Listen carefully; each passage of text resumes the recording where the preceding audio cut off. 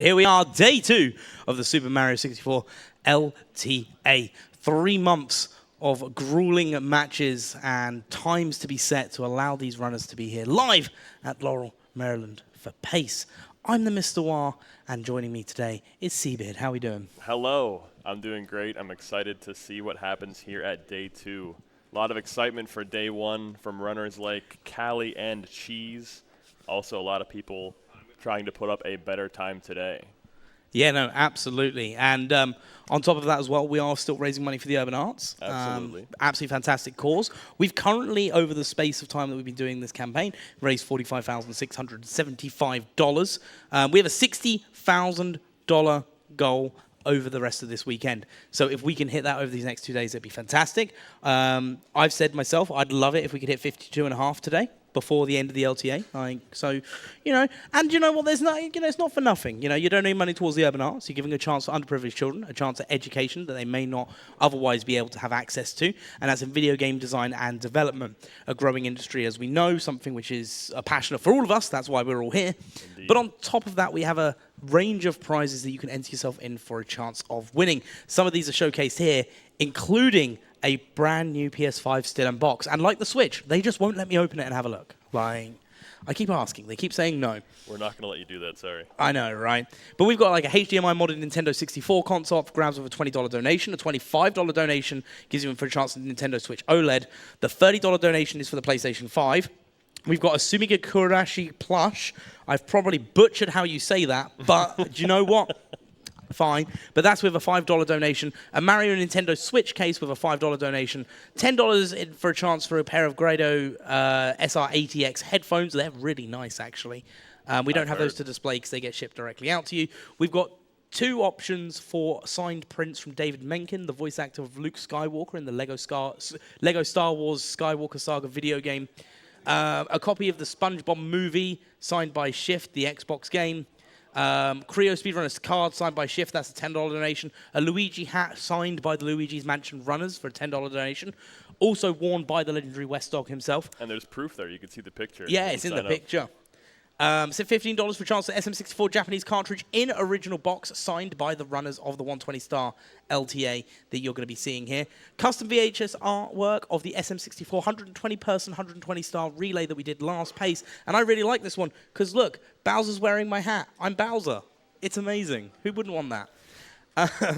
We've got a selection of SpongeBob rehydrated figures signed by Shift for a $15 donation, and then a 64 controller signed by the Speedrun Summit streamers for a $15 donation. A copy of Zelda Echoes of Wisdom signed by the Speedrun Summit streamers for $20, and a Speedrunner starter pack. Now, I really like this one because this includes Nintendo 64 console, controller with a metal bowl installed, the Japanese version of Mario 64, a retro capture card, and an RCA to HDMI converter to help anyone be able to start their speedrunning journey to get into Mario 64.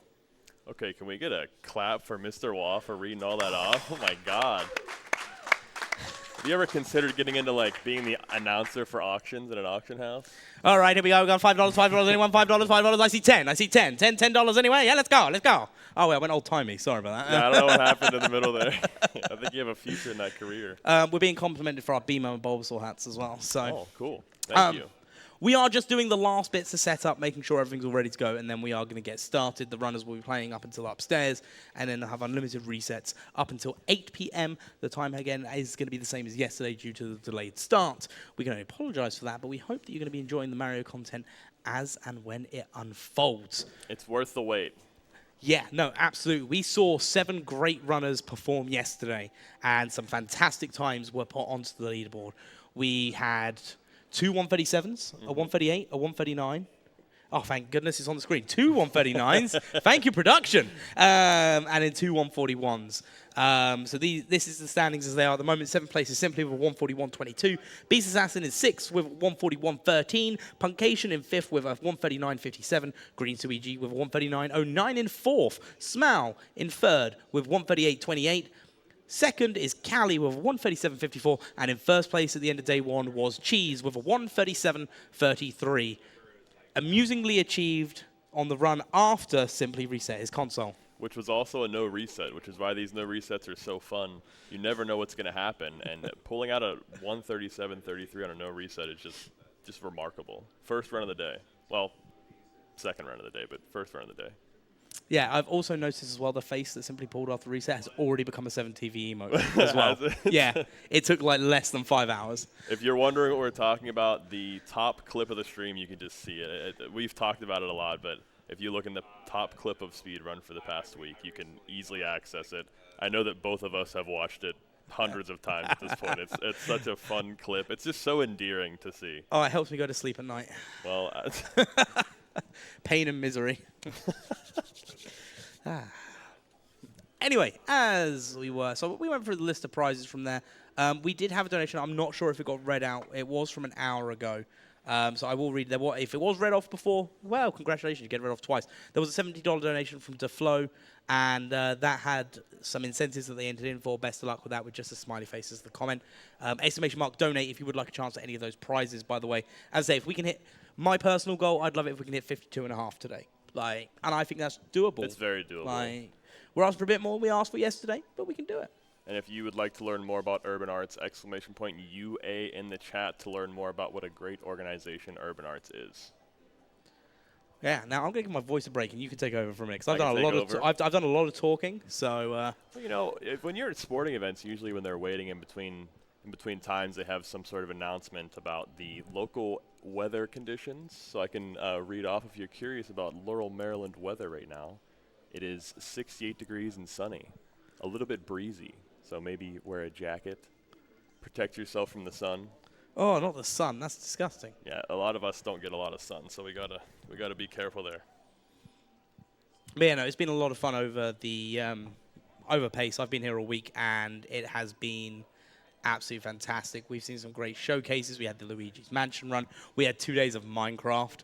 Now, I am a big fan of Minecraft speedrunners. Speedruns. Like, normally I'll come here and I'll be like, hey, look, it's these guys that I've seen and watched and all this. But I think this is the first time I was like, oh my goodness, there's Minecraft speedrunners here.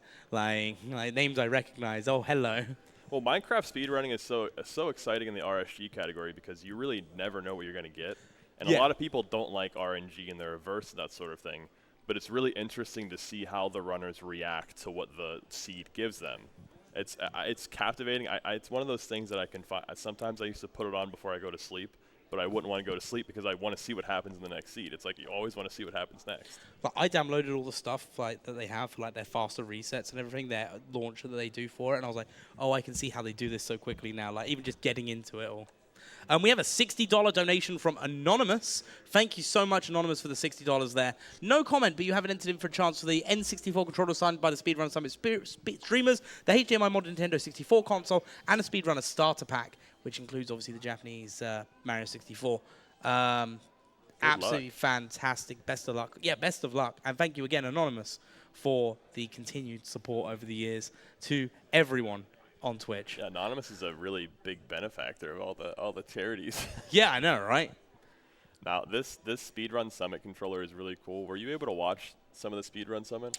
No, I was actually... I'm trying to remember. Was I working an event, I think, during the Speedrun Summit? No, Speedrun Summit, I was watching Sonic Symphony. Oh, that's really nice. Yeah, we went to see an orchestra play Sonic music, and then it turned into a rock concert where it was all about Shadow. It was a week-long symphony. No, a week I'm just kidding. Oh, that was bittersweet. It's just it was a very fun event. I didn't get to catch too much of it, but I mentioned this yesterday. The kazoo telephone was some of the most fun content to watch that I wasn't expecting at all.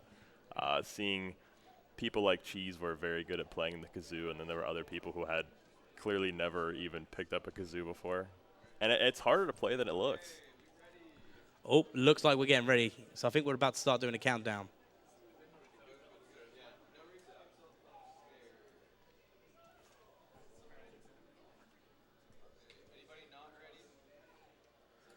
We're waiting for the final checks. 3, 2, 1, and they're off. Good luck, everybody. I thought he'd count down from 5 to give us more of a warning, but clearly not, you know. Special G to Callie. I have some things here, just a little summation from things that happened yesterday to bring everybody up to speed if this is their first day watching. Obviously, we talked about the fun Simply Cheese reset debacle. Again, really endearing moment. Cheese hit a no reset 1:37.33, which is a record for the fastest time ever at an LTA. Just because if I don't get this off my chest, it's going to bug me because I didn't say it. Once again, here we are watching 7 of the most watched video game opening cutscenes on Twitch. Thank you. I need to get out of my system. Carry on. You got to get it out. Go ahead. Callie got a 1:37.51, which is 19 seconds off of his PB, and that is the 3rd fastest time ever at an LTA, which is remarkable. Obviously, the 2nd fastest time ever in LTA is by Cheese at summer pace. Oh, Callie taking the dive. Yeah, and we are doing a no reset, so we are going to see the best way to get out of the water here.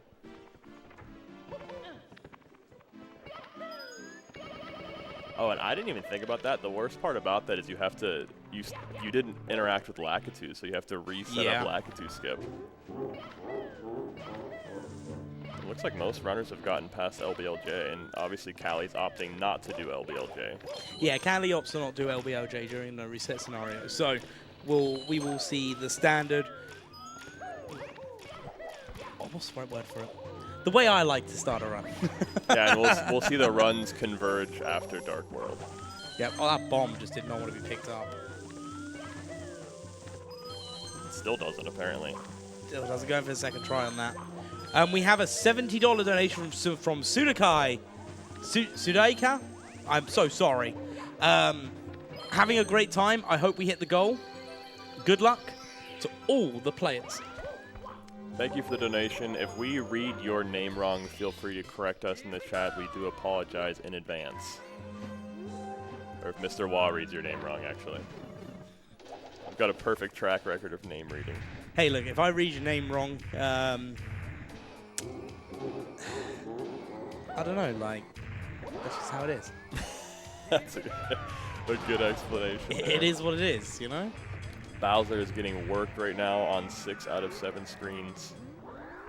They were some fantastic throws from all the runners. And this is what I like to see, because we're at that stage where we are bringing in those consistent runners, those runners that can do a good time and bring it in. We're seeing a lot of, like, similarities. Mm-hmm.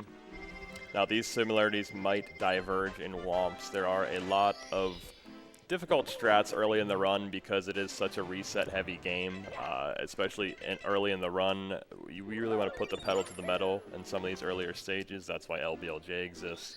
And Womps has a lot of razor-thin, razor-tight strategies, so you might see a little bit of a divergence here in this sync. Let that sink in.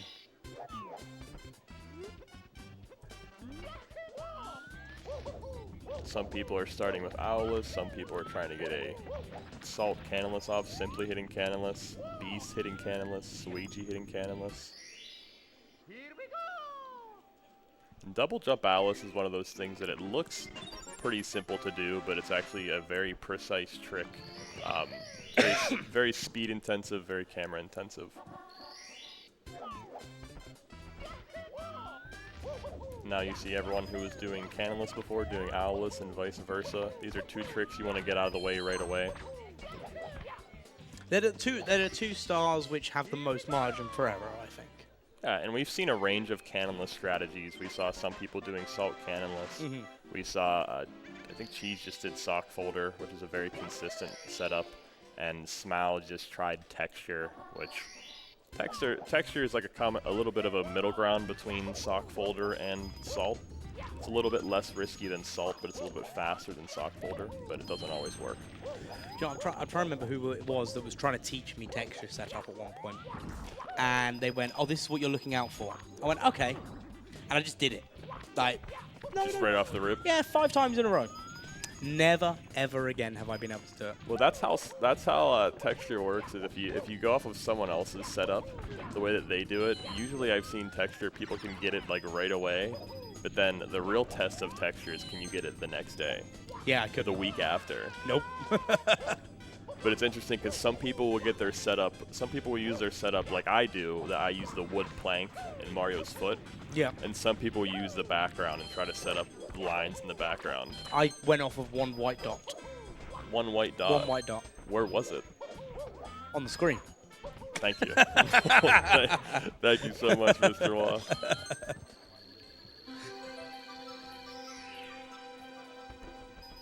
It was like as from the line of the brickwork, there's like a dot that appears and like that Like corner. kind of in the background. Yeah, like in the under background. bridge, Yeah.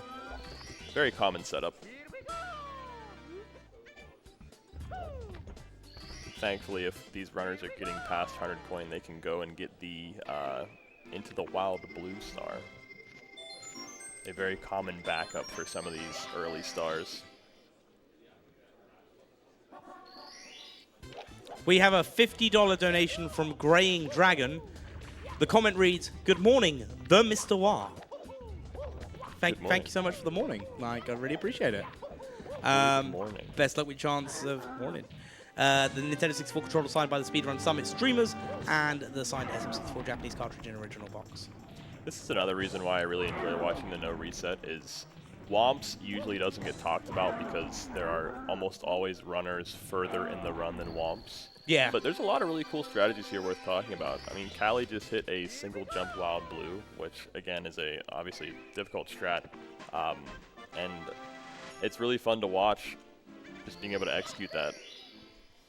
Yeah, because you need to have the right amount of momentum, which then allows you to get further distance on the jump, which then allows you to have the wall. And you get just high enough to get up there. Funny enough, looking at now we're climbing up to the top, is all the different strategies. Gio Gringo, obviously we commentated yesterday, was teaching someone at the back about it. And he's like, yeah, you do this and you do this to get up there. And it's where you've got the choices, because you can either, as you go past the Piranha Plant, you can either begin a strat is to side flip, wall kick onto the green floating platform and then long jump across, or you've got the option where you can like triple jump and then slide down, or you've got the option where you can long jump and slide down. And I know that sounds like something really simple, but there is time difference between all three of those strategies. Oh, there is. And this is something that happens in the first 6 minutes, 7 minutes of a 120 run, but we never get to talk about it. Yeah, and at the beginning of the Wild Blue, a different movement is to jump up into the tree a little bit faster, but there's a very small margin of where you're going to land on the platform when you jump up. And it's common, obviously it happens to make people reset a lot, where you just fall right off the level. So even a trivial strat such as Wild Blue can have a lot of reset potential.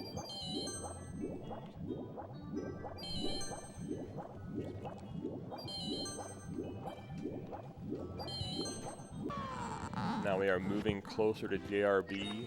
Callie is already in JRB, executing the ship clip very nicely.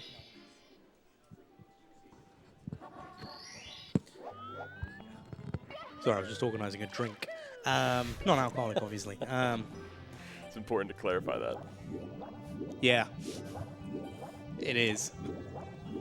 So also I want to point out too, yesterday I did my best to go through and write down all of the best exit times for up times and BOB. I believe the best BOB exit we had yesterday was simply with a 22:45 BOB exit. Feel free to correct me if I'm wrong.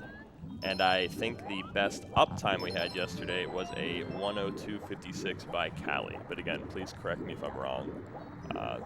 Pretty fantastic exit times on day one. I think it's actually remarkable that we already have two 137s on day one.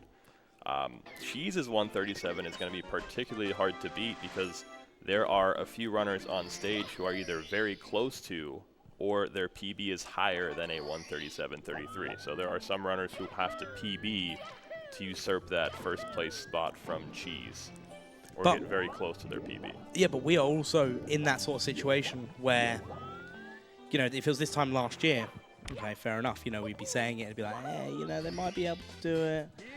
But now, obviously, you know, PBs are still being improved by all runners all the time because with cannonless being implemented, you know, you have to have the perfect run and then have the perfect cannonless, or the run just dies after that bit. Whereas beforehand, you could just go through the motions still. So there's a lot more now to play for. So saying, hey, they might be able to PB. No, every runner here has a chance to PB. Like, every runner here could 136. I'm fully confident that every single runner on stage could 136. So it's definitely doable. It's a big ask in a live setting, but we've seen it before. And again, it's only day one, and Callie pulled out 19 seconds off of his PB. I think Smau was within 50 seconds of his PB. So there's a lot of good runs already on the board. And it's remarkable to me that a 1:38.28 is third place right now. You know, that's an incredible time. That's nothing to scoff at. We'd be going crazy at that time if this was like 18 months ago. And again, only on day one. Yeah. I will say it would be important for me to mention that Carpetless has not been kind so far in this LTA. No, it hasn't. Carpetless has hurt a good many runs, especially Sweegie had a 136 pace run into Carpetless. And it's just such a tough trick, you know. You can practice Carpetless. Yeah, still, maybe that's part of the script, you know. Maybe we're just not meant to see a green Sweegie 136, but there have been many runners on stage who have had trouble with Carpetless yesterday, so hopefully Carpetless is a lot kinder to the runners today. Hopefully. Someone just said, are they all doing carpetless? We're at that stage now where, yes. Yeah, you have to do carpetless. You can opt out of something like LBLJ. You can simplify a few strats, but that 45 seconds to minute time save, you just cannot pass up on that. It's non-negotiable, especially with these 137s on the board. You would have to have a perfect run without carpetless to get first or second place at this point. I think also something else to bear in mind when we talk about, you know, if they're going to do carpetless or not is, you know, in the comfort of their own home or, you know, in their PB attempts, obviously they're going for carpetless every time because the idea is they're wanting to beat their time.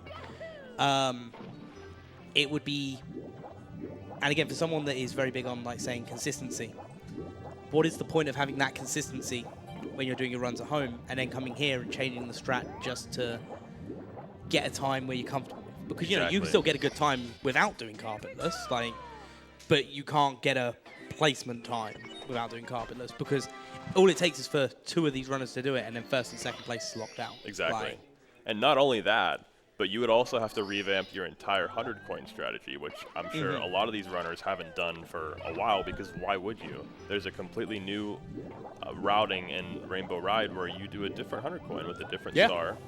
I do miss the carpet tricks and the chat interactions on PB or world record pace on the carpet, but that's not a thing anymore. So if you're not going to do carpetless, you also have to remember how to do the other 100-coin, which, again, I mean, a lot of these runners could do that, but a lot more goes into it than just opting out of carpetless. You're also opting into a different 100-coin and 2 Lakitu bounces, and it's just a mess. There is one thing I do enjoy about carpetless as well. It means I don't have to listen to Warning Track and West Dog singing that carpet song that they do every time.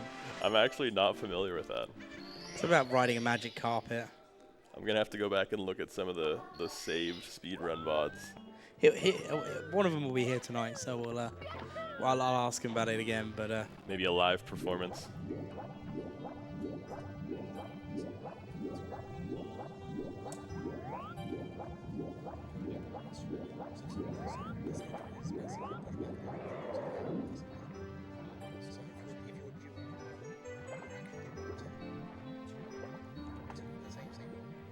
We've got a few runners here finishing up JRB. It's like Simply, Cheese, Sweegie. Beast is headed over to Unagi. Callie does Aquarium after JRB, so Callie is done with JRB.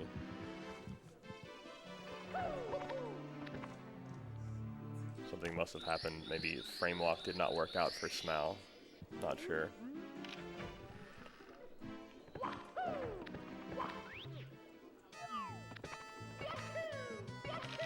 Any guesses, any predictions on the slide times? Who gets the best slide time here? 12.6. 12.6? I'll say 12.5.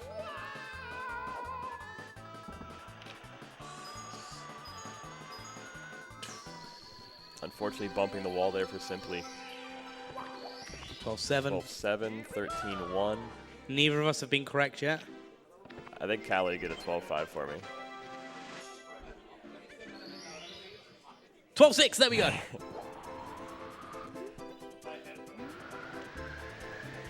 I was requested to say louder that Simply got a 13.1, Cheese got a 12.7. Yeah, that's true. Simply got a 13.1.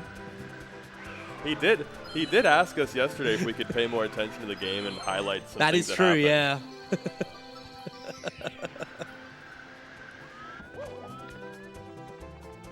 Oh, and Callie did get a 12-5. Hey, there we go. Thanks for looking out for me, Callie.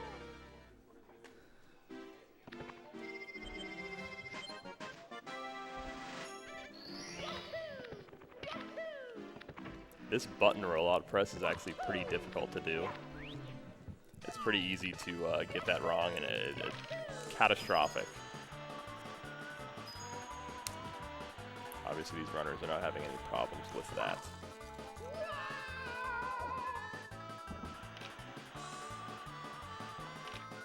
Simply and Cheese this time both getting 12.6 slide time. Let's go. Please don't make Mr. Wallright get a 12.5. And Sweetree, 12.6. What's that, the most common slide time, being 12.6, 12.7?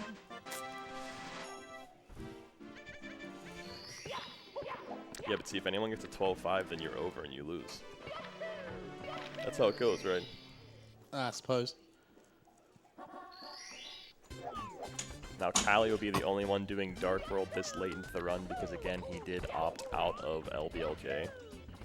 Initially trying to go for Suki, but unfortunately there's a very tiny part of the button you can get when you do the Suki movement, and first time around missed it.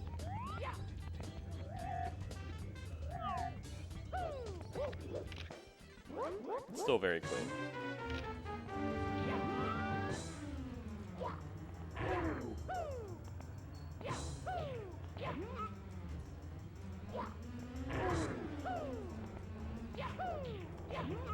We've got all the runners attacking King Bob-omb right now. King Bob-omb pleading with them, please do not throw me on the ground 3 times. But this is the thing, it's not even like a mini boss battle. It's like, hey, let's just have a fight. And at the end it's like, hey, well done. Yeah. Like, it's not even like a, oh my goodness, can't believe you've just beaten me. It's like, here, have a star, you know, you've bested me. He's a pretty nice king. He's like, Chill. please do not beat me this way, and then great job. GG's.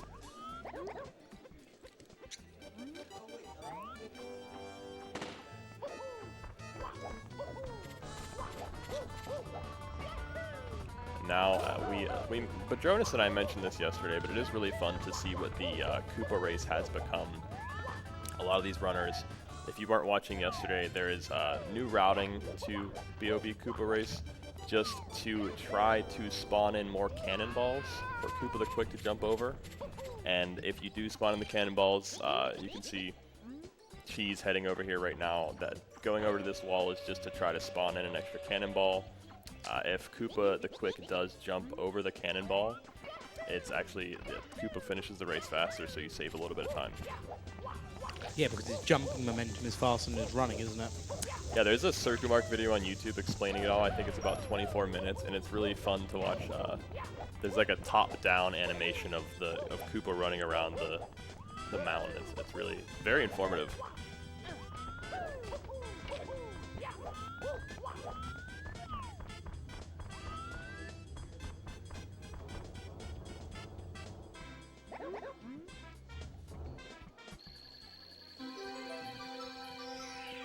And you get to do this fun movement that Beast is doing at the end. Triple jump, wall kick, ledge grab, and you still beat Koopa up here. I think you guys mentioned this yesterday, but it has to be so demoralizing for Koopa to see you running all around the level and still winning. Yeah, that conversation got very dark with Lucky, yeah.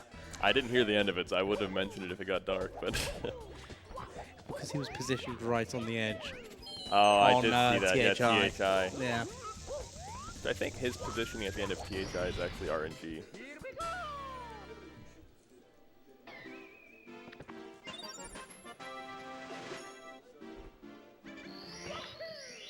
Beast going for a bomb clip here. Releasing it a little bit early. Unfortunate. Thankfully, if you wall kick off that wall to the left of the chain chomp, you can instantly respawn the bomb back in.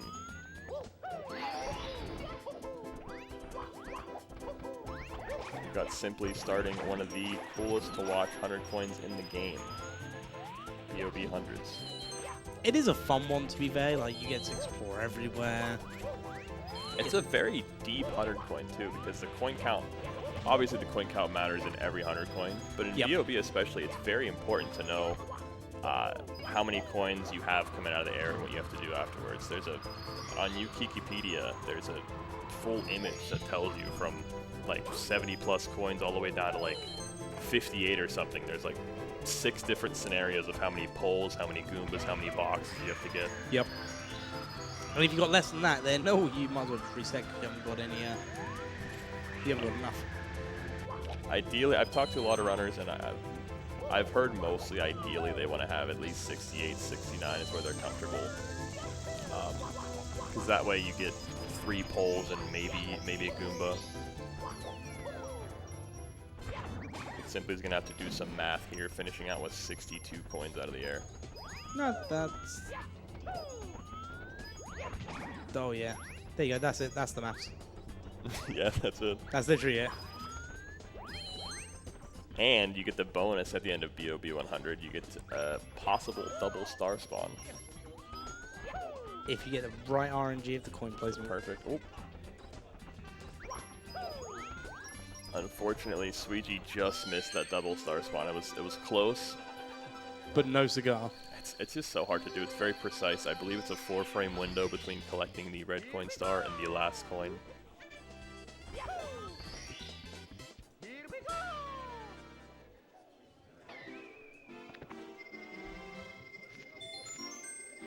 So far, we've got a lot of nice looking runs.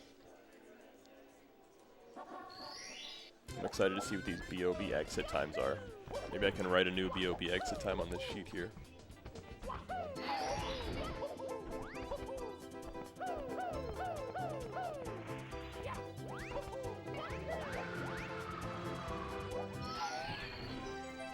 Just a reminder, we are raising money for Urban Arts, so please, if you have not already and you have the funds to do so, please consider donating. !donate to donate. We will read your message if it's appropriate. Mr. Wall will do any impressions. I'm not a very good impressionist personally. Oh, so you're throwing me under the bus, I see. Absolutely. Okay, cool. I've heard your Toad impression is excellent. Sounds very on brand. I'm surprised they actually didn't hire you for the Mario movie. The problem is I wasn't adorable enough. It's animated. You don't have to be. Shush. So it looks like Cheese is the first out of BOB with a 22:52 BOB exit time. Very nice. So far, Cheese is having a lot of luck with these no resets. Yep, so that's Cheese going into the basement now. Suigi making their way to the basement. Simply making his way to the basement. Yeah, so we've got a 22:52, we've got a 23:00, we've got a 23:06. All fantastic BOB exit times. And as the world record gets more and more optimized, these BOB exit times are getting more and more important. Yeah. I remember, I forget whose stream I was watching, they were saying that they're not even sure if you can world record anymore without getting a 102 up, which I mentioned this yesterday. 102 up used to mean drop whatever you're doing and watch the run, and now it's becoming a lot more common. As time goes on, as runs go deep, you must watch Mario, or you cannot sleep. I thought you were trying to make a haiku. I was debating it. Suigi just hit a fly guyless in 120 star. I still can't believe it. Yo, let's go.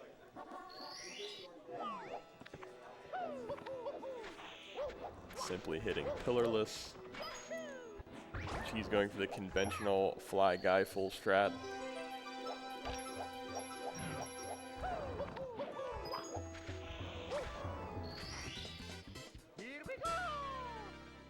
I remember like 3-4 years ago people talking about how hard pillarless is, and now it's like second nature for everybody.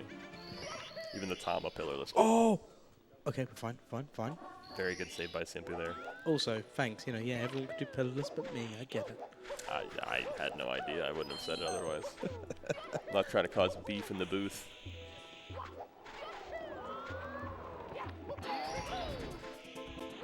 Watching these runners do one of the hardest stars in the game, SSL Reds.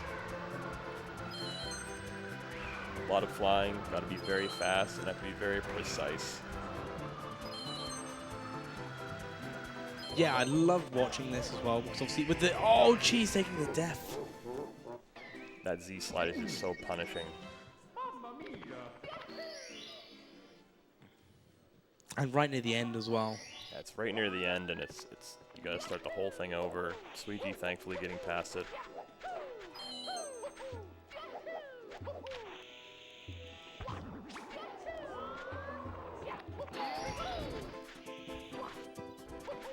Fortunately, red coin start isn't, yes, it's precise, but it's not a long start. Yeah. It's like, I would say it's kind of middle of the road. It's definitely not short, but it's nothing like a, you know, dying at the end of a 100 coin or something. Yeah.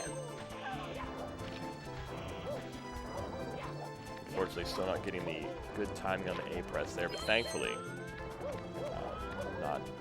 Mario is surviving out of there.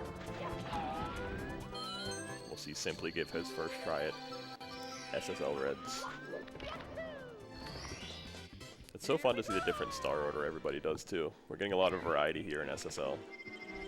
Yeah, like for the most part, star order isn't necessarily important. Obviously, there are some stages where star order is important because it changes things like, you know, LLL, you want to be able to spawn the shell to be able to get the 100 coins. So seeing people going for different stars first, it makes you wonder whether they're going for comfort, whether they're going for something they're familiar with, or, you know, maybe they're just like, hey, do you know what, this one I'm feeling first. But they could be doing backups too, because it's very common in SSL if you make a mistake to just go right in the pyramid. Yeah. Star order is not as important in SSL, but star select is important, because if you select stars 3 through 6, which we never do, you will see a lot of tornadoes appearing everywhere all over SSL, which can really mess with flying and movement. Yeah. So you'll never see, I think that's why we usually leave the pyramid star for last, because that is star 2. Just to avoid any tornado spawns.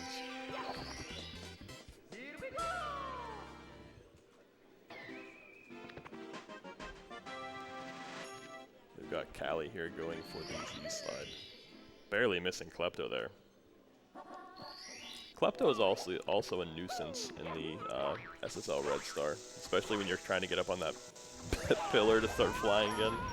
Seen many a clip of Klepto running into the speedrunner. That's for 100 coin, yeah. Right where Simply is now. For some reason, collecting that blue coin there, Klepto just tries to attack you.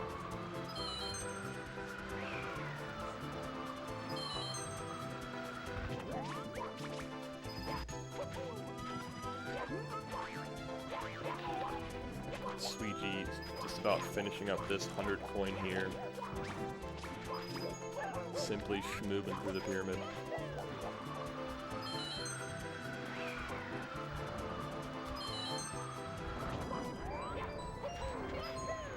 Has anybody ever, I don't want to ask this maybe until after people are done, but has anybody ever sound glitched here?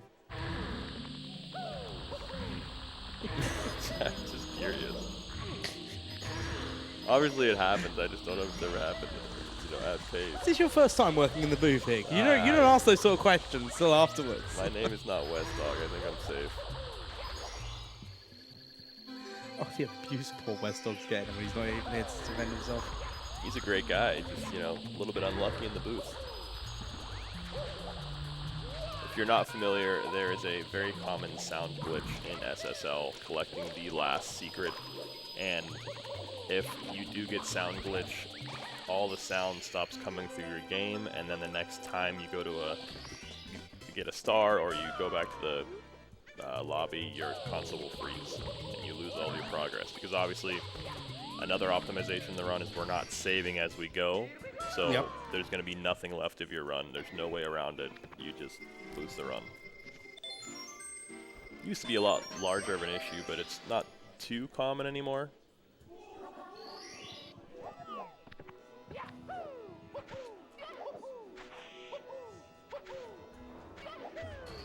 Sweetie and HMC 100 trying to get early spider cycle. Sweetie gold at SSL. Oh my god. Yo, let's go. Getting early spider cycle, getting one of those coins, then opting to collect the other two on the way back. Very clean.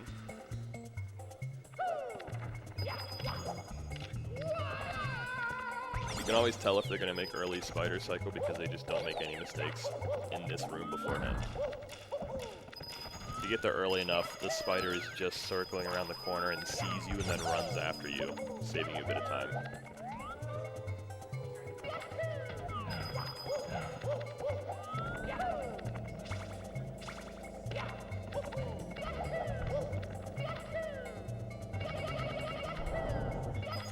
Okay, I didn't want to say anything beforehand, but it's really good to see Sweetie hitting that BLJ. He's had a bit of issues with that recently. Nash is too fast for the game. Imagine being too fast. Imagine being too good at the game. Could not be us, huh? Definitely not us. Let's see if the blue coin placement is kind. Now, Squeegee is currently attacking the eye. You'll hear a few bounces and then silence. We did not hear another bounce, so yeah, it's still up there. You'll hear silence, and then you'll hear another bounce, and if you hear a second set of bounces, then that means that the coin did fall. So Squeegee did not get that luck, unfortunately. Nor did Simply. Who's going to get the first blue coin drop?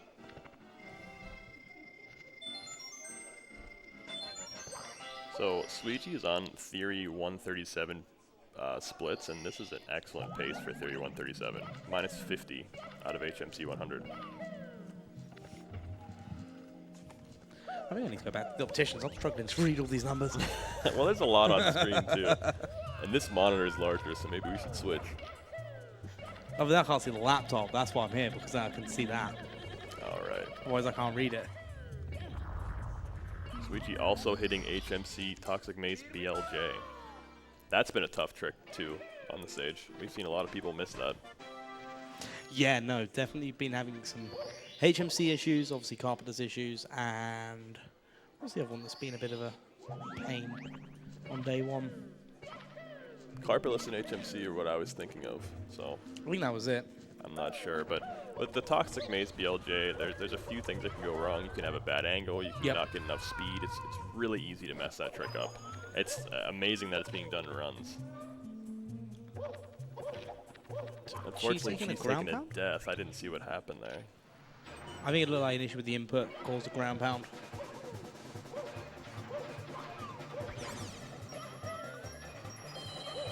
We see B setting up for Toxic Maze BLJ right now. Going through the door there. Very unfortunate.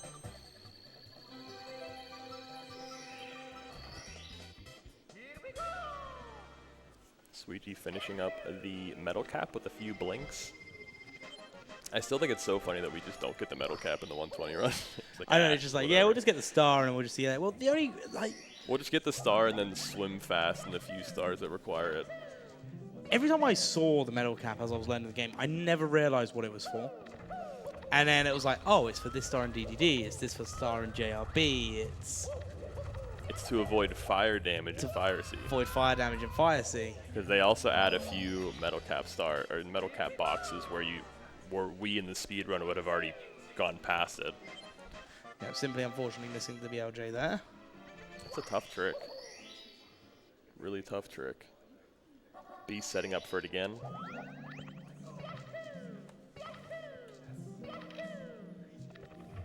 I don't think we've talked about this too much on the stage yet, but I am just such a huge fan of punch cancels. Punch cancels have advanced the game in many ways. Most notably, I think, in backups. Whenever someone messes up their movement, they lose all their speed, they can immediately punch cancel and then start at a much higher speed than they would have without punch canceling. But it's also improved a lot of strats like the Toxic Maze BLJ. You see a lot of runners, when they kick the wall, they punch cancel so they can immediately long jump instead of having to get a little bit of speed and long jump first. It's improved a lot of strats in small ways, but it's added up to a lot of time save in these runs.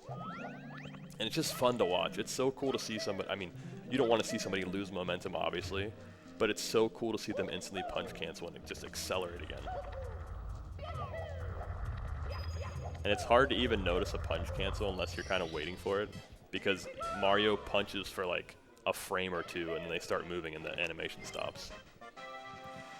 Even though it looks like it's so much longer. Yeah. It's like a modern version of the speed kick. Oh. Simply executing the Toxic Maze BLJ very well. Unfortunately, just not having enough speed to clip through that cage. Hate to see it. It's tough because you think you did it the entire time, and then right at the end. Yeah. 55 seconds ahead of the theoretical for Suiji. This is a healthy run. Very healthy run.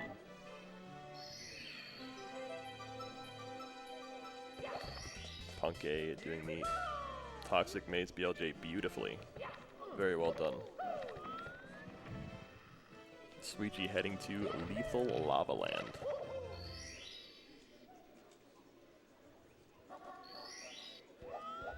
Simply gets its second try. Very nice. Very nice.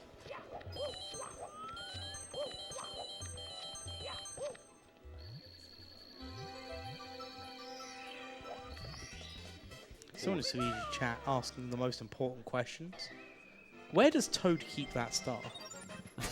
Do you have any theories? I think it's just behind him. Yeah, but there isn't really much room for that. I think it is, yeah. They're compact. It's like when you pull the star out, it's the full size. Someone else like just did the punchline of in his mushroom. I thought I was being funny. They beat me to it. I'm out here trying to figure out where it actually is. Like the bomb left of his gameplay. Yeah.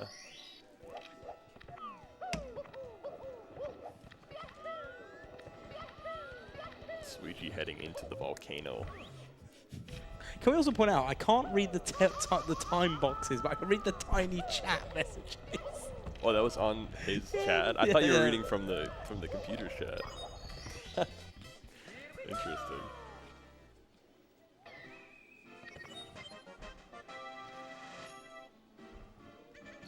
Unfortunate burn there for Cheese doing the reds. That's going to mess up the cycle of the puzzle. I mean, arguably, this is the most difficult star in the game, so it's not really a surprise to take a bit of a burn there. You say that's the most difficult star of the stage? Absolutely. Really? Yeah. Every time you finish the star, you have to look at an unfinished puzzle. I suppose, yeah. Suiji going for right side bullies here. Can be a pretty tough strat, and if you mess up, you might lose a little bit less time, but it's hard to get to that platform without taking a burn. Crowd encouraging Suiji to hurt the big bully.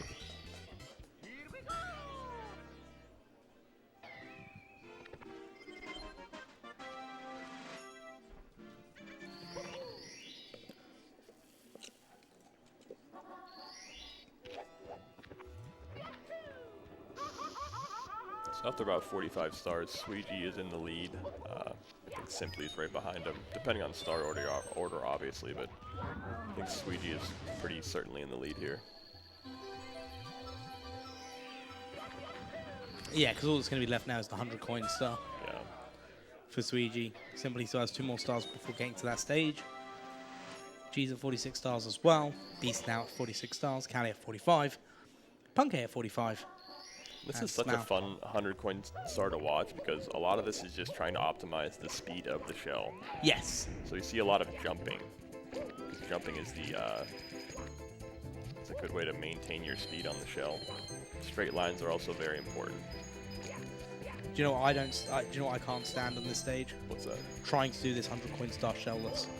Well, yeah, your shell breaking is makes this a lot harder, but we've seen people like Ouija rise above and still clutch out a good run with a broken shell. Oh, like, no, I've had so I've done it where I've had like a couple of bingo matches and I've seen the 100 coin star goal, and I'll see that they'll be like, okay, I've got to go for that. But then you're worried about it because you're like, if they get there first, so you're just like, do you know what? I'm not even going to risk it. I'm just going to go for it without the shell and hope for the best. My God, tense.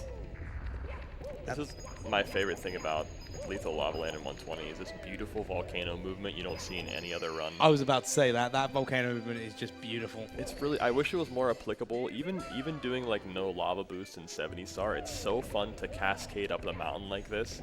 You get to do a lot of dive rollouts and double jumps and fly past that ramp falling down. It's just really good movement. It's almost a shame that in 70 Star Lava Boost is more common, because this would be very helpful for a lot of runners to improve their movement. But Lava Boost is also fun. I can't talk trash on Lava Boost. Unfortunately, simply failing the pole skip movement there. There's a very small area where you can jump on the platform the poles are standing on in order to skip the animation of grabbing the pole and jumping off. It's a risky strat, but it saves a bit of time. Just opting to back it up by grabbing the pole there. A little bit safer. Better safe than sorry sometimes, especially in this sort of format, again, when we talk about consistency a lot. So whilst these guys are finishing up LOL and Vanish Cap, it's a great time to remind everybody that we are raising money for Urban Arts. Urban Arts does some fantastic work, giving underprivileged youths a chance at education in video game design and development. These are people that may not get that opportunity otherwise in life, and supports hundreds, if not thousands, of students in the United States. It's an absolutely fantastic cause, and if you would like to be a part of helping with that and achieving our goal for this week, !donate in the chat to be able to donate towards the Urban Arts. We've got a selection of prizes ranging from signed prints to signed controllers to games consoles to a VHS tape to HDMI modded Nintendo 64s and even a Speedrun starter pack. If you're watching this going, hey, I'd like to speedrun Mario 64, well, we've got the kit just for you. !donate and list of all the minimum donations to be entered in for those chances to win those is all available there. We have a goal of 60,000 for the week. We're currently at 45,855. I'd like it if we, at least by the end of today, we could hit 52.5. That would be fantastic. Definitely do. And that can only be done with your help and support. Thank you to everyone who has donated so far throughout this campaign. We've really appreciated the support, and we do show our gratitude, and we do love you guys for it.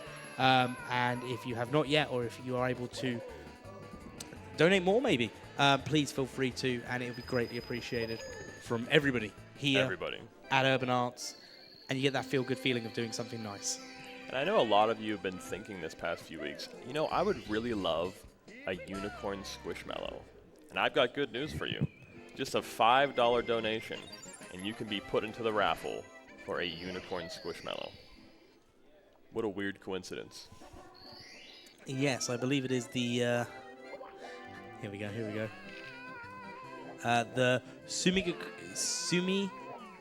Kogarashi.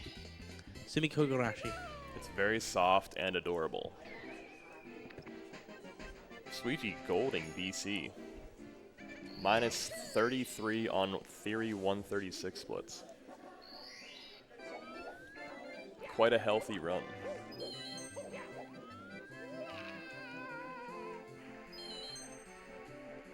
It looks like Simply might have also golded BC, based on his split colors.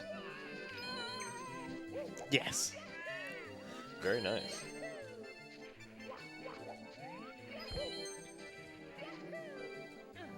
There do be some golds going on.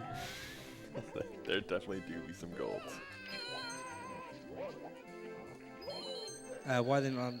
So basically, for those that are wondering as well, we had a no reset yesterday, and then today it's just no reset till upstairs. That gives the runners more time to be able to try and get that run they need for that time. Yeah, and it's nice to get a run on the board for the day. You know, you get from beginning to end, you get warmed up the whole game, so that, you know, when you do end up resetting a few times, maybe you don't get a run until 6 p.m. You've already completed the entire game at that point, or at least up through most of the game. Also, I do want to point out that a Sweetie exited Lethal Lava Land at 40:12. That is excellent. That is very fast. Definitely worth pointing out. 40:12 Lethal Lava Land exit time.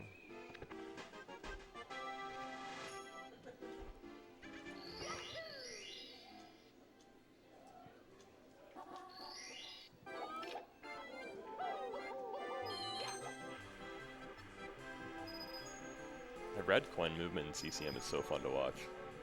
Watching Punkade belly slide from one side of CCM to the other. There's a lot of sliding going on in this stage. Which is fun. The speedrun is following the theme of the actual stage.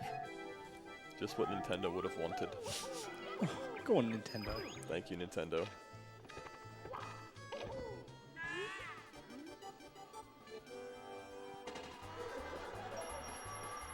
Now you see Sweetie has 34 coins, so he will be opting for the Adam Pass route. That means that he cannot miss any coins on the slide.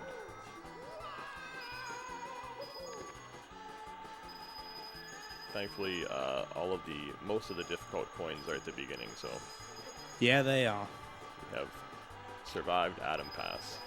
Because it looks pretty simple to, okay, I don't have to miss any coins on this slide, but it is like deceptively hard to navigate on this slide, and throughout parts of the race, the penguin will just nudge you to the side just a little bit, which is kind of annoying, but if you're trying to collect one of these 77 coins on the slide, and you can't miss any of them, it becomes detrimental to your speedrun.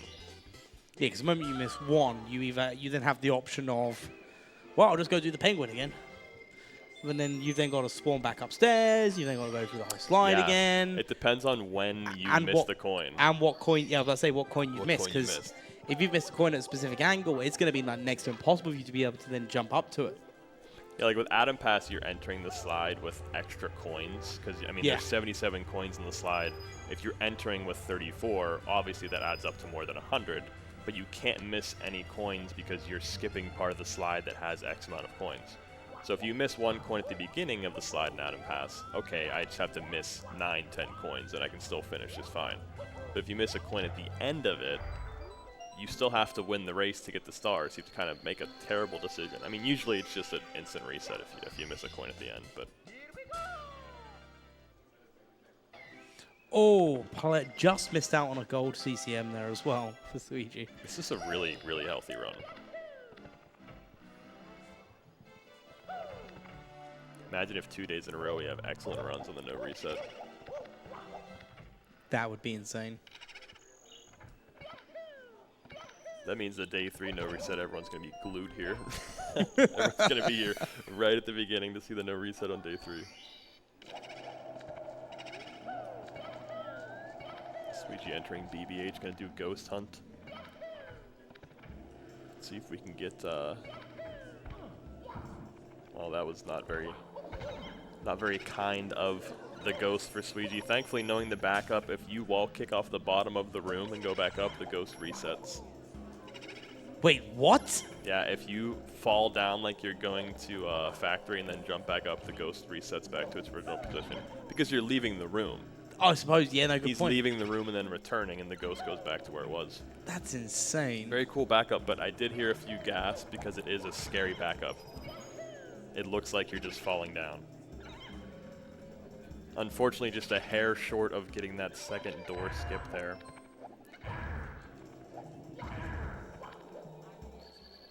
It's tough, too, with that second door skip because you have 2 ghost cutscenes where you can go through the door.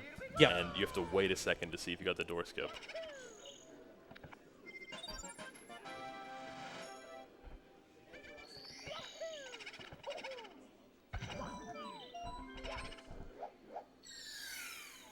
I would say Sweetie's like 30 seconds ahead at this point, 40 seconds ahead. He really pulled away.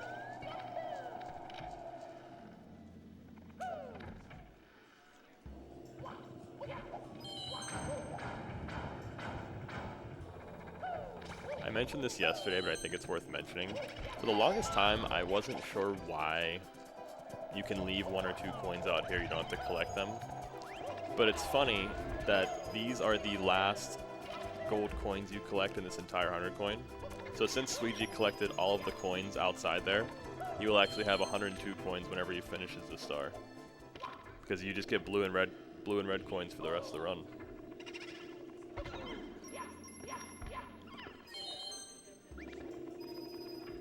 There's a lot of blue coins in BBH.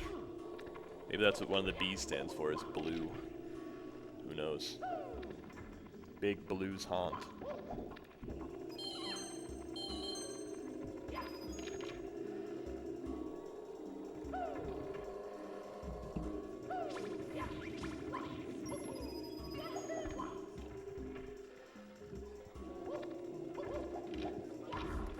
Squeegee wrapping up 100 coin, gonna punch this ghost in the face here for a quick 5 coins.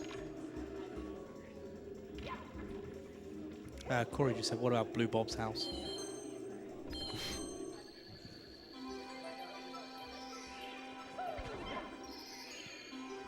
There he is with 102 coins. The more you know.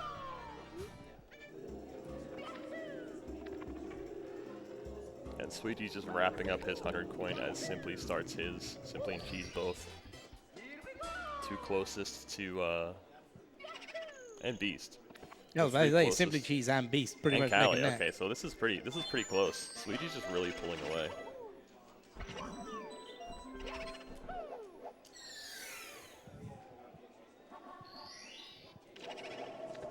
Yeah, so the magic number, as you just saw with Cheese, going back into the castle is 23 coins. Yep. Going back into the haunted house, sorry, not a castle.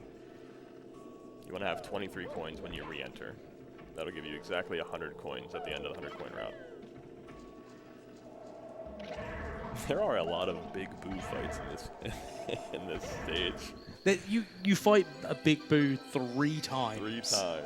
You fight once after getting 5 ghosts. You fight again after getting 5 ghosts. But we also do need to point out, we have just another donation come in before I carry on with the booze. $250 donation. Oh, wow. It's a $250 donation from Snelm's Deep. Good luck to all the runners, but most of all, to my Babe Coin Cheese, Chest Fell. Can we get a clap for that $250 donation? I know, right? It's like they're asleep That in is here. very Like, generous. Wake up, guys. Come on. Thank you so much. Goes to a great cause. And best of luck with your entry to the incentives, including the HDMI modded Nintendo 64 console. 9 entries to that. The Speedrunner starter pack, just 1 entry for that. I'm guessing not wanting to get into speedrunning, no. The Sumiga Cook, the plushie, 4 times. I don't know why you're doing this to yourself. You don't have to read the whole title. And the Nintendo Switch OLED. And also the target for Rebel Transmute, Get Pet Armadillopede. What are you saying? what is this? I'm reading off from the screen. Oh, so basically these are targets. So there are runs still coming up after the LTAs. Oh, right, And okay. the runners for these have set themselves targets. So if people donate and they put their donation towards that target and it gets hit, during their showcase run, they will do that thing. So excellent. that's a pet that follows the player around in the game cool. for the Rebel Transmute, which is a run happening in the wee hours of the morning. And how close were you to that? I actually have to Sorry, go I open. don't No, want you no, to it's tab fine. out. I have to open up another page to find that out as well. We've also got polls as well, if that's something you're interested in seeing. For like, there's a poll, for example, you know, which dub language you could have done for the SpongeBob Rehydrated, which happened a few days ago.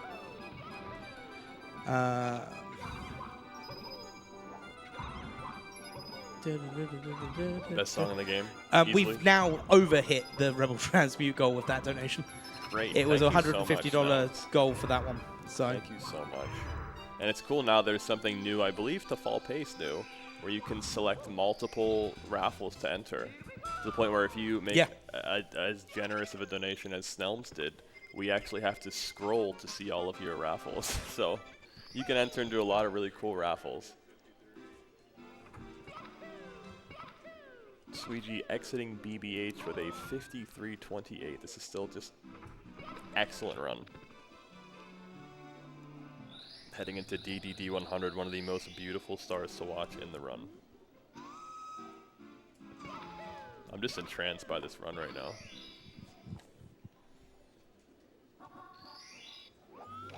Oh, can we also point out as well, something else, because obviously the size of that donation, we've hit over $46,000 now. Oh my god. So, what's that now? That's now just 6,400 away from what I'd like to From see our goal, from the goal for today, At at the end of least. the day. Which is very doable. Yeah, no, absolutely. There's a lot of very generous people both here and watching at home. Exclamation point donate if you'd like to donate. Exclamation point UA if you'd like to learn more about the charity you're donating to. And while you are at that donation page, you can actually see the incentives and see what you'd like to maybe enter into. Yeah, like a Sumiga Karashi plush. Nailed it. That was good. Yeah, you did a good job there. Sweetie heading to the meat and potatoes of the DDD 100. You are navigating around the sub after we grab this little ring of coins down here.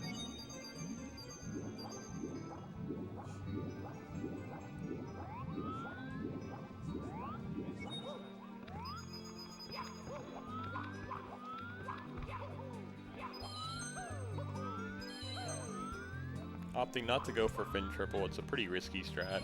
You don't lose too much I haven't time. seen a fin triple.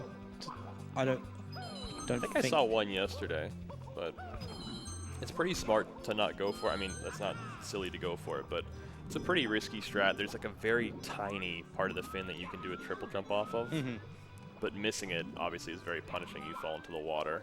You don't lose that much time opting out of it. Sweetie missing front sub and backing it up really quickly.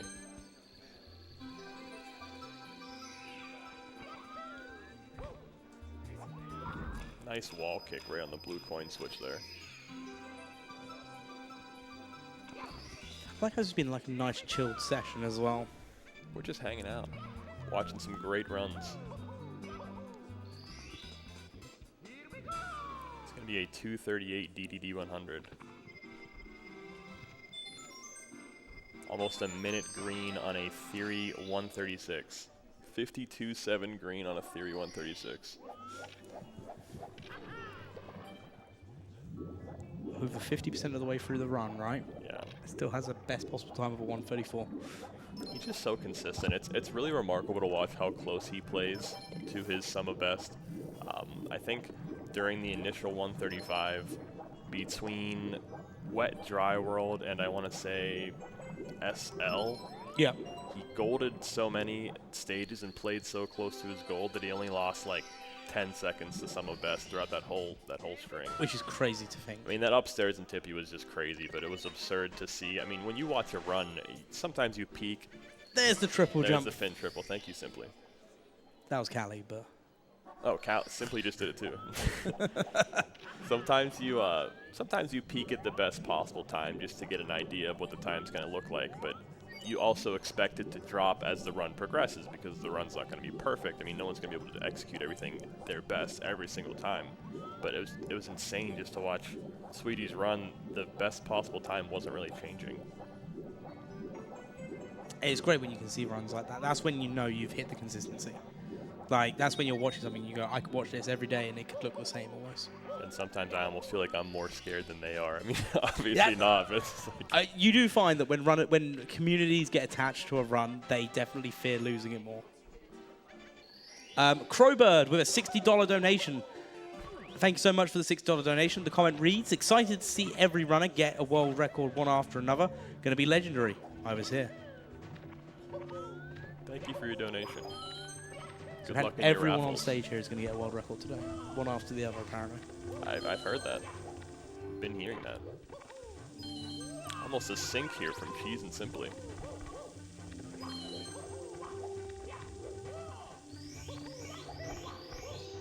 Squeegee, meanwhile, moving through Fire Sea. Quite early.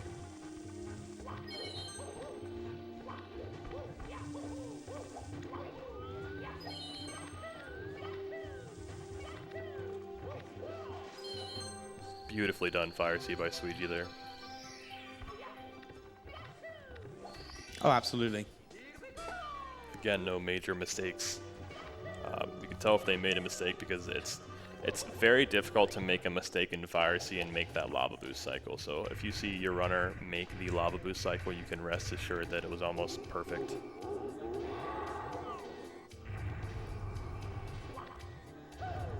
Hopefully we can give Bowser what for here. Okay, we have a $20 donation from a proud Mario enjoyer. And just because of the way they've worded these, I'm going to have to put on a slightly different accent. You guys outputted mad skills. Beautiful to watch. Keep the pace. Good luck. Have fun. Thanks so much for the $20 donation. Thank you for your donation. Sweegie now a minute clear of the Theory 136. A minute clear. That's... Getting ready to head upstairs, and I have a few upstairs times here written down, so we'll see how that compares to the up times we saw yesterday. Even Suiji's shocked that he got that last ring. Yeah, that. I know we endlessly talk about how hard the Manta Star is, but truly, the rings have such strange hitboxes. That was a star I had in the 120 star relay last pace. You had that? Yeah. Man. I don't think you could pay me to do that star on stage. Sweegie going and hitting chip clip. Bat chest, chip. Chip does love to see the bat chest. Can confirm.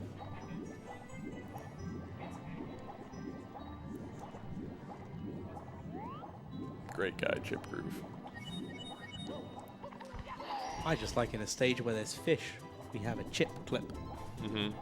He loves Dire Dogs too. He's grinded this stage over and over again. I think he's had, I know he's had the chess single star world record, chess in the current. Yeah. I believe he's also had the Dire Dogs stage world record, but I'm not sure. But I know he's had chess in the current. Just one more star for Sweegie to finish here, and then he will be heading upstairs, going for chip clip again. Chip.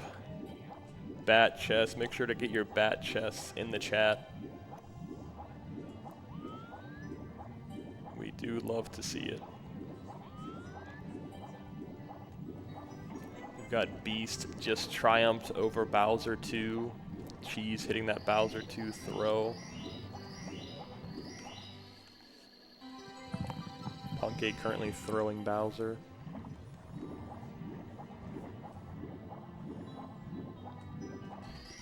And we are going to see a low 102 uptime. Certainly the fastest we've seen at this event so far. A very low 102 uptime.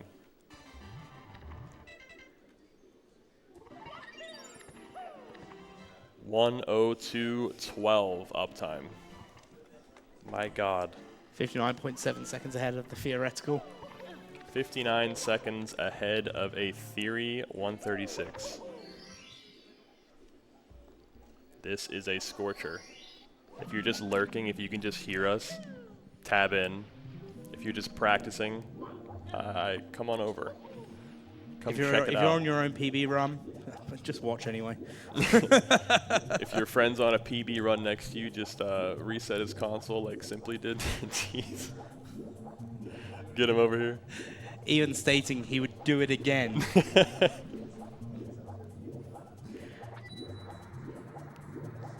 And also remember, guys, you can still donate to the Urban Arts. It's absolutely fantastic cause. And remember how hard PS5s were to find? Yeah. For like a year, 2 years after they came out? Now you could win one for a very low price. And you're donating to a great cause. Yeah, it was crazy. We went and got a PS5 like last couple of months ago. And I was shocked because the answer I got said, I'm looking for a PS5. And they went, oh, which one do you want? And I was like, huh? Ooh. No, yeah, we got them all. I was like, okay. And that's why I shop off the back of a truck. I mean, Wow. That reminds me of whenever the Nintendo Switch first came out, and for the first like 6 months to a year, it was almost impossible to find a console. I can't tell you how many times I walked into a Target or a Walmart and said, do you have any Switches? And they're like, we've been asked that 30 times already. No. It's like, all right, sorry, man. My bad. Just really want one of these things. I'm sure the Switch 2 will follow suit whenever that decides to enter the market. It was cool that I think they announced 2 days ago that the Switch 2 is going to be backwards compatible. Which is absolutely fantastic because it's about time they did something like that. Yeah. But I just want to be able to put my N64 cartridges into my Switch. Is that too much to ask? I think so, yeah. Honestly, you're being a little tough right now. Sweegie moving through Wet Dry World hundreds plus reds. Certainly the better 100 coin in this stage. Hundreds plus secrets. Sorry if you're a big fan of 70 Star, but that stinks. Harsh words, but you know. Yeah, also to point out, someone said in chat, which is very true. Cali getting a 103 uptime after moting at the beginning. Wow. My goat.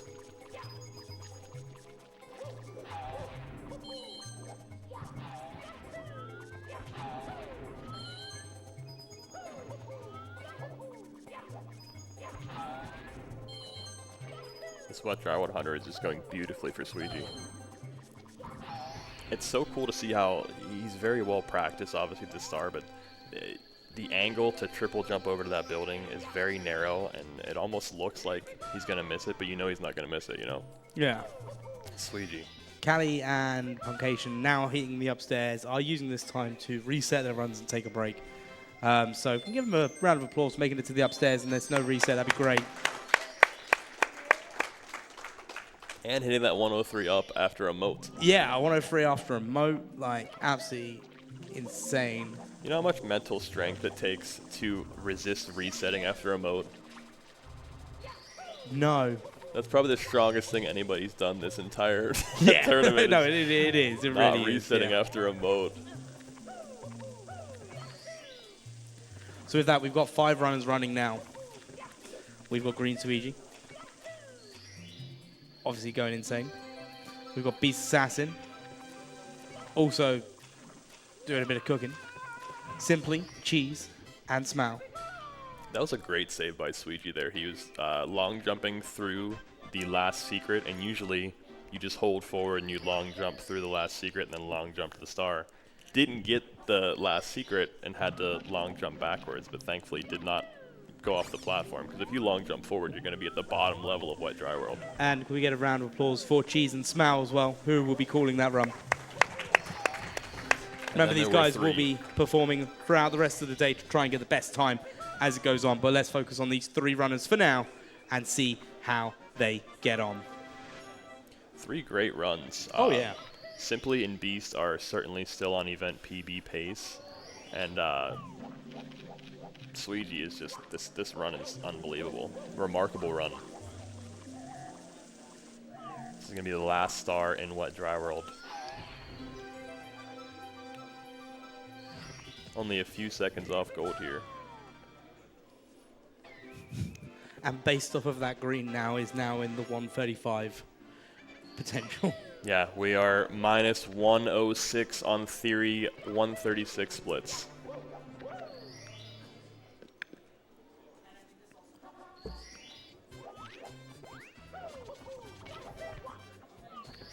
Starting off THI with Secrets, a very laggy star, but you wouldn't notice because he's hitting all these lag reductions, camera turns just to lower the lag, which makes it pretty hard to move quickly through this because you have to keep changing your angle of your analog stick. But Yep. there is a lot of lag if you don't do those lag reductions. It makes it look like a slideshow.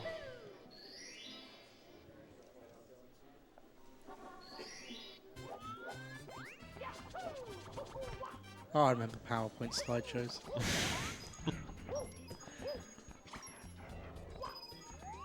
Strange blue coin placement there. Yeah, I haven't seen that in a while. Now we got to ground pound some Goombas here. Simply taking the reset.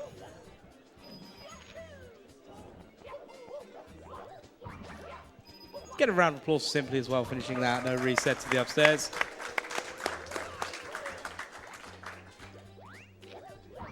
Ah, just barely missing that third Goomba for the 3 Goombas, 1 ground pound. Saves a lot of time. For the triple kill. Triple ground pound. Hoping for some good RNG here on the beach. That was very kind. That was actually very nice. The worst thing is whenever you see people going for those coins and some of them go into the water. It's like Simply has switched games. We're on the Tetris 120 star run. Immediately booted from the screen. Just look, he just wants one game. Just let us know how you do, okay? We got Punkation back on another run.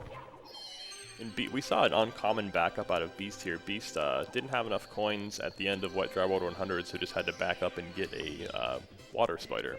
Thankfully, Yes. Thankfully, the water spider was very close to the final 2 reds. But Yes, because the worst thing is when the water spider is just not there. yeah. Because really, the water spider could be anywhere whenever the water drops.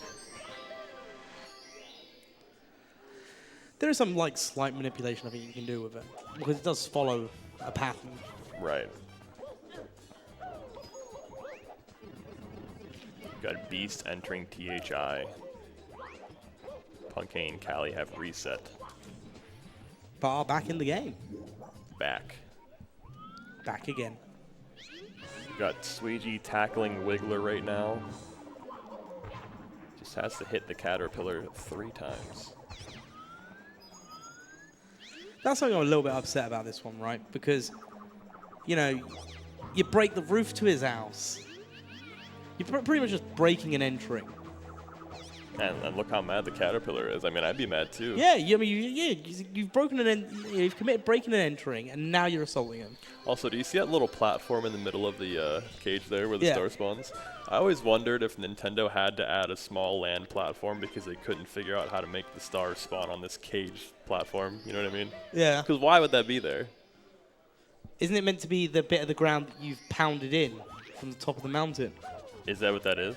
That's what I always assumed. Could be right. You might be right, actually. I sometimes am. I've been wondering this for years. But there's a land thing above it up there. Yeah, so when it's like a floating piece. You pushed it in, and then a little bit drip down, maybe. Yeah, maybe. Or maybe their original idea was have the land be there, and then they wanted to get a break from fighting the Wiggler. It's a tough fight.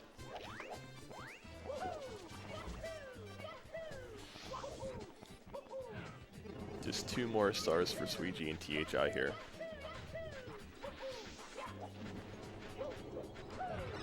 And it's interesting to see what different people do at the beginning of this Piranha Star. It just looks like random movement, but a lot of times they're doing certain things with Mario to get their timing right. Because as soon as the Piranha plants out, you want to go, so you can get them all in one fell swoop. But different people do like backflips or side flips or long jumps just to get their timing right so they can start attacking the Piranha plants. And the quicker you trigger them, the quicker obviously they've got the hitbox to be able to hit, so you can get 2 for 1. Right. And everyone has their own like little timing methods. Yeah.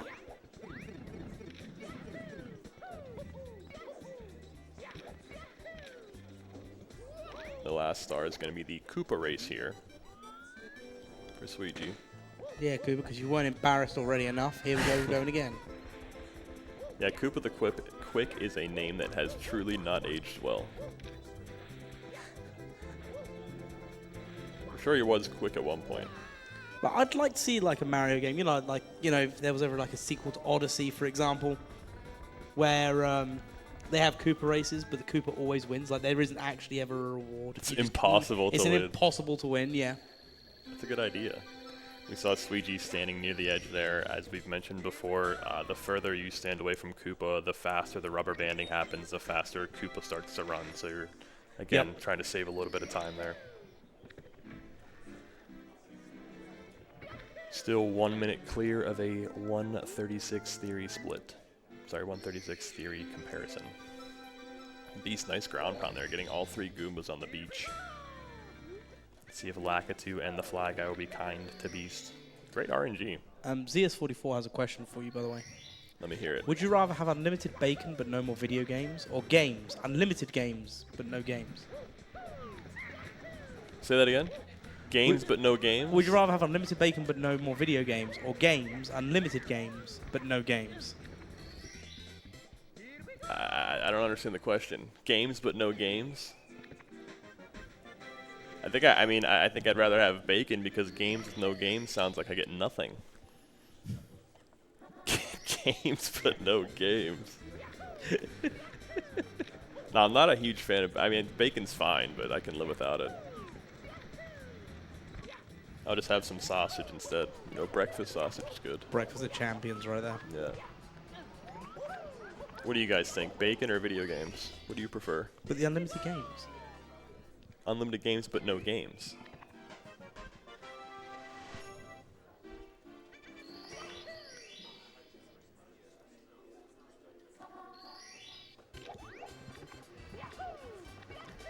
So as we are heading up into the upstairs area, and clearly chat has made us lose our minds, we are going to take a quick break before we then see these runs as they head up towards Tippy. So with that in mind, make sure to stay tuned as more Mario action will be coming soon. keep an eye out on the ! donate link. Donate if you can towards the Urban Arts. Have a chance for fantastic prizes. And just have fun with it. Like, do not go anywhere. This Sweetie run is excellent. Both of these runs are good. Do not go anywhere. Keep your eyes here. We will be back shortly. See you soon.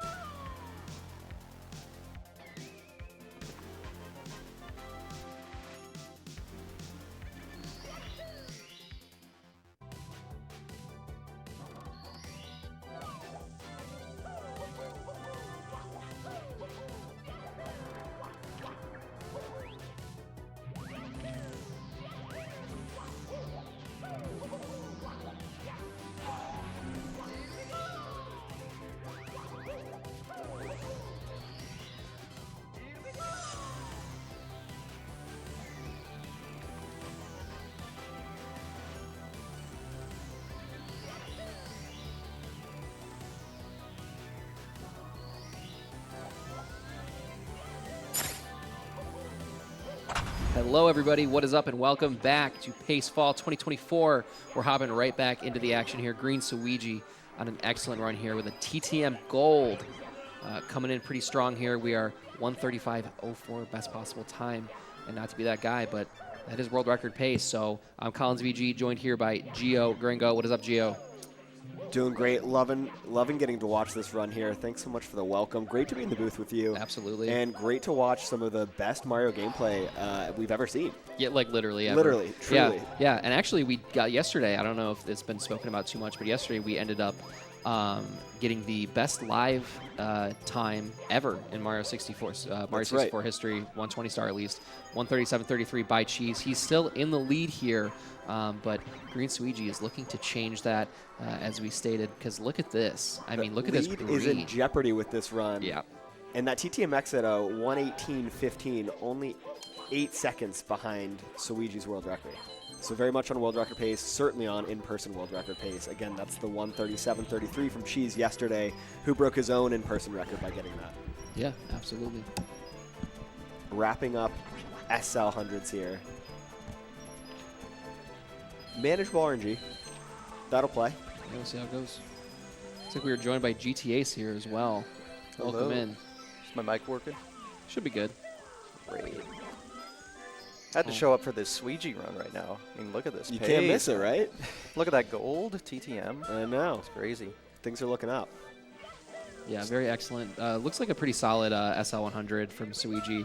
Definitely one of the more difficult stars in the run in terms of RNG and all that kind of stuff. Lots of different components factoring into that one, but looks like he managed it pretty well. So just 3 more stars here to go. Then we're up to Tippy, and we're going to, of course, see the Wilco clip out of him. And, you know, he's really proven to be really consistent with that. Obviously, he is the short category world record holder.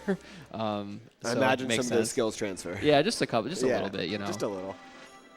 So, yeah, but looking really solid so far. And of course, you know, can't forget too, we do have Beast on a run here as well. He's looking to advance his leaderboard position. He has a 141.13 as it stands, with a best possible time of 138.11. So definitely possible for Beast Assassin to get his leaderboard position up just a little bit here as Suigi hits this whirl from the freezing pond. Super clean. My favorite star. I'm a bit biased. In the whole game. All right. And actually, looks like really quickly here before we kind of continue, two donations coming in. Anonymous with $60, going for the HDMI modded console plus a bunch of other incentives. No message, but thanks for the donation, Anonymous, as well as another donation from Anonymous for $60 again. Same incentive, so thank you very much for the donation here. And I think GTAce is now live. There we go. Hello, everyone. Cool. Perfect. And just to tie back to the Suigi run here, the SL exit is actually 2 seconds ahead of his PB. Excellent. All right, we're going to see this Wilco clip here. Of course, Nails not a it problem. first try. Immediate, Absolutely immediate. perfect. Yep, not a problem. Unbelievable precision there in that BLJ, and it is different from the traditional 16-star BLJ. Of course, you're lining up at a different angle and everything like that. But looks like Suigi is gonna hope to climb out of this cloud stage. Okay, we're gonna see what he's able to do here. Is he's gonna go for this stored angle shot. Nails it. Nicely done. Excellent. Very, very difficult strat. Have to store an angle as you ground pound there. And then he's going to enter the cannon, of course, here. And we'll see how he does for the rest of the star. Can't believe I'm seeing that plus 2.7 on best pace ever. I mean, that's world record, right? Yeah, Yes. no, this is absolutely 135.10 BPT coming into Tippy here. Quite excellent there. It's the 7th, and we'll do one more 8. Really, really clean cloud stage from Suigi here. So excellent segment. And the craziest part is his golds, he continues to gold. We almost saw one there out of cloud stage, so we'll see how this TTC ends up for Suigi as he's about to enter. Honestly, it's amazing that cloud stage was 2 seconds off his gold. I don't know. Yeah. Well, you could have been seemed perfect to me. He did get caught up a little bit Yeah. after the BLJ. Yeah. Just didn't have quite the best angle to wall kick up into cloud stage. So that was probably what it was, but still, I mean, if that's the biggest mistake you're making at this point, that's so, we'll take those. I don't want to freak anyone out, but I think it's safe to say this is world record pace right now, so I'd get all your friends and family in here right now. Yeah, we Yes. know we've been pinging the Discord, the Yes, practice Discord absolutely. for this one, for sure. But coming in with TTC 100 here, nice little speed kick, double jump movement. He's cruising through so far. It seems to be very clean. We'll see if he's able to pass the Green Demon Challenge. Caught up there, nice. Oh my goodness. Yeah, looking really good so far. Just completely, maybe a frame of dust over Clear that the whole invis piece wall. of movement. Wow, incredibly fast there.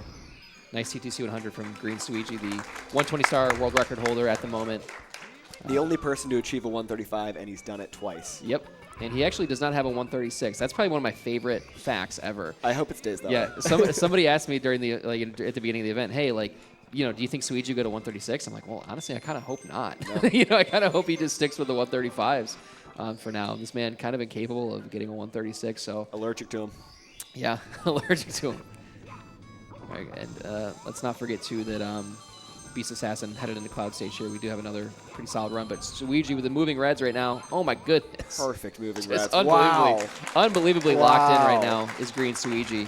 Just an incredible run. Busting out the speed towel, of course. Just an incredible run right now. Incredibly fast movement from Suiji. Showing the consistency as well. And you kind of expect that out of a 0-1 16 star runner. It's very important to, All right, looks like we're probably going to go for moving bars here if I had to take a wild guess. Oh, unfortunate miss there. We're not going to see moving bars, but... He's Big so it- clean with his backups every time. Yep, So quick with him. yep, absolutely. And you kind of have to be at this level, of course, too.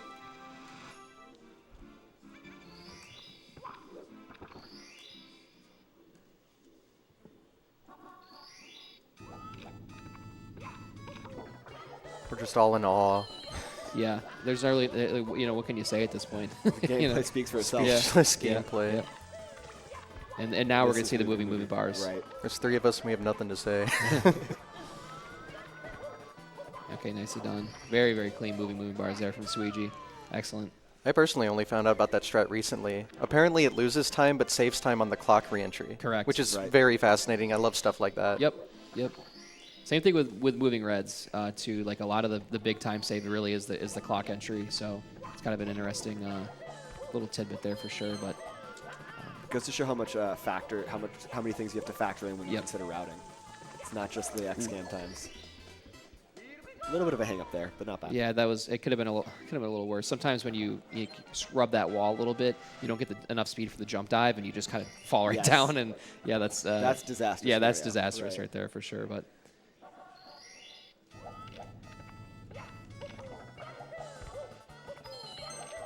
Can't forget about Beast on easy 138 pace as well. yep, yeah, but looking really clean. And this is the end for TTC. According to the run.gg, this is now 6 seconds ahead of the world record exit of TTC.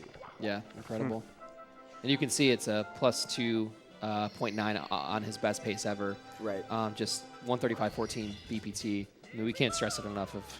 This is quite literally one of the best runs ever done Yes. in Super Mario 64 history, and we're at a live event. So Suiji kind of locked in here, I think you could say, to say the least. And we're going to see what he decides to do here. Is he going to go for carpetless right off the bat? And it looks like he is. He is. And I don't necessarily blame him. So we're definitely going to ask the audience to kind of, try to quiet down here for a little bit, just in case he can't hear us. We want him to be able to focus on this trick. He did have a bit of an issue with it last time, yesterday, but we'll see. Gets the first wall kick. All right, bit of silence here.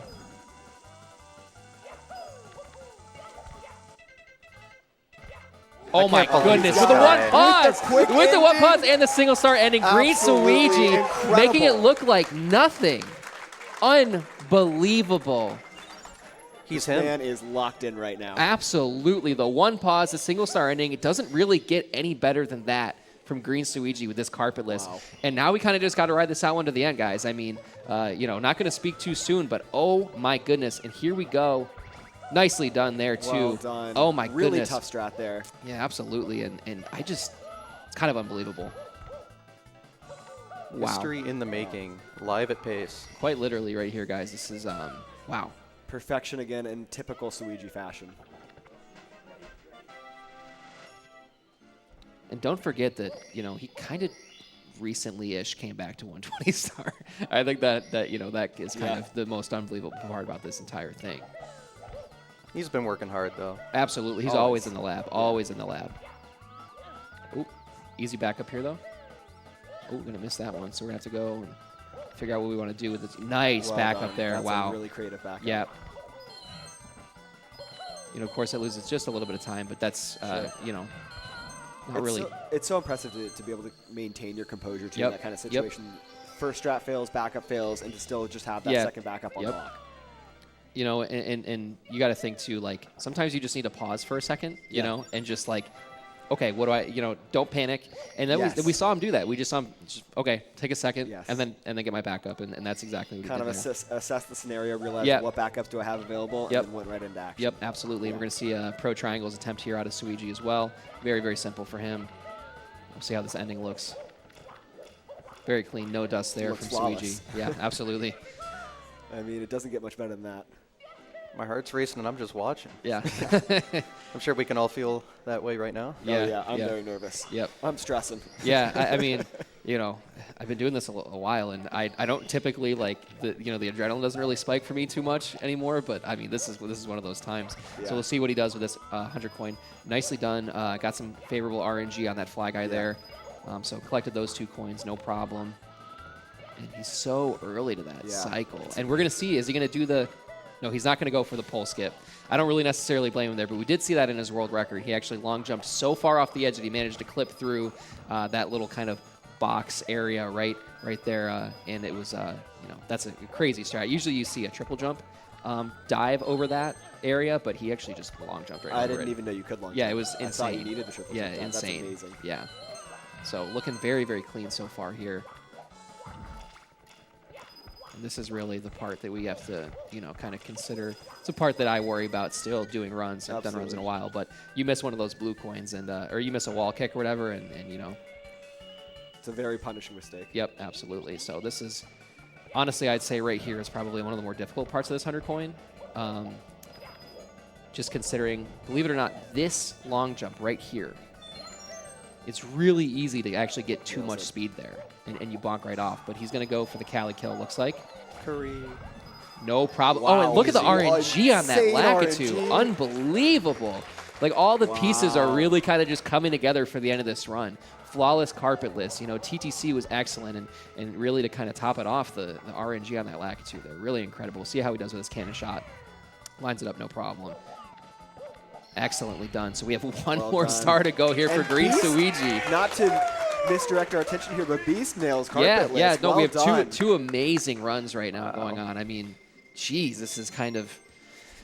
I'm shaking a little bit. nice, I think yeah. it's kind of cold in the venue, you know, so that's not helping, but I mean, geez. My heart's racing like I'm working out right Yeah, now. I know, This is- right? Yeah, jeez. And we're going to go for one last star here, swinging in the breeze. Yep. He's going to elect for a more, not the pro strat, but don't necessarily blame him here. Just wants to get out of here. Oh my goodness!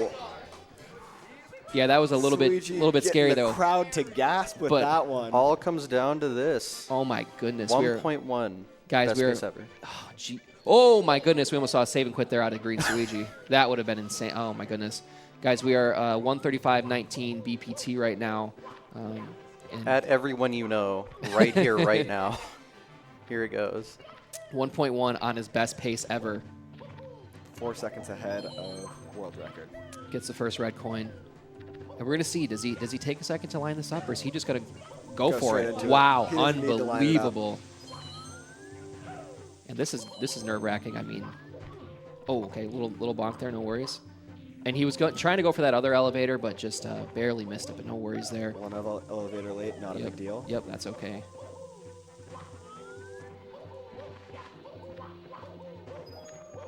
So fast here. Really nicely done there.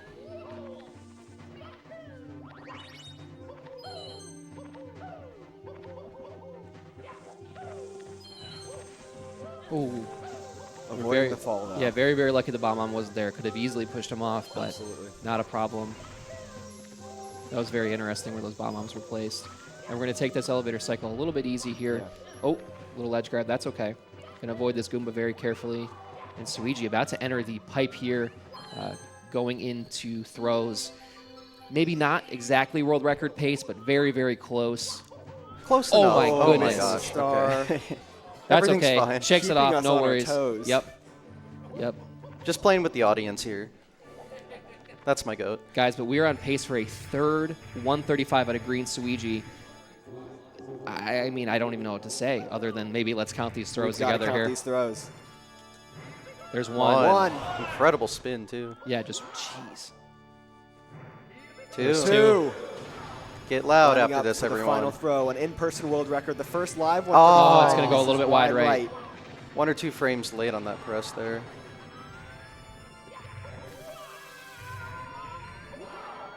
One more throw for Green Suiji. I think that's it. And that'll There do it it. is. That'll do A it. 135. The first ever 135 live in person. Breaking Cheese's in-person record By by almost almost 2 2 minutes. He's so calm about it. Dude, pop off, man. Unbelievable with a 135.41. Let's Green hear it for Suiji. Suiji. Wow. We've never seen anything like this. Unbelievable. Get louder, come on. Oh my goodness, Green Suiji. Wow. Making it look History in the easy. making. Making it look easy. He 135. has still never seen a 136. This he has never. And he never will. And he never He will. never will. He can't do it. Him and Mark Rutsu. Oh my goodness. Unbelievable. The venue absolutely loving it here.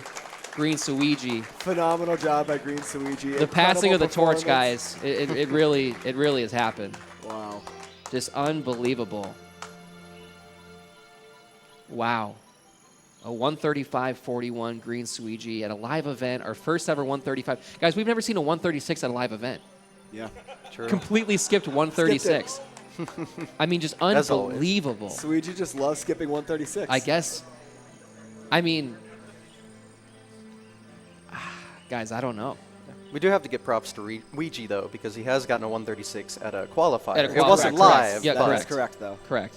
essentially the same kind of layout, just at least still from the comfort of your own home. Yeah. Right. Yeah, just unbelievable run there by Green Suiji. And I Let's mean, switch focus to Beast Assassin, Yeah, though, who's about to yeah. get this insane PB. Yeah, I mean he's on great pace here, 138.48. Yeah. Jeez, I can't believe we just saw that. I know. I'm in disbelief. Yeah. Beast, though, great pace for a new tourney PB. As you said, it's a 138 best possible time still. Oh, Little fall geez. there. Nice backup there. But still plenty of opportunity to improve on that 141.13 currently on the board for him.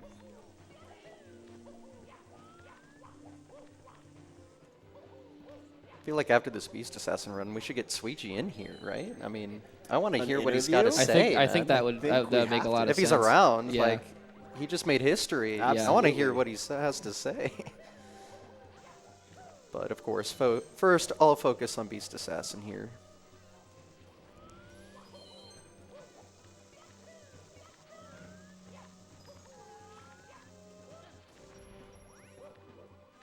Same elevator cycle as Suiji from the last run. Plenty of time here to beat Punkation's current event PB here. Yep, he's definitely Yes. definitely in the running for an advancement in the leaderboard positioning. And we have about 40 seconds once we hit the pipe, so this will this will not be a 139, but or excuse me, a 138, but definitely potential for a very low 139. So that fifth place slot absolutely on the table here for Beast Assassin as he goes into these throws. So we'll see how he does. Oh wow! wow. I'm, That missed. I'm That's actually a little surprised about that I one. thought that one yeah, might hit. Yeah. That must have missed by a frame. Nice regrab though. There's one.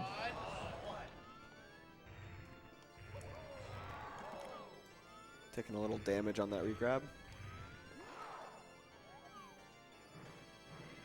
2. Nice regrab. Setting up for the final throw. There we And go. that's it. That should 3, be it. that'll do it. Very nicely done, Beast Assassin. Should be With it. a new event PB, low 139 here. Oh, Oh, it looks like his Looks like timer. his timer has Yeah, stopped. that's okay. There it is. 21. Oh, almost. There we go. Nicely done. 139.22 final time for Beast Assassin. Moving up from 6th place into 5th. Well done, Beast. Yeah, absolutely. Really So great much job. leaderboard movement right now. Yeah, love to see A it. lot of leaderboard movement. Love to see it. Excellently done. And I mean, how do you follow that up? What do we say? know. You know, other than two excellent back-to-back runs. I mean, Green Suiji. I mean, we've got to just got to remind ourselves. First ever 135 in a live setting and almost a world record run right in front of us. So Only history. the 3rd ever 135. Yep. I mean, Yep. just incredible. All 3 of them by Green Suiji, mind Yeah. you. So history has been made. I mean, truthfully. really, if you think about it, maybe not the last-minute barrier to be broken, but definitely one of them. Definitely one of them. Really, really cool to see here. Yeah, I think we can definitely see a 134 probably sooner rather than later than we're Absolutely. all thinking. Yep, absolutely. If you combine Ouija's first half of his PB and Suiji's back half of the current world record, definitely achievable. Yeah. Excited to see them both go at it if they decide to. Yeah.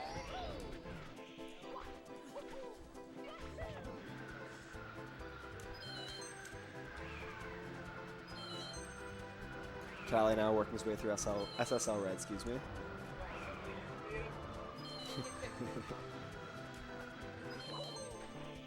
All right, so we have Callie here, the farthest run in right now in SSL.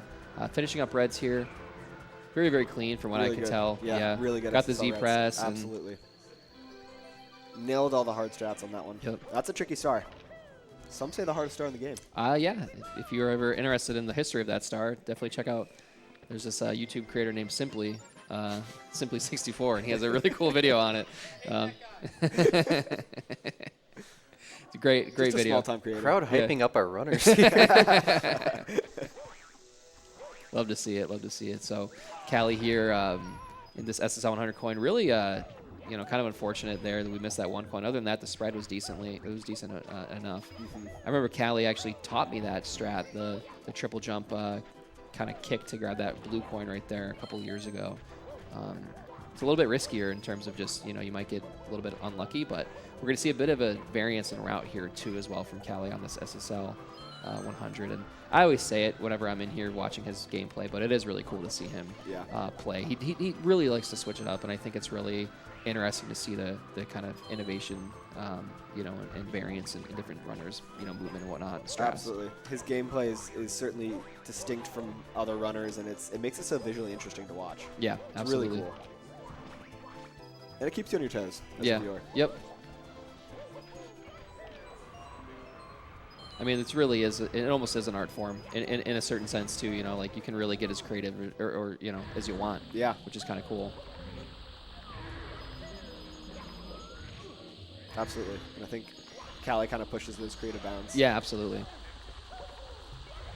Looking pretty clean so far in this 100 coin. Really good. And then no major mistakes. And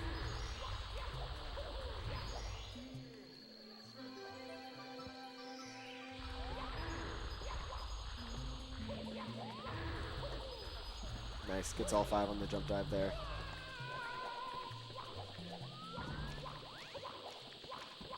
I'm still in disbelief. yeah.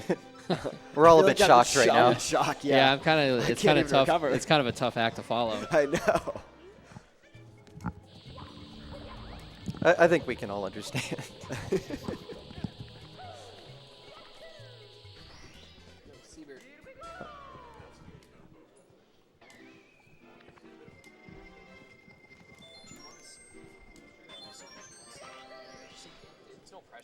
Callie now returning into SSL for the final star here.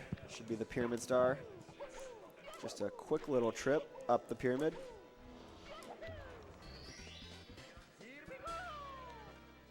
And he is just slightly red to, looks like he's running against Theory 138 here, 138 flat, so essentially 137.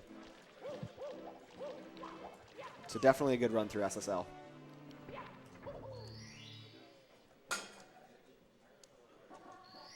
Another runner I see that's usually very consistent, and I'm glad he likes to complete his runs a lot of the time, get that practice in for late game.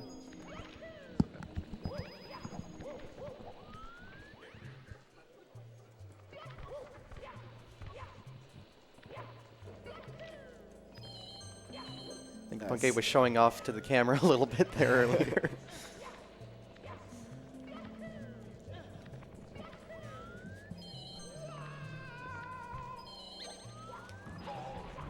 I think we'll get Suiji in for an interview a little bit later, it sounds like. Yep. They're trying to set it up. Perfect.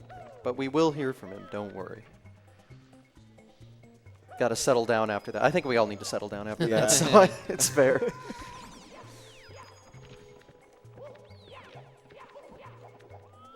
HMC 100 has been pretty good to Callie, it seems like, so far. Yeah, this star's been going really well so far. No mistakes to speak of. Heading to the hardest part of the star, probably. or at least the riskiest. Yeah, This basement BLJ. is such an insane segment. I mean, a gauntlet. you just really have like back-to-back, like Yeah. some of the most difficult stars in the entire game. Ooh, just a bit early on that Oh. BLJ there, unfortunately, but It's funny the elevator just spawns right back yeah, down. yeah, it doesn't always do that, but Guess he was high enough. yeah. Nails at that time, though. No air BLJs needed.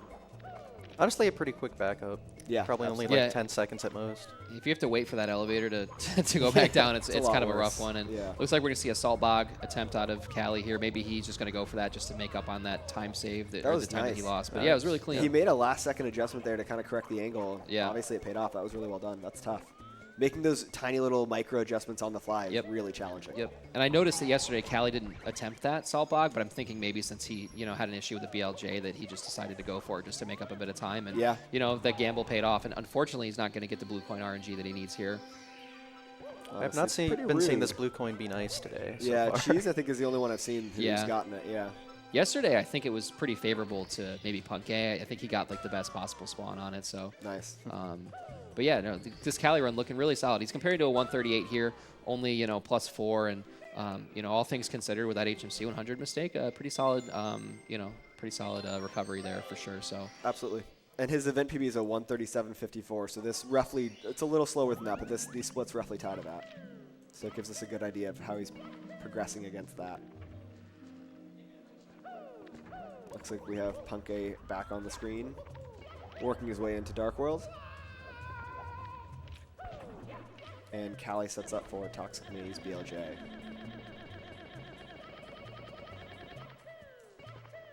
nicely Nails done there by it. Cali. That's nice. Had a bit of difficulty yesterday Yeah. on that strat, so good to see that he has kind of cleaned that up a little bit and had a bit more success with it. So Absolutely. Yeah, there were two yesterday. It was one run where two in a row. Yeah. Just didn't quite clear that fence. yep, That strat's interesting because I remember you would angle it a little bit and go against the wall, but now you just kind of clip straight through the door and then do one last one on your way up Yep. to get a little bit extra speed. It's a little faster. I think I saw Ouija doing that first, but could be wrong who kind of started that specific. Seems like it's method been of doing widely it. adopted at this Yeah. point, though. Yeah. Seems like everyone's kind of learned it and is doing it now. Exactly, yeah. And you gotta adapt. Gotta adapt. These players would not be here if they couldn't. Very true.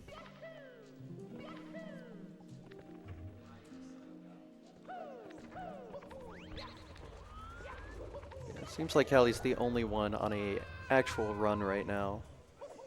Yeah, we've got Punk A and Simply working their way through the reset heavy part of LBLJ and Dark World. And everyone else taking a break after witnessing what we all got to see just now. Can't say I blame them. Yeah.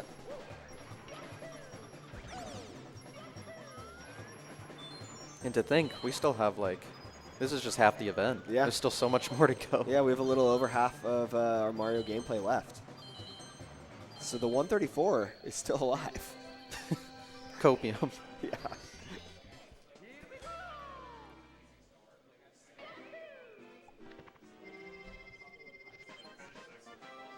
Funny thing to think about is Suigi could honestly just chill the rest of the event and probably Yeah. be fine. But Yeah. we'll Yeah. have to see if he actually really puts in an effort to try to beat that. I mean, obviously it's possible. yeah, Yeah. I'd say definitely. Yeah, he has two faster 135s. Yeah. Yeah, it's kind of unbelievable. It is unbelievable. But from a leaderboard perspective, you have to imagine that should be enough to win. Unless he breaks his own record. But who knows? Possible. But even if first place is locked in, which, who knows? Second through seventh is still very much up for grabs.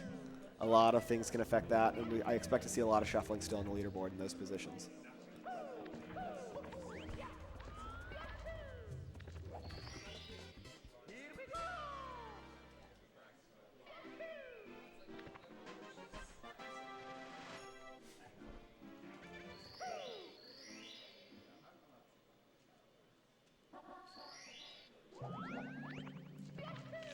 Last star in HMC for Cali.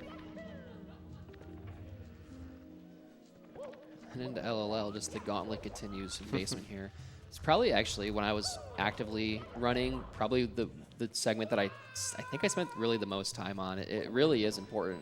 Yeah. And honestly, a slept-on segment is the one after this, the pre-up segment.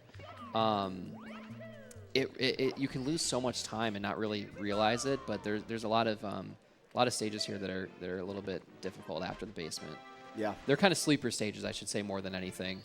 Like you can lose time and not really like kind of realize it. Callie's splits flip from red to green or orange to blue, I guess. Minus 4.2 on these Theory 137 splits, which do tie loosely to the event PB. So in really good shape here. This is a really strong run.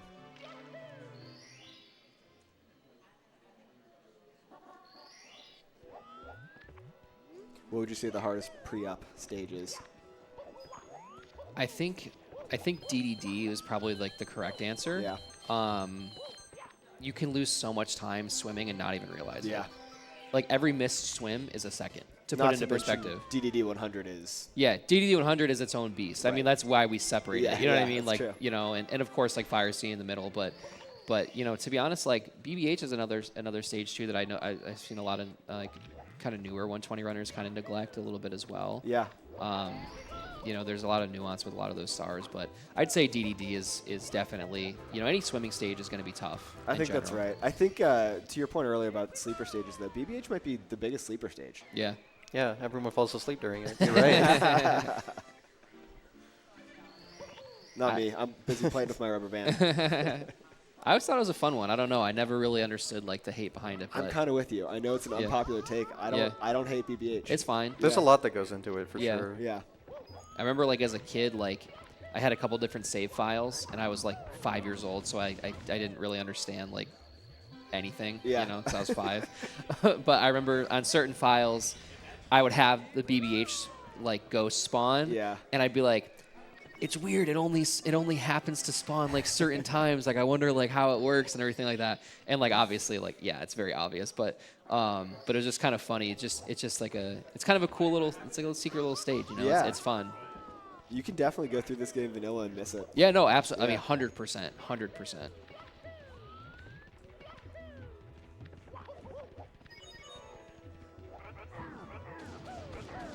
Oh, the bullies just wouldn't go for Callie. Not a big time loss.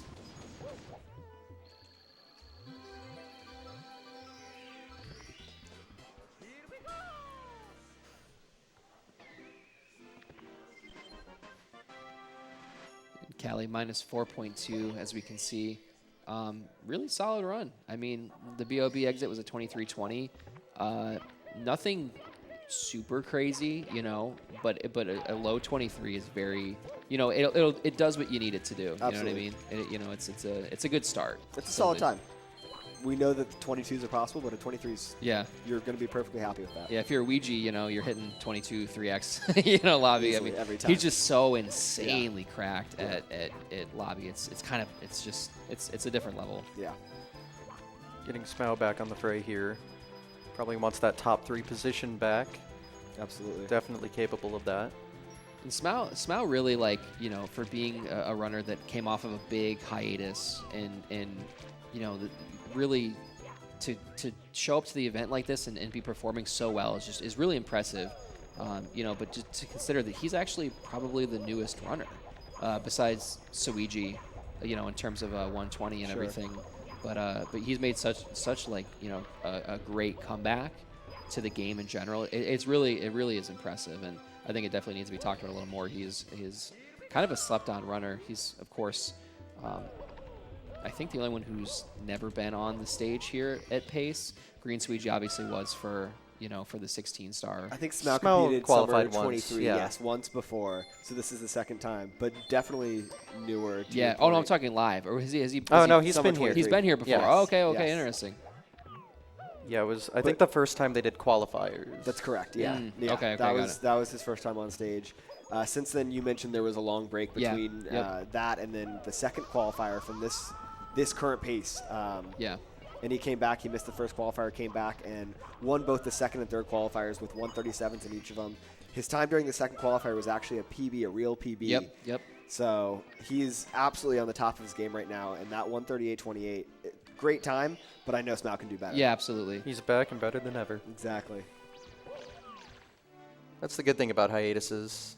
They can really be a good way to get back into things. Yeah. When you decide to come back, your mental's clear. Yep.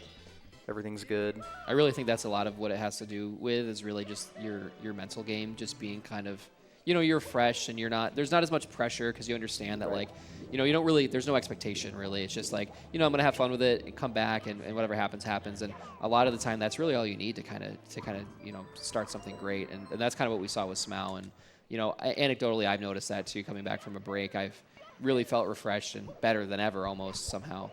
So it's really interesting. But Callie heading into Vanish Cap here, minus 9.1 with a 40-47 exit for basement. Really solid LOL exit. This run keeps getting better. Yeah, absolutely. To your point about breaks, too, I think a lot of newer runners, it can't be understated the importance of breaks. I think there's a tendency to think that stepping away, you're going to lose progress, you're going to lose everything you've done. And it might sound counterintuitive, but breaks can be so helpful for all the reasons you mentioned. And you can come back and actually improve by having stepped away. Yeah, absolutely. And a break can involve, practicing in the background, right? Away from all the stress of people having to watch you and everything, and you can just kind of lab on your own time. Absolutely. Which is crucial if you want to stay in the game. Yeah, absolutely. I think people just assume that you're kind of just good or not good at something. It's like, no, watch these guys practice, and it's a different, the intention behind their practice, the thought process that goes into breaking things down, and you can really get a really great example of that would be watching Suiji practice on his live stream is just incredible. Just the detail in which he breaks things down and how he kind of he does his streaks and everything like that. It's really great for newer runners to see how the best in the world do it. Yeah. It really, to me, feels that he's the most intentional with his practice. He's the most kind of strict about it. I mean, it obviously goes to show, right? I mean, he's just got a 135-41 on a live event. So I mean, he approaches the game with such an intensity, and that starts honestly in the lab and with all of his practicing. And there's a reason he is the best in the world. There's a reason he's the only one to ever get a 135, and he's done it 3 times. Yep. It's not random. Yep, 100%. And there's a lot of practice that goes on in the background that you don't see. Yeah, So yeah, no absolutely. one is just good at the game. Yep. There's a lot of work that you won't see. Oh, simply just missing that last chest there, unfortunately. All right, looks like we're going to see a fun little star out of Callie here.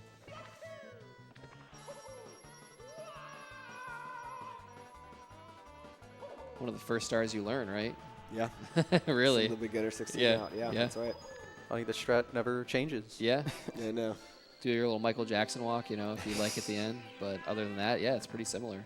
We were talking about visually interesting stuff before. That's a great visually interesting one. Yeah. Looks like Simply's lining up for the frame walk here. We'll see how he does. Nice. Nails oh, wow. it. With No a ledge ledge grab. grab. Wow. Crazy. Phenomenal job by Yeah, Simply. there you go. I don't think I've seen that with a I ledge grab. don't think I had either. Yeah. That was awesome. Yeah. Simply been putting in a lot of work, too. It's really cool to see that he's kind of back and almost really better than ever, if you think about it. Yeah. He's really made strides in his gameplay over the past couple months. So really cool to see that he's back and like I said, really better than ever. So. And to our point before, it started at the beginning of the year. He hopped back into the lab and he put in the work. I mean, he was grinding stage RTAs, grinding stars, and just reviewing kind of all of the strats and just assessing everything he was doing and saying, what do I need to update? What do I need to improve? And it's paid off, obviously. He's lowered his PB during that time by, I think, over a minute at this point. He had a low 138 or a mid 138 at the time, and now he's down to, I think, a 137.06. Yeah. So phenomenal job by him to get himself back into it. Really hit the practice hard, and it's really paid off. Yeah, and I'm sure as someone who's been doing the game, playing the game for a long time at a higher level, it's probably a lot more easy to become complacent in your strats and complacent in your movement and everything, just because you've been at that level for so long. But the game evolves and strats evolve and movement evolves. So, shout outs, specifically to the dinosaurs, if you will, when they get back in and really start to work at it again. Yeah. So. It's funny what dinosaur means in speedrun terms. yeah, right. It's like, oh man, like you're old. I'm like, I'm not 30. I'm like, you know what I mean? Like, Not that 30's old. 30 is a totally normal Yeah, age. totally. Yeah, totally. Definitely, yeah. oh man, I forgot how old you are. I'm like, I'm 29 years old. Like that's not that bad. Yeah, it's super funny. But I mean, like, if you think about it too, like Ouija came in when he was like, I mean, like young. I think Benji was 11. You know what I mean? So it just there's, you know, people are starting younger and younger nowadays. I think GTM said it best. There was one time where he mentioned that like the first person ever get like a 134 is hanging out watching Coco Melon. Yeah. Right now. You know what I mean? So it's like, it's kind of it's the Sweetie truth. watches Coco Melon? That's crazy.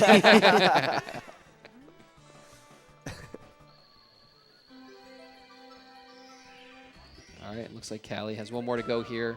We're going to see a bit of an alternate route that he takes, and doesn't save any time as far as I'm aware. Just kind of looks cool. So, Hey, that's important too. yeah, no, I completely agree. You got to go for the swag. Yeah, sometimes. absolutely.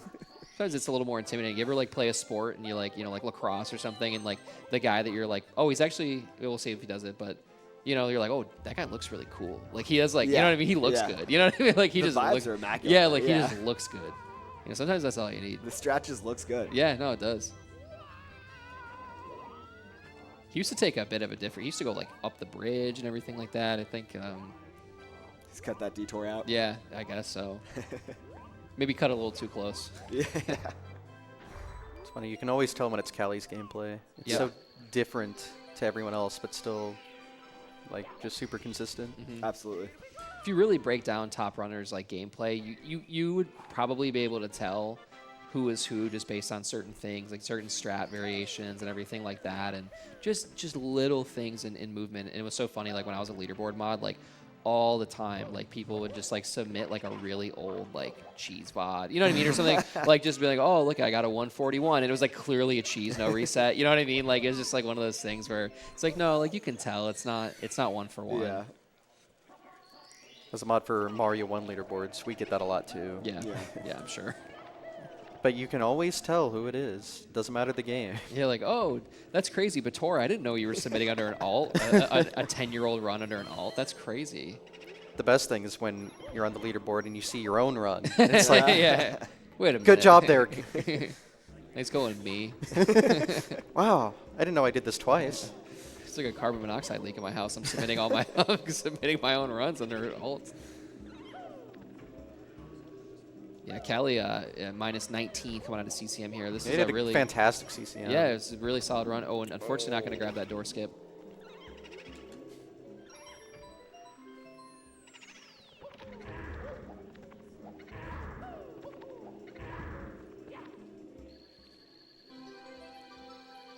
Definitely pacing at pace. Yeah, these guys really step it up. They really bring their A game, which is really great to see.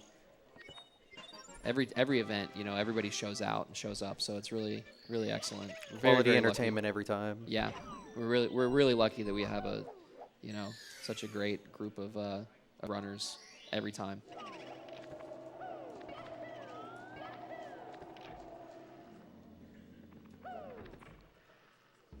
All right, Callie, going for the. Ah, sorry, that scared me. And just to compare against Callie's real PB, it looks like that CCM exit is only 5 seconds behind it. Okay. So this is a Really? phenomenal Wow. run from Yeah, Callie. yeah. I actually talked to him a little bit yesterday, and he was like, yeah, I was looking for a 137 or third place, and I got both. Yeah. You know what I mean? So, like, he's very happy, I'm sure, with the run. But here's the thing. When you're at this level, you're never going to be truly content. Right. You know what I mean? That's how you get to this level, is by pushing the limit constantly. Absolutely. You know, normal people might be like, yeah, I hit my goal, whatever. Like, you know what I mean? I'm done for the weekend. But no, like, you know, they're going to continue to put in the effort. So Never satisfied. yeah, Yeah. that's a good and a bad thing, I think. Yeah. Double-edged sword. Yeah. But Callie, in order to move up in the leaderboard to beat Cheese's 137.33, has to pretty much tie his PB, which is a 137.32. Yep. It's a tall order, but it's very possible. Yep. And Callie's 136 capable. Like, Yeah. you know, with a, I mean, he was 136 pace in TTM. You Yeah, know what I mean? absolutely. So, like, you know, it's definitely very, very achievable. The PB is not the limit. No. Yeah, he's been eyeing that sub for a while. Absolutely. A lot of these runners have as well. That ground pound made me a little nervous. He was a little close to the edge there. Did not want to see a factory, but he knows what he's doing.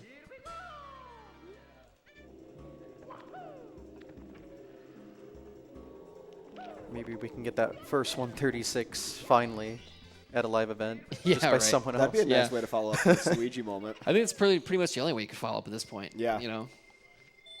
But that'd be an absolute historic weekend, you know.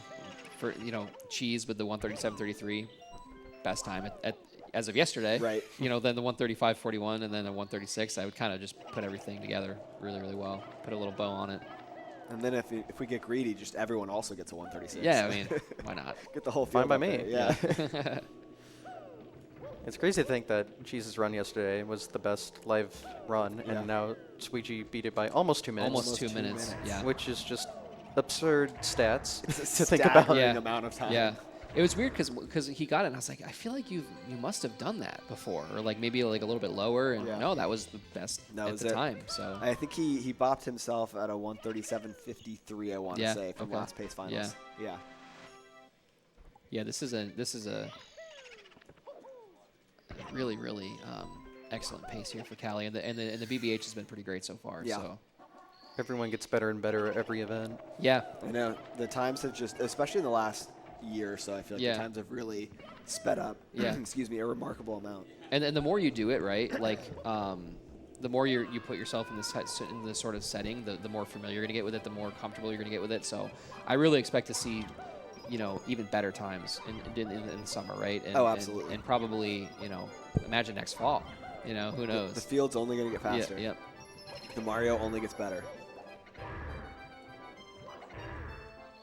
And with my PB not improving at all, I think I might be falling behind. See, here's the thing. We were talking about not kind of bashing your head into the wall and taking breaks and everything, and I'm thinking, like, didn't you, like, sit on a 1550 or what was it, like a 16 flat? Yeah. For like 3 months. For like and a really just long. No, it was longer than that. It was like a bam. year. Dude, I would go into the stream. Oh man, Gio's on a heater right now. Yeah. Let's see what he does Oh. with it. Just nope. I'm like, oh, This God. was an unhealthy mental exercise, but I Yeah. have a folder of just full of just VODs of me failing the 15 Oh, late in the run. God. I captured every single one. You know what's really funny is that I would almost guarantee that if you came back derusted, you would probably like beat your PB like in a very, very short amount of time, because that's just how it Yeah. works. It's just how it goes. I Yeah. mean, like, so it happened to me. Like I had like a 151 or something in 120, and I was like, yeah, it's like pretty good, but 149 would be really great, but I don't know if I could ever do it. Practice for came back after 2-3 years. Put in a little bit of time, a couple of months of practice. 149 first run. You Then went a on a tear. 148. Yeah.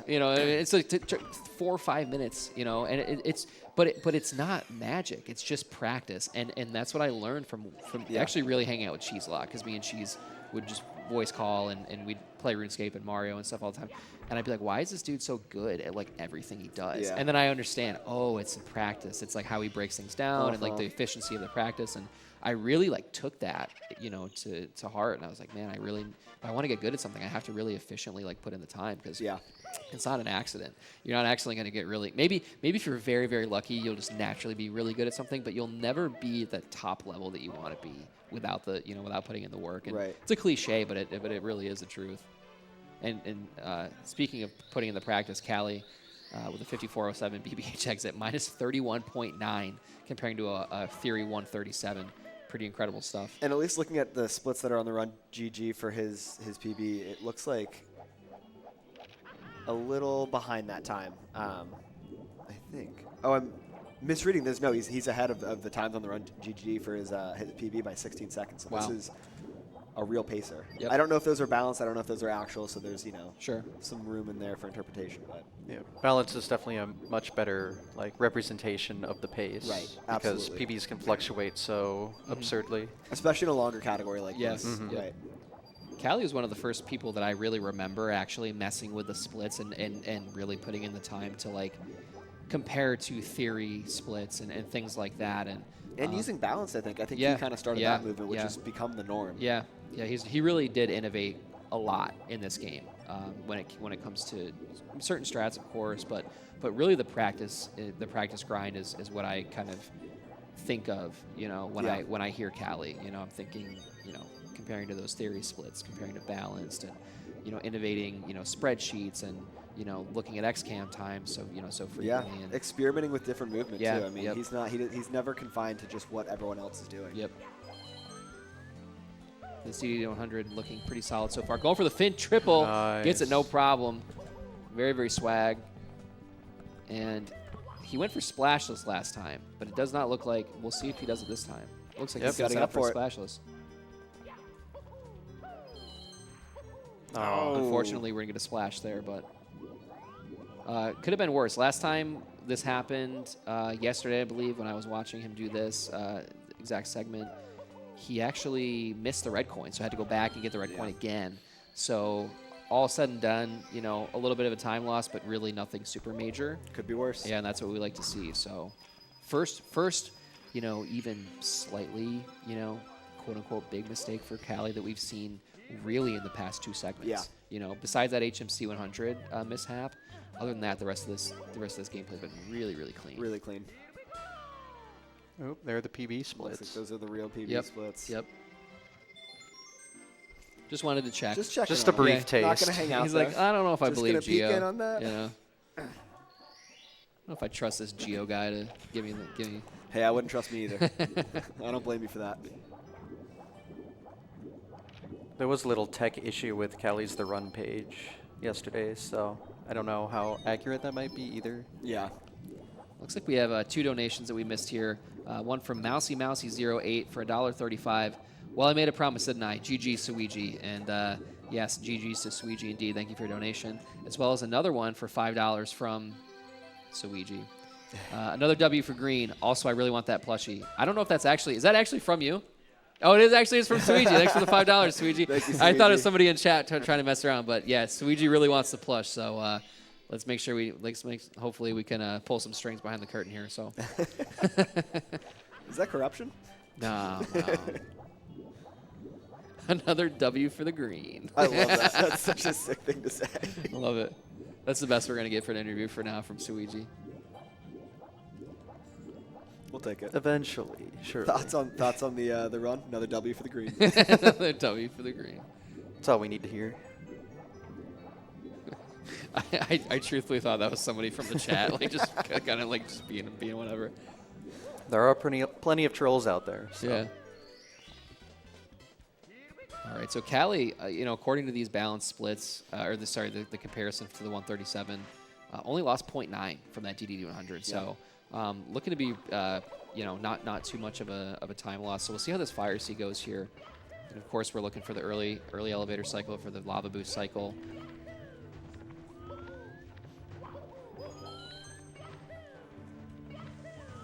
It's actually kind of crazy how hard it is to hit the cycle and that runners can just do it every time. So consistently. I'd say Fire Sea Reds is probably one of my most practiced stars. And going for the triple jump movement here, really nice pull grab there, pretty high. And he Moving is clean through the second level here. And you can tell if you're going to hit it or not based on actually the positioning of that bully right there. If he's crossed over the middle section, as opposed to the left, you're probably not going to get it. But if he's over to the left, you're good to go. It's funny. I haven't done this star extensively, but obviously I've practiced it quite a bit. I didn't know that until you mentioned it. I think last time you were in comps and I heard that, and it was like, how did I not know Yeah, this? and it makes so helpful. It is really helpful for when you're just starting out because it's really easy to hold your A press for a little too long. Maybe you what I mean? And the cycle can be really tight, when you're starting out. So being able to know, knowing the location of that bully and kind of where you are in the cycle it was super helpful for me. But a very clean Fire Sea from Callie. We're going to see this throw here.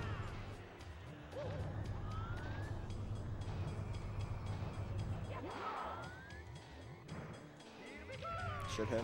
Yep, there we go. Pretty generous hitbox on that Fire Sea. The closer you are to the bomb, the more generous it seems to be. But still seems to, and 16 star. It's just 16 star. Throw. It's so just hard. 16 star for some reason. It's a different hitbox, I swear.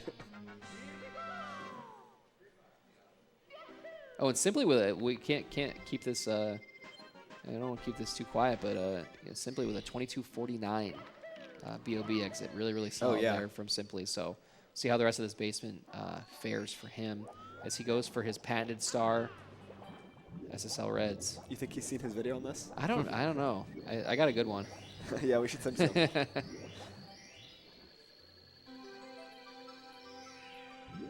Can't wait till we get to the point where he reacts to his own content.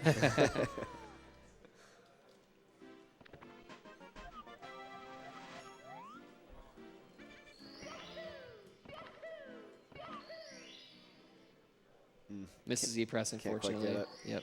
It's a frame perfect press. It's tough. What's the time loss on that? Do you know? I don't know the exact number. don't It's either. not. It's nothing substantial. Right. Looks like 3 seconds, but that's just like a rough estimate. Yeah.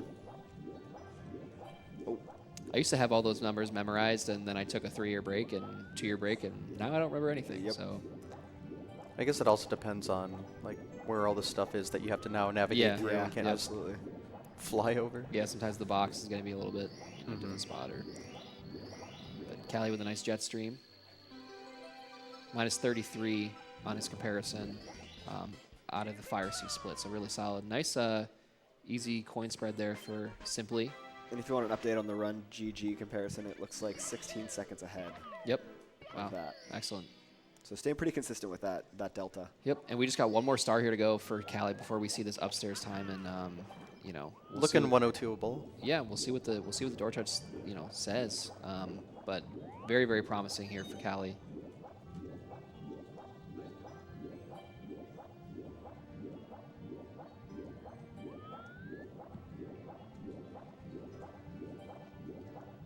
Simply's got a really nice SSL 100 started here.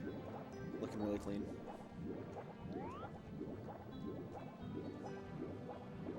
It's nice to see everyone here except Sweegie, who can deserve a break. That's Yeah, fine. yeah. And then she's taking a break as well, but everyone else is up here Yeah. putting in the work. First and second place taking breaks. They're content. I respect. Yeah. I'm sure we'll see more of them at some point here. Oh yeah, for sure. absolutely. There's Sweegie's so much still gotta potential get to for 134, leaderboard so- fluctuation. Yeah, exactly. Looks like we're going to see a 102 up here out of Callie. A 102.54 door touch. Beautiful. Really, This really is excellent. Really impressive. Right, these splits were PB. I don't know, like, real PB or the balanced, but it was just ahead. And it looks like this actually might be best pace for Callie. I don't Okay. think he's Is ever had it? a 102 before. At least on the splits I'm looking at on the run.gg. I could be wrong about that. He's got him split between no LBLJ and LBLJ since he sometimes runs no LBLJ 120. This, though, it is worth noting, this is an LBLJ run. Yep. And it's kind of interesting because a lot of the time, we see him do no LBLJ during the no reset, obviously. He did Yeah. reset upstairs earlier today, so he's going to kind of do an LBLJ. But he's gotten some of his best event times doing no LBLJ, which is really interesting. I think his current PB might be no LBLJ. Interesting. Okay. Saw him nod a little He bit nodded. there. I don't know if that was to me or not. Yes, Yeah. it is. Thank you for the confirmation. You've had 102 ups before, right? Yeah, I thought so. Okay. I didn't think that They was might his be in the first. other split file then Yeah. on the run. Yeah, again, there was like a issue with the run Yeah. yesterday. There was Yeah. a technical mishap, so I don't know if that affected any of the statistics. That was a nice little interview with Callie. Yeah. Not using headphones. Thank you for your time. Yeah, thank you. Love this strat that he does here. It's so cool. This is one of my favorite ones he does. The slide down to Oh, the ground Yeah. pound. Very satisfying movement. Awesome. I could just watch that on loop. Yep. 100%. I've always said swag over speed, so I respect it. I agree. Maybe I'll have to learn that one. It'd be kind of fun to learn in the back. Yeah. During some time off. I like that idea. That star is actually like a lot more difficult than it looks. It's very difficult to do it actually well. Yeah, to do it quickly for sure. Nice triple jump wall kick there. Hold on.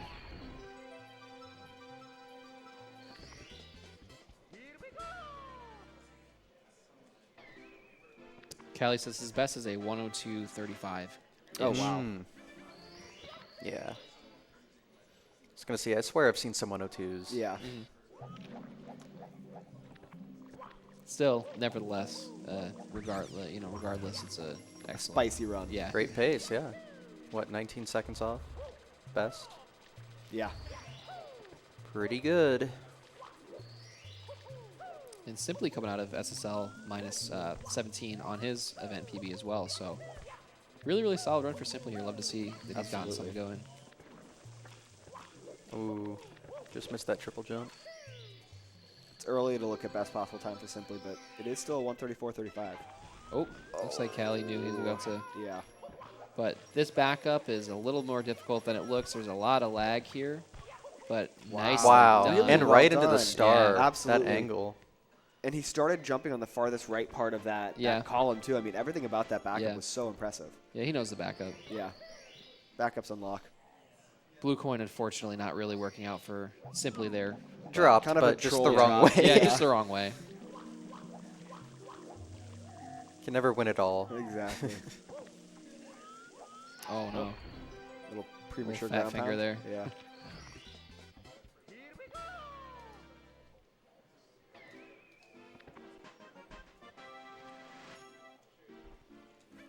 All right. Callie with 2 more to go here in my dry world.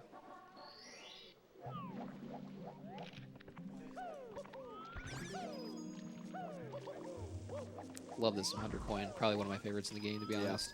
I agree.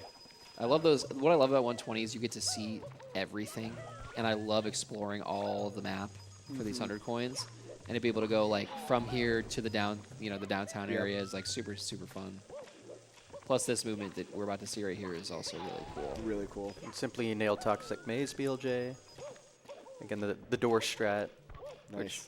Which, I don't know where that is on the timeline. I just remember the angled shot where you don't go through the door, you go through the wall. Right. But that's good. Simply on his last run on the no reset had trouble with that. I think missed it twice before getting it on the 3rd try. So good to see that's cleaned up.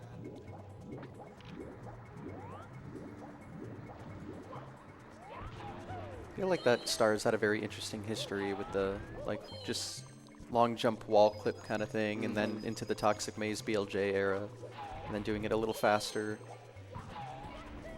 I really like the strat, the non-toxic maze BLJ Yeah, it's strat. fun. It's really fun. It's funny that you can just long jump and then the wall just disintegrates in Yeah, front of your yeah. eyes.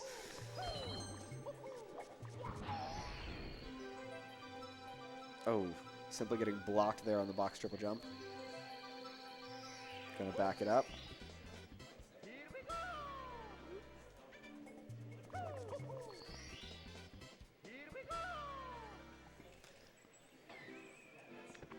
Still saving time over that theory Looks split. like 0.6 plus 0.6 Yep. over the PB. Really solid upstairs start for Callie for Yeah. sure. Absolutely. Rock Chalk's favorite stage, THI. It's kind of a hot take. It's actually his least favorite. Oh, Like is Rock it? Chalk has like a THI sucks That like makes more emo. sense. Okay. Yeah, he definitely dislikes it. I honestly, I'm a big fan. I think THI is really Number fun. one? I don't know if I'm number one, Okay. but I think it's fun. Okay. I think it's cool. I really like the 100 coin. Yeah. Yeah, I do like the 100 coin. I think it's a cool start. Yeah. Well, I guess which one do you do? I do not do the one that Callie and Cheese does. Hey, to me, that's a sabotage strat. Yeah, what's the time save on that? There's none. It's just Oh. you don't deal with the beach RNG. Yeah. Oh, Exactly. So Yep. it's just more consistent in that regard. I know it's more varied depending on how the blue coins are handed to you towards the end. Right. Yeah. That's exactly right. So theoretically, I Interesting. believe it's a little bit faster Mhm. if you get perfect RNG and all that stuff. But overall, it's very insignificant. It feels like either way you're dealing with RNG to Yeah. some capacity. Yeah. So. And the thing that's unfortunate about the one that Callie and Cheese do is that the run can just die. Mhm. It's an interesting ground pound there from Callie. Yeah, I've definitely seen some blue coins just kind of eat themselves off the ledge. It's like, well, Yep. so much for that.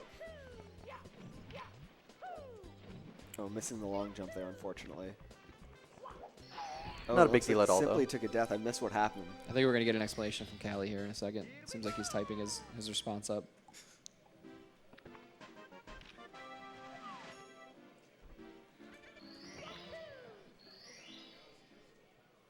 Oh, Simply, unfortunately, not getting the C up slide there.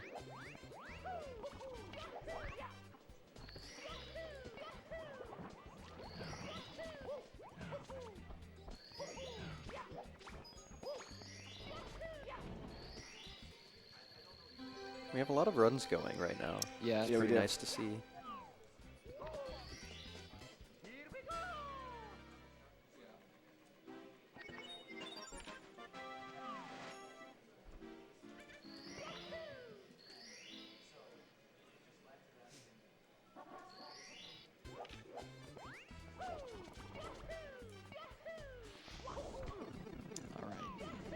few more to go here for Cali. Looks like Simply took some damage in HMC. We saw that there was a death. Plus 9.8 now in these splits, which do tie to the event PB 141.22. I believe he missed carpetless a few times. I think that's right. Yeah. Yeah, plenty of room. Well, So- the beginning of the run was obviously very good because it looks like it was a 22:45 lobby. Yeah, BOB split was 22:49. Yeah, it was really, really solid lobby. Right. The event PB, sorry, was a 22:45. Oh, okay. Oh wait, yeah, I see. Everyone has live split a little different. Yes. What times they want to show. So I see what you Exactly. mean.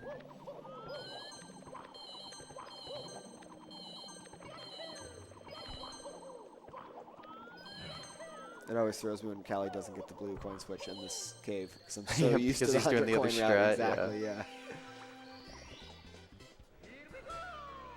The movement looks really cool though for just the reds. Yeah.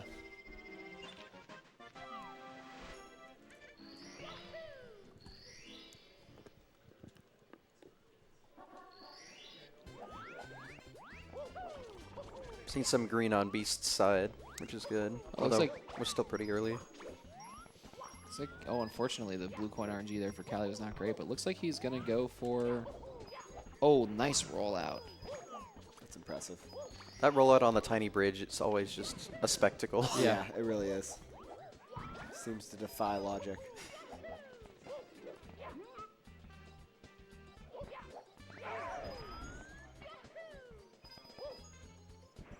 You get the coins on the small bridge and then on the big bridge. Yep.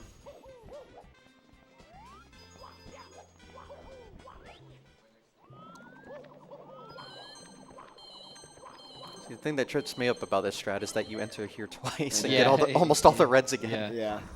Oh, every Double the risk. every 120 runner has had their fair share of Yeah. like just mishaps on in that section. Just devastating times. I think maybe I've lost a run to that, and it was Yeah. like the worst feeling I've ever felt in my life. Yeah. I'm not gonna lie. Remember, I think there was a certain point where it was either Chip or Schnoz lost like 4 straight runs to that Oh. strat. I think it was Schnoz. And it was just like, it was just a weird mental block. Like, Yeah. you know what I mean? Because like, it gets in your head. And like, if you've Yep. played this game, you know that like the mental block can be real.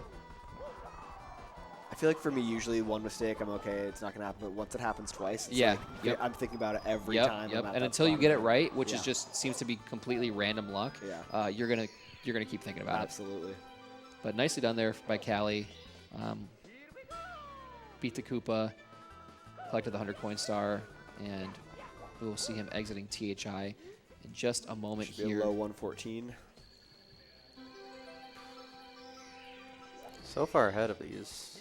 Yeah. Yeah, the 137 splits. Quick peek into the PB, plus 2.3 there. Mm-hmm. I'm not sure if that's for him or for us, but I appreciate it either way. For the fans.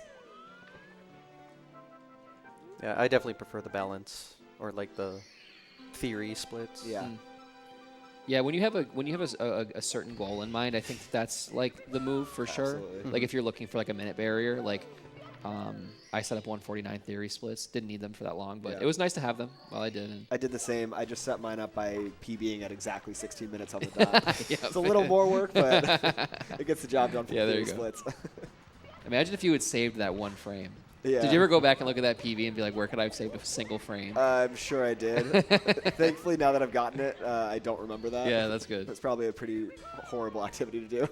if you're familiar with Cryptic 80, Yeah. he's been in the community for a long time.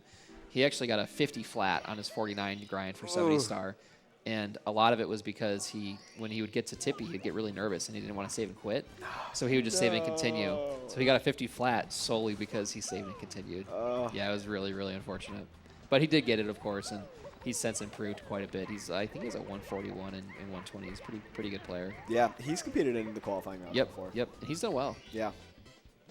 Maybe we'll see him on the stage in the future. That'd be crazy. Seeing Punk and Cryptic on the same stage. I don't know if they'd be able to handle. I don't know if we'd be able to handle it.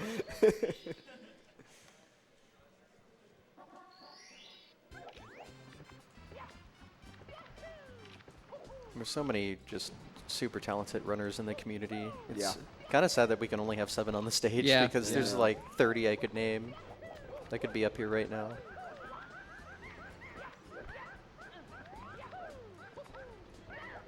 I mean, the field is so stacked. There's just so much talent in this category specifically.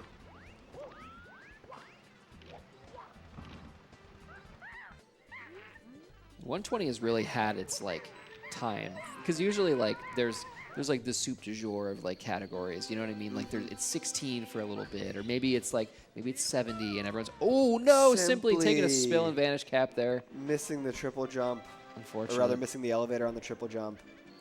Oh, quick little reentry. such a punishing stage, Vanish Yeah. Cap. But it does seem that 120 has been the category for a while. now. Absolutely. And I think a lot of it is because of these events. I think it's a huge part of it. I mean, it's just so fun to watch. Yeah, it's incredible to watch. It never really gets old either. Yeah, I mean, there's so much variance in what can happen from between run to run, and it's relatively low reset, which is really nice. Once you leave lobby, you're pretty much guaranteed to at least take it a little bit. Maybe basement would be a better way to put it, but Once you get through HMC, really, Yeah. I feel like. oh no, simply almost this is hole a in tough one. Vanish Cap here. Also wasn't able to clear the ledge, so we're going to get that text box from the Vanish Cap button. Tough Vanish Cap. Still plenty of time to save, though, on this 141.22 event PB of his. And still plenty of time in the event as well. So Absolutely. I mean, we're still chilling. I don't even think we're halfway through yet. yeah, nope, not even. I think we hit that in an hour or two. So plenty of time. And tomorrow's going to go crazy. Today's already gone crazy. Today's Yeah. truly been a historical day. Yep. We're going to see a bit of a variance in the 100 coin round here from Cali as well. Yet another strat that he does a bit differently. I feel like it's every other star if we say, Yeah. this is going to be a little different Yeah. from Cali here.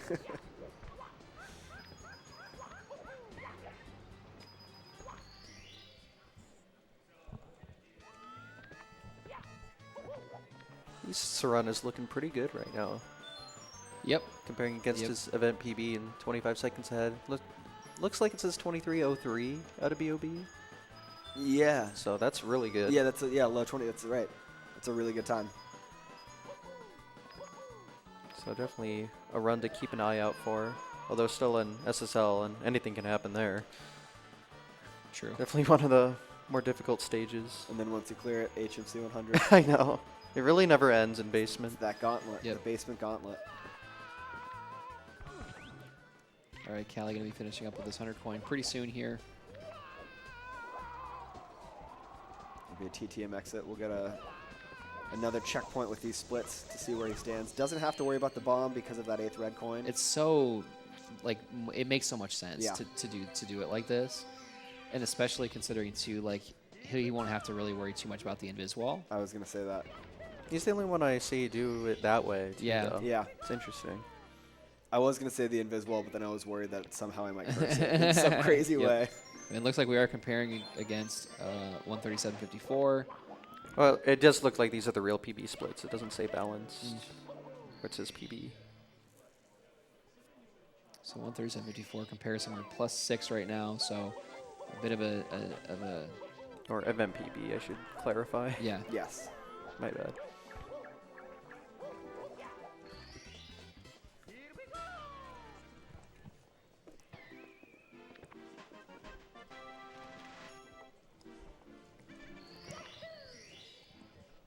His event PB was then really on really good pace. It was great. Really it was good pace. excellent. Wow. Absolutely, yeah. I spoke to him about it yesterday, and he said he was 136 pace for a while. So Run it Just back. Show how strong this Yeah. run is. Yeah. yeah, run it back. Do it again. Sometimes you just need that that one run to break through for the floodgates to kind of open. Yeah. Okay, I'm capable, and then we see that a lot with world records. Somebody will break a minute barrier or do some trick that we didn't really think was super viable, and then everybody else just seems to do it so quickly. Yeah.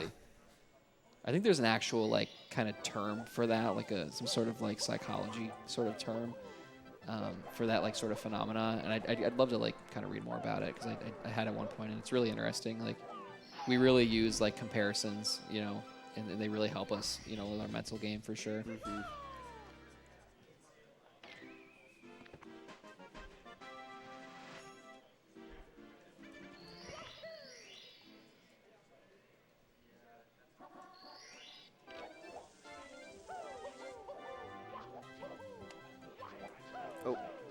Jump dive there accidentally from Callie. A little bit of trouble on deep freeze, but not a big deal. Couple seconds. Still's got plenty of time to work with at the moment. Absolutely.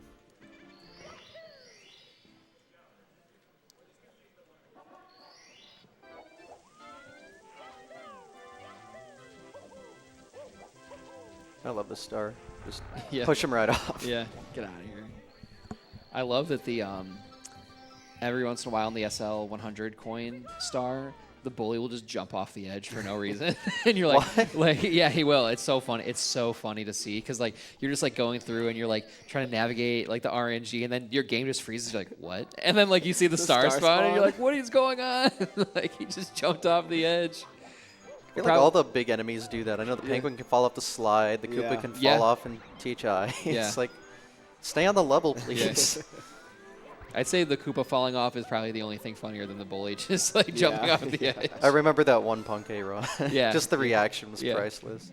We've gotten a lot of insane, hilarious clips out of SL. Like some of the best videos of the, that are the funniest videos in the community like ever are out of SSL, or SL, excuse me. Essentially got that whole pen video made on that one instance. Yeah. The Batora clip is just a classic. The Bebop Bandit clip is so good. Like,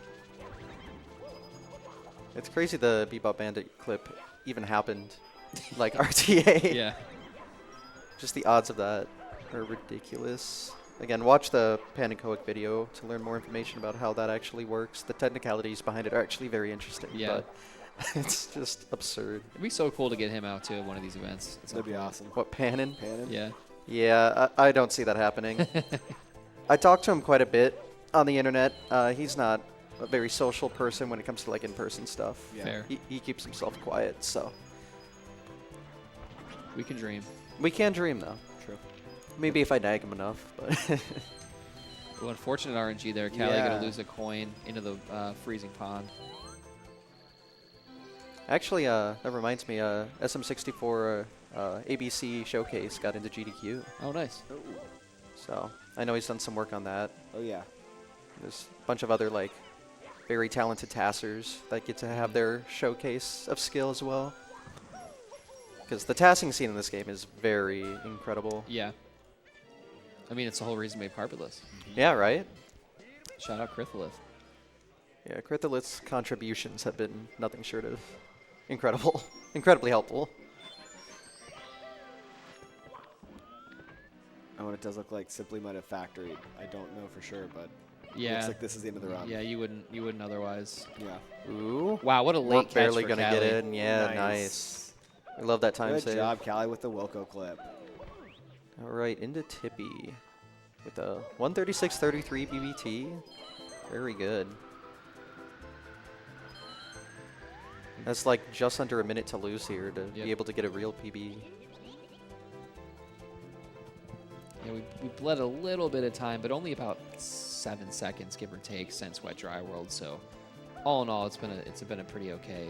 Yeah, he's really consistent from what I've seen. So. Yeah.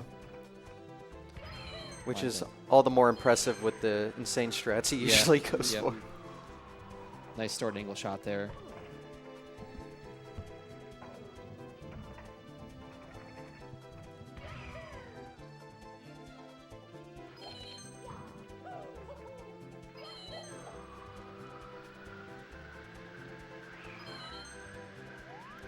Not exactly sure what Simply's doing here. Triple jumping into the corner. Oh, missed 8th red from Callie.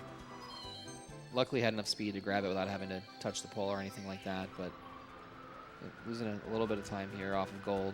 But we are going to save time overall, so we'll take it. Beast Run is looking really solid as well still.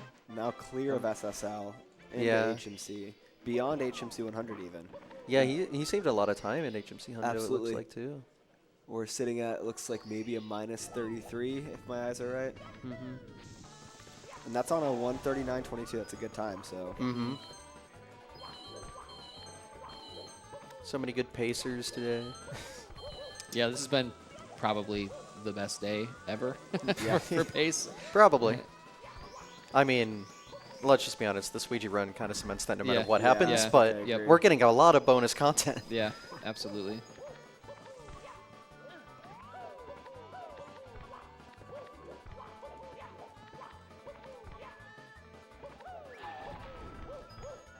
Ooh, missing 2 coins. That's Still okay. in good shape. Can't miss any more, though. Yeah. That's why we get that backup red. That's exactly right. Nice. It's Perfect. funny. I know it's slower, but even with the knowledge now that if you run across the hand, you can't get Invisawalled, they still just Yeah. chance it every Yeah. time anyway. Got to save time where you can. Yeah. Exactly. Besides, it gives us all a chance to, if the Inviswall does happen, quickly type in Yeah. Pan in chat. Yeah. Yeah. Blame The Pam. Oh, he obligatory. loves it. He loves it.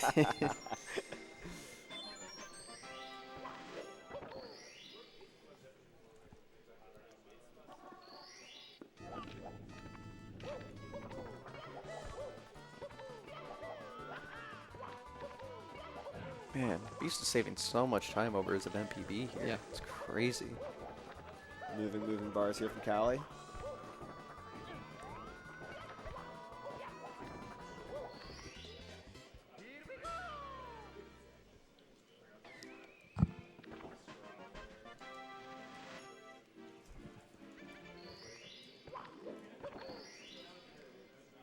So nice that we have 2 great runs at the same time right here. I know. They're far enough apart too, so when Cali finishes, Beast will actually Mhm. be a little bit late, like later in the runs. It's perfect. Yeah, keep So eyeing we'll get back to- and forth. Yeah, we'll get to appreciate both upstairs fully. Yep. Mm-hmm.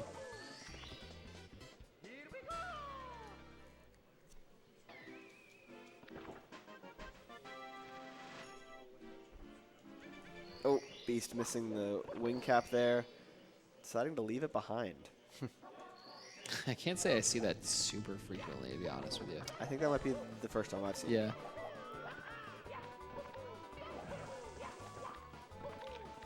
Got to do whatever you're comfortable with. Nicely done.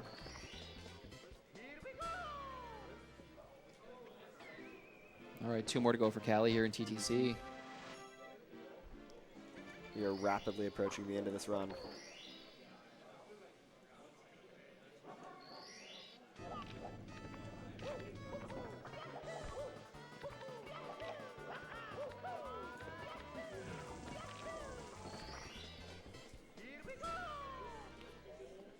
I think that just leaves Pendulum, if I'm not mistaken. I can't read Japanese. So you can't play this game. No, no, unfortunately not. Ah. Not anymore. If only they made a US version. Moving reds. Oh, That was the answer. It was moving reds. It's so funny that we went from like do whatever doing moving reds and 70 record attempts being like the craziest thing we'd ever seen Yeah. to like it's just kind of expected. Yeah. Like now. I mean, this is the Yeah, reaction we're getting. yeah, We're just talking yeah, about how it's not a yeah. big deal. I'm watching people in the practice room that have like, you know, a 2 hour like 120 time just like casually bust out of moving reds. I'm like, this was never really as hard as we thought it was it? 2 hours, 70 time busting out moving reds would be crazy. That'd be insane. I mean, whenever I teach someone, it's the first star I teach them now. Okay, fair. Yeah, yeah. This is still a 136 BPT into Rainbow Ride. Based on that, BPT can lose 42 seconds to PB in these last 2 stages. That's a here. cool ground pound strat for Yeah. the fly guy there.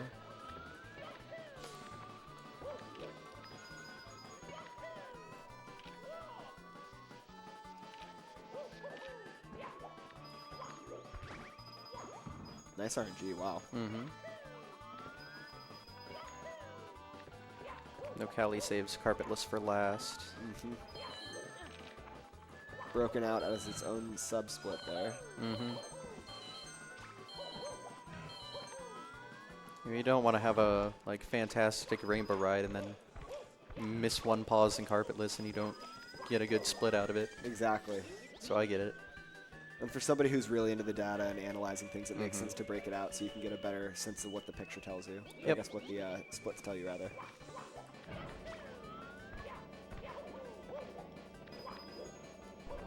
Yeah. This long jump's interesting because you have to get that ledge grab or you like bonk Right. when you go for that. It's the little things you got to remember. Mhm. You know, the patented kill. I believe Very it's nice. Oh my trademarked. gosh. Perfect RNG. Instantaneous. The Star trademark spawn. Cali kill. Curry.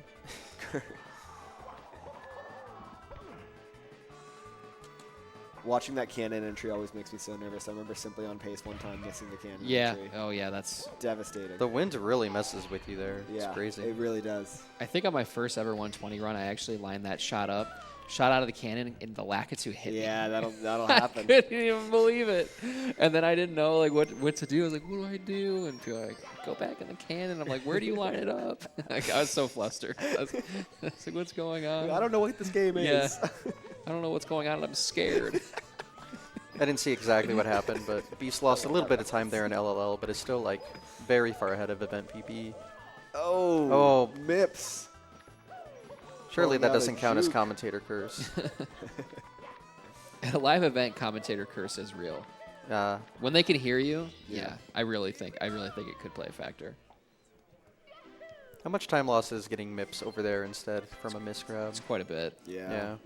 Seems like it would be, but He's running all the way over, then you have to Yeah. backtrack here. Your best bet is if you miss Mips there is to hope that he goes to the left instead of the right. Yeah, So that way you yeah. can trap him in SSL. much faster. But Kelly's cruising through Rainbow Ride here. This looks really solid. Don't forget, we of course still do have, and as I say that, this is the second red. I will say, I don't think that counts as a curse. It was simultaneous. Yeah, simultaneous. Yeah. Oh man, that was. This is though. Okay, good backup though. Nice backflip there from Cali. yeah, he knows his backups and he's pretty quick with Yeah. them. So. Good recovery. Yeah. Yep.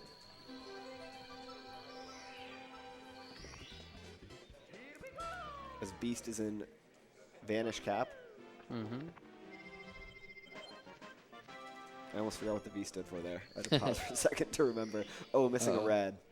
Yeah. Now this is a little bit strange because you gotta worry about those elevator cycles and This thought that angle was a Wow. little Yeah, that was a sketchy, good but backup. I yeah. was pretty nervous about that, but it works out. nice tricky triangles from Sickle Cali. lemon. Nice. Nice. Nice double firsties from Punky and Dark World. All right, not too much time loss from BC. Yeah, Virtual still in- console. Yeah.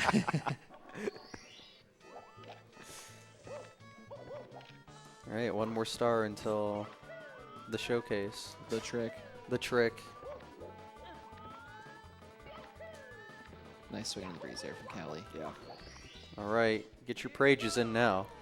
We are 137.02 BPT. This is very good, very high PB pace here. Looks like 21.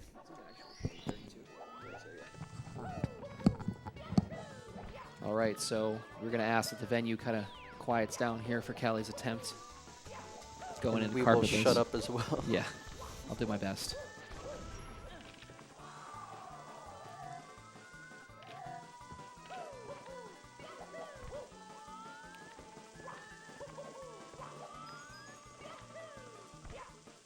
Okay, gets the ledge grab. Good approach. Here we go. Kelly lining this up.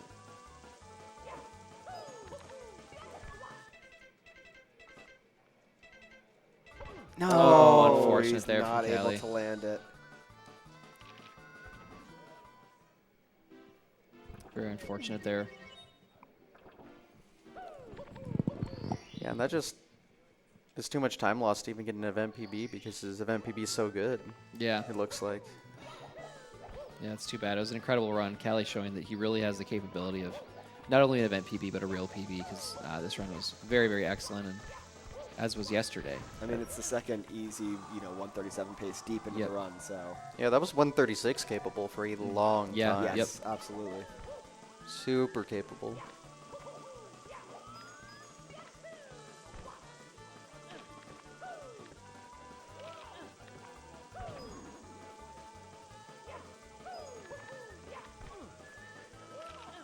Looks like that may foreclose the opportunity for an event PB, but Cali will not be done.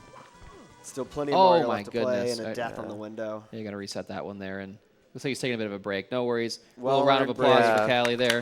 Nice run. Fantastic run. Really amazing run from Cali. Great work. I know, we'll focus over here to Beast Assassin, who's still on a really good pace over Yep. his event PB. It looks like most people are taking a break right now, but we still got two legends here doing their thing. Mhm. These two runners are known kind of for grinding at these live events, too. I Yeah. feel like they're on the stage more than anyone. Yeah. I mean, yesterday there was a period of about 40 minutes where it was just Punkay alone holding Yep. it down. He's definitely put in the effort at past events, and it's got him the victory. Yep. Yeah. he's Before won and then 2 paces prior. Beast, of course, our crowd hyper upper, Yeah. and then has been putting in incredible work leading up to the event. So An incredible grind for the 136. Oh, yeah. Yep. Absolutely. I've been enjoying it.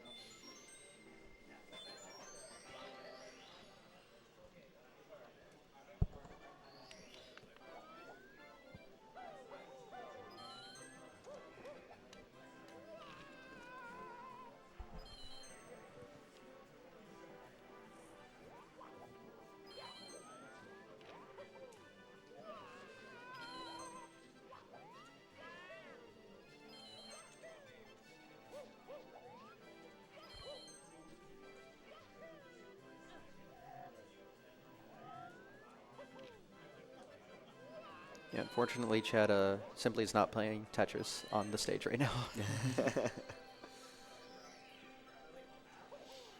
Yeah, simply is off stage, taking a break. Yeah. I'm sure we'll see him later. Oh, yeah. Everyone is chilling right now.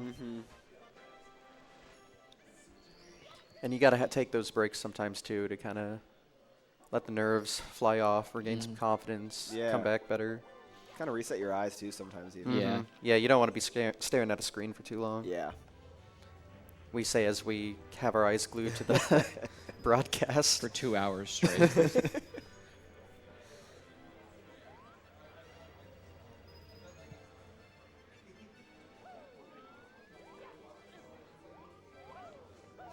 Yeah, we haven't interviewed Switchy yet. I'd really like to, but he's just sitting over there yapping. Back turned towards the comms.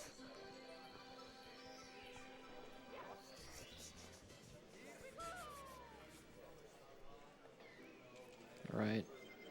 One more to go here for Beast Assassin. Punkay getting out of Womps. We'd love to see it. And Callie back on screen. Right back He's into it. so back. He's so bad. That's why he's my goat. Just needed like 2 minutes, jumping right back in. That's impressive, honestly.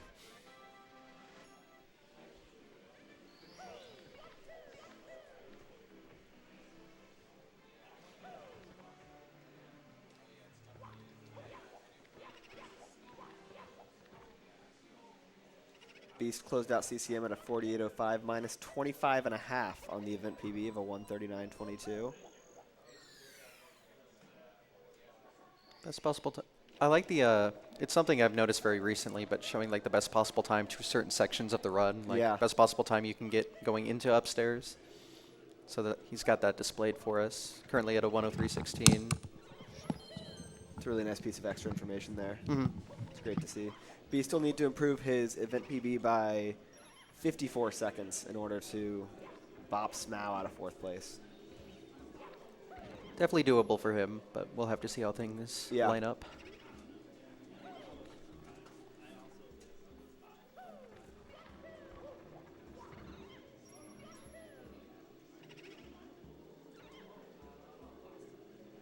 Beast not able to get the door skip there.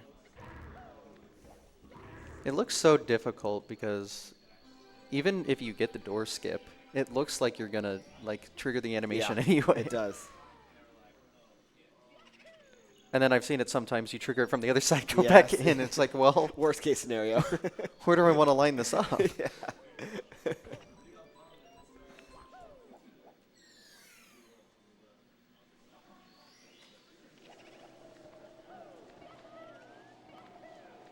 Kelly doing some practice. The LBLJ. Looks like just checking that entry angle. Mm-hmm. Having a little bit of trouble. One with thing it. I noticed, I think it was Pandon's invisible wall video that made me realize, but sometimes you hold the angle and like he kind of stutters and ledge grabs like the little floor before the staircase. I think it has to do with something related to that. Oh, interesting. I have noticed sometimes grabbing that. Uh-huh. It's always really cool when it happens.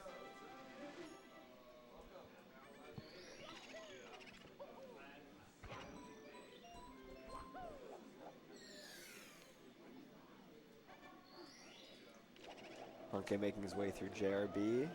Yes, GSA is currently, this pace is in fact sponsored by Nando's. Shoutouts Nando's. Shout out Nando's. Good chicken. Would recommend.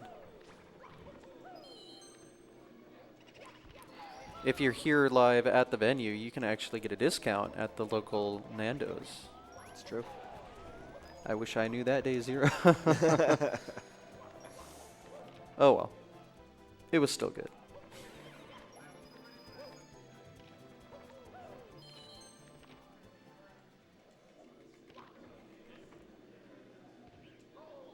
Oh, he's getting hit by the eye.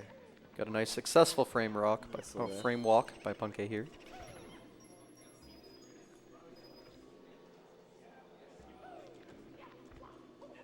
And it looks like Callie off of the practice ROM, off of Usamune, and back into the real ROM.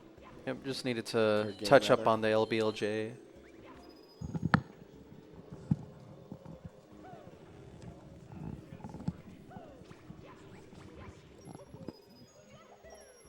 Oh, not least he quite got that getting blue. coin, yeah.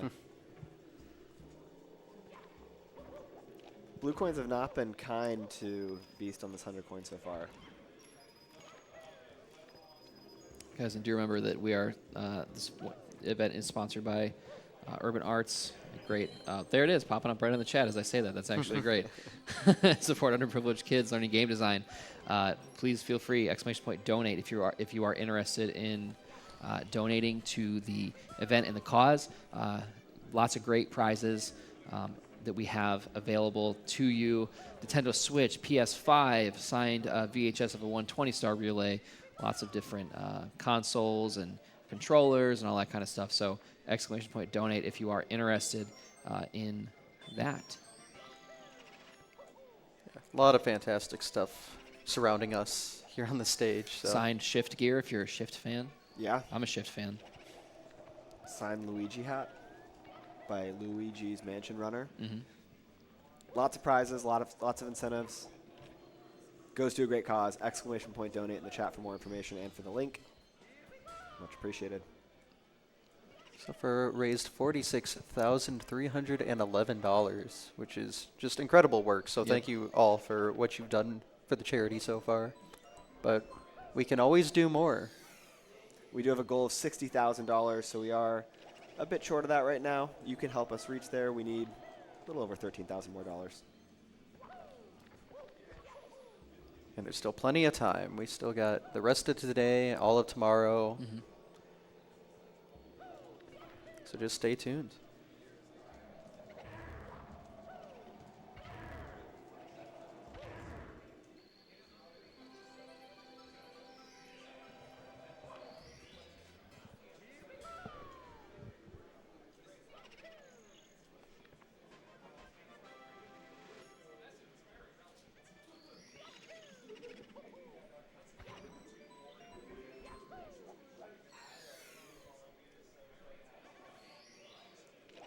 All right, one more to go here for Beast Assassin before we enter into DDD 100. Everyone's favorite star. Looks like we're going for the merry-go-round.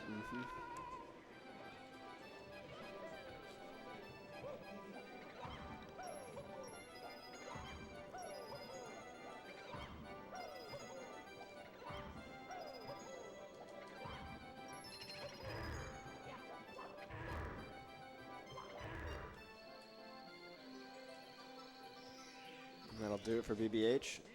Looks like we are closing out at 54.43, minus 24.6 on the event PB. Still a really strong run. Best possible time, 136.48.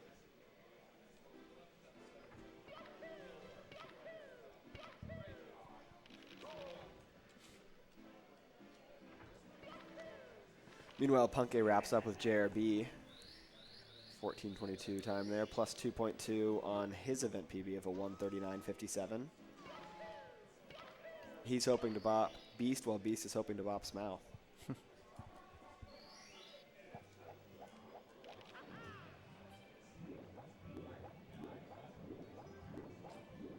Callie nails Salt on his second try. Saves the run. Gets on his phone to talk about it.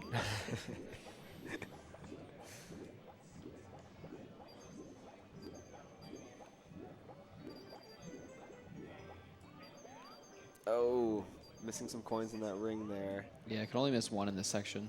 Chooses to collect them both.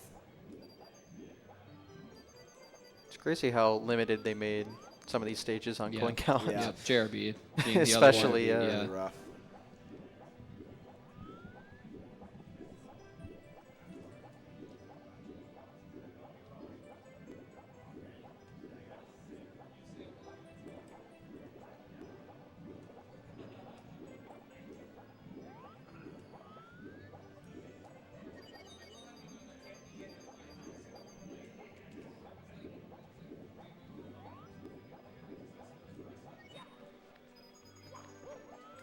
Ooh, missed a coin Missed a there. coin there, yeah.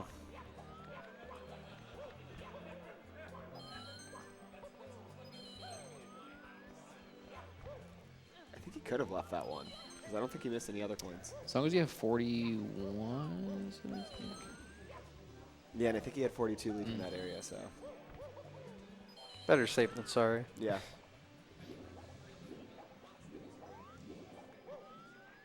Ooh, a little bit of trouble with that front sub.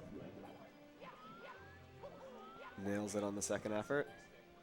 I know the sub is so wonky. Yeah. Yeah. Nails the triple jump dive. Plus, eating all that lag is such a pain as Yeah, well. it is.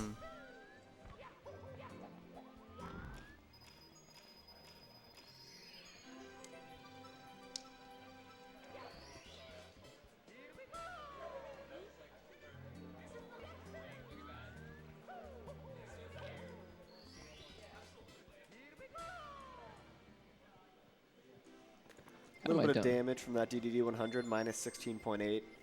8-second loss from where Beast was sitting before after BBH. Still a great run. I think I might donate for one of those SpongeBob figurines. They're pretty cool. Honestly, Do they're it. pretty cool. There's some really cool prizes up Yeah. here. Oh, actually, wow, speaking of that, wow. We have a $50 donation coming in from Spider Monkey.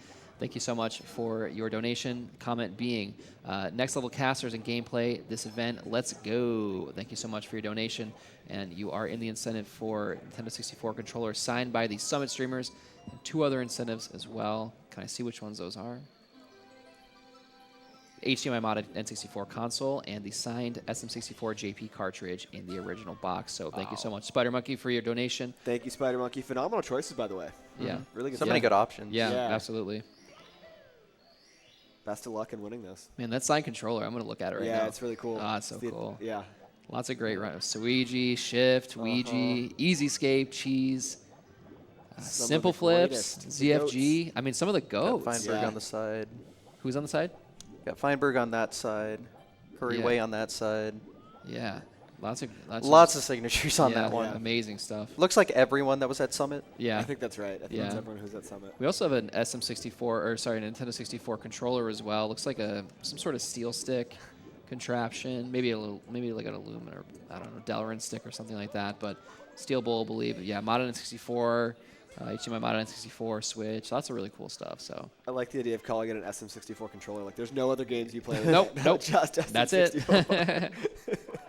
Even though like a lot of OOT runners, even on N64, use their GameCube controller. You know what I Yeah, mean? it's So. Kind of is an I, SM64 I, controller. I did when I played at OOT. I used GameCube for a Yeah. little while. I know that like a bunch of them do. I know like a few top runners, like Low Zoots, always use the N64 controller Okay. for OOT. An originalist. Yeah, Respect yeah, that's fair. He wasn't even alive when the game came out. Not even close, That's actually. crazy. Shout out Low Zoots. Go to OOT runner. Looks like we'll be in time for Lava Boost here. Thanks to your helpful trick, knowing the Yeah, yeah, there you go. It's those little things the casual observer would never know. Yeah, yeah.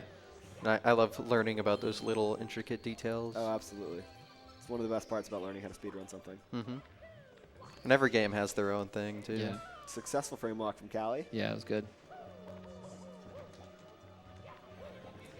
Meanwhile, Punk's is about halfway through BOB. Looks like on pace for a low 23 here. As we said, that 23-minute barrier kind of divides the really, really impressive great runs, or lobbies, I should say, from Yeah. the good ones. Still very serviceable, really good. You can do a lot of great things with the low 23. but a 22 is kind of that next level. Yeah. 22 2x is like, oh my goodness. Yeah. What are you doing? I remember popping off for any 22. Yeah. I was going to say 22 2x. Yeah. I think that just means you're Ouija. Yeah. Pretty much.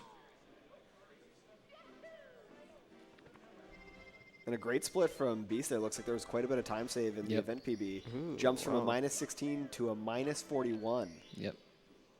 Must have missed a cycle or died or something. Probably died, honestly, with that much time save. Still with a Yeah. 137.01 BPT, so this is still a Really good still run. a heater. Yeah. Looks like we're on pace for a 103 up, depending on how this split goes. Should be. I'm hearing other Mario noises in the background. I'm hearing like BLJs or something, and then I'm realizing that people in the back are probably playing. And I'm like, wait, who is BLJing right now? Am I insane? Or do I just hear this? You just always hear BLJs. Yeah. It's just a noise that's always in your head. Yeah, it haunts my dreams. Yeah. Yeah, the venue has a whole back area with a ton of CRTs, monitors, people just playing whatever they want. It's really Some cool. people It's a good learning vibe. the game, people speedrunning Mario for the first time, which Yep. is great. Pace is what got me more into 64. Is so, it? Yeah. I love that. It's hard to not be motivated by, Mm-hmm. you know, by being here. Oh, it looks like Punke spawned the secret star. Yeah. How much would the game change if you didn't exit? You know what I mean? Yeah, After a seriously. star. I mean, we know because like we have that mod. Nonstop. Yeah, we have nonstop, but like still, you know, a lot is the answer. A I lot. guess. It'd be significantly different, Yeah. yeah. It's a really interesting choice for them to have done that too, because like how many other games really do that? Like Odyssey doesn't Right. do that. Like I think Sunshine actually. Do you? I think Sunshine you, does it. You do. Yeah, you do exit. Yeah. Alternatively, how different would it be if you exited after the 100 coin star? Yeah. Yeah. Oh, absolutely.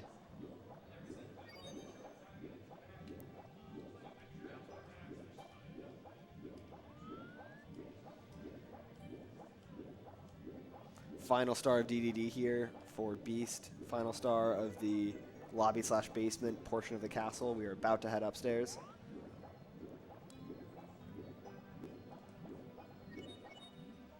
Now the star's called Collect the Caps. He's only going to get one cap here. That's all we need. Yeah, being able to swim into the jet stream with perfect swimming, like, I mean, could you imagine having to like activate the metal cap and then go? Oh, and yeah. It'd be such a. I mean, I would. I'd be very curious to see how much the game would change.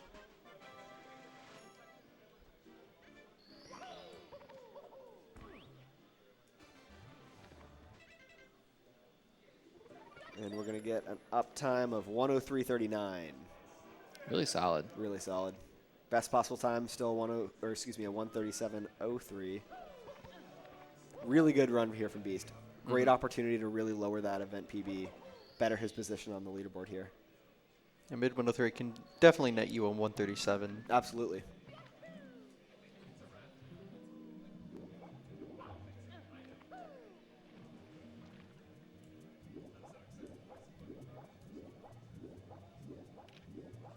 Meanwhile, Punke heads into the basement. 23-19 lobby.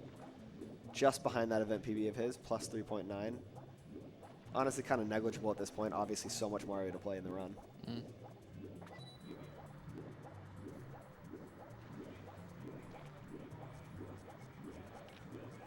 The star just looks so different after you watch the Cali. Yeah, yeah, totally. Oh, this is how normal people do it. Yeah, I feel like it's kind of like the difference between watching color TV and black and white. yeah. Can't go back. I need that Cali technique. Yeah, I definitely want to mess around with that at some point. Yeah. I don't really play the game anymore, but it'd be kind of fun. This is the gateway into coming back. Yeah, sure, Grinding maybe. 120. Yeah, we'll see. Collins will be up on the stage next time. Oh yeah, totally. I wonder who we'll see next time on the stage, actually. Yeah, it's anybody's game really Yeah. at a certain point. Like, Again, there's so many Yeah. top-level runners that all could easily qualify, so. And at the same time, you know, qualifying isn't a given for Yeah. any runner. yeah, Nope. we could see Beeve. I think Beeve, Yeah. is, Oh, Beeve is yeah. a definite potential. Coming off of a new PB a couple Yep. days ago. Yep, GG's. Shout out Beeve. yep. Beeve is a definite possibility. I mean, there's lots of people. Oh my goodness, Punke missed that red because of the Klepto bird. getting Wow. in the way. I've really, that was a true like sabotage. Uh-huh. That's crazy. And we'll see. I hope he has enough speed. He should have enough speed to get this last red coin. No, he's not going to. And he knew that ahead of time, so he's going to go ahead and... Oh, but that It's angle... cool that you can recognize that so quickly and adjust. Yeah. Yep. I was going to say, it felt like that would be not, you know... Nails the Z-slide. Yeah, it was good. I wonder if we'll see, I know Squimmy has a really good time. I wonder if we'll see Squimmy compete. Anything's possible at this point, yeah. Yeah, I'm not even naming names because, again, there's like 30 I could Yeah, name. there's And so I don't many want to people. forget anyone. Yeah, exactly. Yeah, true. I think if I had to take a guess, if you told me that there would be a switch up as to who gets here, I think Beeb is definitely on the list, for me at least. Absolutely. I'd love to see it. Yeah, going from commentary to competitor. I think Yeah. that'd be the first ever. I think that's right. Yeah. Did he start off just pure commentary? As at this event, yeah. Ah, okay. Yeah. Yep, he got... I remember when Beef started, actually, like a couple of years, 2020 maybe, give or take, and A COVID runner. yeah, and then he kind of like, we ran in the same kind of crew for a little bit, and he was just like a beginner, like nothing, like, you know what I mean? He kind of bounced around between games and stuff, and I took a break and came back, and I was like, whoa, Beef got really good. Like, holy. So it was really cool to see his come up. It's been awesome, and he puts in the work, that's for sure. Yeah, he absolutely does. Yeah. Comes by it honestly. I think Beeve may have done a showcase randomizer run. I think that's right. Not randomizer, but maybe nonstop. I think at ESA. I think. GDQ actually. Oh, was I it did GDQ? I did Okay. commentary with Okay. him actually for that one, for the GDQ. Yeah. I think he also. Actually, he also did run. ESA Yeah, with 'cause he raised D you- whatever. yes, exactly. Yeah, that's right. Yeah. He's been around. Yeah, it was really fun. We did the nonstop for GDQ, and my first time doing commentary at GDQ. That's So sweet. check that one off the you know, put that on the resume. It's kind of cool. I mean, that's how I got into speedrunning. You know what I mean? Was- GDQ. Yeah, watching like live events and everything. I got super into I love the nitty gritty commentary type stuff. You know, like really getting in the weeds with, you know, the technicalities and stuff of the games, and found Mario eventually. You know, and Now you do it yourself. yeah, it was cool. For me, it was GSA was showing reruns of the in-person best of 5 16-star races between Cheese and Aki, So fun. and it was just electric. Yeah. I was hooked immediately Yep. the second I saw it. Yeah, I actually got into it like, you know, initially, like I said, through like the, you know, the GDQ restreams and whatnot, but then Yeah. watching GSA, you know, during that best of, you know, the 16 best of 5, like best of 3 runs, the league that they did, you know, the D1 league, and getting to hear Badronis and Electric do commentary, and, you know, that was really got me into it. And then now we're here, and they're all my friends. Yeah. You know, it's cool. It's like comes full circle. Yeah. So you watching at home, you may be the next commentator. It's possible. Yeah. It's actually a lot easier now than it ever was before. There's so many events now that people run. I mean, like, even if you don't get into like a GDQ or like a, you know, like a pace or something, like there's so many community run events, like Lucky Owl does events. I Yeah. mean, like, you know, there's so many events that people do that you can really start to get your, you know, your feet wet, so to speak, with commentary and stuff. And it's really cool. There's so many opportunities. But like when I started, it was like, if you got lucky, maybe Simply picked you, Yeah. like for like one of his like events, you know what I mean? And there's a couple here and there, but I got my start with the Ruby Mill tournament, 70-star tournament, Nice. biggest tournament ever in Mario history. 80 Wow. people signed up or something like that. That's crazy. Yeah, it was really cool. Yeah. ZS44 always does Yeah, true. Zeus does, annual tournaments, 120 in the winter, 70 in the summer. So if you're looking to try comms, it's a great opportunity just to kind of go for it. Low pressure, low stakes. Yeah, absolutely. I was there. I was West Dog's first commentary partner ever. Oh, no kidding. Yeah, yep. It was a 16-star, like some random tournament. It might have been like a CCG tournament or something. I don't even really remember, but I remember he was like, "I'm really nervous." He's like, "Did I do okay? Did I do okay?" I was like, "Dude, you're great, man. You're gonna be great. Don't worry Yeah. about it." And now he's like, where he is now. A legend of the booth. Yeah. Yeah. Although not present. at Yeah, the pace. unfortunately, he was here for the He was, Luigi. yeah. Yeah. I'm just giving Wes a hard time. He knows it.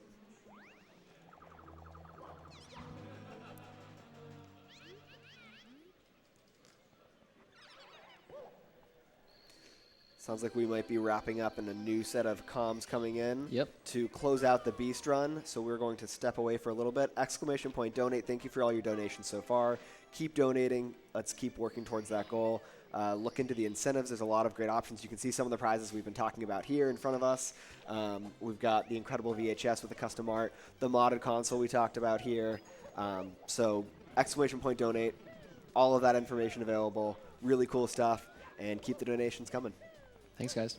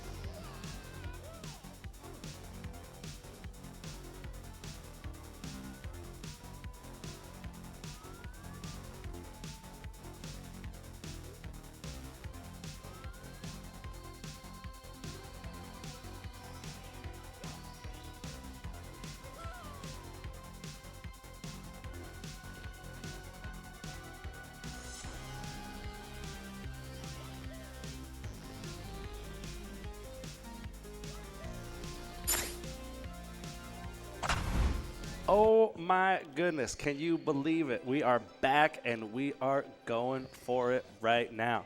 My name is Pando. I'm joined by the legendary Lucky Owl here. Yo, yo. Good to see you all today. You're back for day 2. Dude, here back for day 2. We've all made it to the event finally. Might have taken us some of us a minute or two to arrive, but we're here and we are now cruising. We got some wild, cool runs on the board already. Still so much Mario left to play, and gosh dang, look at all we also got all these cool prizes right here. What the heck? So many prizes. So Oh my God. you can definitely take home a piece of the event if you want. And even past events, we got this controller signed by all the Summit runners. If y'all are aware of the Summit that happened a few months ago, we got modified console. We got the N64 Speedrunner starter kit. We've got a Switch OLED, all kinds of stuff. So many prizes.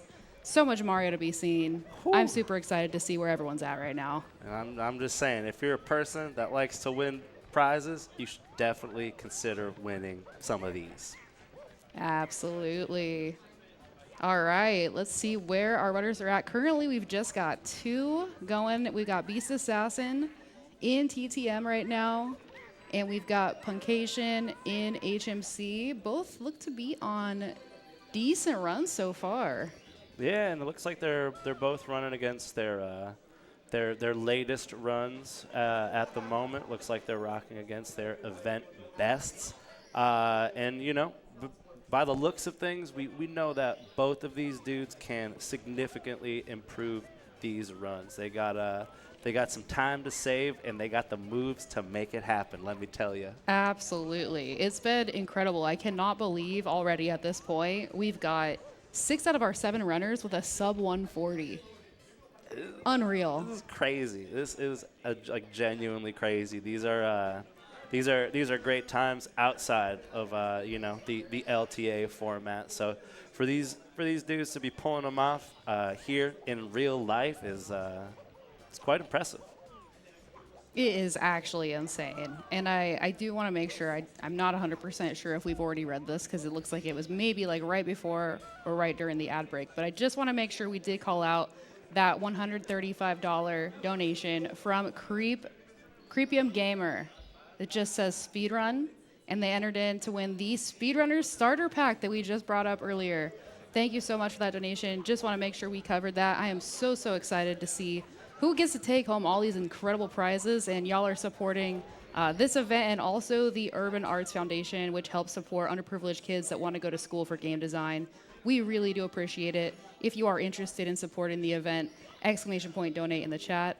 And it looks like we also have Callie on a run. We got that on the board as well now. It looks like he is in SSL, running against a Theory 137, and things are off to a good start for him as well. You are not kidding. Callie, earlier today, taking a run deep all the way into Rainbow Ride, and it was a pacer, let me tell you. Yeah. Oh, my gosh. So it's good to see, you know, everyone is here to play and make it happen. I love it. They are. This has been such an incredibly competitive group. We're only on day 2, and I am confident that we will be seeing more event PBs, a little bit more shaking up in the standings, and I'm hoping maybe, you know, I'm not 100% sure what's going to happen, what he's feeling, but maybe we see Suiji get back in the chair and go for a world record. Maybe, perhaps. You know, hey, you never know. What we can say for sure though is my man's gonna be doing his own thing. You know what I'm saying? Absolutely. So you love to see it, and you love to see some genuine Mario history being made today with that like first in-person 135.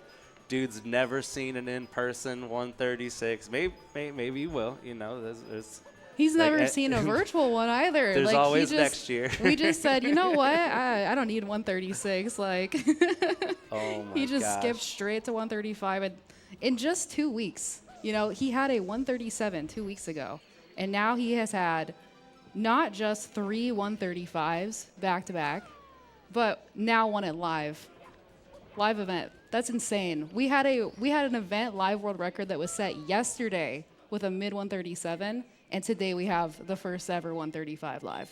Insane. Callie, unfortunately, getting uber scammed by that fourth secret coin right there. He's going to have to get 2 Goombas to seal the deal here.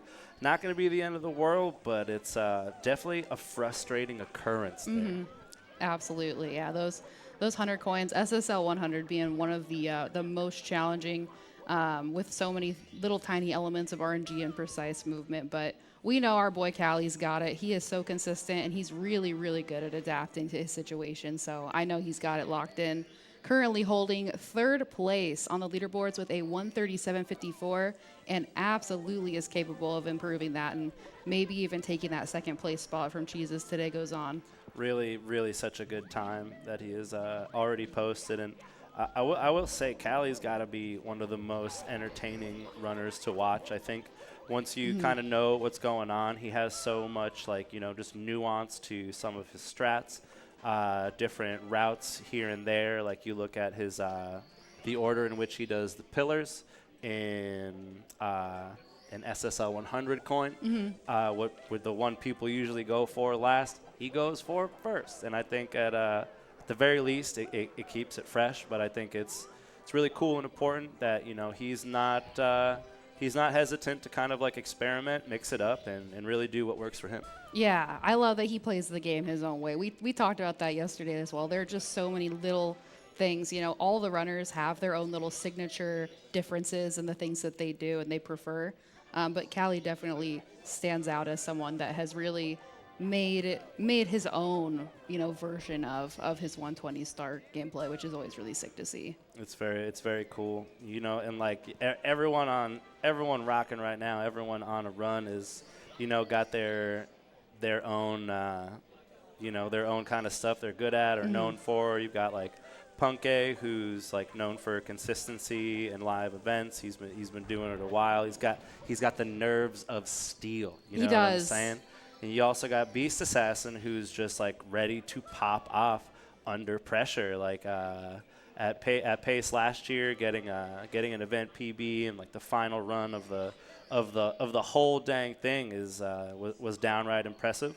And I think since then he's been been very consistent, and he's on a long stretch of streams going for this 136. The daily grind daily for Beast. grind. That is so much, especially when you consider, he's doing all this other practice outside of it too. Like, Beast is so passionate about the game, and it's just so awesome to see him pop off and work so hard. And when that gets rewarded, it's infectious. You feel it. You feel excited for him too. Yeah, for sure. It's a great time, and I can't say that either of us or any of us here would be surprised if this 136 were to happen here at Pace. Oh, I'd love that. I would so love that. I mean, I think that it's really cool that we got that 135 from Suiji. We got the 136 skip, but we've got several runners here holding down the other placements that are 136 capable. And I would love to see that live. Would absolutely love it. Oh my gosh. And it's cool. It's cool to see that. I think across the board, all our competitors this week really, they're where they need to be in order to get a personal best. Like no one, it's not like anyone's coming in super rusty. You know what I mean? Like everyone in recent enough memory has been making moves and making it happen. Beast Assassin, unfortunately, having to double back for that coin. I think he missed a couple rare ones in the igloo, no fault of his own. It's SL 100. He cleans it up though. Yeah, he cleans it up. He cleans it up. He brings that home. We all know how devastating the RNG can be for this star. I don't know if you saw it in the one of the recent Suikoto videos, but Karina having like the most incredibly poor RNG on the first money bag. It's like something like that happens to you. It's like, what are you like even supposed to do? How do you recover from that? It's absolutely absurd. It's just one of those things that really speaks to how hard these runners work and how much time they put in, because they're able to respond so quickly to when things like that go wrong.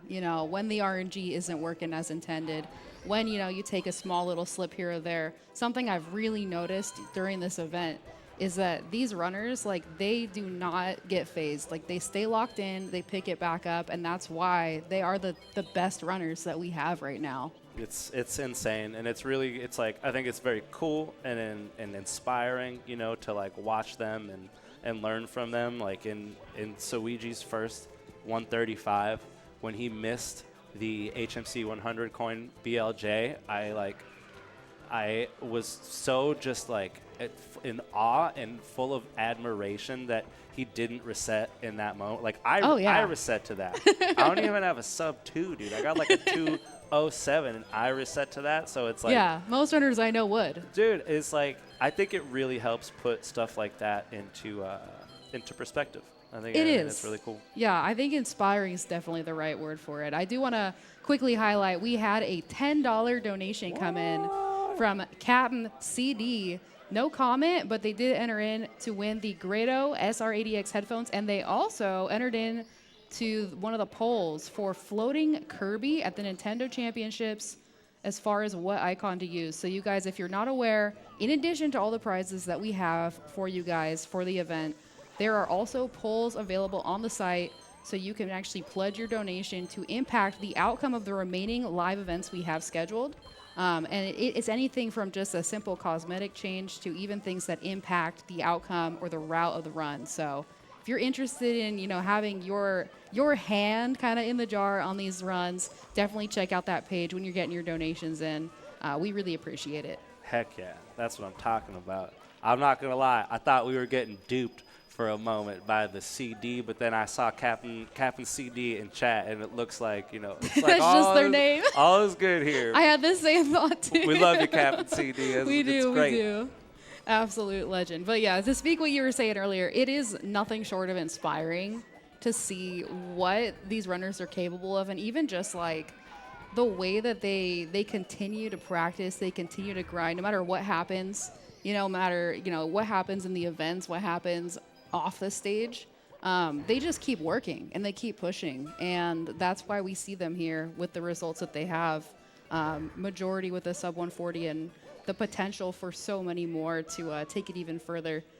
It speaks to the dedication from them. Dude, it's nuts. They got the nerves of steel. They got the mentality they need to succeed, and it's wild cool. It is. It's amazing. Super, super motivating. I just can't believe it. Looks like we got Beast is getting close to being wrapped up. Currently in Tippy with a best possible time of a 1:37.42. So definitely on track to get an event PB potentially here.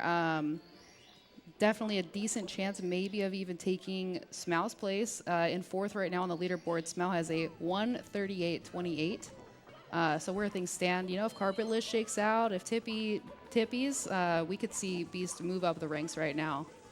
For sure, and you look at that fourth place Smau run, that 1:38.28, right? And I think he specifically certainly capable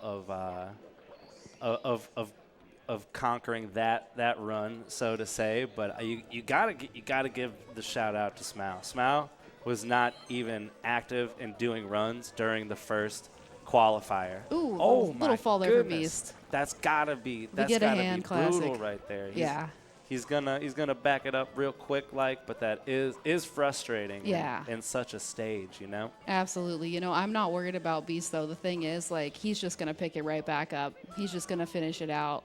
He's not even phased. He's gonna keep it going. You're right. That was a really nice backup. It was, yeah. Beast's been doing that since yesterday, and I'm excited to see him keep it going. We did have a $5 donation come in from the legend Ron Cena saying, "I'm a simple man. I hear Pando and Lucky. I donate $5." Yo, let's go, Ron Cena. Yo, I love that guy. Ron's our goat. I feel like everybody loves that guy. He's so cool. Absolutely. He does make a few too many dad jokes for my taste at times, but we love him for it anyway. He's so great. Since you've been Ron John, the God.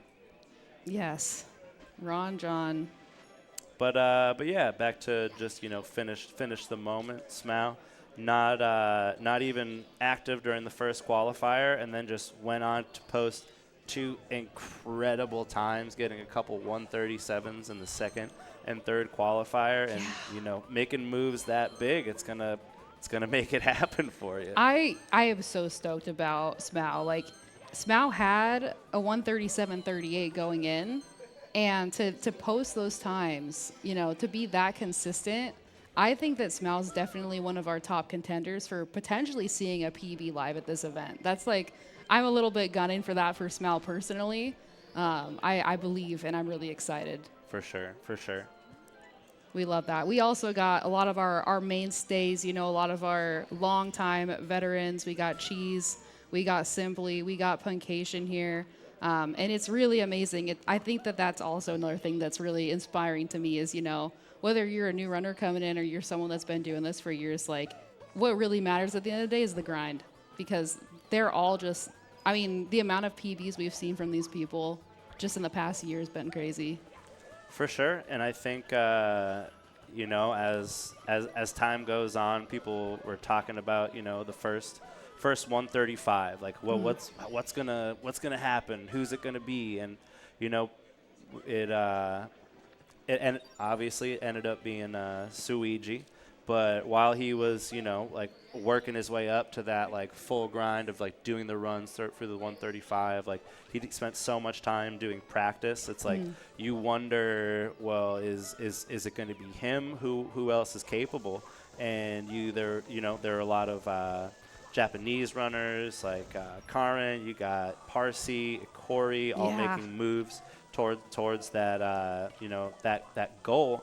But I think it's important to look at other runners. Like Cheese has had a 136 for a while now. Yeah. You know what I mean? Yeah. And I think Cheese, especially in recent memory, has shown that he's not one to be counted out. Ooh, let's go! Beast Let's go, Assassin! Beast! With the huge carpetless on pace for an event PB right now, making moves. Brother is locked in. He is just in that. Oh, that's so exciting.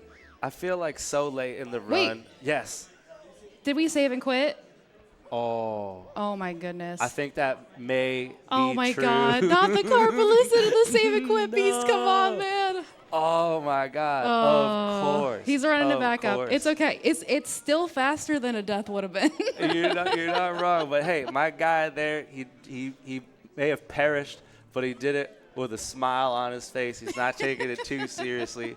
He knows he's got what it takes to seal the deal, and he's heading right back in there. He's good to go. Yeah, unfortunately, that might have lost him the ability to take fourth on this particular run. I don't think it's possible at this point, but he still could event PB despite this, which is really hype. I think we could still see a 138 even with a save and quit in Rainbow Ride, which is pretty dope. That'd be pretty cool.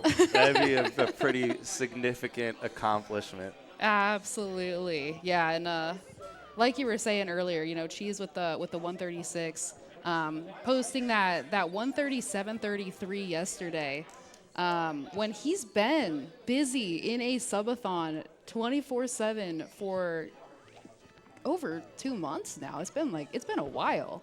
Yeah. He's been busy. Oh my God, Beast. No. Taking the death. Oh, Yeah. that's brutal. And It it's like, is. and it's all right at the end of the run, right? You got carpetless, you got Rainbow Ride, you got all this stuff you got to deal with, and it's like, you hit the trick, you hit the one, you hit carpetless.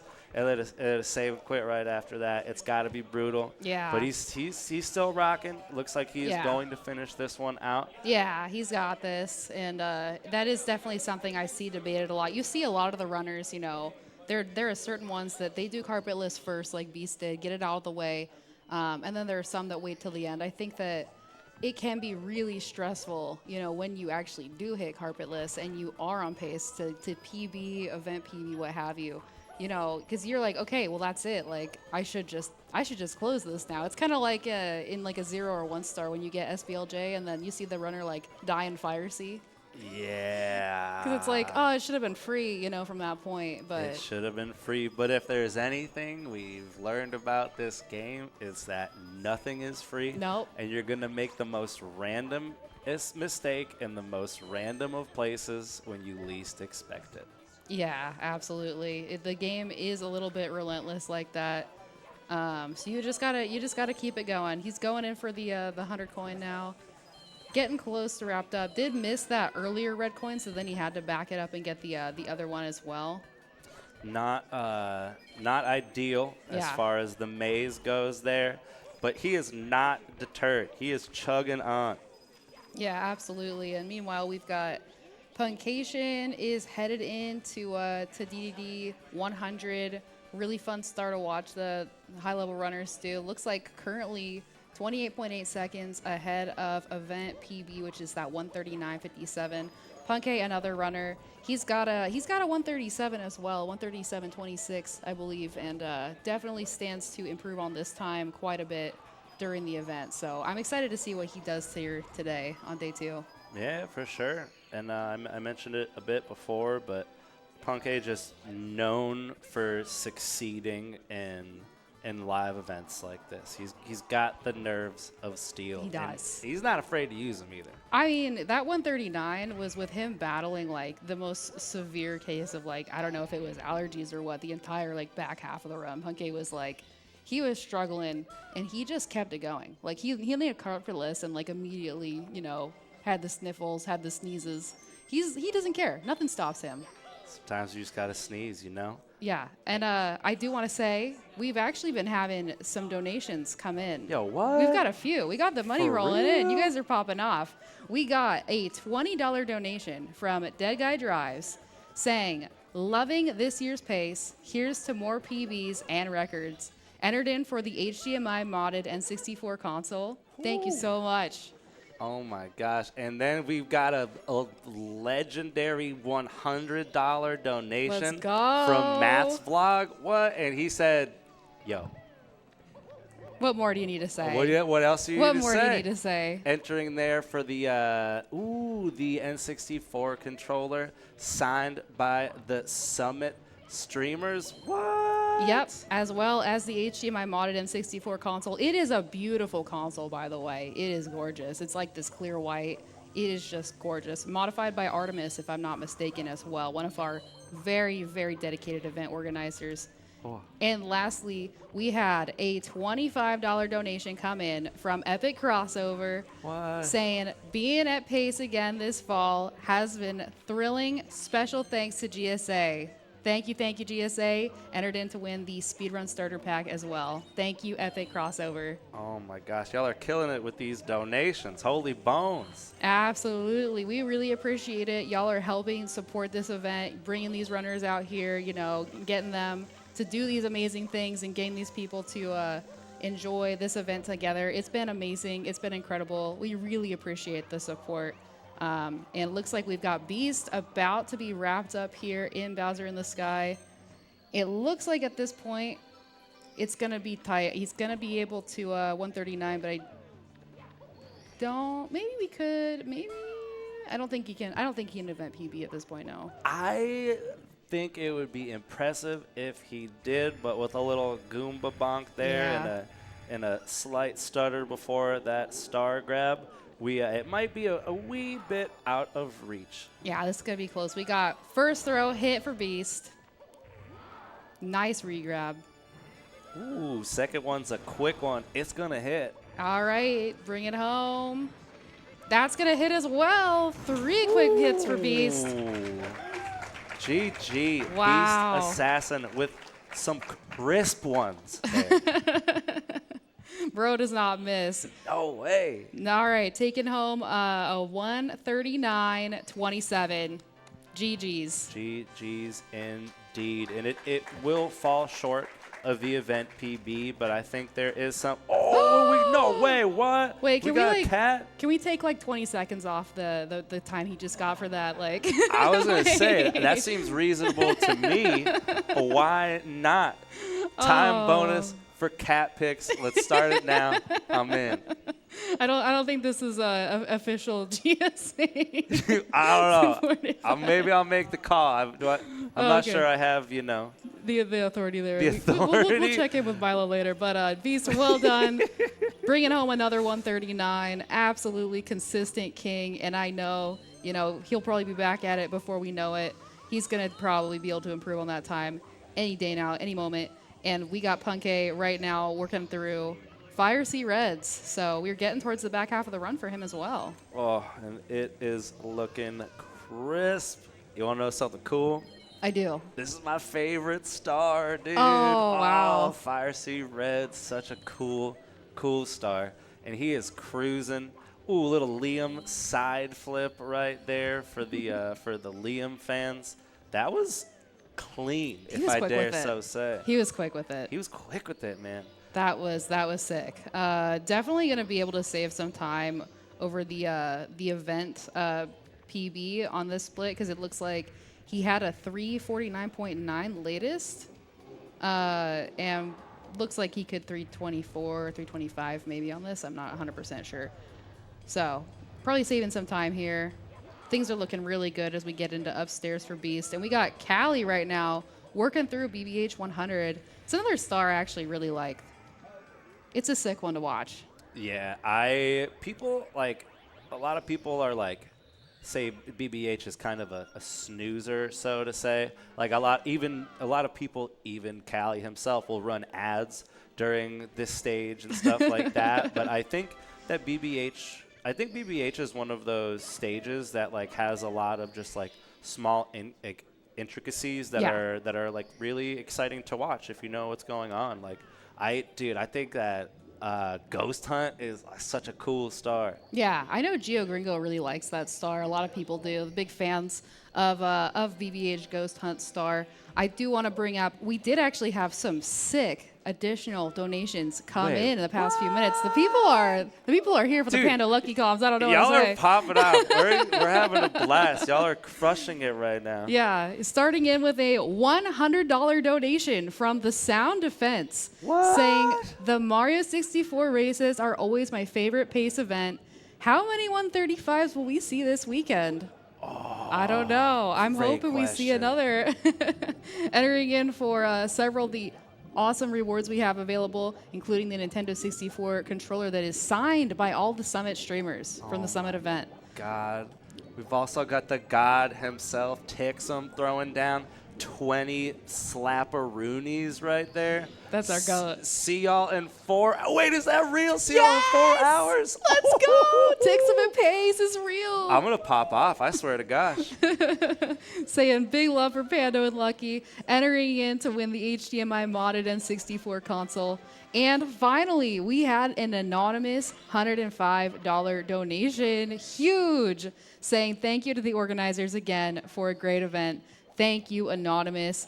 Thank you so much. We really appreciate all the support. Y'all are killing it. And lastly, I do want to wish Maggie Boo a happy birthday. Thank you so much for being there. That's my goat. No way. Yo, happy birthday, Maggie Boo. That's so cool. Yeah, fun fact, this is actually going to sound insane. You're not going to believe this. But I actually first try guessed Maggie's birthday in my stream once. Straight up? Month and day. Month and day. Month and day. And I was going to ask what day it was, and then I realized that it was today. Yeah, today November is the 8th. day you're referring to. Okay. Great day. Hey, great day to have a Get birthday. some Feels birthday man in the chat. Says support for everybody. Thank you so much. You gotta love it. All right. And looks like we got Puncation wrapping up final star in DDD. Did save some time and headed to upstairs. I think we're gonna see a 103. Yeah, 103. Right? Ooh, it's looking like you are correct, my friend. There it is, a 103.45 up. Not bad. Love to see it. Love to see it. And Punke, I mean, he knows he can do better than that, but right now he's looking at this 139.57. That's the time he's looking to conquer, and he is well enough on pace to make that happen right now. Absolutely. I am so stoked. This event has just been incredible. There's been so many great things that have happened, and I am just super excited. We got Smow and Cheese back in their chairs going in for more runs. I am super excited. Both of them are capable of improving their times. So I'm really hyped to see what we all will accomplish today. And you got Cheese here running against his second place run of 1:37.33, and he's kind of got that luxury where he's already posted a solid time. He can be a little. He can reset a little bit more if he wants to, because once you got a time like that and you're on the the front half of the leaderboard, there's a little pressure off. It's like you've already submitted a run, you've already finished one. It's good enough to to make some things happen. So some of the other runners, they're maybe not going to be able to be as picky until they post a slightly better time than what they've got. All right, not the pre-typed in chat. All right, we got Callie headed down for DDD 100 now. On pretty good pace here, running against the Theory 137. Looks like minus 31.1 with a best possible time of 1:35.45. Holy bones. Yeah, that's a really sick from Callie. Really good place to be right now. We got Cheese working on getting a run started. We got Beast getting back in for another run. He's ready to go again. It looks like right now we're mostly going to be focused on Punkation and Callie, who are both in a similar place working on closing out their runs. Punke right now in upstairs, the furthest along, and Smau actually making his way through DDD already. Very, very cool. And it's Callie. We got Callie, performing one of the maybe more nerve-wracking, maybe one of the more difficult stars in the entire run, making moves in DDD 100. Had some crisp rings right there, and he's heading towards the sub. Clean, absolutely clean. You love to see it. We got, we had an inquiry earlier, and with the donation, wondering if we're going to see any more 135s coming through. And we were speaking about Cheese earlier. I think he is definitely one of those dudes that could pull that off. If you're talking about a clutch, live event run, I think Cheese is one of the first people that comes to mind in that regard. Callie hitting a smooth fin triple right there. That was magnificent. Clean. Yeah, I fully agree with you. Cheese is one of those people that he just comes alive during these live events. I absolutely just love seeing him do these runs. He always delivers. Oh, you are not wrong. And Callie with some moderately unique movement there. I think he is one of the main people that do that strat on the back of the sub there. Yeah, dude. Yeah. He's not even thinking about splashing right now. Right. He's like, he's top dog back there. That was very cool to watch. Yeah, that was sick. Another one of those small strats that makes Callie such an entertaining runner to watch. Yeah, 100%, absolutely. Really nice. I love a good DDD 100. Like, when you see people just absolutely slay those reds, like, it's so incredible because it is so difficult, and they're so fast with it too. Dude, it's so funny because sometimes I look at my time and like how maybe not bad, maybe slow is the correct term, but it's like I'm like, man, well, where am I losing time? And then you start dissecting a star, and you're like, oh, well, I'm losing 3 seconds there. Oh, I'm losing like 10 seconds there. Yeah. And it's crazy, but it really does add up there. And like all these runners here have really just spent the time to shave off those critical seconds. Right. Exactly.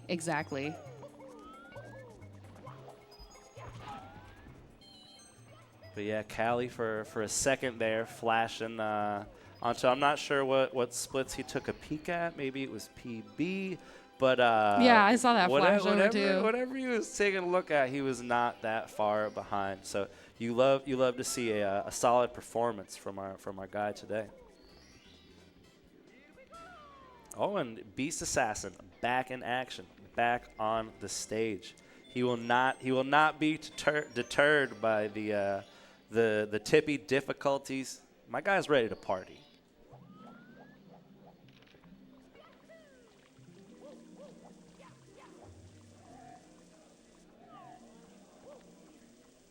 Looks like Punke ready to head into THI, running into a bit of trouble in wet dry world here. It's not going to be devastating by any means. If you look at the best possible time coming out of wet dry world, it is well within reason that for him to get an event PB right now. Yeah, absolutely. And it's been so sick seeing the potential from literally all the runners and how close they are. We've got so many runners with a 137 right now that could stand to improve that live today. And a lot of event PB and real PB potential, which is always exciting. Yeah, and like let's be real, like expecting someone to get a true personal best at an event like this, it's a bit much to expect. Yeah, it's a tall order. But especially with that run Suiji put together earlier, it's like, well, maybe we would be so lucky. Yeah, absolutely. And we are also lucky to see a $25 donation coming in from Manchan, which says, "Wubba lubba dub dub." Thank you so much. That's what I'm talking about. I gotta say, the people are popping off with these donations in the past 40 minutes. We appreciate y'all. Y'all know this goes to such a legendary cause. Urban Arts literally out there making the world a better place, providing opportunities to those who may not have been afforded them otherwise. So much love and respect. Got to give it up. Absolutely. Yeah, it's an incredible foundation. Helps kids get the money to go to college for game design, which of course is something that we really need. It's really important to help those kids chase their passions and get new games, which could be new speed games at some point that we see at future events like this. That's what I'm saying. Absolutely love that. And they help support us as well. So thank you all so much for getting those donations in. We will continue to read them out as long as you keep them coming. Right now we've got Punke wrapping up, getting close to the end. He just finished THI 100. Got a few more stars left, and looks like the pace is still pacing with a 137.27 best possible time. Woo! Love to see it. And dude, upstairs can just be so unforgiving. Yeah. I think that, when you're just thinking about runs in general, it's like the kind of pressure points the pressure points that you think of are like some of the the 100 coins. You look at like SSL 100, DDD 100, HMC 100, and basement definitely has its its trouble areas. People think about like Tippy, you know what I mean? Tippy is that like huge pressure point of the entire run, but in a lot of ways, like it's very much so make or break upstairs. And I think that especially when you're so deep into the run, there's so much on the line, you've come so far that it's really just constant. It's constant up there. Absolutely, yeah. We did see Callie did lose a bit of time in Fire Sea, it looks like, but is still on track with the best possible time of 136.07 deep in the run. I am just curious to know if we could maybe see a PB from Callie today.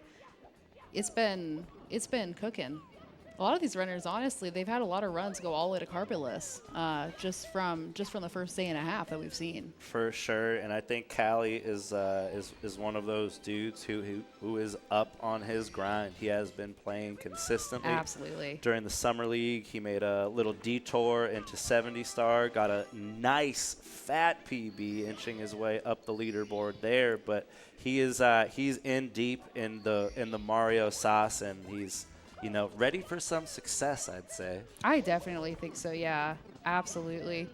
And it looks like at this point here we got a lot of runners still trying to get through that first initial part. I think the lobby is one of the hardest parts for a lot of runners to get through. Just not specifically because it's anything particularly difficult, but you really want to get your run off to a good start. For sure, and I think that's really one of the toughest things about lobby. It's like when whenever you're doing runs, it's like that's what you do the most. You know what I mean? So it's something like those stages you're so well practiced in, and it's like even when you lose just a small amount of time, like right at the beginning of the run, there's that feeling like I do this so often. Yes. Like what am I doing? Yeah. Why am I making that mistake? So people often, you know, will reset heavy at Yeah. the beginning of the run, but you know, as time goes on, the more I see, especially with Suiji in his first 135 having a less than ideal beginning in that run. Yeah, It being really a minute behind out of like deep into the run out of VC, like really puts it into perspective. yeah, I think that's really like hopefully been an impact on these runners, and I'm loving seeing as much as we are seeing resets, there's been a lot of runs completed already. Yeah. We did, by the way, have a $50 donation come in from Neil saying, "Good luck, everyone. This event has been great, and the commentary has been wonderful. Looking forward to some more event PBs." Oh my God, that's crazy. What a legendary donation. Shout out Neil. Thank you so much. We really appreciate it. And it's been an incredible event. We're really grateful to be here. I know for me this has been something that I have never thought that I would actually do, being live at an event like this in the booth, being a part of it. I've always watched and been like, that'd be so cool. But to be here, we really appreciate it. So, Yeah. you guys making this event happen, it means a lot. And I will say, if you're chilling at home right now and you're like, man, that looks like a great time, but I don't think I would do that. Or maybe I'm not going to, go down to Maryland and hang out with the homies. But we will say, you should definitely consider coming down here. We're all hanging out, having a great time. It's really cool I think it's really cool when you can, meet people that kind of share the same passions and, struggles that you do on a weekly basis. And God knows a lot of us struggle with Mario here, so it's really easy to commiserate and make friends. So if you're thinking about it, dude, come down here. Come hang out. Oh, yeah. We do this twice a year, and we're having a blast. Absolutely. Could not agree more. The vibes are immaculate. I mean, it's never been like an event where I haven't had the best time because the people here are all just so chill. Every single person, like the people that you get to know through the Twitch chat in the community, they are even better in person. I'm always surprised by just how nice and how open and welcoming people are. I mean, I was definitely nervous, going to summer. That was my first live event, and it was like I've known these people forever. It was so easy. So definitely, if you've been on the fence, I would highly, highly recommend making your way down here at some point because it is well worth it. Hop off that fence, but hop off the fence on the side. That means that you're coming to hang out. Most importantly. Yeah, it's really fun. It's a once in a lifetime opportunity. Definitely, if you can, consider doing it. It's been so awesome, and getting to be a part of history. We just saw the first ever live 135 today. Here at the venue. So. Insane, like actually insane. Callie having to double back a wee bit for that coin there, in this route. I mean, I'll admit it. I don't do 100s plus reds in Wet Dry World because I'm a noob, but it does seem that the coin count is pretty tight in here. Not a lot of room for error. Yeah, I definitely don't mind seeing a little bit of 100 plus secrets. I came from 70 star, so I don't have any ill will towards that. But it is nice, we're not going to be seeing that from these top runners. They're a little bit more practiced than that, and it is fun to see the 100 plus reds as well. Yeah, for sure, and I don't know. It's like everyone at this level. Just the way they play the game and the way they perform on a consistent basis is downright impressive, right? And I met a man on the train today because I missed my airplane flight and Yes. had to take a train to make it here, which was fine in the end. It's fine. But I was just like answering some of his questions about, like speedrunning and this and that, and comparing Mario to other games. Something I think is really special and that I enjoy about Mario 64 speedrunning is that it's easier to consume than some of these games where you're just like, glitch, glitch, glitch, manipulation. All of a sudden, I'm here. Like, this is crazy. Like, you don't even know what happened. It's like, for the most part in Mario, it's like guy in red hat, like jumping on like up a wall, and it's like you can understand it. And I think it's cool to see how easy these runners make everything look. Yeah, I would definitely say Super Mario 64, while being one of the most highly competitive speedruns, at an entry level is very accessible. Because it is, not only is it like just a lot of, learning the movement, getting comfortable with moving the guy, but also the community is just so willing to help you pick up the game and learn. The community really comes together and they want to see people get the best times. It's not, no one's trying to hold any strategies secret to themselves. Yeah. Nobody's like, oh, I'm not going to show you how to do that. Like, you can get help from anybody. They're more than willing to, because they want to see the categories all get pushed as far as they possibly can. So if you were considering, getting into speedrunning, I started with Super Mario 64, and it's been, the community is what keeps me here, not the game, to be honest. And, we do have, one of our prizes is that Super Mario 64, not the SM64 starter kit, the speedrunning starter kit. Ooh, kind of sick. So if you wanted to like get into it and have, you got the whole setup going, like this is that opportunity for sure.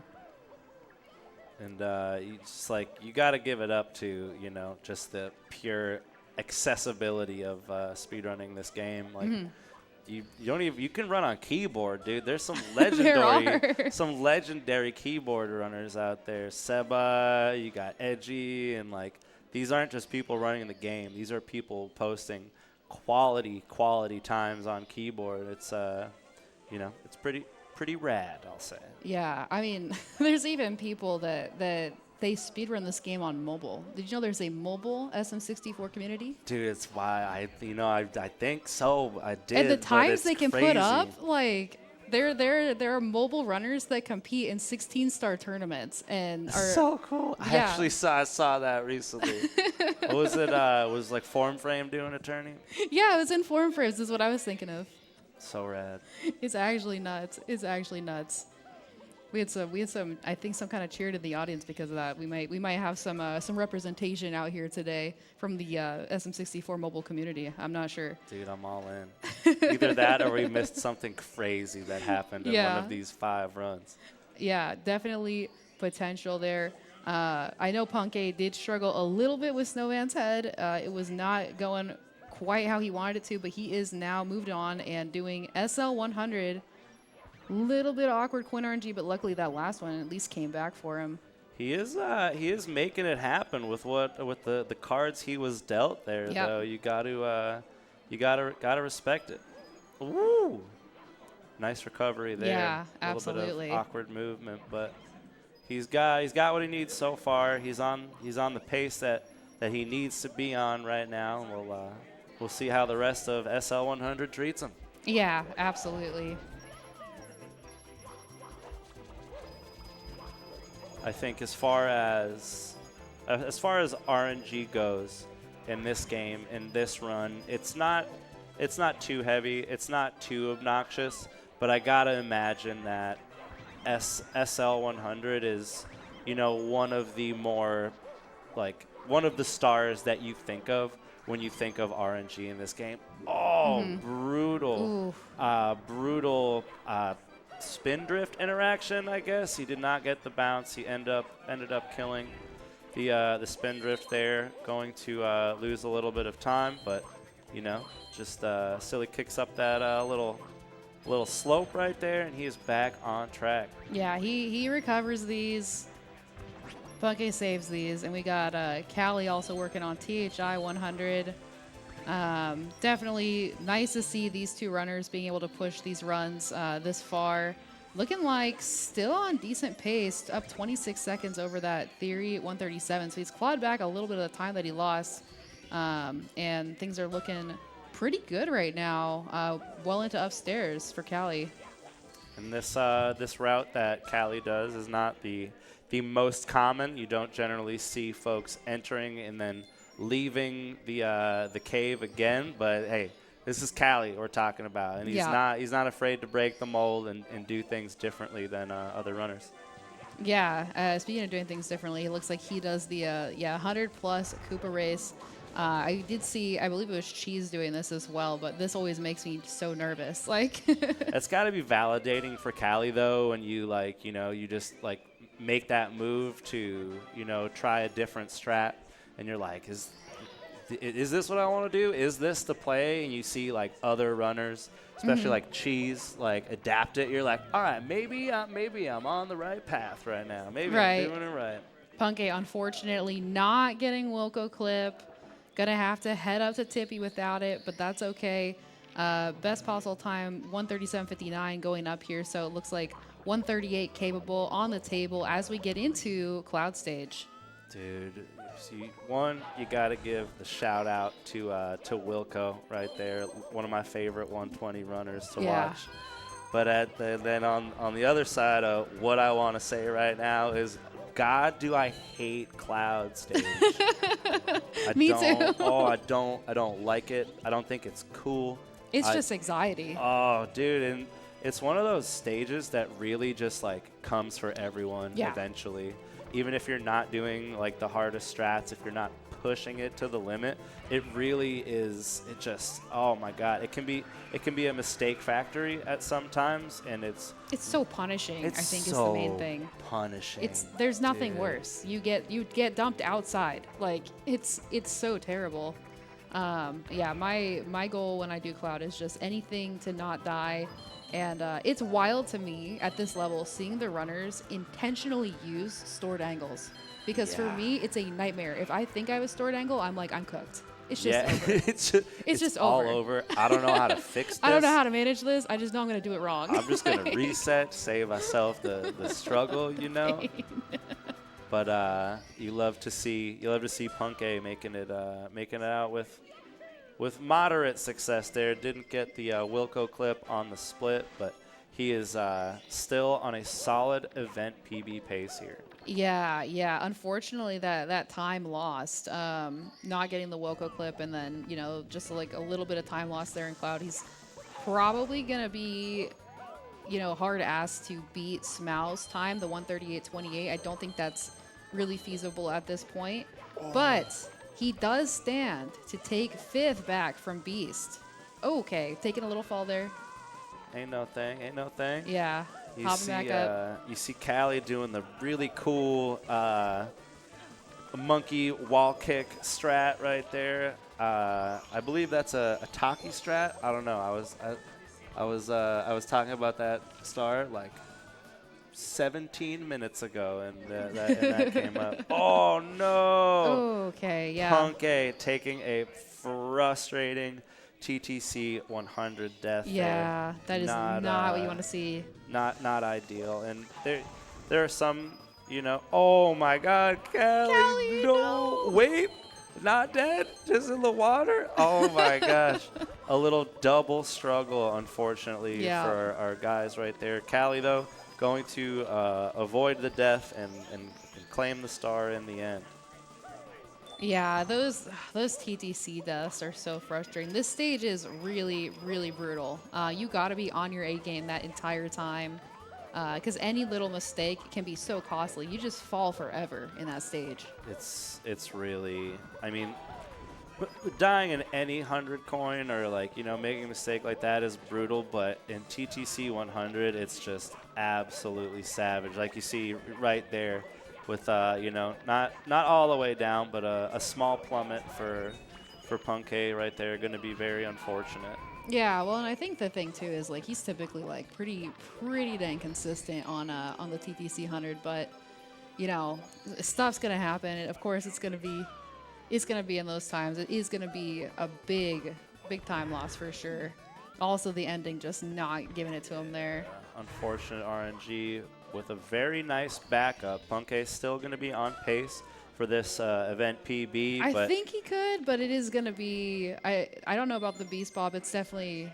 It was a significant time loss. yeah, it's not the run he had his eyes set on just moments ago, but it still may get the job done. We will see. Yeah, we'll see by the time we get out of TTC. We'll know for sure. But it is cutting close there. Ooh, that looks like an unfortunate Flippy's mistake there. Punke going to be backing this up with a moving Reds here.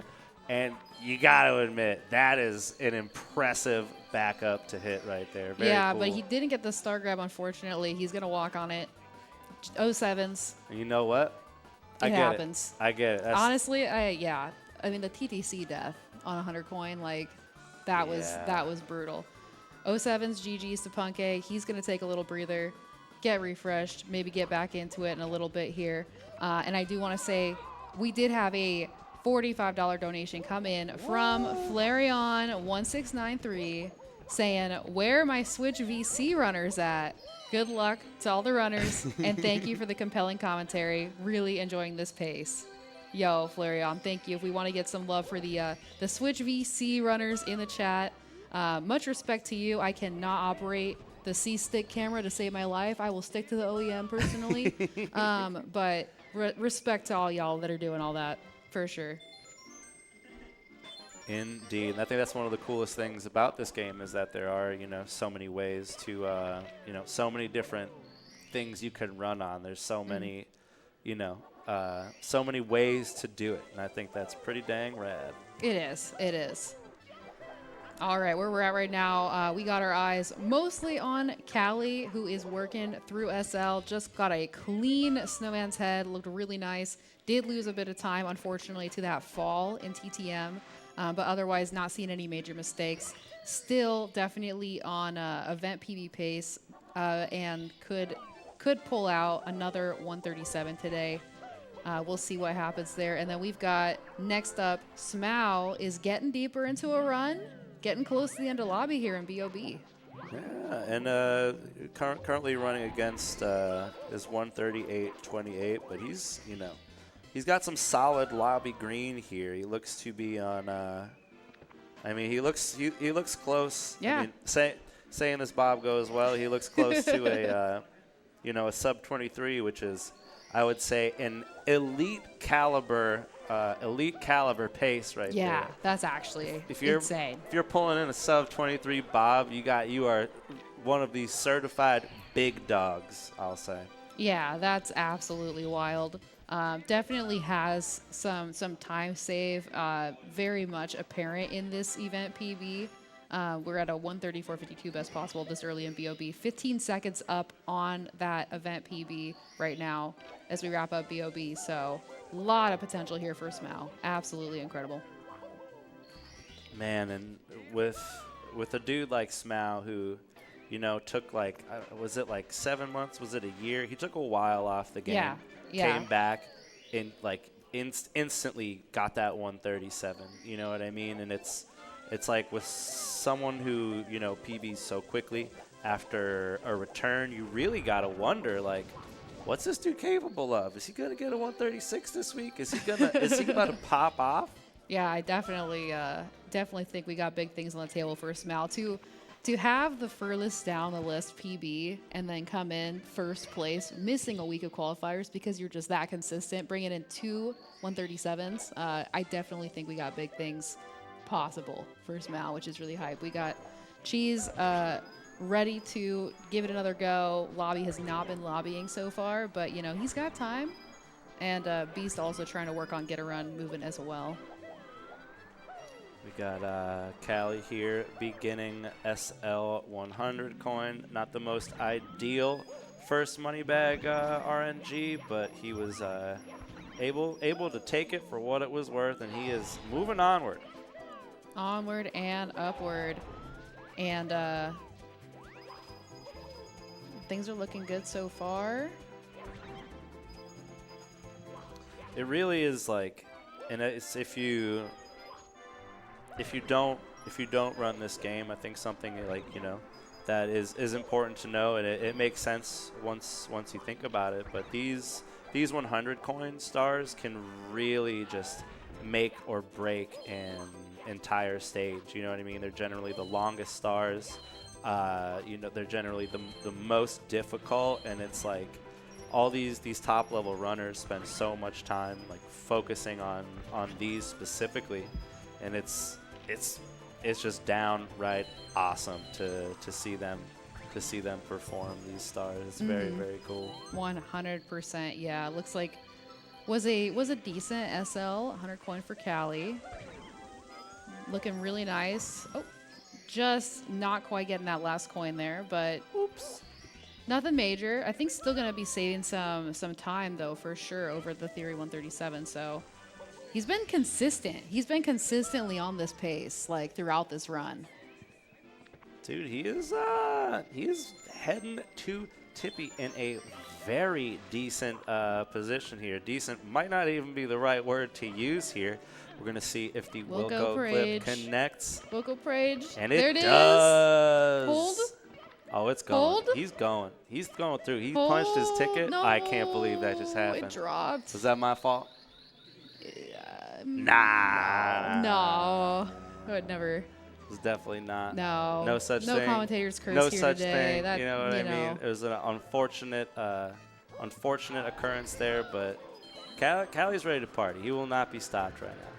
Yeah, he absolutely will not. He's gonna lock it in. There we go again. There's the intentional stored angle that I was talking about earlier. It's just wild what they'll do to preserve speed and ensure that they get those quick angles when they're getting this star. It's crazy to me. This is my least favorite star to do personally, but it's not bad to watch, although nerve-wracking. Way more chill to watch than do on a run, for sure.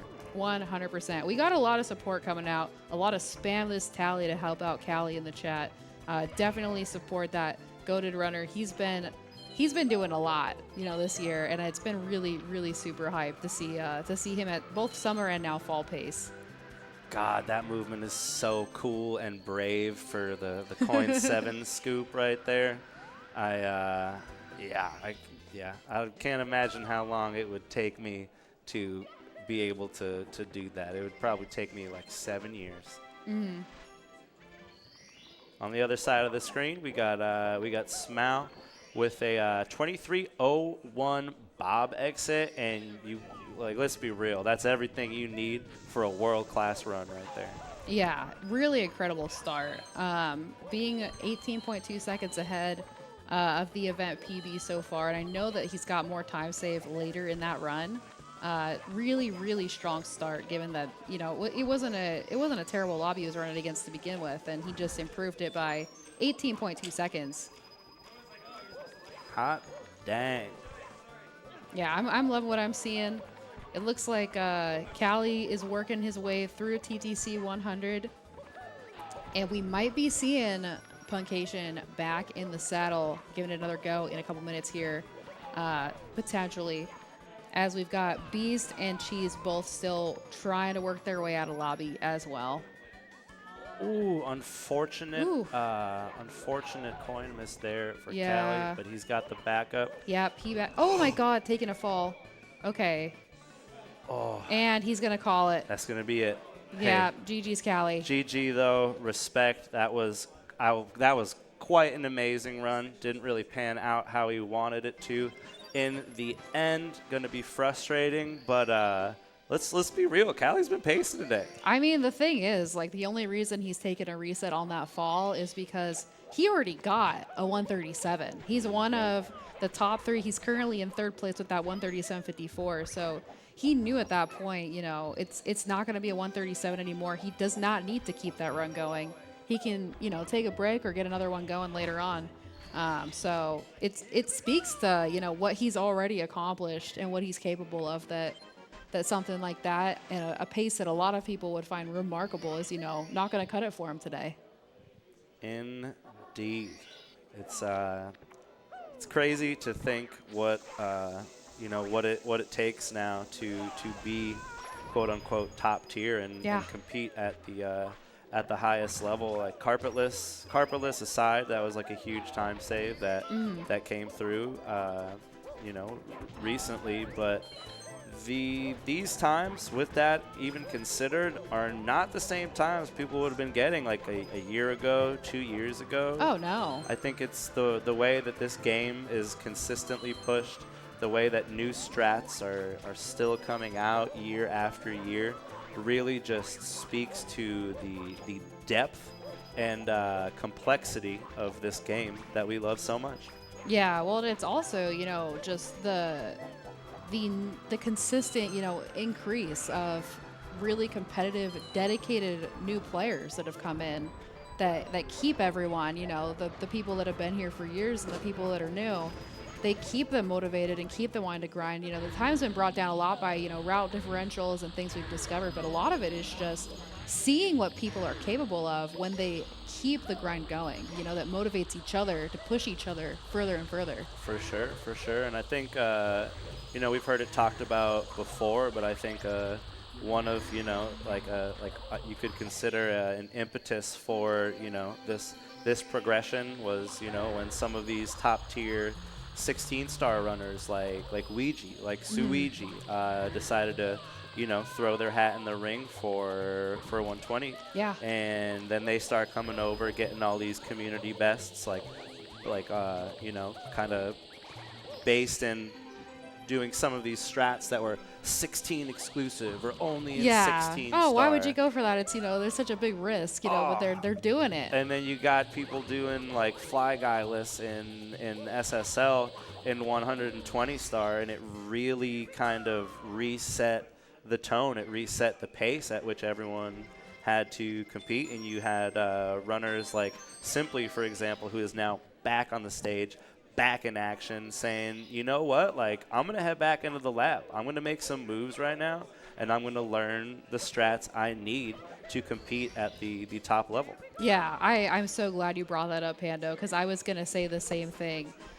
Seeing, you know, the way that these new runners have brought in, like, that new wave of motivation for these long-time runners, like seeing Simply get in the lab, put in those hours, seeing Cheese commit to, you know, multiple no reset months to push their times because they knew what they were capable of. I love that they were inspired by that and seeing them, you know, pull out PBs. Simply now on the cusp of a 136, you know, pushing, you know, maybe what they even thought they themselves were capable of. I love that about this new wave of runners. You know, it is so competitive and it is so, you know, difficult when you know, you've been doing this for a long time and you see these people just come in and, like, you know, blow these new times out of the water like so quickly. But I love that response is, you know what, I'm fired up. I want to get back in the saddle. Like, I am capable of more.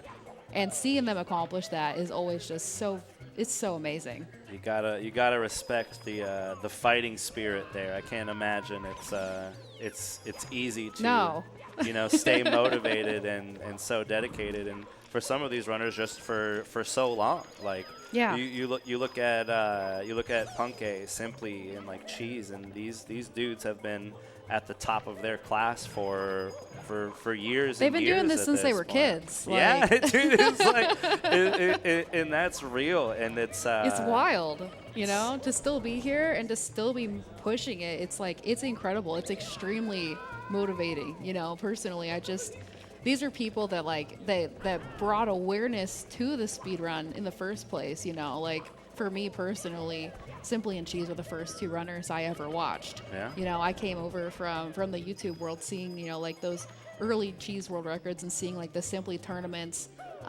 Those were things that got me into, you know, watching speedrunning in SM64, to see them still, you know, able to compete at this level. And, you know, them excited for what's happening. Like, you know, they're saying, like, we interviewed them last night when we were closing, and Simply was like, you know, I want to see a world record. I just want to see someone get a record. You know, like, they're excited to see, you know, what they're capable of and what these new runners are capable of as well. So I absolutely love that about this event.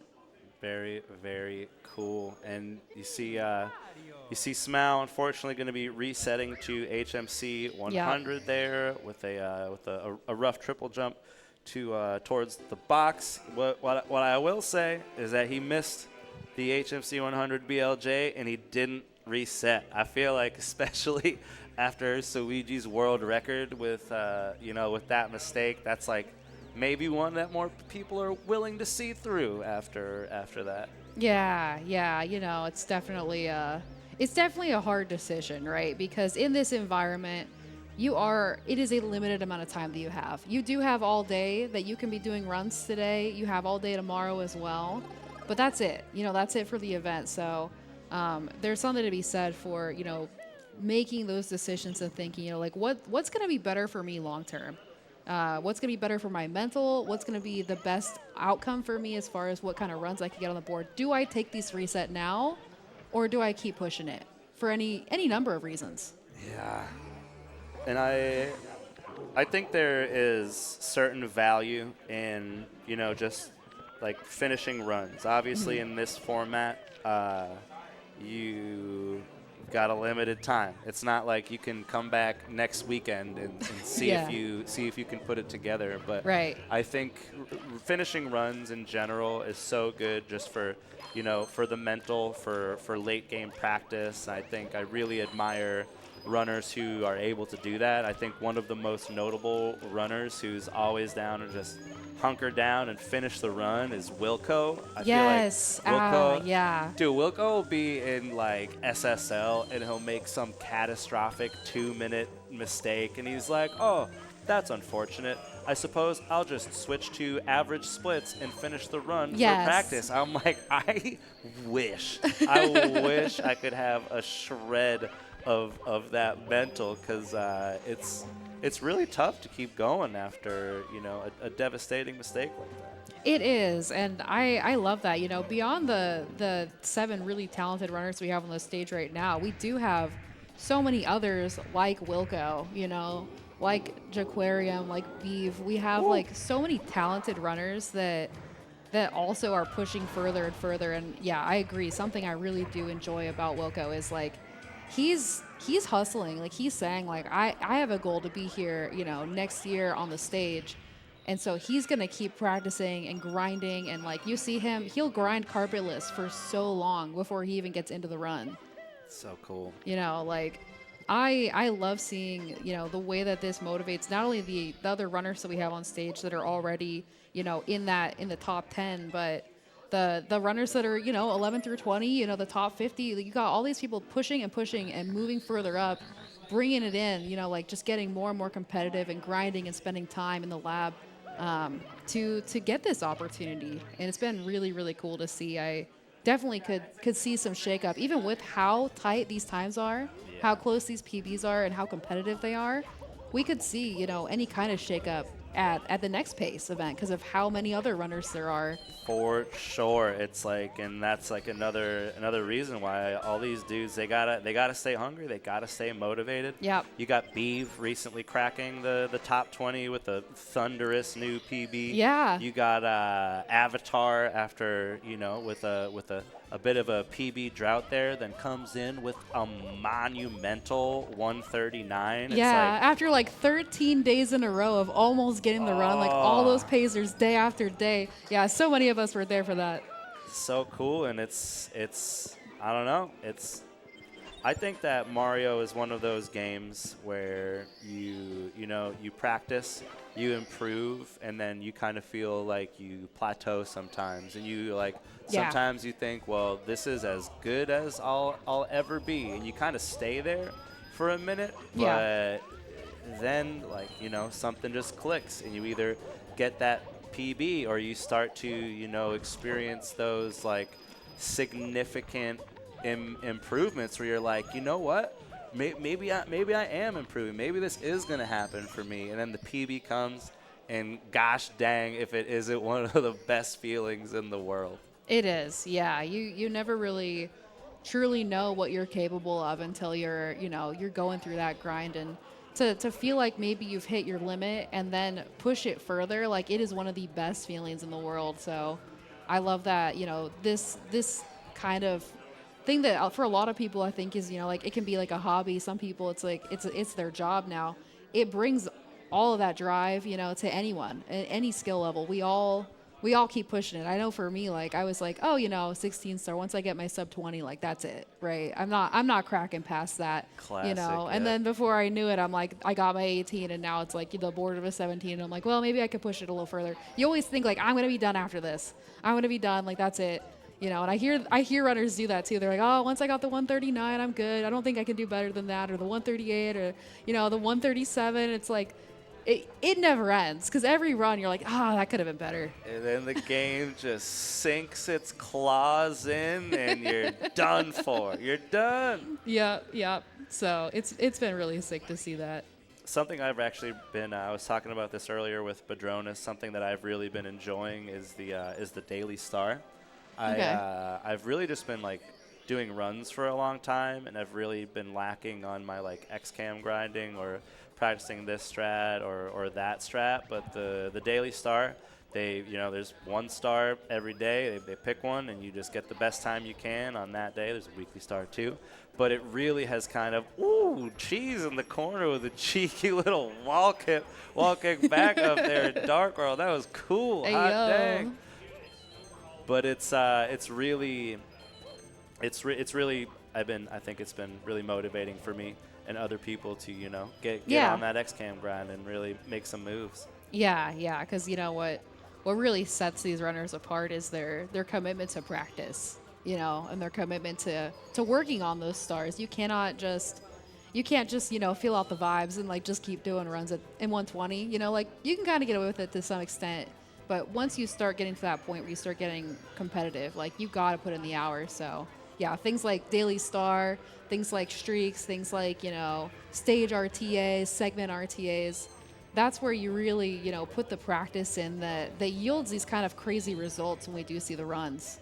For sure, and I think seeing runners like Suiji, spend so much time on practice, whether it's doing streaks or just grinding, like this XCAM time or this segment, I think it really kind of put into perspective how important practice is, when I feel like at one point in time, maybe the focus was like a bit more on like, doing runs, get your runs in there. And if you get your runs going, then like you're going to get one eventually. But I feel like after, Suiji's most recent kind of like grind, then coming back to runs, it really kind of made it clear that practice is the big dog way to go about it. Yeah, 100%. And I do want to say we did get a $10 donation from one of the goats, West Dog. Yo! He has a request. It says, can we get Simply to shout, Green Suiji has done it again? And I will say, Simply has left the building. He ran away before that donation came in. I think maybe subliminally he knew that he had a request to fulfill. So we'll try to get him back here, Wes. You're just going to have to hold. But anything can happen. Definitely keep those requests coming in. We will do what we can here in the booth. Shout outs to Wes. Thank you again for the $10 donation. He heard you coming, dog. He skedaddled. He was like, I'm out of here. I'm just kidding. I love you, Wes. We miss you. Perhaps, Wes, if you went back to the OG Shrek Dog, maybe then Simply would have acquiesced. He's tight with Shrek Dog, man. You gotta consider this. Get him, Lucky. That's what the people have me here for. We got Beast right now, furthest along in a run, pushing through SSL at the moment, and looks like plus 35 on the event. No, it looks like the 137 is what he's running against. Yeah, and look at yo. Plus 35 on PB. That's not bad. Plus 35 on the splits with a Bob exit of 23-29. That's good. He's chilling right now. He's just gotta stay steady and rock this out, and he can really put up the time that he needs to. Yeah, absolutely. I know most of the runners have chosen to, for the most part, they've been running against their event PB and not their own. But I do think, there is definitely a benefit to running against your own PB because, what you're capable of, and just seeing, okay, where am I at right now? And maybe I can push myself to, be as locked in as possible for this run. We'll see what happens there. We got Callie wrapping up JRB 100 coin right now. We got Smau in JRB 100 coin. Maybe a little, maybe we'll see a little unofficial race between the two. It's a little early to tell. You know, lobby has been brutal today. We got Punke also in JRB at the moment, and Cheese wrapping up Dark World. So it's still early for a lot of these runs, but definitely a lot of potential. We do have no resets until, I believe, 8 o'clock. So, because we had that extra hour extension since we started late. Well, So- I will say that I JRB leave in all of these dudes right now. I'll be honest. Oh my goodness. All right. Well, that's great. I'm not. Don't go. Don't leave. Don't leave. You can't leave. You're stuck here. Why haven't we gone to ad break yet? You're stuck here for the next certain amount of minutes. All right, I'm telling you. I guess I am obligated to do my part here. No, all the love to Pando. Listen, this is my goat. He came here. He dressed the part. He's got he's repping for the people that prefer maybe Luigi style. Even though we got Mario on the screen here, so we respect it. I'll accept this once. You gotta make some space for the green guys too. And it looks like we did have the insane return in the chat from Shrek_dog saying I was summoned. He really wants that Simply shout out. I don't know if he wants to come down here. He might not have noticed what's going on. He is getting back in the chair. Maybe we can get him to come over here and say it. Maybe we can get him over here for the line. I'm not sure. Simply, if you can hear us with your ears, we've had a donation request. Simply, if you can hear us, we did have a donation request from Westdog, who did go on to his alt Shrek dog to get it. If you want to come down here, it is absolutely up to you. It is one single line. It's from Wes, so It is Wes. you could deny this if you wanted It's to. absolutely up to you, but he did support the Urban Arts Foundation with $10 dono. If you can. say the words "Green Suigi has done it again," but in all caps. It's all caps. gotta do it loud crowd. Green Suigi has done it again. And the crowd goes wild. That was the moment we were looking for. All right. Thank you, Simply. Thank you, Wes, again for the $10. Huge. We gotta say the donations have been absolutely nuts, my friends. We really appreciate you. Keep them coming if you are able. They go to such a great cause. The Urban Arts. Oh my goodness, we're cooking, dude.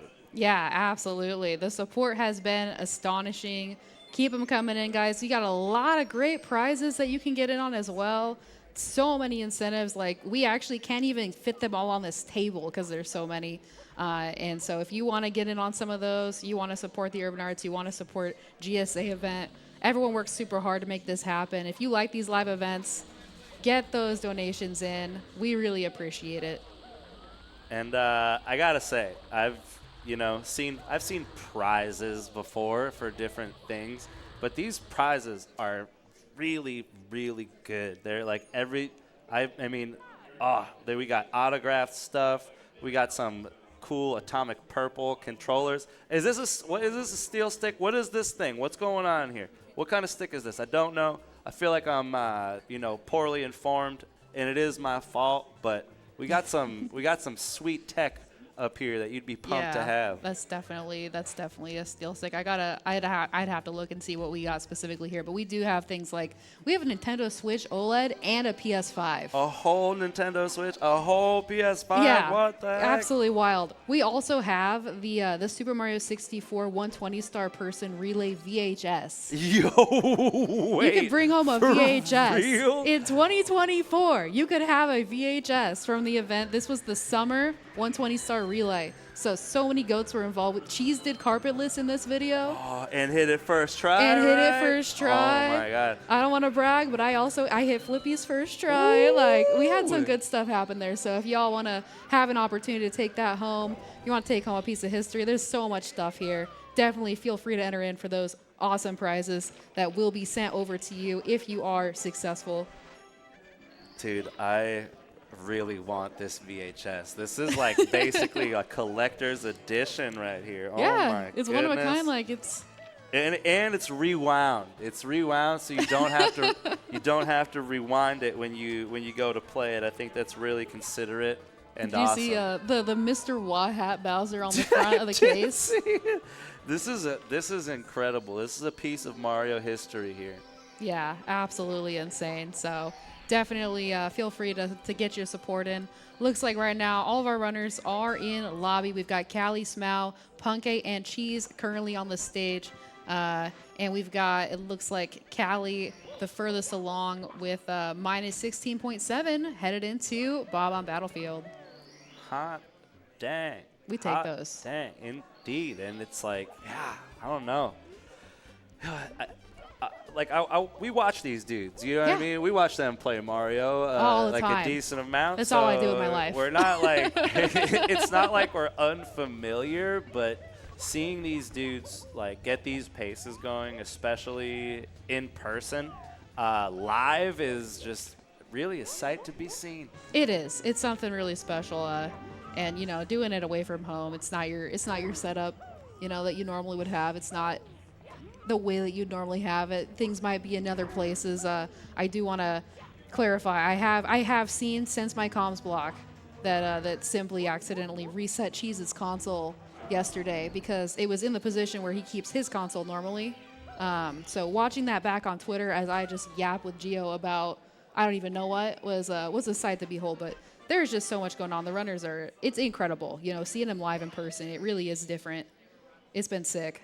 That was such a good moment. It's so funny. In time, in history. I quite enjoyed that. It was so funny, and you know, what better pair for it to happen to? Of course, you know the. Of course. I'm sorry, boys, Cheese. dude. You got the 137 like right after that, so I can say it. It was funny.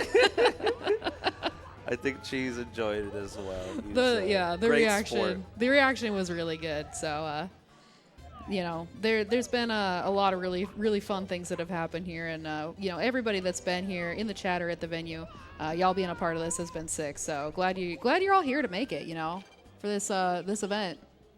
Yeah, we do genuinely appreciate the support. Y'all have been so rad this whole time with, you know, hanging out, chatting, watching, Yeah. donating, and just, you know, just Yeah. being there. Very cool. Yeah, appreciate it. The support's been incredible. The vibes in chat have been good today.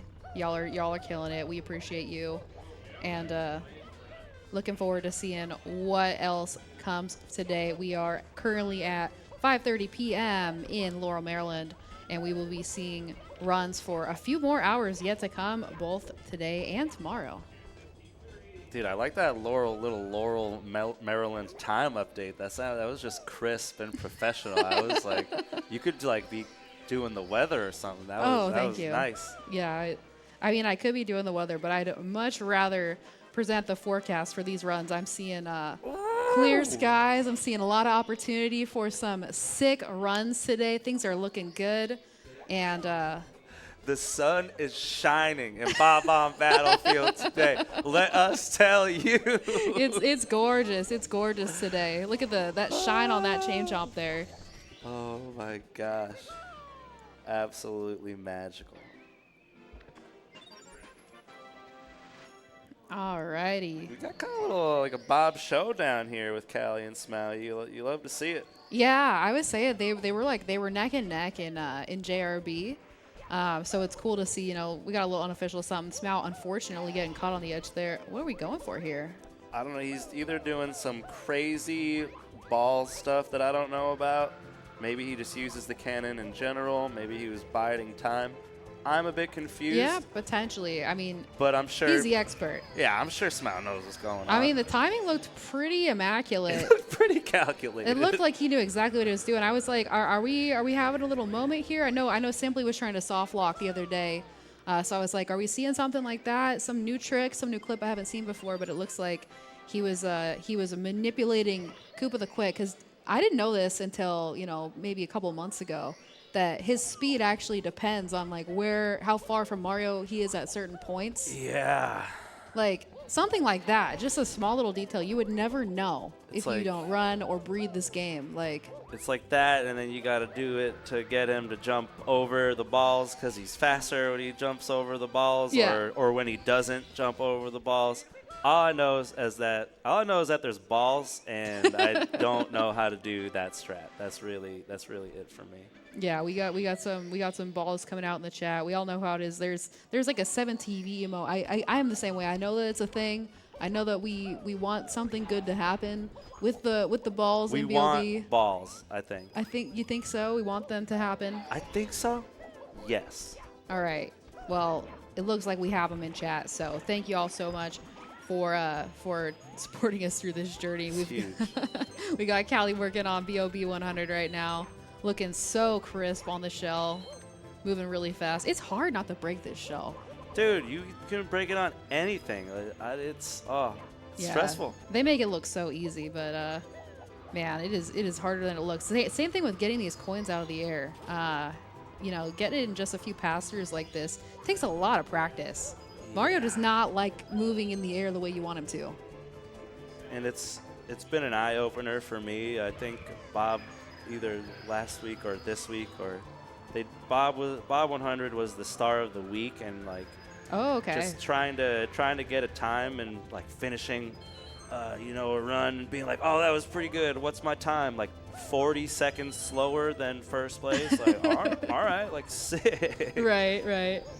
Yeah, we had a 67 out of the air for Callie. Not terrible. He is going to have to go for the box there, I think, to avoid having to do all 4 pulls. But not bad. Definitely not bad.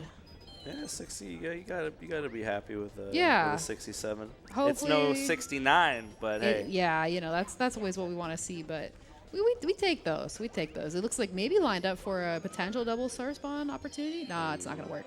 Would have been sick though. Yeah, that one coin went too far. The angle was weird, but still pretty quick. BOB 100 looked clean, looked pretty good. We got Smau also working through theirs as well. Both runners definitely on good paces here from what we're seeing. Dude, with a 22:48 Bob exit, Callie's going very fast right now. Yes, he is moving with some significant speed, I would say, as he heads to the basement. Smau with the stink face reacting to that less than savory Goomba movement around that pole. Going to have to. Yeah, and the coin's going everywhere too. Yeah, that was unforgiving. That was a big splattering right there. Yeah, absolutely. No double star spawn on the table here, as we already got the red picked up, but he will take that. Definitely going to be losing a little bit of time there, but we still got so much run to go. Curious to see. I think he will probably keep it going, given that he was able to keep a run going with that missed BLJ and HMC earlier, but you can tell he's like not happy with how that ended there. Yeah, gotta be frustrating. Bob 100, another one of those stars where that coin RNG really comes into play. But let's be real. 23-14 Bob exit. That is a killer split time right there. Yeah, 100%. And then it looks like he is keeping it going. We got Callie also keeping things going for the talent star, just the traditional way. We got Punkay in JRB. We got Simply getting into a run now. Hey, we got dudes on the stage pressing buttons right now. Like this is what we're all here for. This is a great time. It is what we are here for. We're here to watch them all push buttons on a controller in front of a screen live in Laurel, Maryland. Yes. That's what it's all about. Here we go, Callie cruising through for topless, going to connect. You love to Clean. see it. No hesitation. None. I'm surprised at the consistency you see from these runners, like on topless. Like, that is a lot harder than it looks. Dude, I agree. I switched to Hori for topless because I found one that just like works, and so I just do that every time. Nice. But if you have to like back it up, then you got to switch your controller real quick as you're like Oh, yeah. entering the pyramid, and it's very stressful. Yeah, that's a lot. It's interesting, like, to see that the things that like differentiate runners like that will like do like Hori for specific stars. I think there's someone, I don't know who it is. There's someone that uses Hori for Manta Star specifically. Yo, I thought about doing that. Whoever does that is maybe cool and onto something. You're like, that might be based actually. Yeah. Oh, dude. Ever since switching to OEM, Manta's definitely been weird for me. So maybe I'll see what's going on there. Oh yeah, you were solo Hori until pretty recently. Dude, I was like all Hori, and then my hands started hurting real bad, so I had to switch, but I didn't want to. But then in the end, I was glad because I very much so prefer OEM. Yeah, it is an awkward controller to get used to for sure. The OEM, like, you know, I won't say that, you know, they weren't cooking back in the 90s with, you know, not a lot of other ideas to go off of, but it is a little bit to get used to. That said, this game like definitely feels like it was built for that OEM. Like, it just, the movement all makes so much more sense on that than any other controller I've ever tried. For sure. It makes a big difference. So I do see, you know, you do see runners though, like Cheese, that, you know, they solo the Hori, they made it, and that's how it is, and they have no problem with getting a top level time. And that's the thing. You look at Cheese, you look at runners like Slippery Nip, GTM, and these dudes are just like genuinely some of the best in the world, and they use that. So if it's good enough for them, it's good enough for anybody, right? Yeah, absolutely. Looks like we got Cali and SSL 100 right now. Things going pretty well. Dude, so like traditionally pillar 4, but I guess we'll call it his pillar 1. That movement from his pillar 1 to his pillar 2 was really, really fast. Maybe that could be one of the, you know, the small benefits of the altered route there. Yeah, I'm not sure, like, if we've seen, you know, side by side which is optimal. It does look like, yeah, he ends in a really good spot for that last row of coins, like not having to circle back around.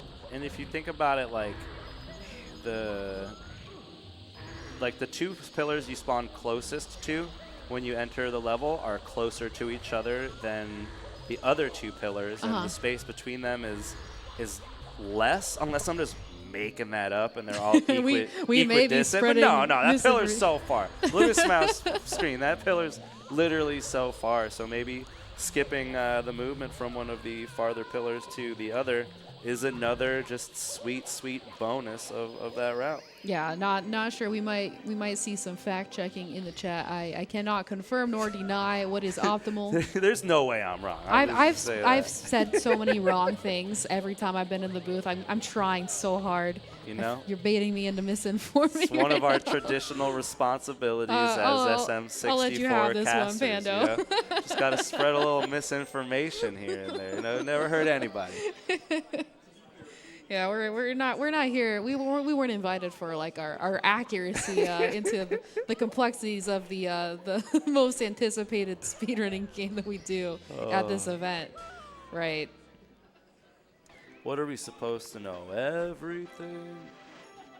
Kinda. I mean, you know, they asked for my commentating experience. They did not ask for my 120-star PB, and if they had, I would have been reluctant to give it to them. So we take those. Oh my God. Now we've got Cali here beginning HMC 100, another one of those pivotal stars during the run. There, you know, some stars are pesky enough and hard enough where they get their entire own split. So you'll see people, you know, starting with HMC 100, it's got its own split, as does DDD 100, and it's, you know, it's just generally one of those parts of the run that it has historically bothered runners of all speeds. It's such an interesting 100 coin.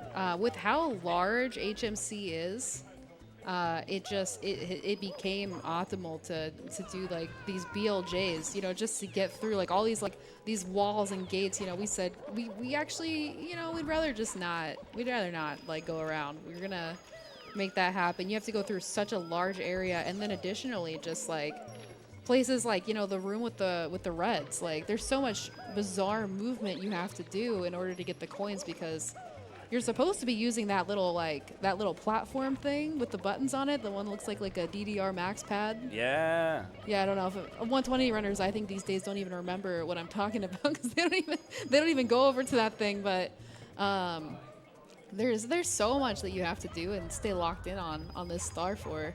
It's actually absurd. So I'm so impressed. Like, I love watching a good HMC 100.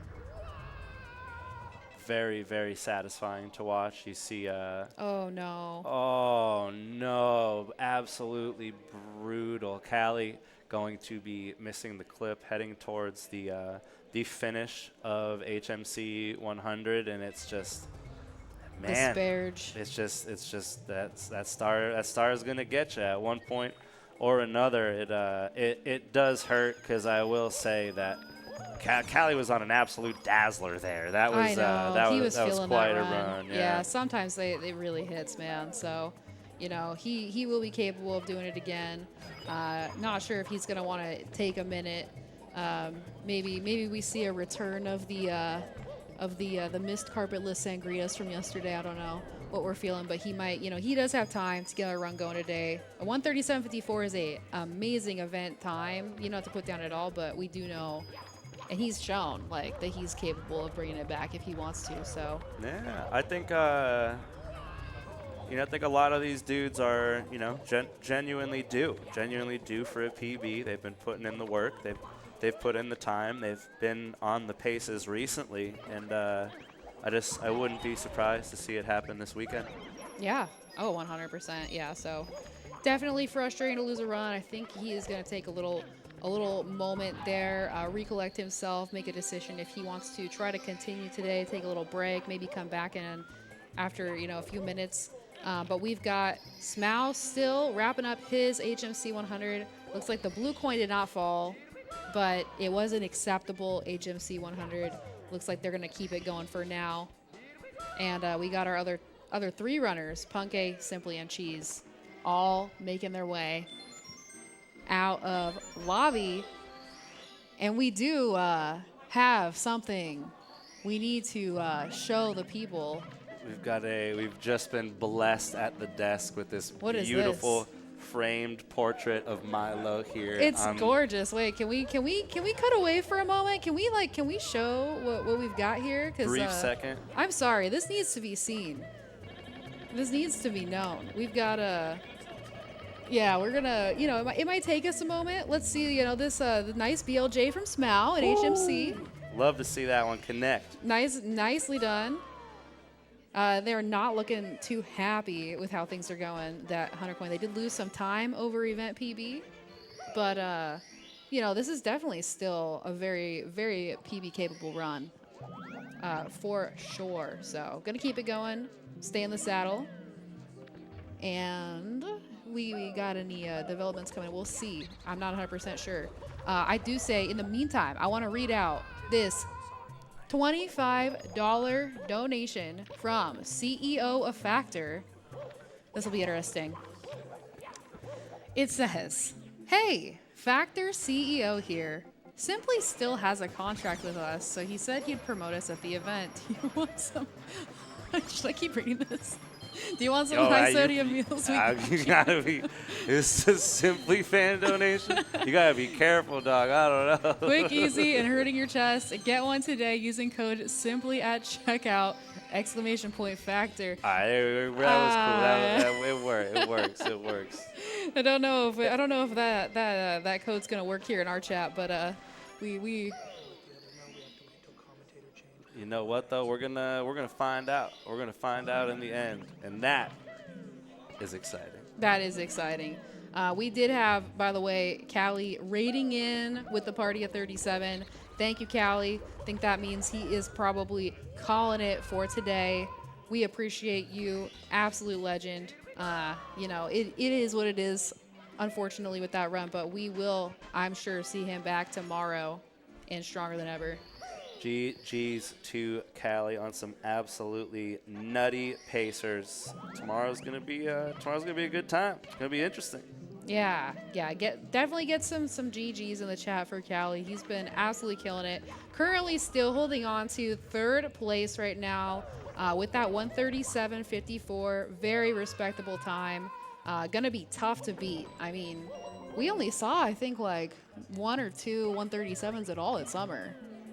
So this is like it's a competitive group we've got here. So Dude, it's I don't know. I'm just I've been blown away recently by the ongoings in 120 star. You know, Yeah, I 100%. I think we all have. I think really the past like year, couple years have just been kind of amazing to watch. You know what I Yeah. mean? Like lots of progression, lots of you know, maybe new folks on the scene.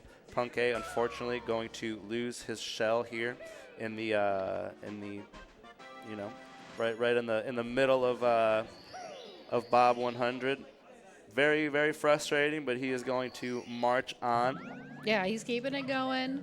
I mean, that is something we had just talked about a few minutes ago, like how easy it is to break that shell. But these runners, you know, they know how to. They don't need it. They don't need it. You know, it's less than ideal, but they can move on without it. And we got Smau right now wrapping up. HMC actually pulling back ahead of the event PB just a little bit. So headed into LLL with a best possible time of 135.34. Definitely lots of room in there for an event PB at this point. So really nicely done. And definitely experiencing a little bit of frustration in the run, you know what I mean? But Yeah. I think one of the exciting things about, you know, this tournament, this format, is that, you know, you really get to see runners kind of finish or like, you know, continue these runs that they wouldn't normally. And I think that, you know, we've all learned recently that, you know, maybe a significant mistake or two isn't the end of the world, and you can be greatly rewarded for persevering and not giving up. Yeah, 100%. We've definitely seen that, you know, with all of these runners at some point or another. So I'm really rooting for them. I know they're capable of it.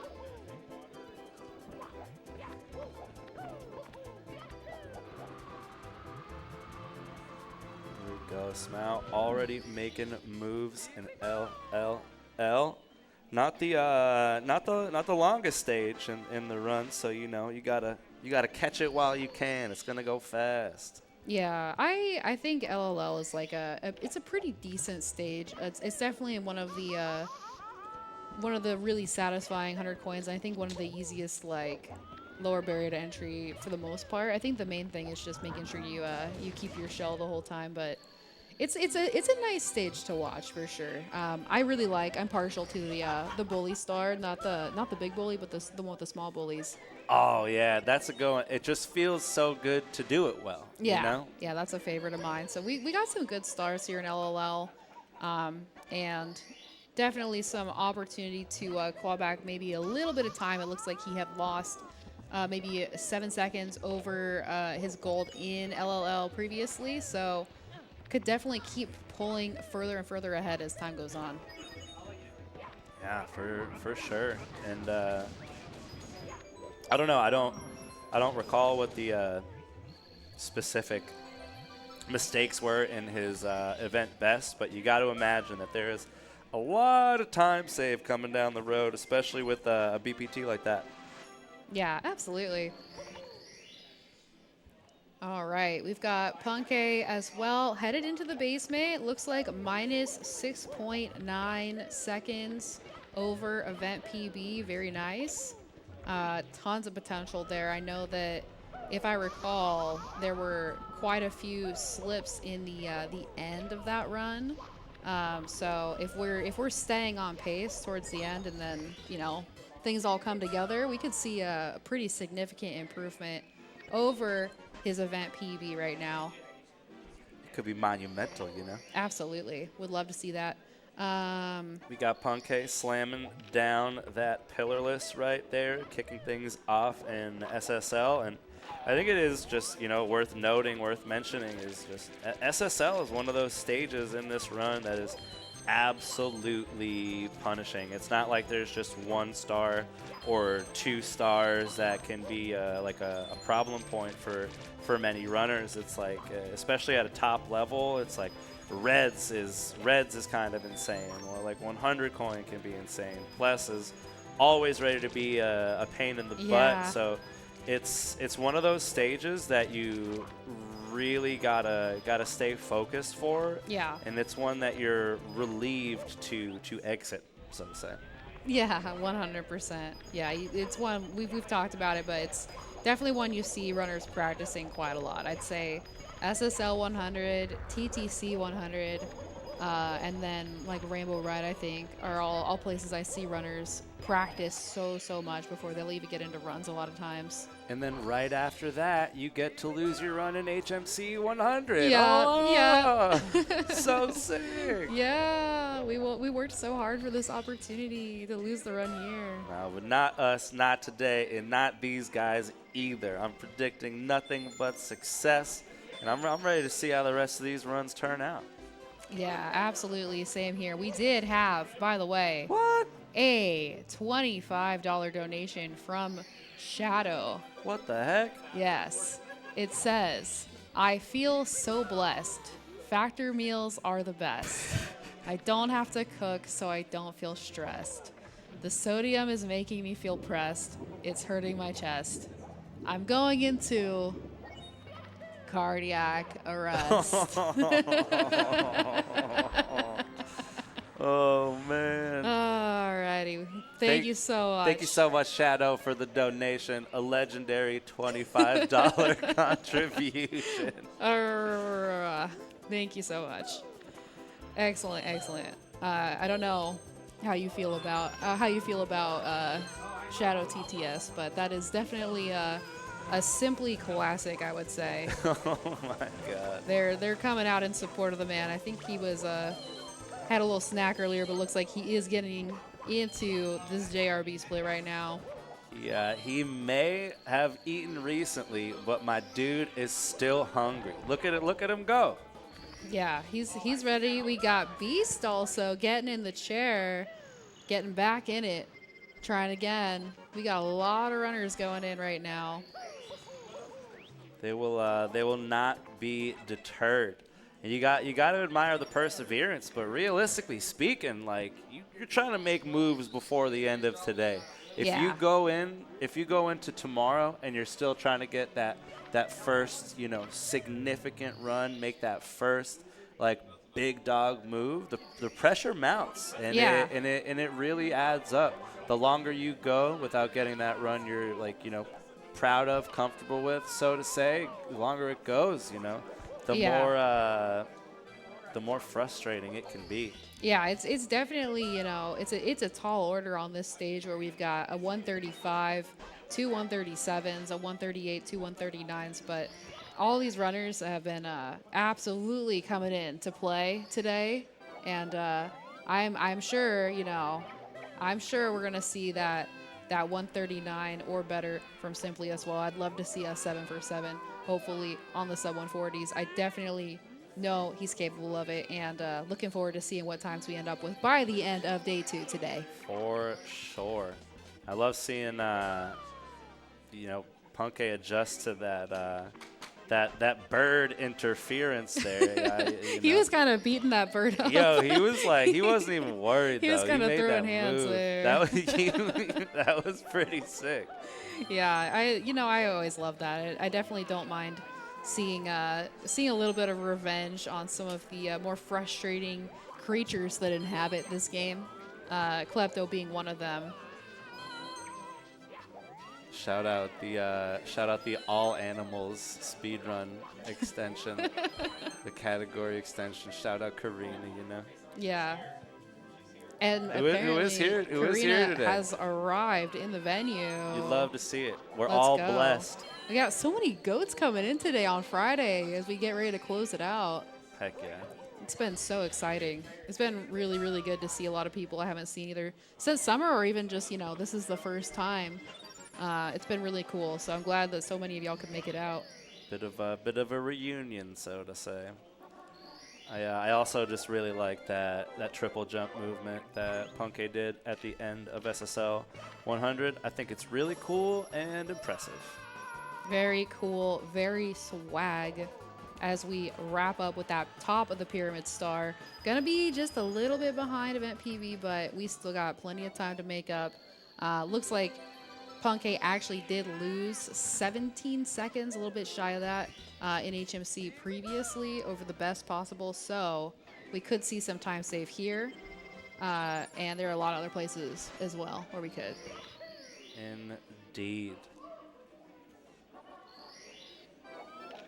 Yeah, right now we got our runner furthest along is still Smau. He's working through CCM at the moment. I'm saying so many letters. 2.6 seconds green over the event PB of the 1:38.28, which currently has him in 4th place at the moment. Definitely capable right now of a 137 on this pace. Or, you know, even just a lower 138 would probably be nice. Helps to mint that position in 4th or better. I think, you know, so far in this run, he's got what he needs, you know. Yeah, really nicely done. We got the 100 coin plus Penguin Race Classic going on right now. Looking pretty good. We got Punke in the ever terrifying HMC 100, where we saw Callie lose his last run. Hopefully things go a little better here, and we've got, looks like Smau's got that 85 coins that he needs, so, you know, no problem here. I do see a lot of people say that they think CCM is an auto scroller. What are your thoughts on that? Oof. CCM is my best stage, so maybe that's true. But I don't know. I'm always just ready to die. I'm always ready to die is a crazy bar. Unfortunate miss on the HMC 100 BLJ there for Punke, but Yeah. he is still rocking. He knows he can make that up later in this run. He's not worried about it. Alrighty. Yeah, absolutely. Looks like he's just about to wrap it up here. We'll see how he's come out of these out of this split, 'cause he definitely had a little bit of time to save. We'll see if that coin fell. Looks like it did. We take those. Not a bad spot either. A little far, but not bad. At all. You know, hey, if it drops, usually you're having a good time, and Punke is definitely going to take that one right there. All right, and I think with the wrap up of HMC 100, that will also wrap our time with you all, chat. It has been a pleasure. Thank y'all so much. Hey.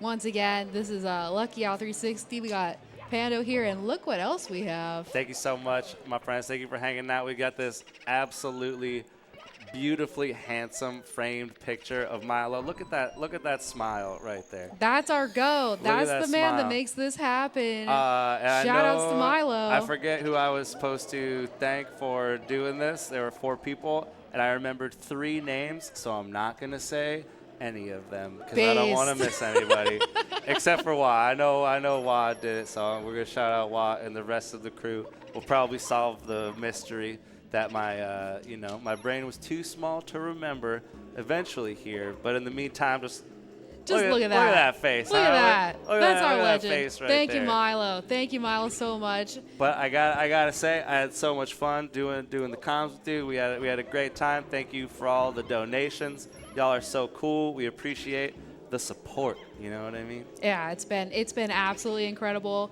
Y'all keep them coming. We still got lots more Mario left to play today. We'll have 2 more commentators joining us in the booth in just a few minutes. We're gonna go to an ad break. This is Lucky Owl 360.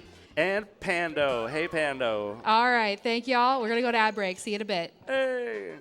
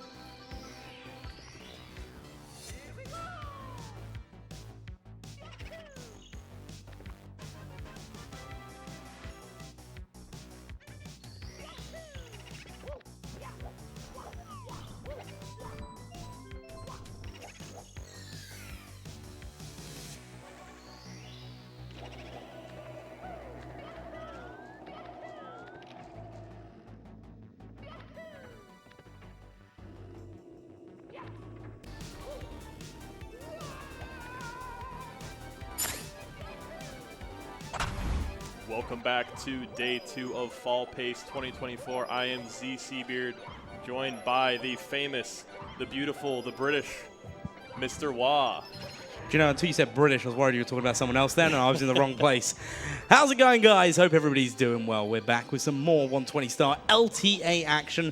And as always, as still we are raising money for Urban Arts. Absolutely fantastic cause, giving a chance for education for those that may not otherwise be able to have access to it, and specifically in video game design and development. So you never know, the next great SM64 speedrunning style game could be made by one of their students. Right on the horizon. You could contribute to that. And if you do contribute, we have a lot of great prizes, as you can see here. Yeah. Make sure you check out all of our great prizes right here. Yeah, all of these great prizes. A lot of really cool prizes you can see right here. So make sure you get involved in that. Exclamation point UA and exclamation point donate in order to figure out how to donate and what you're donating towards. Yeah, no, absolutely. Now, as we look at the gameplays that we've got going on, we've got 6 runners still up. Callie is done for the day, so that leaves us down with 6 more for the day. They currently have 1 hour and 53 minutes left on the resets, so that is an hour and 53 minutes to either pull out the best run they've got now and then try again, or they've got an hour and 53 to make sure that they get onto that all-important run that could make the difference between first and second, second and third, third and fourth, fourth and fifth, fifth and sixth, and sixth and seventh. And we've seen a lot of good runs today. I mean, obviously, we've seen the 135 from Sweetie. We've seen a lot of deep paces from Callie, who is currently done doing runs for the day. And we've seen a few finished runs from Beast. We've seen a lot of good runs, and there's still plenty of time left. I mean, there's 2 hours to reset, which means there's more time after the resets for you to get a good run in there. So we have up to about 3.5 hours of good runs left.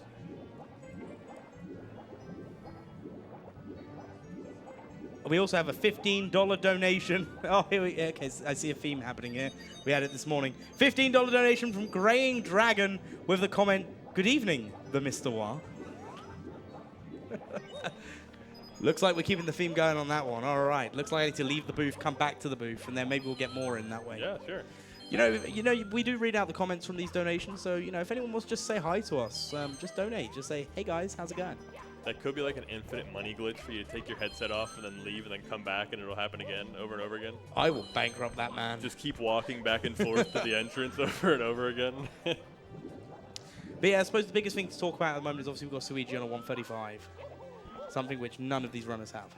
Yeah, and right now, based on the splits, it looks like Punkei may be doing his favorite star of the game. I'm not sure, but That's an amazing name. it looks like he really likes this star. So Great I'm star. excited to see how he performs here.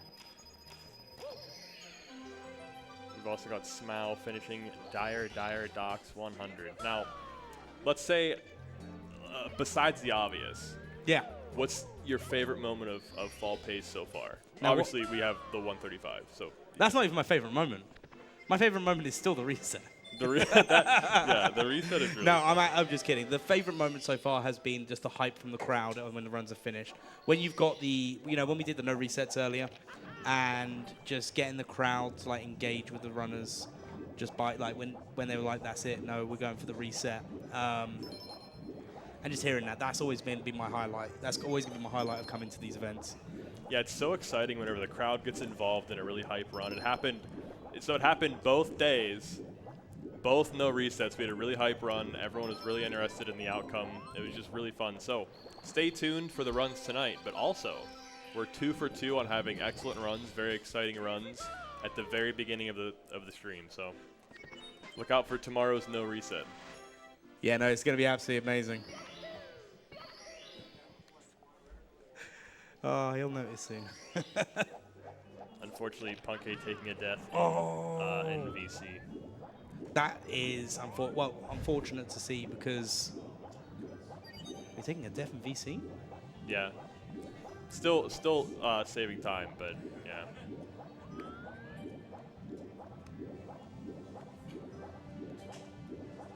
I hate to see that. It's tough too because it's just 1 star for a split, but it's really difficult. I mean, you have to wall jump off of these poles, and they're very thin. It's very understandable for something like that to happen. Yeah.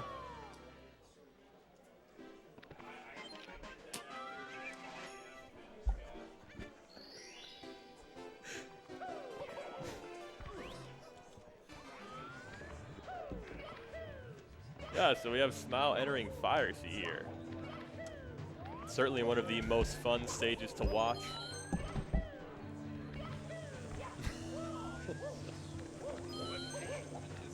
So far, so good for this Fire Sea. Good job avoiding the Goombas. Unfortunately, simply taking a reset. Yeah, Smile should easily get this lava boost cycle. Very nicely done. And again, make sure if you haven't already and you have the funds to do so, please contribute to our Urban Arts Foundation. Really cool that we have so many prizes this year. There are so many available. I think there's 17 available raffles, including a PS5. That's right, there's 17 prizes currently up for grabs, ranging from controllers to signed goodies. A lot of signed goodies. A lot of signed goodies. There's actually 2 pictures from a voice actor from the Lego Star Wars games. That's correct. David Menken, the voice of Luke Skywalker from the Lego Star Wars Skywalker Saga. And I'm sorry, Mr. Wall, what's that Squishmallow stuffed animal? What's that called? Kumagashari, something like that. Yeah? We had Mr. Tiltify, yeah? We've also got a brand new 18th prize on the Tiltify that will be up very shortly. Keep your eyes peeled for it. It's a really good one. Probably our best prize yet, I would say. There's going to be a lot of donations going into this raffle specifically. And if you're here live at the venue, you definitely want to come have a look at this 18th prize.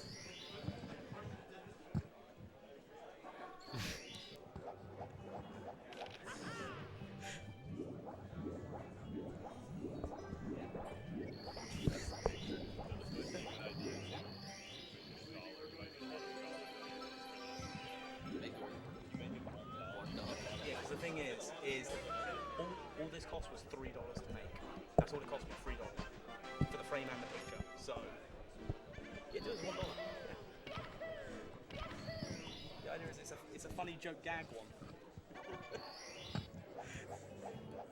All right, I'm back now. Sorry about that. I was organizing some stuff. We were strategizing. Yeah.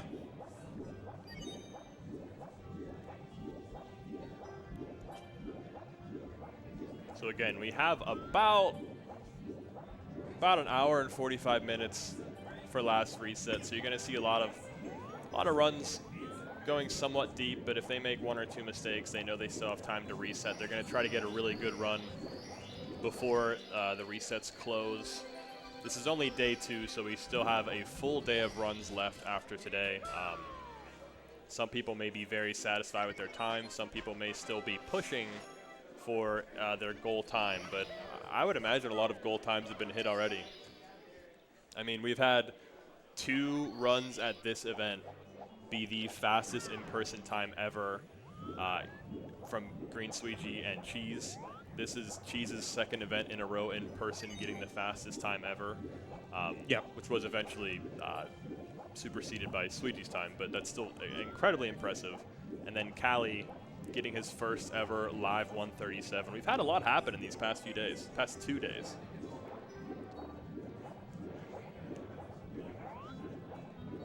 It's been a lot of exciting runs. And more to come, I'm sure. And I don't know what you think, Mr. Wah, but I think the most exciting thing about this lineup we have on stage is that anybody here can 136. They're all 136 capable. Yeah, they're all 136 capable. All it takes is for them to get that run off the ground. That is the biggest thing for them. And in a live setting like this, obviously you've got a lot to take into consideration. So, you know, some of these runners, you'll notice that they've got headphones on, so they're paying attention to game audio. Some of the runners have to listen to us the whole time. And that's a big distraction. Like, when you put it in comparison to the qualifiers, the only distraction they had was their own communities. That you is know, true. and they chose their level of interaction. Now they're on stage, they've got to listen to the crowd behind them. They've got to listen to us talk about their gameplay. It's a big difference. And, you know, they've traveled, they're out of their comfort zone. They're not sat at home. They don't have the comfort of their home comforts, whatever people have as home comforts. Yeah, but you say that they have to listen to us. I'd like to imagine that they decide to listen to us because we have such insightful and interesting commentary. Yeah, sure. Why not? I'm being optimistic, but maybe people are like, I would love to hear ZC Beard and the Mr. Wah commentating, talking about what I'm doing. Mr. Wah rapidly refreshing the rewards page to see the new reward popping up.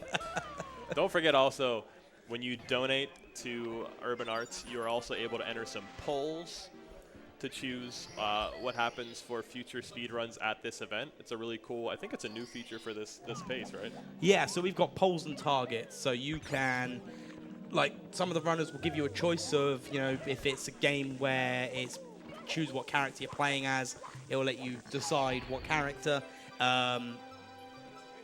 Maybe there's a certain goal in the game they wouldn't normally go for in a run, but because it's a showcase, they're not going for a PB, so they'll go, hey, you know what, if you put it towards this, we'll then do that.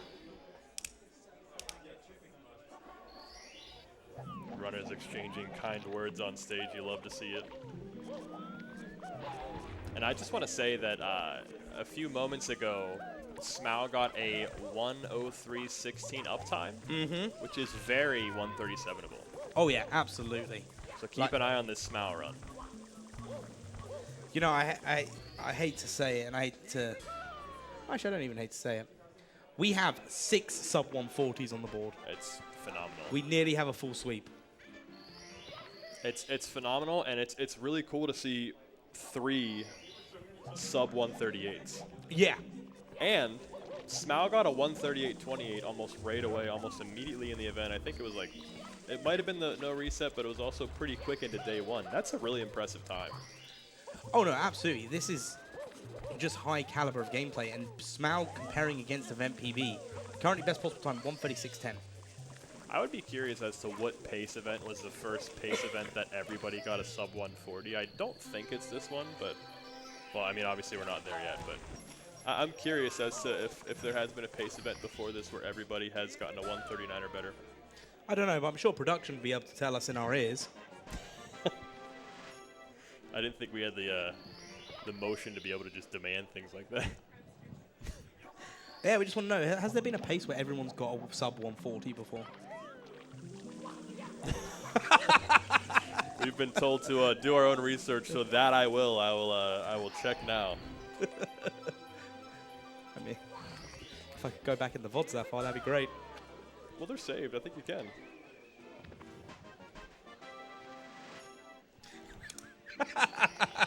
Okay, guys. So as the sound of disappointment right there. We've been very enthusiastically told something. So there are now 18 prizes on the Tiltify. Okay. So we've got the HDMI modded Nintendo 64 console with a $20 donation, the Nintendo Switch OLED for a $25 donation, PlayStation 5 for a $30 donation, or here's the new one, a signed picture of Milo, the head organizer for PACE. We have a signed picture in frame of Milo for a $1 donation or more. We'll make sure to show it again whenever we're back on camera. We would love for you to see this. It's a great prize. Yeah. And it's only $1. Exclamation point donate. Get your dollar in the hat. You want this picture of Milo. It's signed. Exclamation point donate. It's only $1. Make sure, even if you're donating $5, why not donate $6? Get what you want. And get 6 entries. Or you get 6 entries, or you can donate for the Squishmallow and the Milo picture. You can donate $21, go in for a $20 prize, and then a picture of Milo for $1. I mean, this is great value.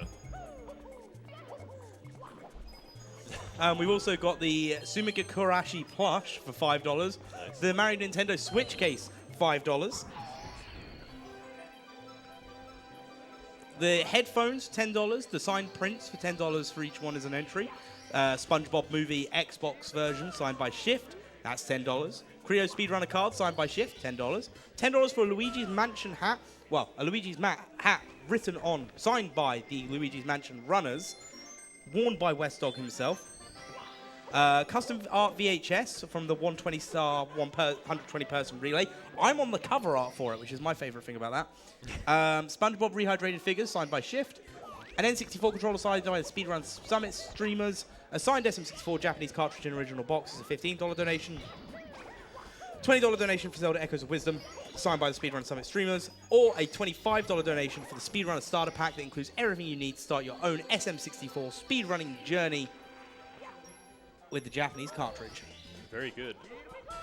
Sorry, I'm doing research now to see if I can find this. We'll figure it out later.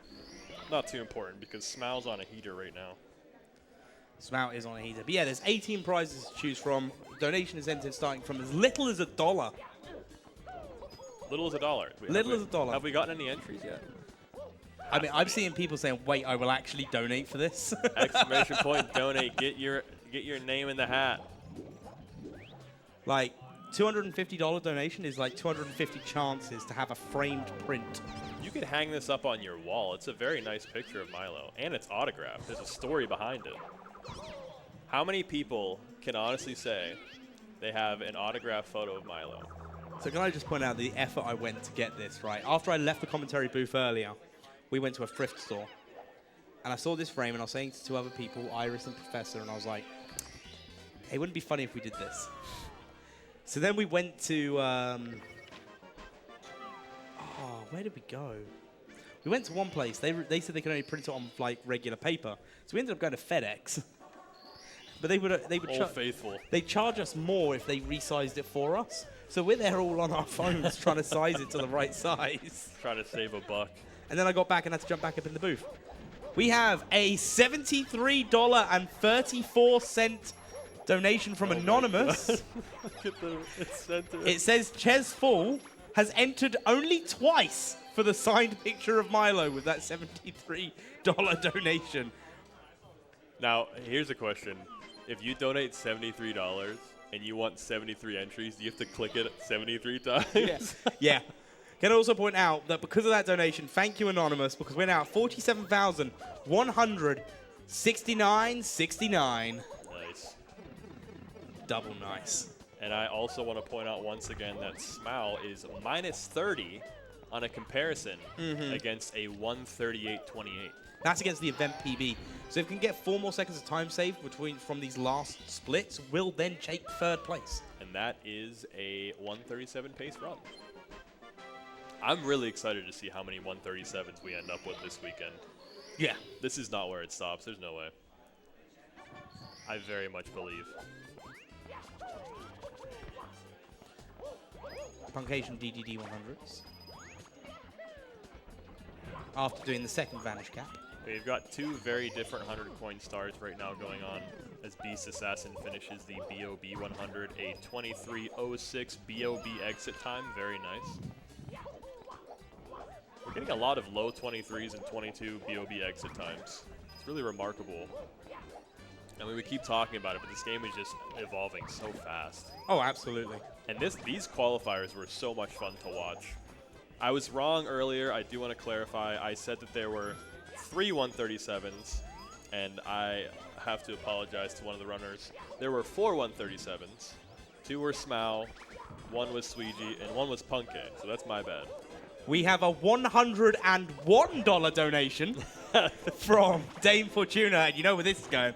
Entered in for the Nintendo 64 controller signed by the Summit streamers, the HDMI modded console for the N64, the Speedrunner starter pack, the Nintendo Switch OLED, the signed SM64 Japanese cartridge in original box, and that extra $1 went towards that signed picture of Milo. We love to see it. Thank you so much for your generous donation. And with the comment, good luck to all the runners. Thank you so much. Good luck right back at you in your raffles. This picture of Milo might be the most entered in raffle by the end of this. It's a good deal, though.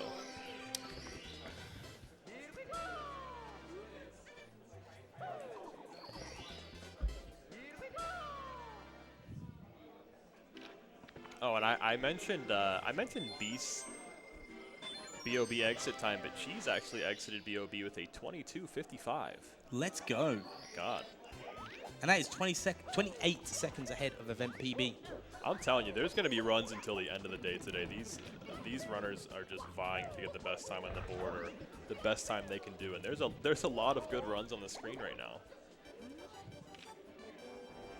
And SSL is such a fun stage to watch. DDD's very relaxing, very nice. Good luck on the comms, old man. I know From your exactly who best said friend. that. You don't even need to say it. I know who said it. Yeah. My biggest hater.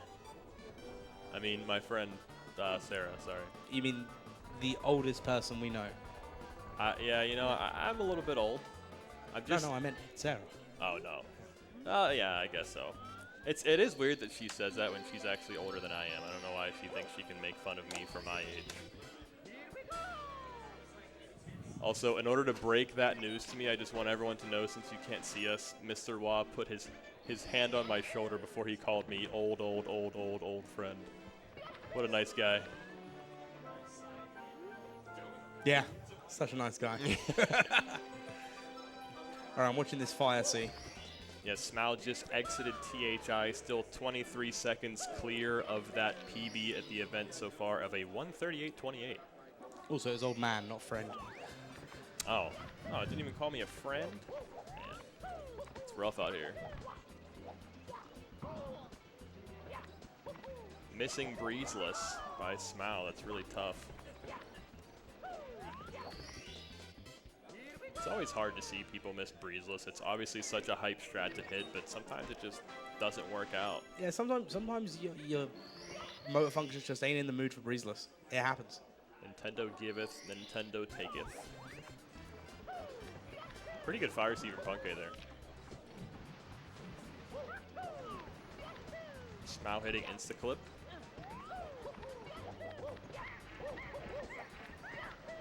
Again, you can tell Cheese is having a good HMC hundreds because he got early Spider Cycle.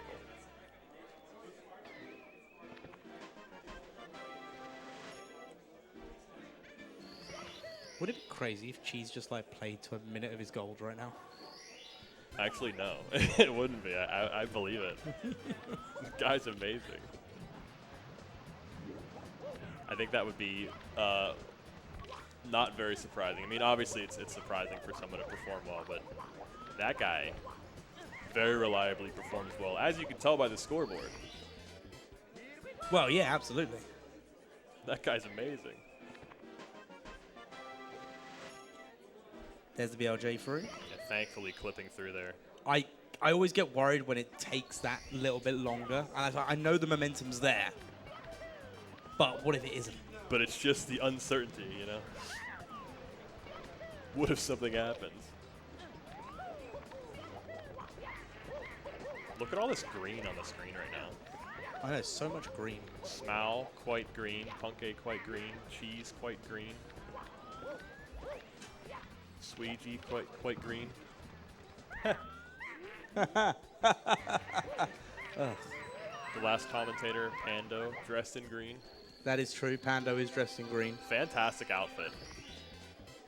Why are the shorts so short, though? You can pull them off. If I could pull off shorts that short, I would definitely wear them. That's why I'm wearing pants every day. Also, I'm cold because I'm bald. I'm just always cold. Cold, old, and bald. That's me. You said it. I did. I don't mind. All right, where are we at the moment? Smile just hit the Lonely Mushroom Star. Yep. Punkay is getting ready to finish up. Dire Docks just needs the Collect the Cap Star. Beast is beating up IROC.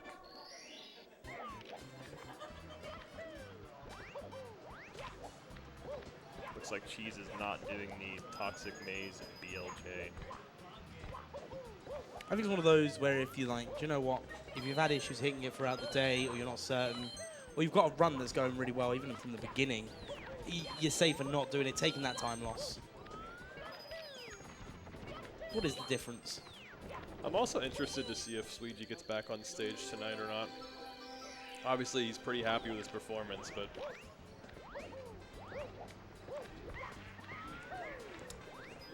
I'll let you read this one out. We have a $30 donation from Tin Sweet. Thank you so much, Tin. Good luck in the PlayStation 5 reward. Can you expand the comment there? Yeah, it's right here for you. Oh, I'm sorry. Seabeard, what's up, buddy? Say hi to Erica for me, XOXO. Well, Erica is not here, but I will say hi to her tonight when I pick her up. He'll be here tomorrow. Thank you so much, Tim. You're the best. Your very generous donation. I think we had an audio issue there. I lost audio for a second. Yeah, I heard something. Yeah, I don't know what that was. It was Metal Cap. Oh, yeah. What a great song.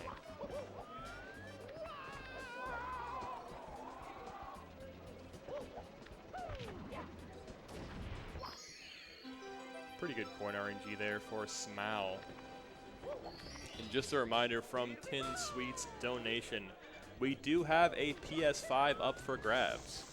That is true. Brand new, still in box, hasn't been opened. They won't let me look at it. I'll be honest, I mean, I've seen a lot of donations putting their hat in the PS5 reward, but I haven't seen too many. I mean, I think people are going for a lot of other prizes, I think. Yeah. You could definitely get a few entries into the PS5 donation and have a decent chance of winning. It's a PS5. A whole PS5. Not just half of one. Not just faceplates. The whole console. Yeah. Or Nintendo Switch OLED, which is a beautiful console. It's really, it's kind of hard to see the difference until you see a Nintendo Switch, like a standard Switch next to an OLED. It's a lot brighter, and it's a little bit bigger, but it still looks beautiful. Very sleek. Let's see if Beast gets good blue coin RNG here at the end of HMC 100. Just took out the eyeball. Unfortunately, the blue coin did not drop.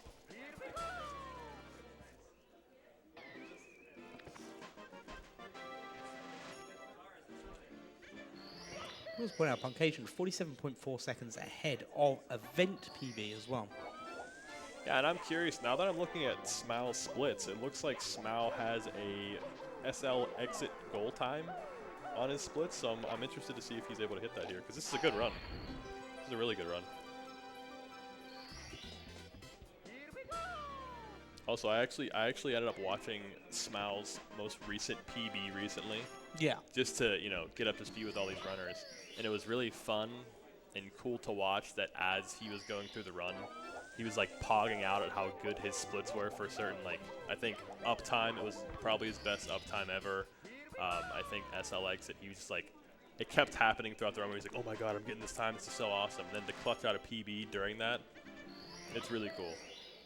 If you like watching PB VODs just for a pop-off, Smal is popping off throughout his most recent PB run. It's really fun to watch. I think it's something I need to watch more because, again, I normally just watch these guys during the qualifiers. I intentionally don't watch them any other time. I'll get an understanding of how much they practice, but I like seeing how their performance has been from the qualifier onwards to the event. Sometimes I get interested in the difference in strats. Yeah.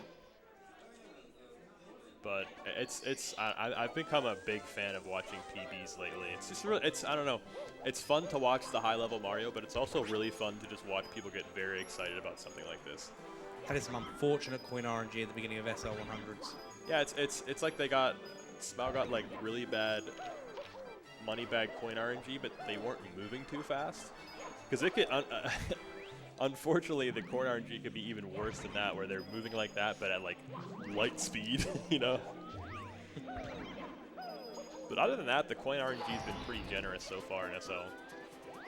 Just that money bag, which the money bag is notorious for being one of the worst RNGs in the whole run. Coins can just explode absolutely everywhere. Whee! Yeah, there's a lot of sliding in the snow stages. Yeah, no, on both snow stages as well.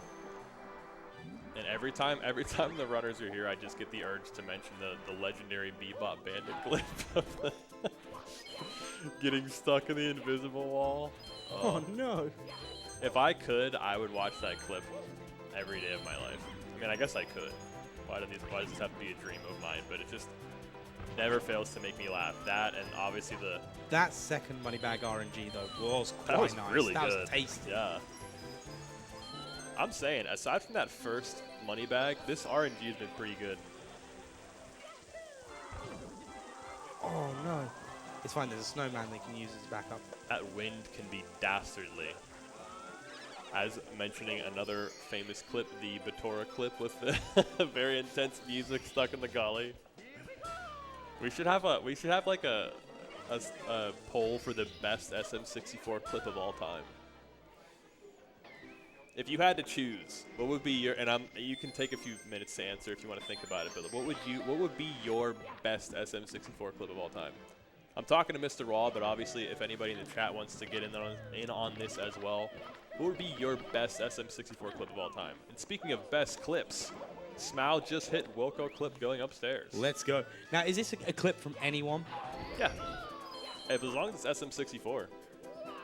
And what are we talking about, like clipping through stages, or are we talking about actual clips, like video clips? Like the Bebop Bandit, like funny clips are really awesome, like video clips, sorry. Okay.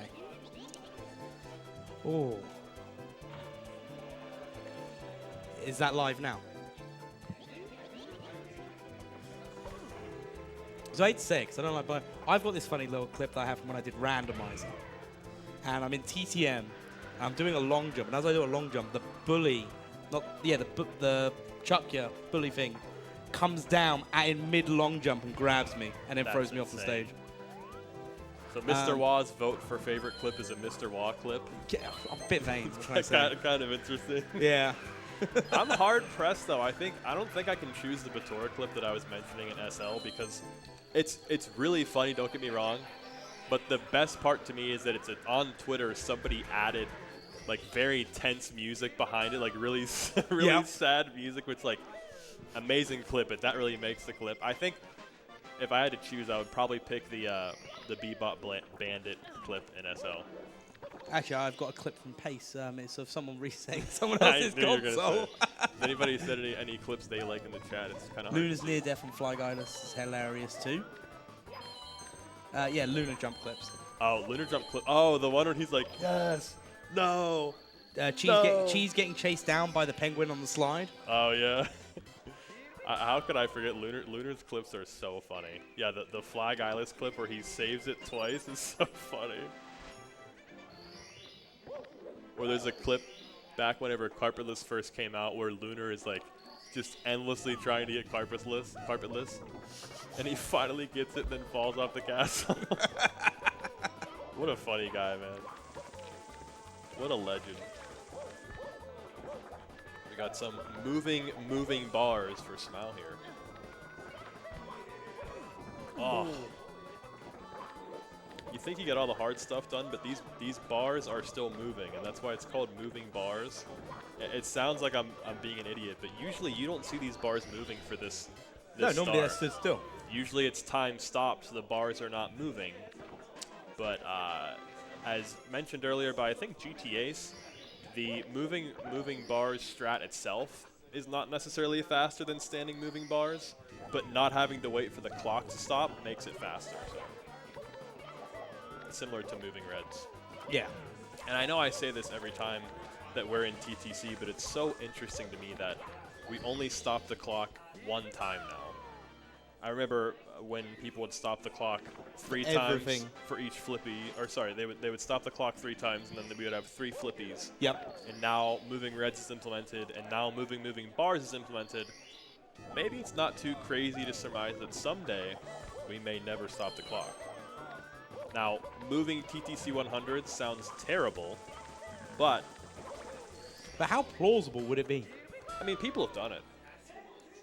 It's just very much not fun, and it's not at all consistent enough to be implemented into runs. Yeah, well, we're not here to have fun. We're here to watch these runners get some great runs. Well, there's a level of fun that you want to ensure you have, so you don't hate yourself when you're running this game. And I think moving TTC 100 is very much below that level of fun. I mean, carpetless is tough enough, man.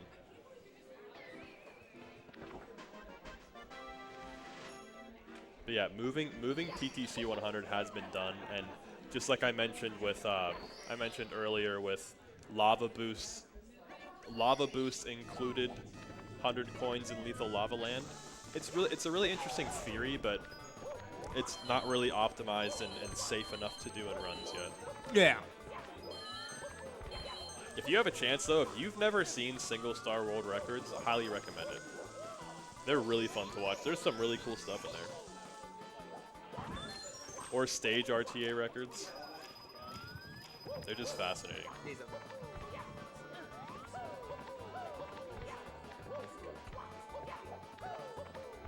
Punkay in the middle of one of the most beautiful stars in the game. I'm always captivated by TTC 100. Thankfully, or sorry, not Punkay, Smau. Thankfully, Smau got the safety right there, so was able to leave 2 coins behind. Opting not to kick there because that coin RNG was kind of crazy and it got pushed back. Rare pushback. Really generous coin RNG on that last box. Let's see if the thwomp is kind to Smau. Ooh, nice. Good thwomp RNG. Okay, losing a little bit of time on the event PB, but still 137 capable. So Smau is heading into Rainbow Ride not only on 137 pace, but PB is still possible. Yeah. PB is still possible for Smau. I believe Smau has a 137.38, which would make PB possible here. It is a 137.38, yes. So keep an eye on Smau. 20 seconds of potential time loss between actual PB here. And all it is Rainbow Ride and bits. I know I just said only, like it's nothing, but. And right now, Smau heading in for a carpetless here, so get your prages in the chat. We could really use a good carpetless here.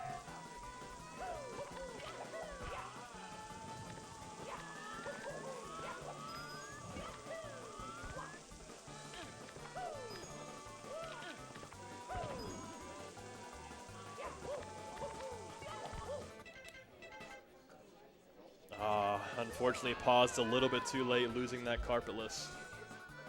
Unfortunate there. Really unfortunate. Can still get an event PB, but unfortunately, the personal best is dead, and the 137 dream is dead right now.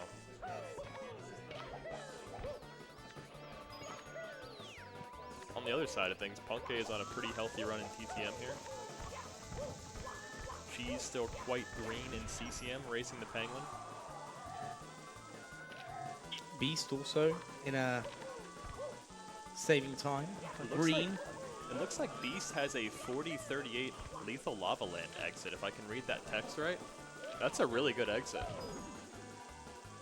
I believe so, yes. Yeah, this is a really good Beast run. Unfortunately, it looks like Smau missing carpetless again. Yeah, can we clap for Smau? That was a great run.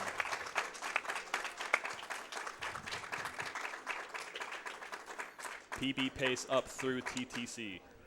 As is the way, unfortunately. We are really excited to see another run out of Smau. Yeah, hopefully we will see that PB run coming through very soon. Or at the very least, an event run PB. Yeah, but this Beast run is hot. 40-38 out of LLL. That is excellent. Oh, absolutely. So as Cheese wrapping up CCM, Punkation obviously in TTM, Beast in also CCM. Take a moment to point out we have 2 new prizes on the fundraiser. Oh, Not just okay. one, we've got 2 prizes now. So we've got the $1 donation for the signed print of Milo, head organizer of PACE. Great picture. In great frame. signature. That's a $1 donation or more. We've also got a $5 donation goal, a new one, for a JV5 Game Boy screen hoodie. Size is large. So if you're small, medium, or large, fantastic. And if you're bigger than that, then it's a great Christmas gift. But that's a $5 donation for those ones. But as I say, that $1 donation for that signed print of Milo, anyone that's here that wants to see it, feel free to come up to the booth. I'll show you guys the signed print of Milo. Yeah, please. It's great. It's fantastic. Please come look at it. We implore you to come up and check out this picture of Milo. It took me 4 hours to get this arranged. It's a great picture. We would love for you to see it.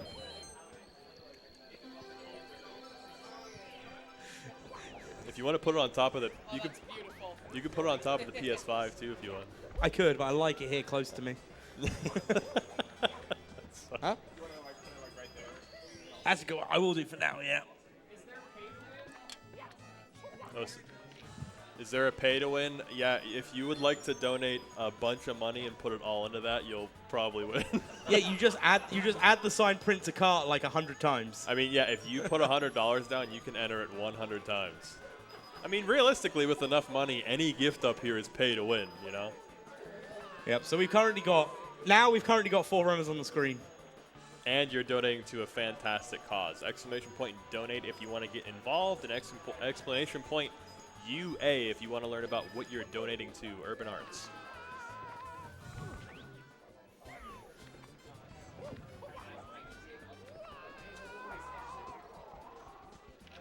Punke finishing up TTM 100. Very good point RNG there.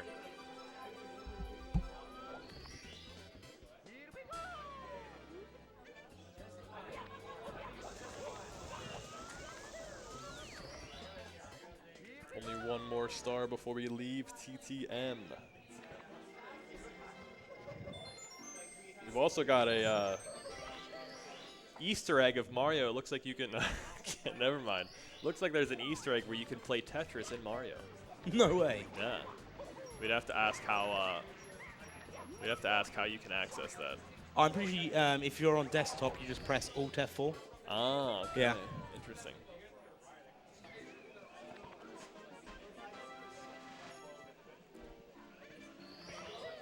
So we have 3 runners on the screen now. Yeah, this beast run is just excellent. I'm excited to see where we're at after CCM. Only 2 more stars to go here.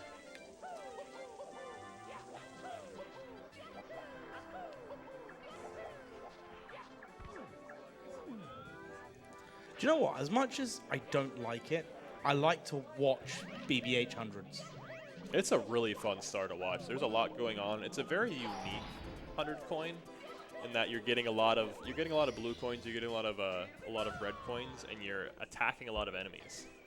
A lot of these 100 coin stars, you're getting a lot of boxes and going through a lot of coin rings, but BBH certainly has the least amount of gold coins out of any 100 coin. It's a very interesting 100 coin. It's like Punke going for trying to conquer Snowman's head.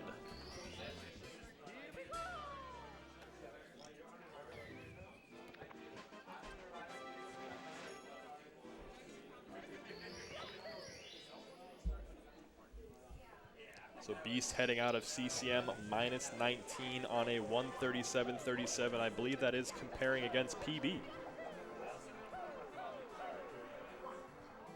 So still comfortably 137 pace heading into BBH for Beast. And we've mentioned earlier, but Beast is one of the runners who's been very consistent since his first qual in summer of 2023. It's been really cool to see Beast become a mainstay on stage, and every time we have qualifiers, Beast is one of the first, sometimes the first. I believe for summer of 2024, Beast was the #1 qualifier. Very consistent runner, very fun to watch, and very much on the 136 grind. Today is day 140 of consecutive days streamed where Beast is looking for a 136. 100 and how many? Day 140.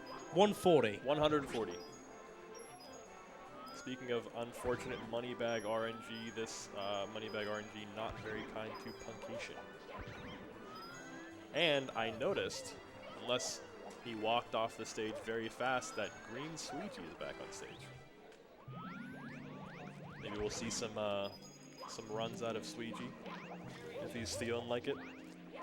Recently getting a 135.41 off of a no reset today.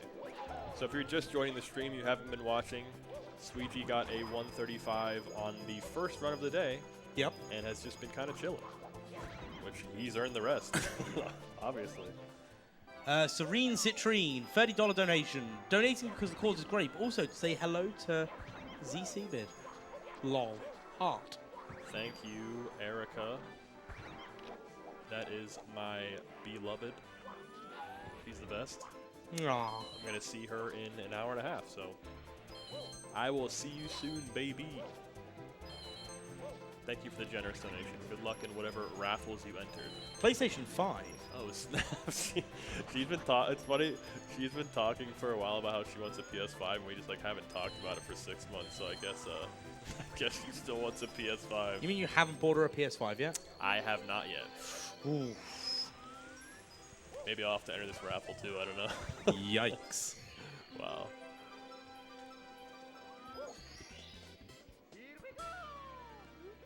It looks like Puncation is going to be... Oh, there's one more star. Never mind. Ignore me. Finishing SL with a 124 exit time. Whenever we get this last star. I got too ahead of myself. Sometimes when I see SL 100, you think that's the last star, but it's not always.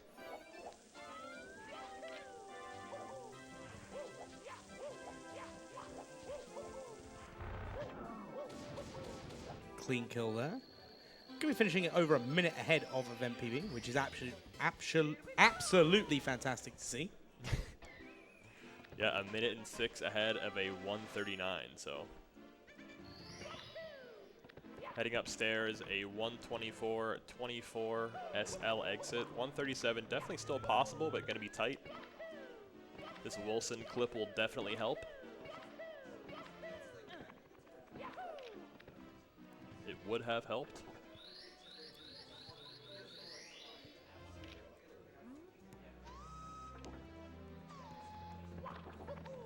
Cheese is heading down to DDD 100.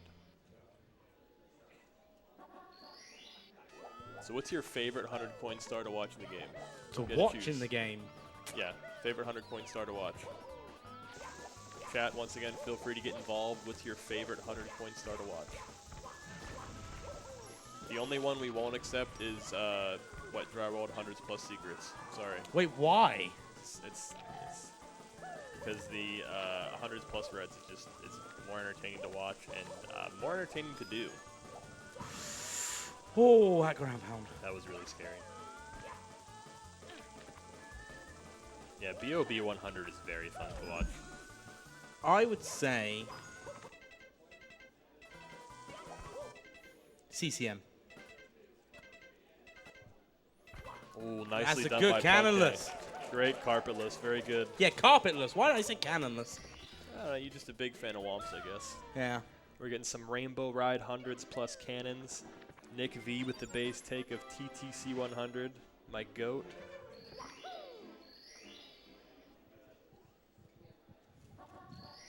Yeah, you know, someone said not Rainbow Ride 100s plus house, and as much as I do like the new route, I said this earlier, but I do miss the little bit of a break at the end of the run.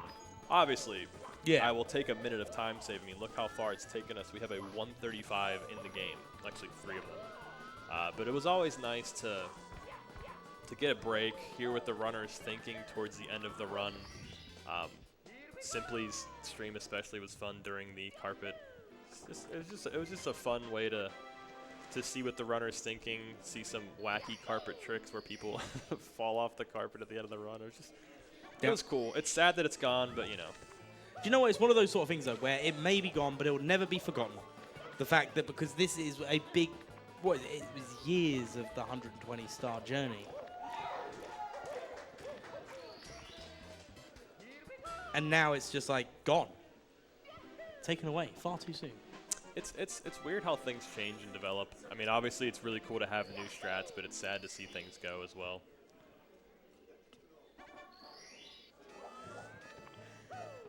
So Punkay's pace is a little bit of a mystery right now due to the woes of Auto Splitter, which is a very great tool, by the way. Fantastic tool, never goes wrong. It's I mean, I'm being genuine. It's such a cool feeling to be a runner who's always having to press spacebar when you split. Yeah. Just like every time, at least when you first start, when you're first getting back into it, it's like, oh, I got to split, and you like kind of jump out of your body and go to press the spacebar, but then you can't type in a chat because if you type in, you're pressing spacebar over and over again. It's like gold, gold, gold, gold, gold. So it's really nice to have Auto Splitter just split for you. But every once in a while, you know, since it's recognizing the image on your screen, every once in a while it'll have a little bit of an issue. But the issues with Auto Splitter are usually rare. I've still never got it to work. It has some technical setup. If you need help, you could let me know. I'd be happy to help you with it. I will hit you up on that, actually. Yeah, please.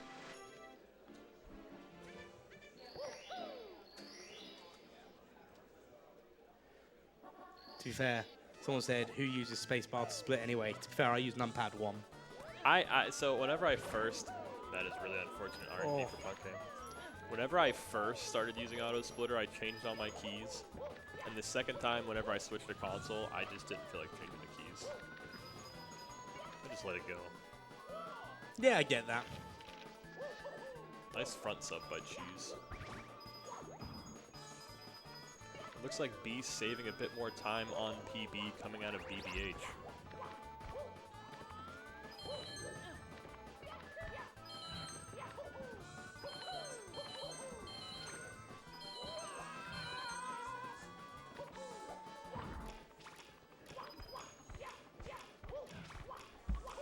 She's gliding through Fire Sea right now.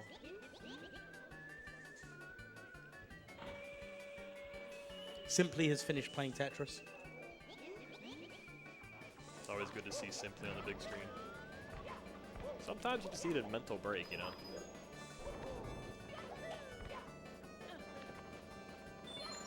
Nice lava boost there by Cheese.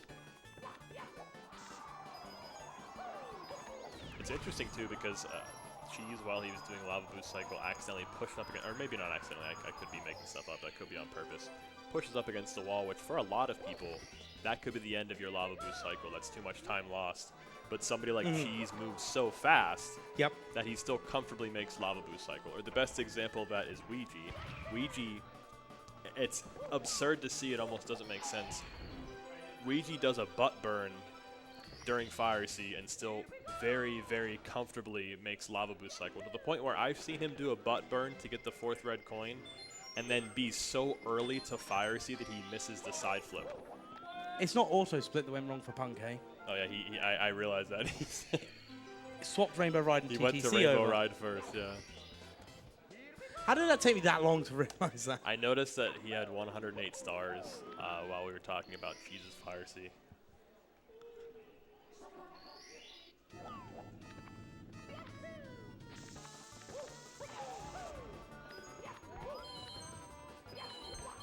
So yeah, Beast is still cruising through Dire Docks right now. Only a few more stars until we head into Fire Sea. Simply's back 2 runs.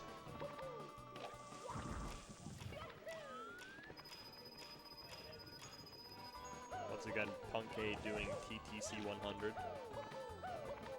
Nick V's favorite 100 coin star in the game.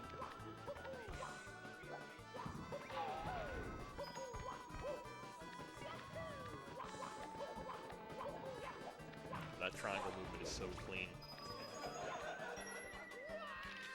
Very smart there. The coins kind of went everywhere, and I think half of me thinks that Punke was chasing that coin, but there were 2 coins up there. He was probably just abandoning those coins to get the extra coins down there. If so, very smart. And I wouldn't put it past Punke. Making sure to be on the platform at the right time to then be able to at least get the backup if it's needed. Yeah, these guys, if something like that goes wrong, just jump down and get the box. Very nicely finished up by Punke. I mean, that's a tough mistake. The coins kind of go everywhere, and then the fire spitter shoots fire, and it makes you lag. And when the lag is happening, it's easy to miss inputs or to push Mario the wrong way. So just opting to abandon those coins and get the backup is really smart. Yeah.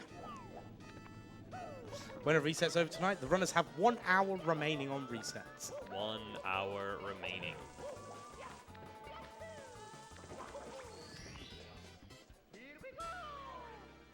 Beast just barely touched that elevator to get it to go up. Mm-hmm.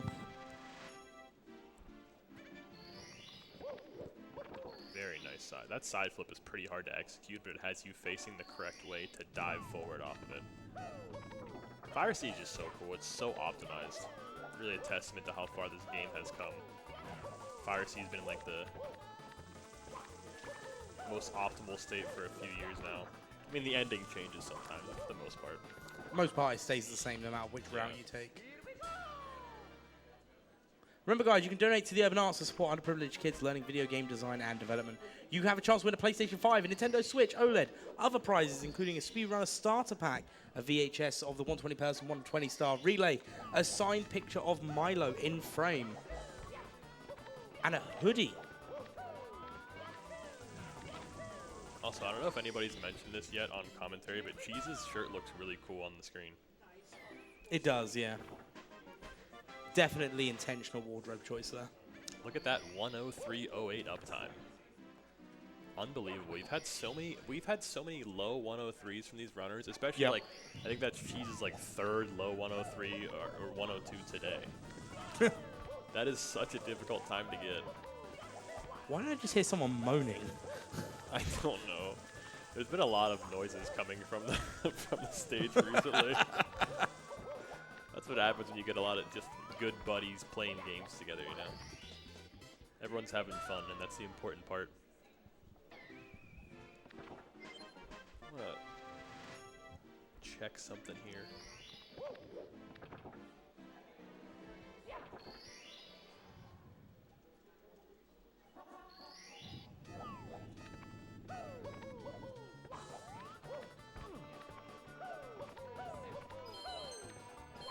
So I just checked, and Beast is ahead of, I guess that was a stupid thing to do, he's comparing against PB. Beast is ahead of his PB out of Fire Sea. I'm so used to these runners comparing against like a Theory 137, Theory 138, but Beast is comparing against his PB. He's obviously ahead of it out of Fire Sea. This is a really good run. Oh, dang. Oh, so Punkay just completely skipped Cloud. I was looking at the star count then, but I swear I saw a Toad. Just decided to do the whole of it in just the wrong order. And I will say, this star is a lot scarier having to do it last before bits. Yeah.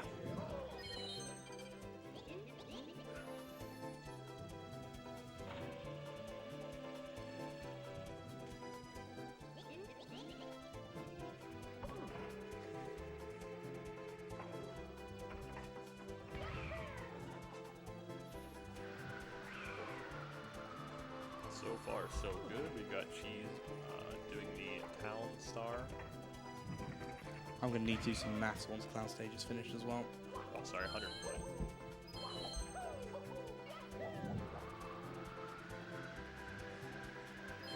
Very clean so far by Cheese. Look up dive. Beautiful ending here.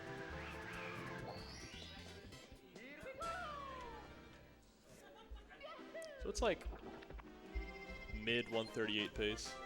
Just doing the maths. Yeah, Punkay's on mid 138 pace, barring any mistakes here, heading into bits. Yeah. Best possible time? 138.23. Yeah, so definitely a big event PB on the table here for Punkation. Just a bit separates him from. This could be a fourth place run. Yeah, potential being a fourth place run. We could see the best Bowser in the sky we've ever seen. Okay.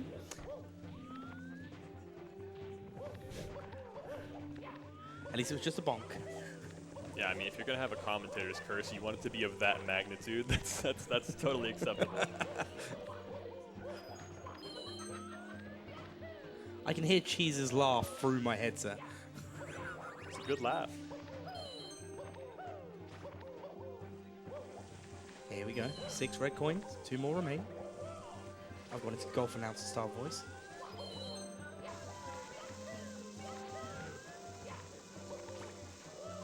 Can you imagine trying to have like a really good bits while people are singing beside you? Yeah, I know, right?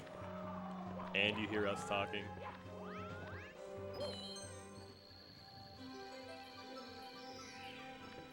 So update on the Beast Assassin run. That looks like a 103.11 uptime. That is indeed a 103.11.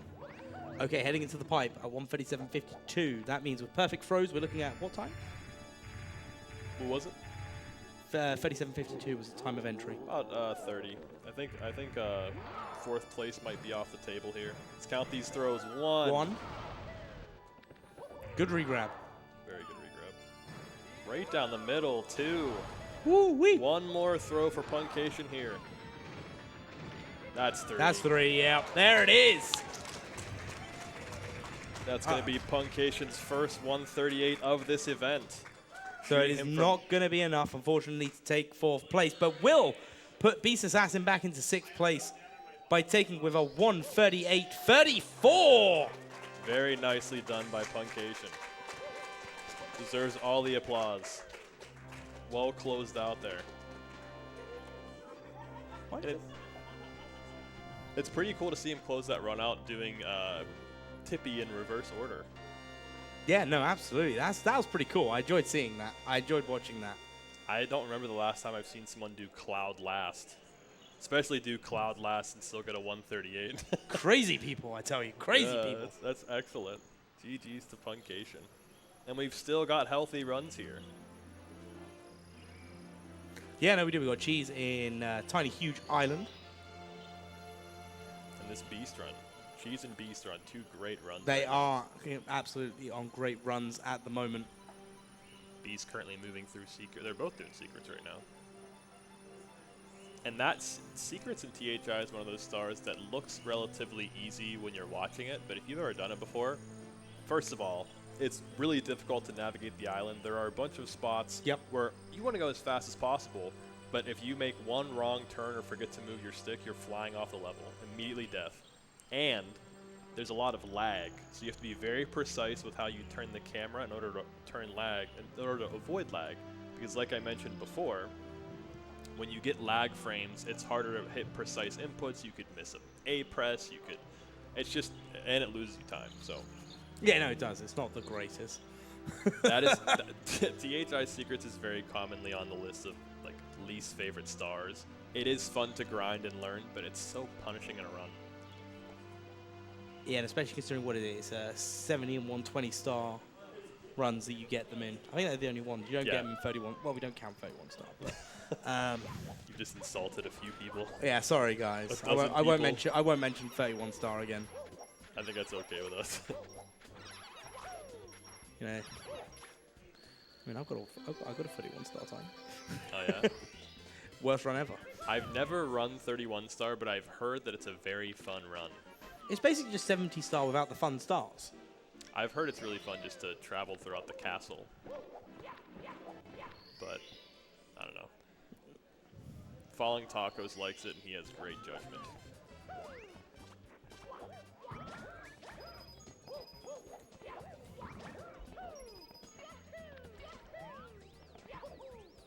Just a reminder, we are still collecting donations for Urban Arts for just as little as $1.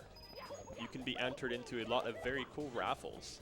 $1 will get you this beautiful signed picture of Milo, the organizer of the GSA events.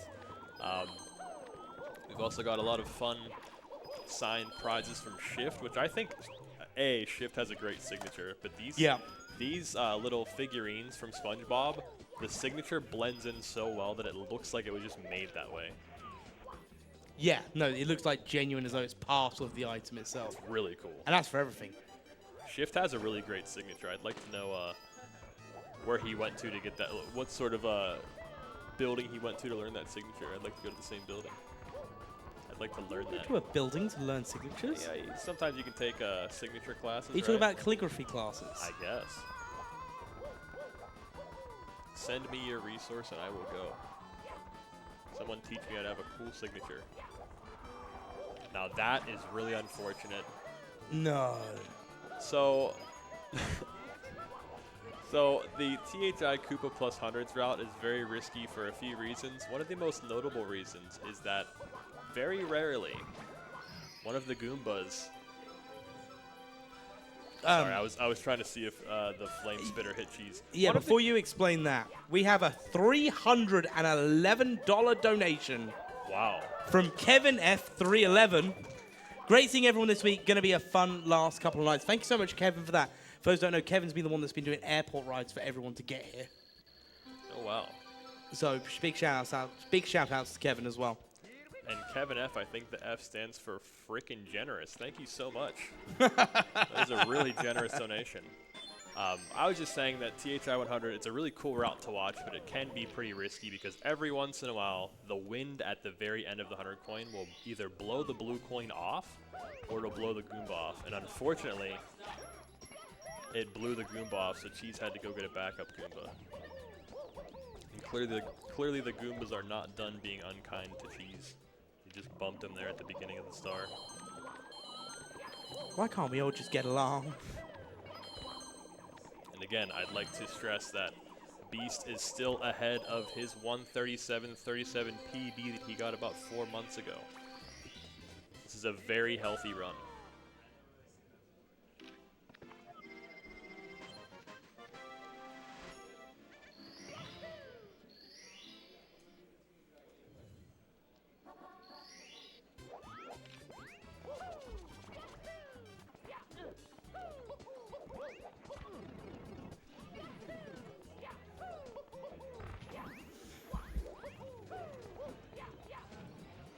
Nice mountain clip there by Cheese.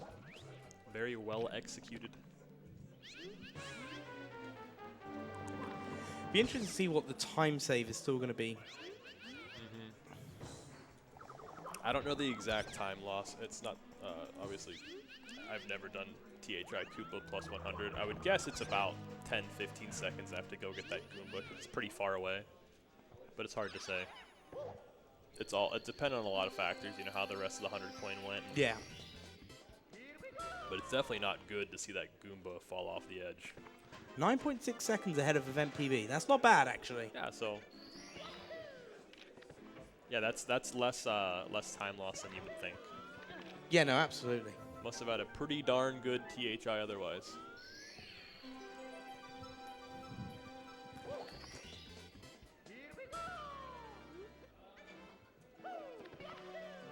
Now Beast. Cheese finishes THI 100s and Beast starts THI 100s.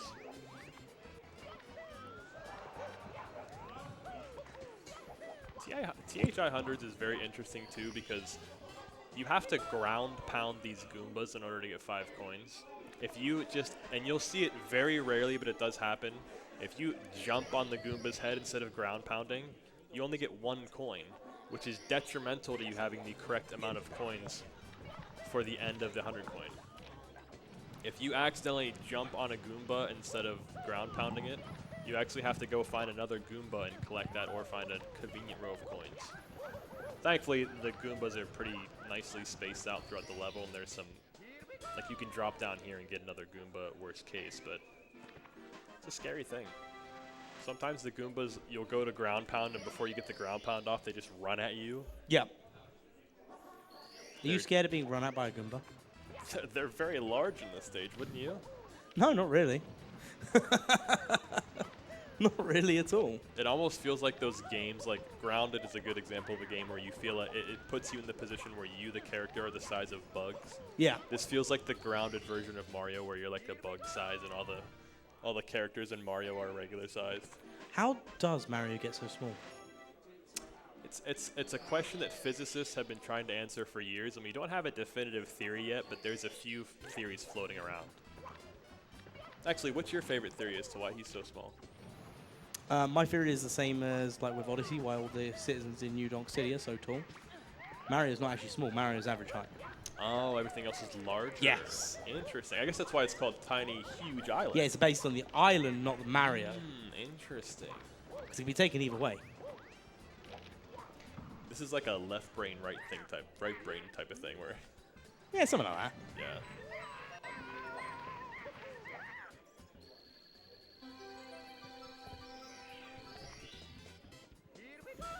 Yeah, and so whilst we have TTM and SL underway and the end of THI from Beast Assassin, we're going to take a quick break. We'll be back in a few minutes to see how the rest of these runs go off, as we see how Cheese and Beast Assassin will see out their runs. Make sure you stay tuned. These are 2 heaters of runs. Yeah, we'll be back shortly. See you soon.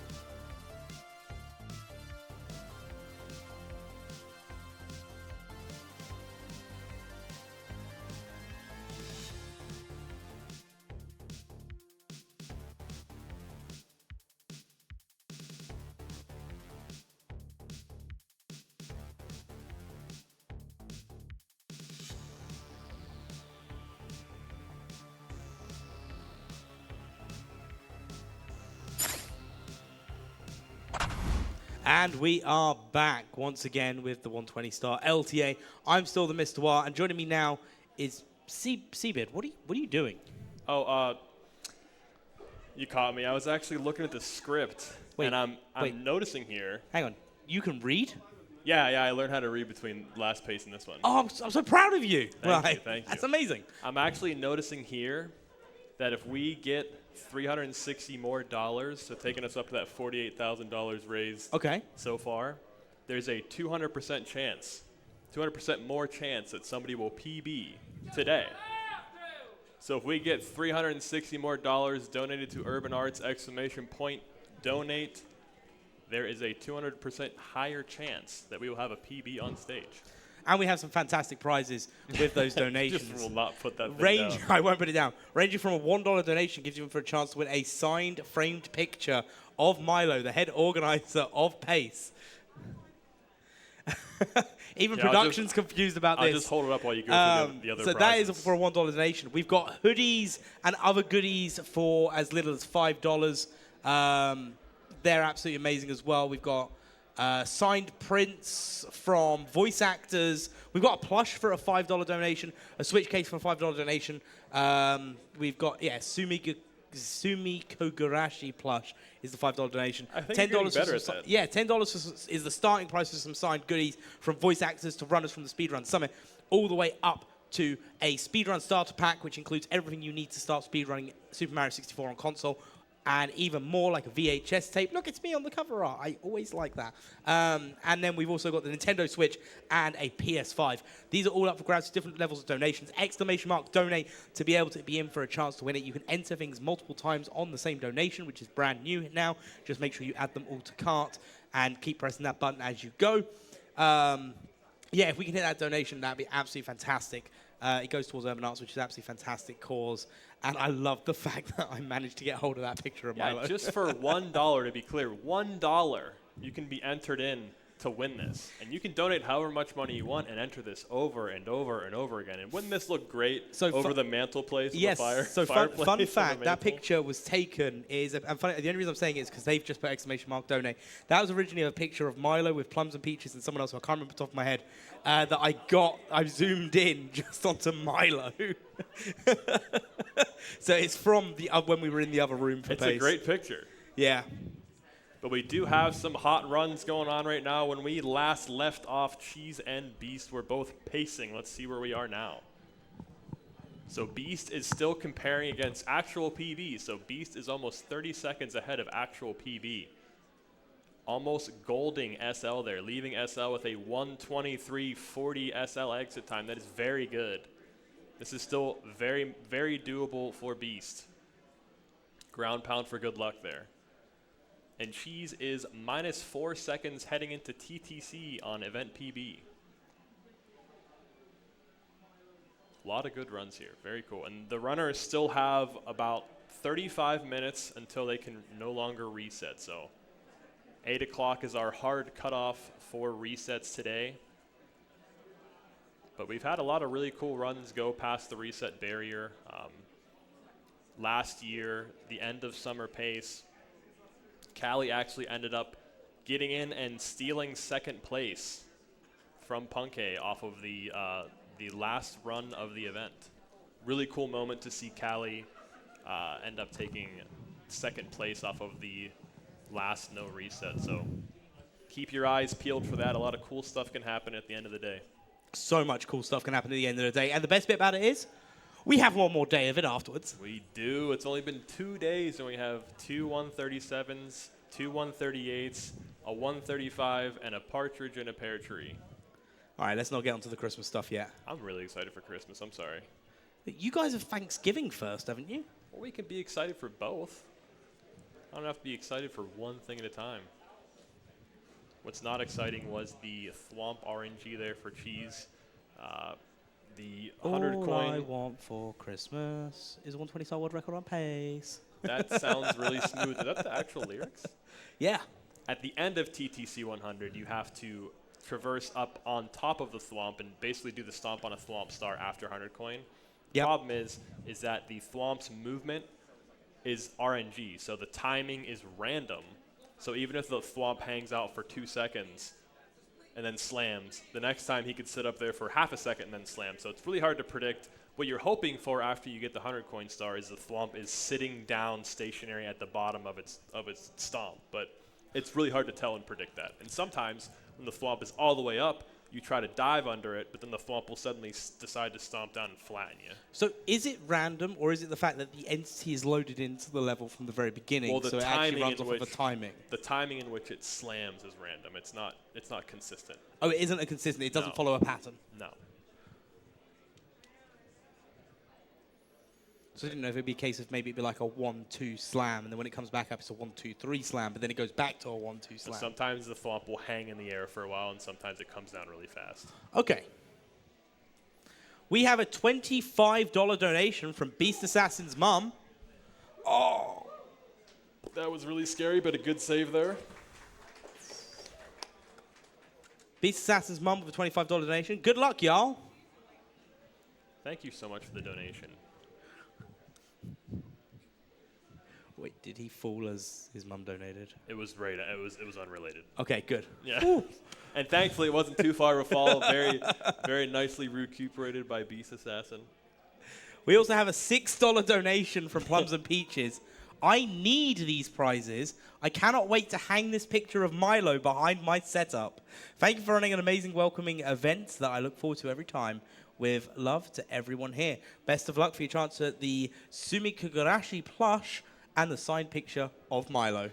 You know, it would be cool, since Peaches is in the original picture, it would be cool if, like, she had Milo's picture zoomed in and then she got her picture and, like, put them side by side on the wall, you know? I will find that picture for you just so you can get it if you win it. That would be very artistic. Unfortunately, Cheese did just fall in Rainbow Ride. Oh, and again. And with that, that's a reset.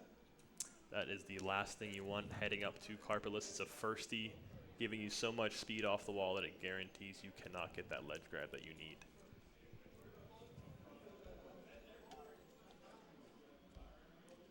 So with that in mind, there is 31 minutes left to start a run. So the question will be whether he decides to do another run today or to come back tomorrow.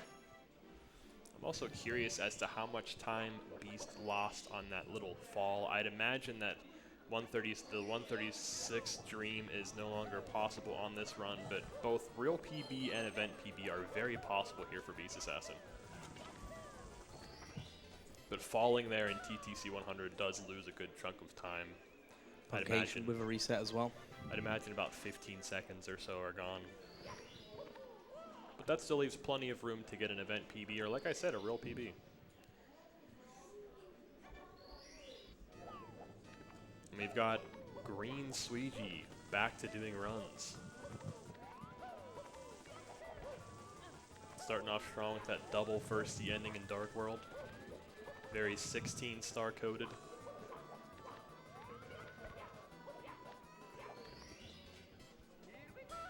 Nice stationary moving bars from Beast Assassin there. Not moving bars. Getting a Bowser dance for Suigi. Unfortunately, not able to capitalize on it.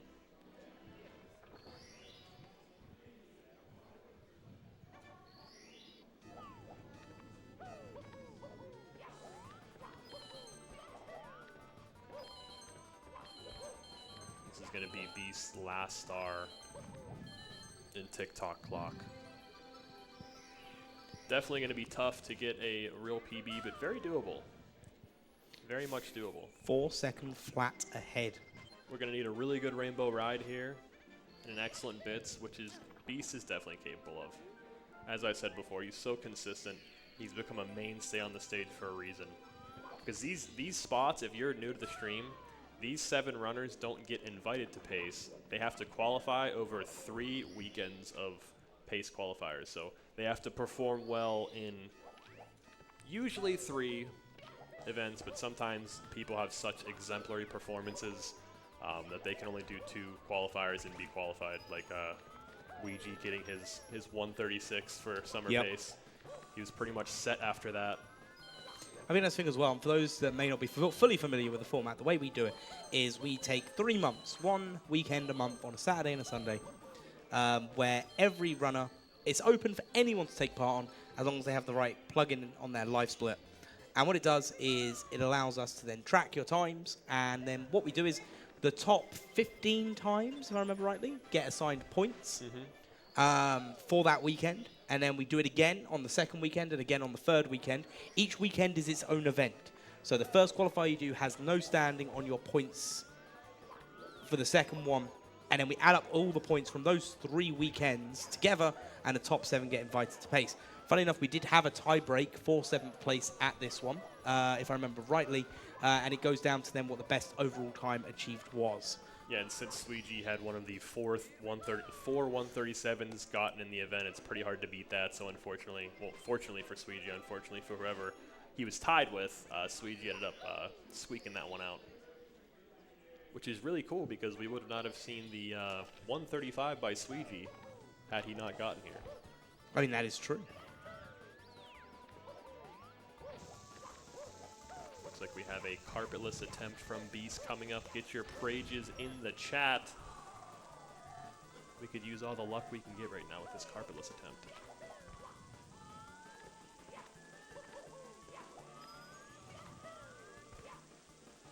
Got the ledge grab. Nice.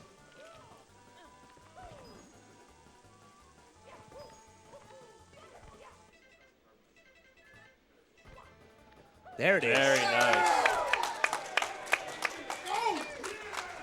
Well done by Beast. And the crowd goes wild. Beast is always a crowd favorite, and you just love to see it. Can I just point out, these headphones, right, they cancel out quite a lot of noise. We hear the cheering, and then afterwards we just hear his dad go, "Go!" He's very passionate. Not going for pro triangles here. Another strat that looks deceitfully easy when done by someone like Beast Assassin, but that strat is from end to end difficult. A lot of people can't even make it past that first wall jump.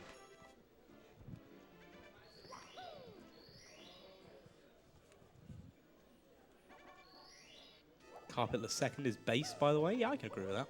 It's really cool because, you know, you get a star out of the way. Ooh, That's great RNG there. Unfortunately, one of the coins looked a little weird in 3D space. Looked like he was going to get both of those coins, but still, getting one coin from that fly guy is good. As long as you don't get 0 coins, it's kind of Yeah, as long as... good. 0 coins is just insulting. Really good RNG there from Lakitu.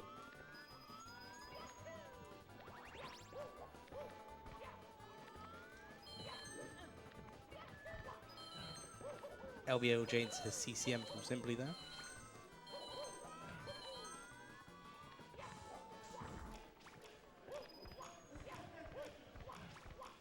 Now, it's important to note, too, that, yes, this run is definitely 137 pace. If Beast is able to clutch this out, that will put him in definitely at least 4th place, possibly 3rd or 2nd.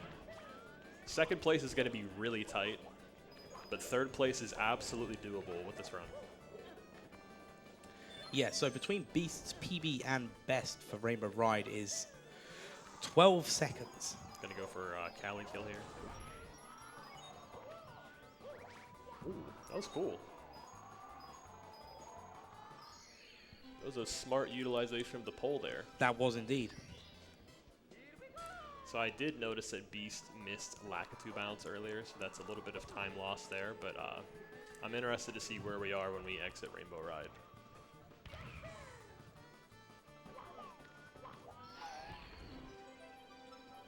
So all we've got left is Swinging in the Breeze for Beast Assassin.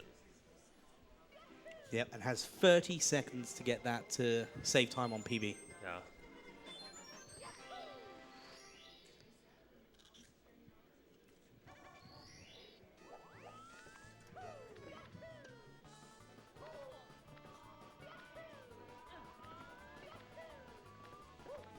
Looks good so far. Nice long jump. All right. Just like that, saving time based on the PB split. 6.3 seconds ahead of PB. So if you can hear us, if you're in the venue, or if you are lurking in chat, Beast Assassin is heading into bits on PB pace. And not event PB, actual PB. Actual PB, get in here. Also will be an event PB, But just need a clean bits here. I mean, their bit split is gold, so Opting to be a little bit safe here. Smart. We've seen that initial triple jump take a few runs here so far this weekend. I'm just staying quiet. I'm just watching intently. I'm nervous. Hi, nervous. I'm Dad. Oh, he can do it. He's got this.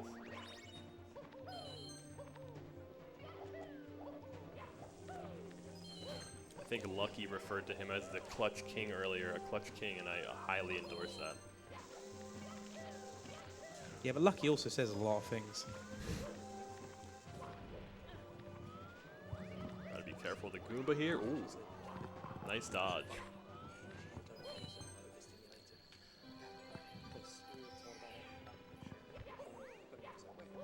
All right, 120 stars collected. We are heading into throws.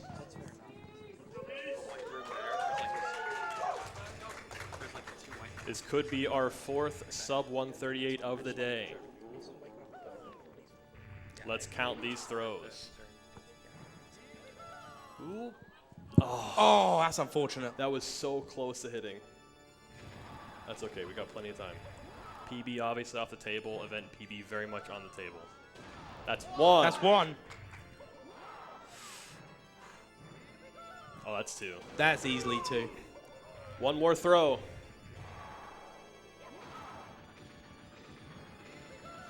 Oh. I think we have time for one more throw here.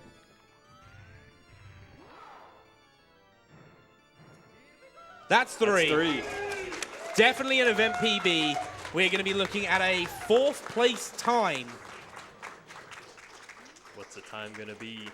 The time is going to be a 1:37 and 57 seconds. And that puts Beast Assassin in 4th place thus far. GG's to Beast. And I do want to remark that this is the 5th fastest live time ever. And I'm keeping track because we have only had one 137 before this pace. So this is the 5th fastest live time ever by Beast Assassin. Let's go. Well done, Beast. Absolutely fantastic. He's got Yo, Beast, I don't know where you're going. You got 20 minutes left before last reset. You don't want to go for another one? yeah, get back up there. He's got a 136 anytime, man. Oh, yeah, it's just a matter of time now. And just to remind you, Beast is on a daily 136 grind. Today is the 140th day of the 136 grind, so make sure you pop in because it's going to happen any day now. It's coming. Oh, I love this music. It's very calming. It's a very big change between what just happened and now this like very chill, calm music. Yeah, no, absolutely. I can't believe how many good runs we've had today. It's really absurd. It's crazy. And just as a reminder to our runners, there is currently 20 minutes left before final resets.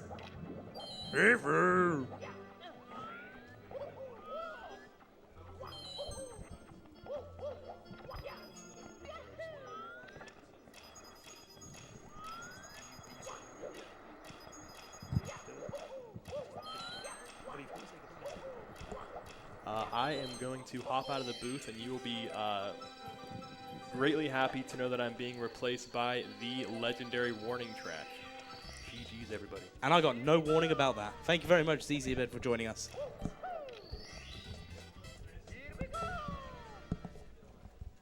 Well, tough act to follow. Oh, hey, how's it going? How's it going? Yeah, not bad. Great to see you again.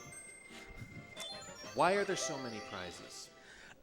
So do you remember when we started off with like 3 or 4 prizes? Yeah, I was just about to say, normally we had them memorized.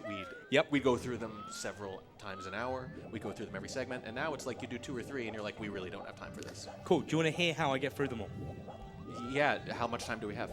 We got time, don't worry.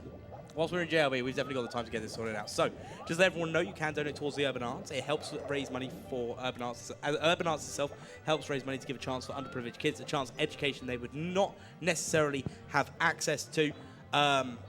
And for your donations, we also have a load of incentives that all range from, some of these prizes are $1, all the way up to $30 to enter for a chance at the raffle, depending on what they are. So, going through the list, in no particular order, apart from the order it appears on my screen.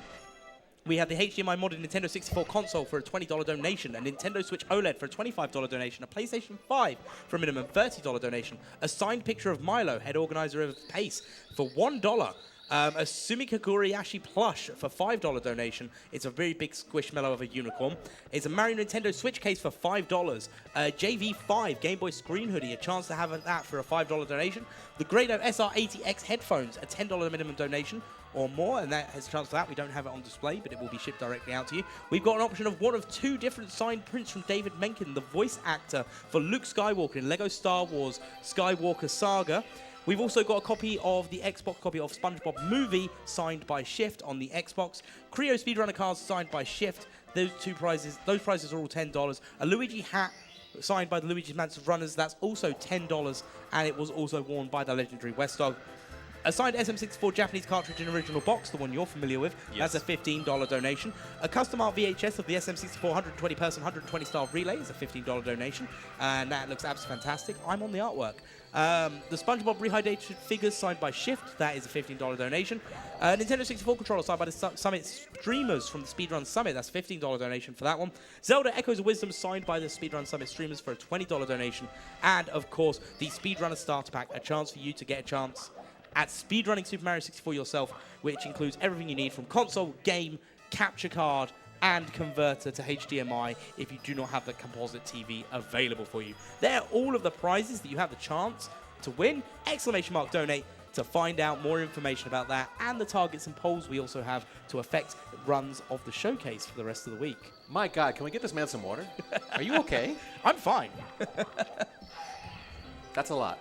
Oh, I think you forgot one thing, though. What did I forget?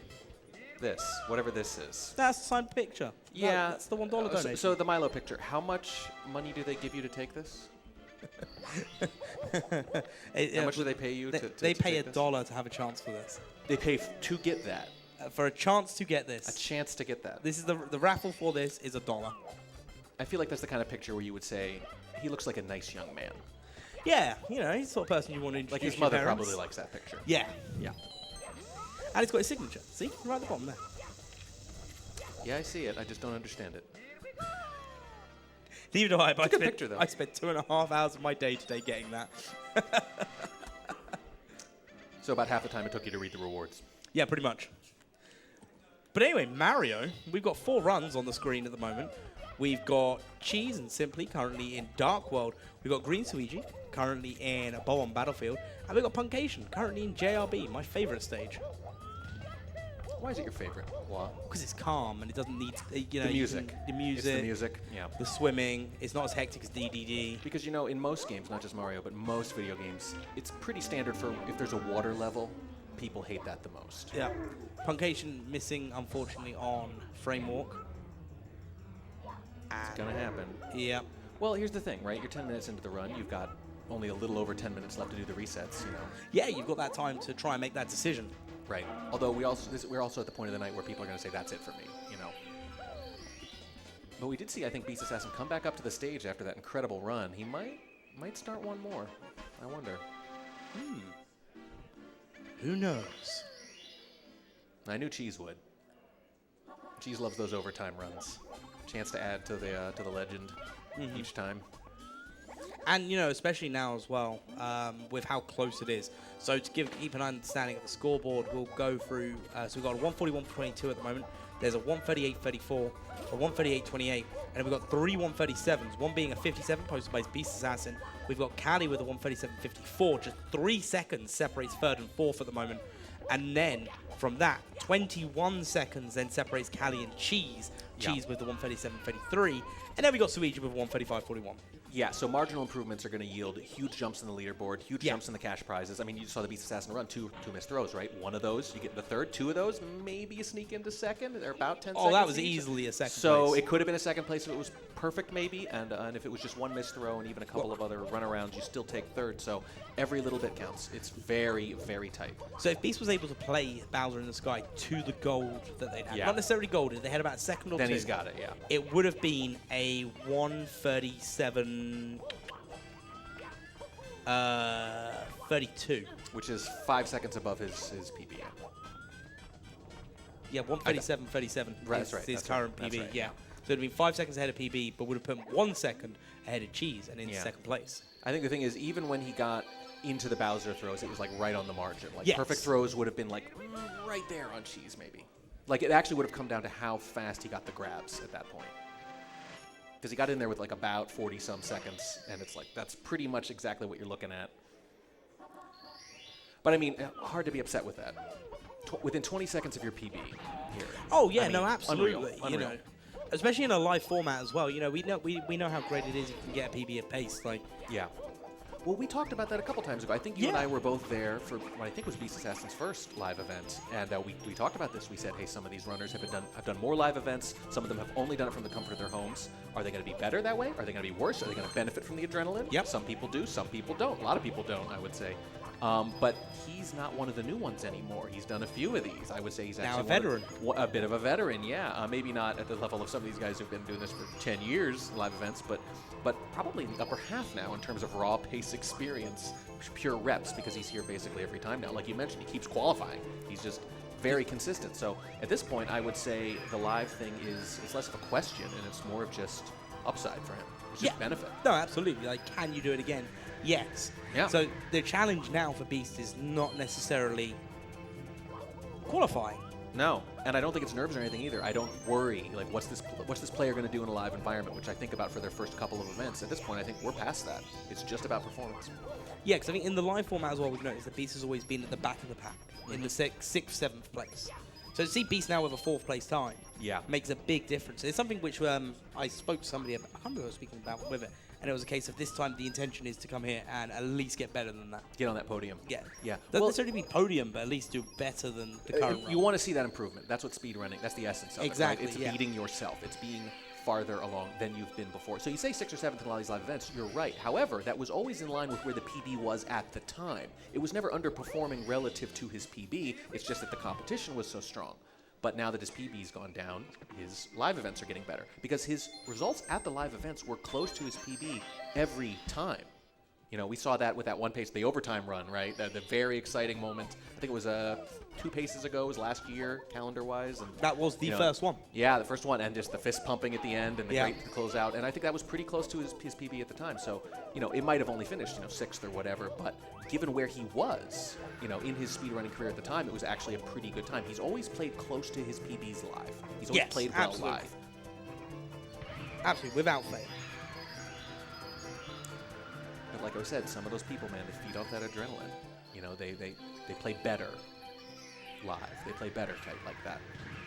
But I would say that's a rare trait.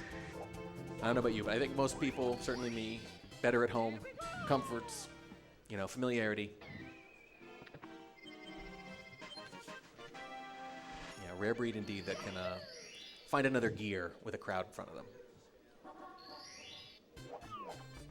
Luigi, it doesn't seem to matter where he is.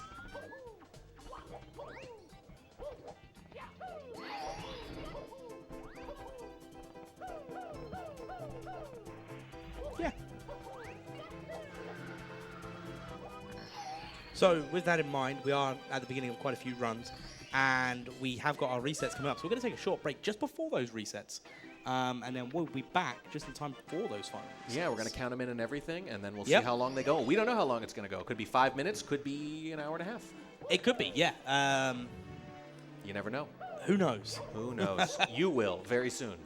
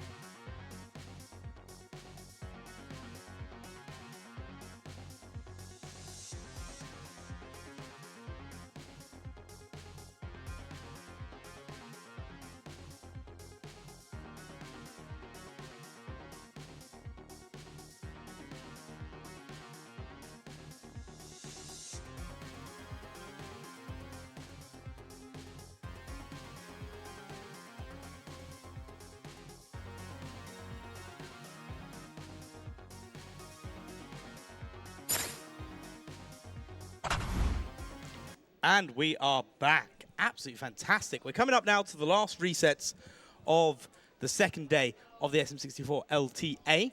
I'm the Mr. War, and we have a warning track. Yeah, I'm here too. In the flesh. In the flesh. I'm actually physically here. I'm not a hologram. And we have about 5 minutes left until final resets. We've got 5 runners going. Last I looked, boy, a lot of good times there already. But 2 minutes separating first from second. So the question is, what are your standards for those last runs? They've got to be really, really good if you want to keep them going. Yeah, and this is also the awkward bit, because if you are in the middle of a run, the worst thing can happen, I won't say until it either happens or it doesn't, but there is a worst case scenario for these runners as it goes on throughout the rest of the day. Now, something to bear in mind is that are these runners going to keep out the runs they've got now, or are we going to see a last-minute reset? I have the world clock ready to go to be able to count down those final seconds. And also as well, we are still raising money for the Urban Arts. We're currently at $47,672.69. I said if we could hit 52.5 by the end of today, like the LTA went at the beginning, and I see that was a little bit over-exaggerating, a little bit, not exaggerating, but you know what, if we can hit the 50, optimistic, that's the one, optimistic. If we can hit 50,000 by the end of the LTA, that'd be fantastic. And remember, there's some fantastic prizes up for grabs, ranging from $1 all the way up to $30 for a PS5. So there's a lot of stuff up for grabs, so please do check out !donate and !UA to find out more about Urban Arts and what they do. But without further ado, let's get back into those runs as we go into the last couple of minutes before the resets and see what the mindset is for those runners as we go. I mean, it's got to be aggressive at this point. We see the marks. You see what's there. Anything, you know, that's not at least sub 138, it's almost like, why bother? Yeah. And he's not exaggerating. He does have the atomic clock up. Oh, I do. We're going to count it in as we always do, and this is basically the last chance. Yeah, so... I don't think we've ever seen, like, any really last-second resets. No, we have. We've had a couple of, like, literally, do you know what? I've just started the run, but I'm going to reset it anyway sort of thing. And I think that adds the pressure on as well. I think if you're resetting at the last second, you got the pressure, maybe the motivation to actually keep it going. Well, we see some of the best runs in overtime for that exact reason. They're runs that they might have reset earlier, but now they can't. And you realize that a lot of these runs are very salvageable. Some world records often have major mistakes in them, but they happen to stick with it. You know, there's a lot of chances to make up time later in the run. It's the same thing with no reset runs. I think I've been saying this for years. I think they should reset less. You see some great stuff. You do. When you just kind of make up your mind to stick with it, or if you have to stick with it. I think that's the thing, though. There are times when we will see runners that we may think of reset heavy, but for them, they're playing for perfection. You know, they are masters of their craft. We're thinking of the same guy. We're thinking of the same, like, three guys. Let's face it now these days. one of them, yeah. And just to make the runners aware, if you can hear me, you have 1 minute left of resets. Yeah, this is gut check time for sure. And it's the end of the second day. So time is actually running low. Now into the first day, it's like, oh, I'm still getting warmed up, whatever. Sometimes there's a little bit of a travel, a little bit of a jet lag kind of thing going on. You get that, certainly. Yep, absolutely. But by now, we are up against it.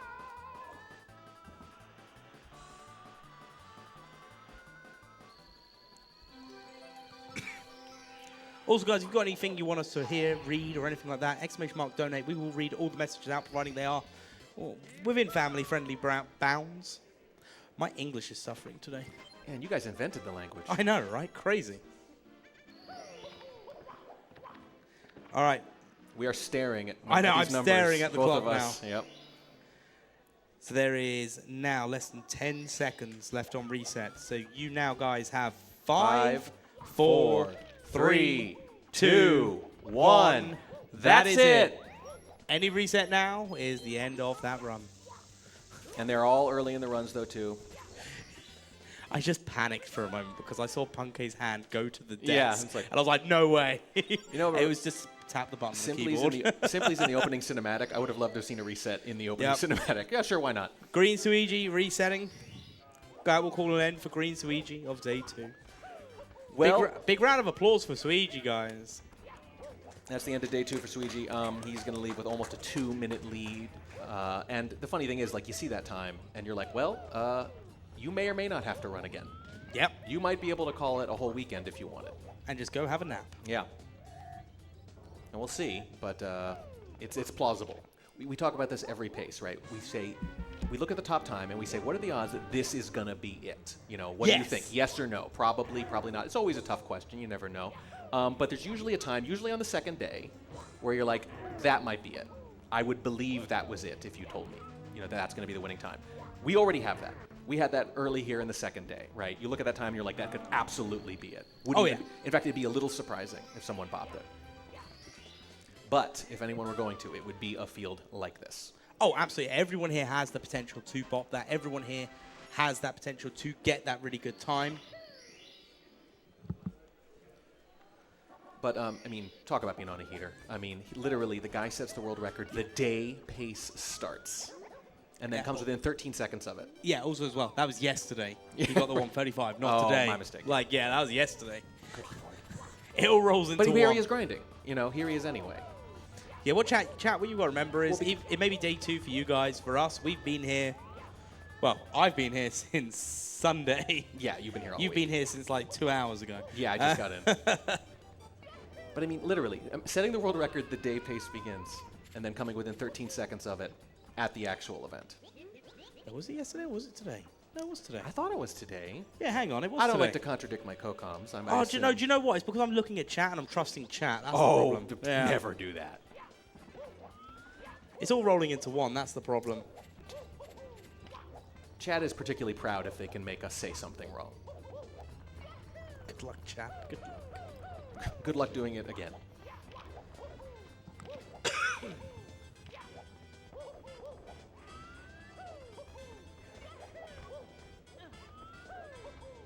There's been a lot of debate about, you know, who's the GOAT now? Is there a new GOAT? How do you even define such a thing? There's like 5 GOATs on stage. It's like a petting zoo in here.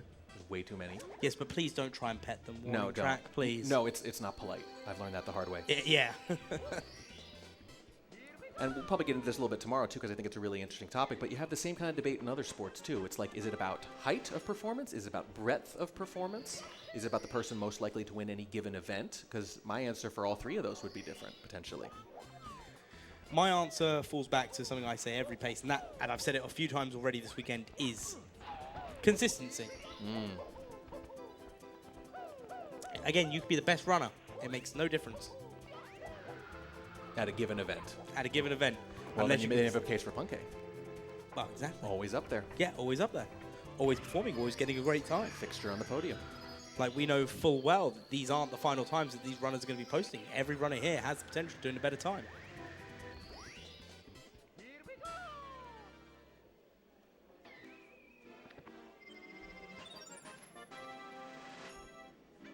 These runs have a different feel once they're in overtime. Mistakes feel different. Everything feels a little scarier. Yep. But on the other hand, as casters, we don't have that same flinch because most of the day we see a mistake and we kind of go, is it going to go black screen?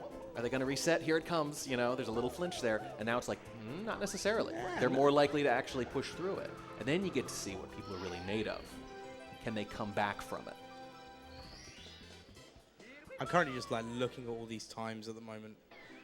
Bonk from Simply falling down. That's unfortunate.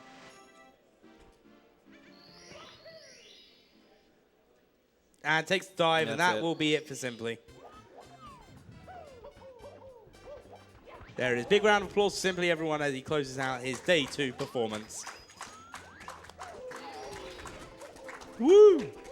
Yep, took one more shot at it, didn't come through, but, you know, I will be surprised if we don't see that last one sub 140 tomorrow. Yeah, I think we're going to get there. Now that leaves us with 3 runners, which is actually a bit scary because we're only 4 minutes into the final run. These are all pretty early. Normally you have a bit of a mix, right? It just happens naturally. But every now and then you get, it's not close enough to be fun like sync. Yeah. And it's not far enough away that you've got different things going on all the time. No, it's very early days.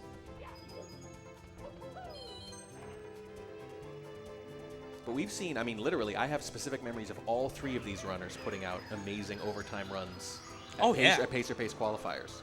Like, I mean, if you'd ask me to guess, live events over the last, that's right. as I say, 18 months. Yeah, basically 18 months, exactly right. So if you told me, hey, there are going to be 3 runners going in overtime at the end, who are they going to be? I'm not joking. These would be the 3 I would have guessed. Yeah. These are ones you will see from start to finish. And seem to kind of rise to the occasion like that. Seem to play at their best when they have to.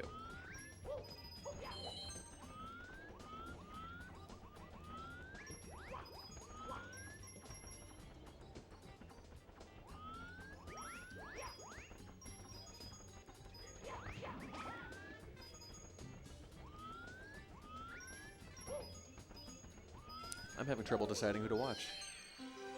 See, that's my thing. I'm watching 200 coin stars at the moment for BOB. BOB 200. It's confusing. Yeah, BOB 200. As we watch even more. We have a $25 donation from Anonymous.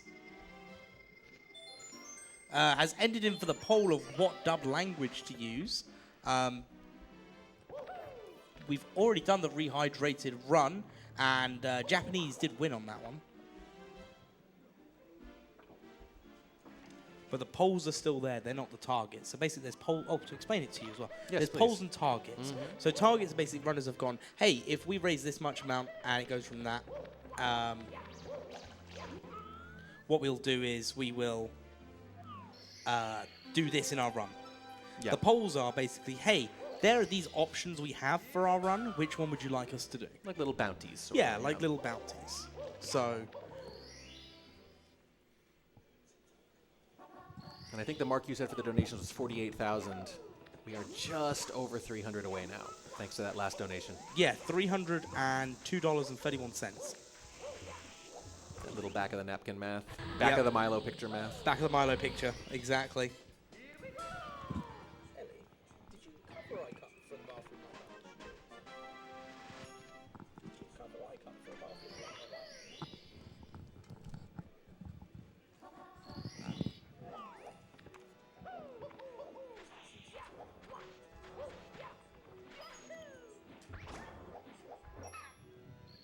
It's always interesting to see which strategies which runners use. The ones who have specialized in 120 for a long time tend to gravitate towards slightly more conservative strategies, but then of course you get the people who started with 16 star and have worked their way up, and they do the more aggressive strategies, the different approaches to cannon lists being a good example, whether or not they do fly guy lists, for example.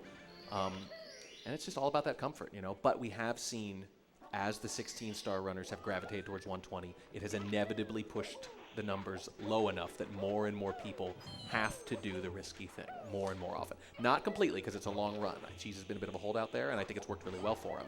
But it's one of those things where if you jump forward in time, you think it's only a matter of time until this is standard everywhere. It has to be.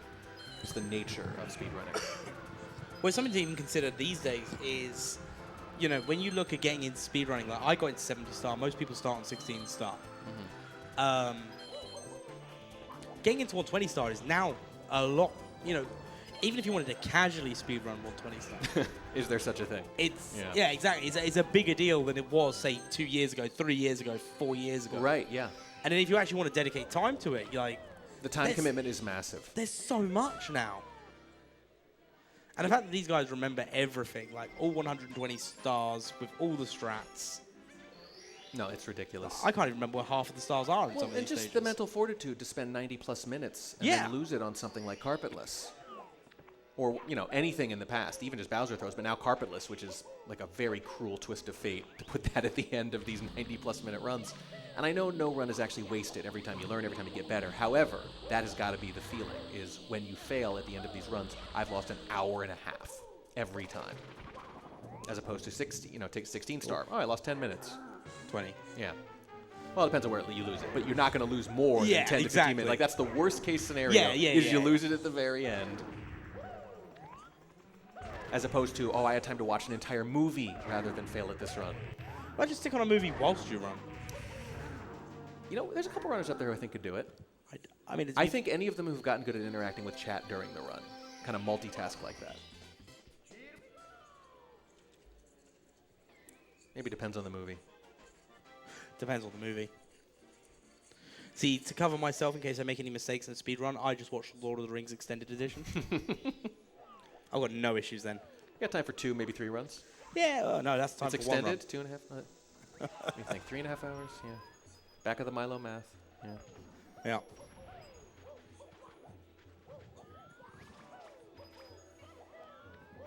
Well, like the Lord of the Rings, there are a lot of false endings in these runs too, especially when they're in overtime. I'm looking at the front row here and realize it's a lot emptier than it was yesterday. And I was like, going, where is everyone today? And I remembered they're all currently eating dino nuggies. Yeah. As a nuggie challenge That's back in your, a hotel that's your room. counter programming right here for overtime is dinosaur nuggets. It's one of the new possibly one of the stupider traditions that have emerged over the last couple of paces. And they've gone from regular nuggets to dino nuggies. Well, I think that was inevitable in retrospect. It was only a matter of time. So it sounds like what you're saying is the movie you'd like to watch while you're running is Jurassic Park. Yeah, with the mashed potatoes and the baked beans that makes it look like the lava coming down the volcano. It's very English of you. Oh, but it feels so good. Since we have a moment here, can you explain to me what bangers and or mash are? Oh, it's sausage.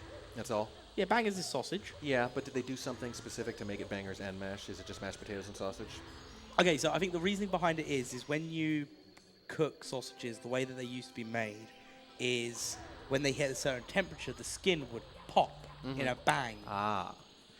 Whether they were fried or in the oven, eventually you just like. So it's hit about it how they're pop. cooked. Yeah, it's not even about how they're cooked. It's just how the quality of sausages was back then. You put them in for too long, they pop, they bang. So they're bangers, and mash is just mashed potato. Oh, there's nothing else special going on. Nah, nothing else special, mate. Okay. Just mashed potato. All innit? right. Mashed potato sausages. That's it? All right, I'm a fan.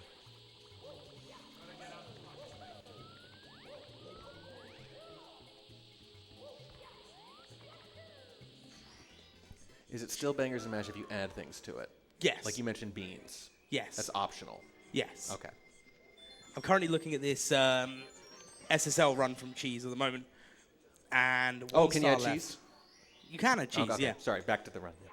Unfortunately, there was a little bit of issues getting out of the sand there for the 100 coin, but is still going to be ahead of Event PB. Yep. And faster than the last time they did SSL on the Event PB as well. And it's overtime, so we're going to stick it out. I'd like to think so anyway.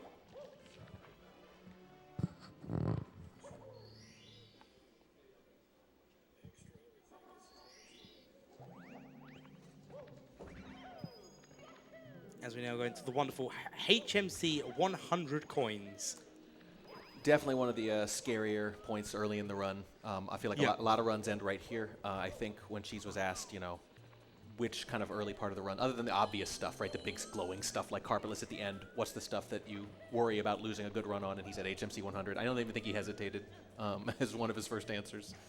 And it's just because I talk about verticality and how dangerous that is in the later stages. That's why Tippy is so dangerous, because you can fall and there's nothing to catch you. This has a different problem, which is to say everything is so spread out. You can only do it so fast, right? There's just too much geography to cover. So it's just a major time investment. But it ends up feeling the same, because then if you have a problem with a coin, you've already put a lot of time into it. It's the time loss thing that I mentioned.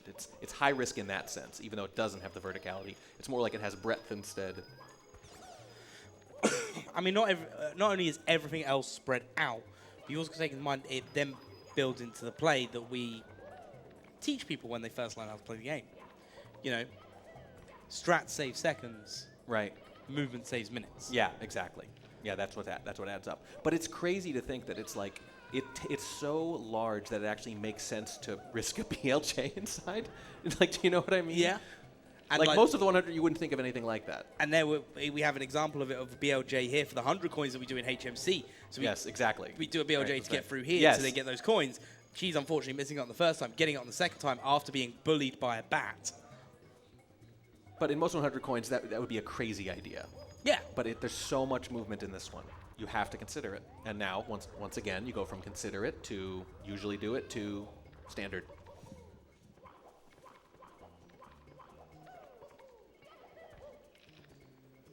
Oh, they're doing trivia in the other room as well. That'll be why.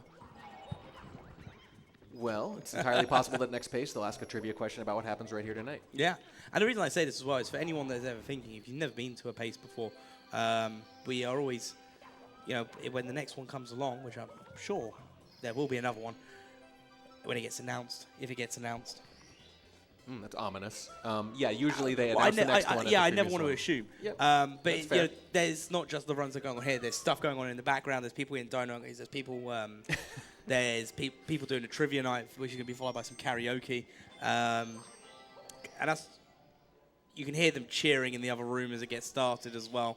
There's a lot of fun stuff that happens. I don't think you have to sell it after you said Dino Nuggets. I'm pretty sure we're good, man. I think everyone who's interested is in now. I just heard, yeah, it really is. I don't know if that was aimed at the Dino Nugget comment. But yeah, that's the thing. Like, some of these things are obviously actual events, and some of them are just goofy traditions that were created literally like 1 pace ago. And they've immediately blown up into 5 times the size, and I assume they're only going to get bigger until eventually they're going to hand you a badge and a nugget and say, this is your contribution to the event. Please eat it here before you go in. Anyone tries to make me eat a nugget, and I quit. I'll tell you that now. You could put it in some mashed potatoes, and, you know, that would help. Oh, that was another one I was going to say. Toad in the hole. Toad in the hole. Toad in the hole. Egg and a piece of bread. Eggy bread, yep. Yep. I think that's a cross-cultural classic, that one. But we all call it something different. Yes, we did. I think you call it French toast. It depends. It depends on whether or not, it depends whether or not you're cooking it in the egg or whether or not you're just placing the egg inside the bread. Yeah. Or both. That was a beautiful BLJ there for the 100 coins from Punkation. Yeah, caught right away. And it doesn't seem like much, right? Does it catch now? Does it catch in 3 seconds? But, well, catch in 3 seconds. Look at the difference between 3rd and 4th place. It is exactly that. Yeah, no, exactly.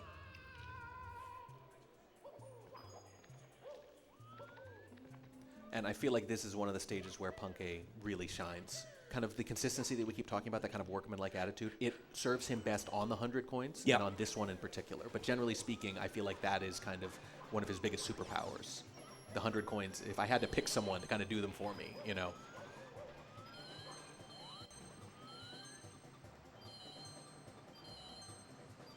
And we talk about this every time, but that's the thing in a lifetime attack. Getting a world record and winning a lifetime attack, it's sort of a different skill set. You want to maximize the number of deep runs. Yes, because the more runs you can do, the more chance, probability of you getting. That's right. Yeah, especially with performing. little RNG things or things that aren't RNG like carpetless, but sometimes they feel like that. They turn on very small little details. Yep. You just want to get as many bites at the apple as you can. The high variance stuff, on the other hand, the runs that either go great or are a total mess, those are the people who get world records because they can grind for months. Like, that's the good right way to be if you just want to get the world record at some point.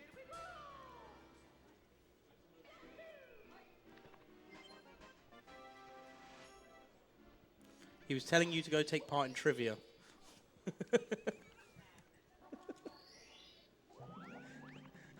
I can hear the voice. I can hear the voices.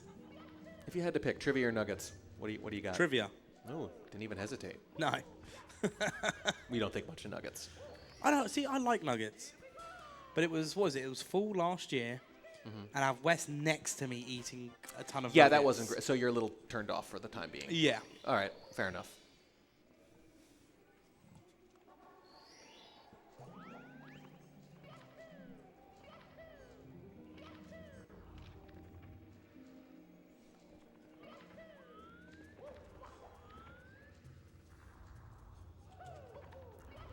She's trying to wrap up HMC, get out of this horrible place where so many bad things happen.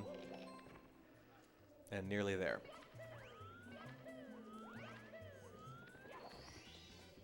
Although just about the time Cheese and Punkay get out, Beast will be heading in.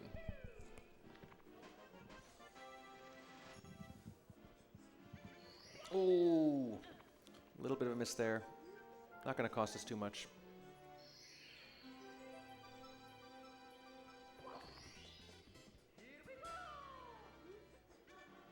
The mindset of the 120 with the backups, the number of backups you have kind of in your memory bank that you can do reflexively the second you miss something. Yep. Totally different, right? Because at this point, 16 star is basically like if you make a mistake, stop. Yeah, you make a mistake, you reset. What's a That's backup it. at 16 Done. star? There's no point, right?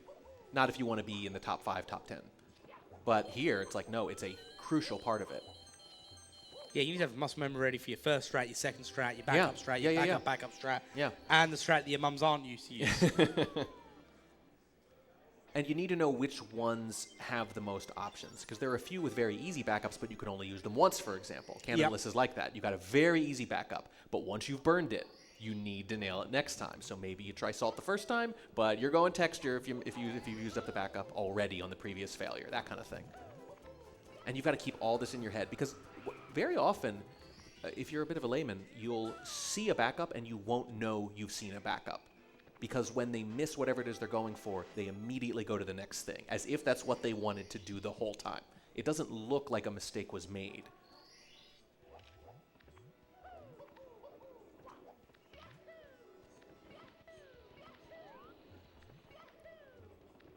Beast gets the bomb clip first time. Beautiful pillarless there.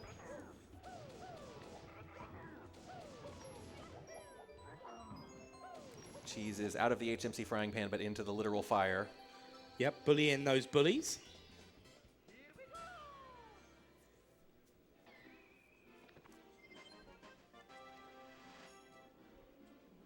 And Punkay right behind him. Oh, Beast missing the fly guy. You hate to see it. But pretty quick on the backup.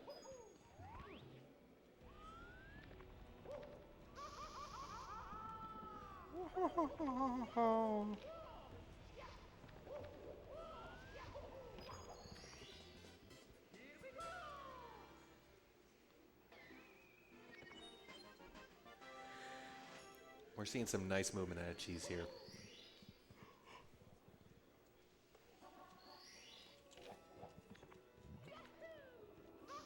There's definitely a flow state at certain parts of these runs where there's, like say, very few glitches maybe for, 5-10 minutes, a lot of just movement Yep. stuff. And if you can get into the flow state right there, the run can kind of take off. And sometimes you can tell it's happening, right? You see something really good at the beginning and you're like, here it comes. Here comes the run, where you make up a lot of lost time. Yeah, but then you realize you're watching 120 star and you should never get attached. Well, it's overtime. You're automatically attached. You're not allowed to separate from these.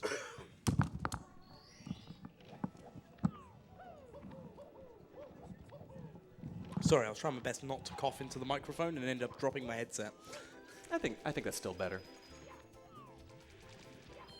Now, I don't know if any of these runs are destined to, bop anyone up near the top, but we could still improve our standing. So at the moment, with how it is at the moment, Cheese is going to be playing to secure a better time. Right. And that is to try and secure that second place, get it, lock it in. Beast Assassin, obviously, is just playing for the sake of getting the best time possible. Every single run is an attempt at glory there. And slight improvement literally moves you up an entire spot. Yeah. Very However, slight improvement. unfortunately, the missing of that coin there is enough for Beast to back in the tower. Can we get a round of applause for Beast, please? That's Beast, day 2 over. Second to last run was the big one. A 137. Vaults him into 4th place heading into the last day. And that's the kind of momentum you want at your back going into that final day. Yeah, especially if you're going to be treated the rest of the day with RNG like that. With Mips, Sometimes it's not meant the to RNG is just too much. Cheese taking a fall in the volcano. That's very unfortunate there. Debating.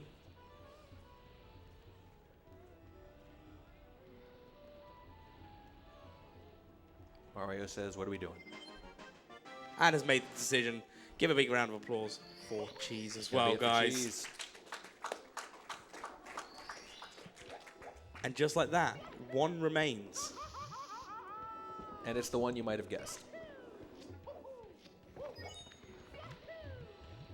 I mean, you're looking at, if you're Cheese, you're looking at a 137.33, and you're thinking this would win most paces. This would have been that time that would have done it. Yes, almost always historically. But this is the new world we're living in. It's a scary world, man. It is a scary world because it's got carpetless in it, man. It took a little longer than we thought. It was like 2 paces ago. It was post carpetless. It was like 3 weeks earlier, and we thought, wow, is it going to be this big flood of world records? And we've seen it, but it's taken longer than expected. It's been like a solid year until it's become, a little more common like this. I think we've seen it in other video games where someone will discover a strat that will be a time save, and then that's it. World record after world record after Boom, world for like record. 2-3 weeks, everyone's doing it. Everyone's time drops. But carpetless is such a precise strategy. And it comes at the end. And it comes at the end, and it's a very big change as well. Yeah. You're changing the way you do 3 stars. Right. No, fair. Half of a stage, basically, you're changing your routing for. And then to hit it consistently. Yeah.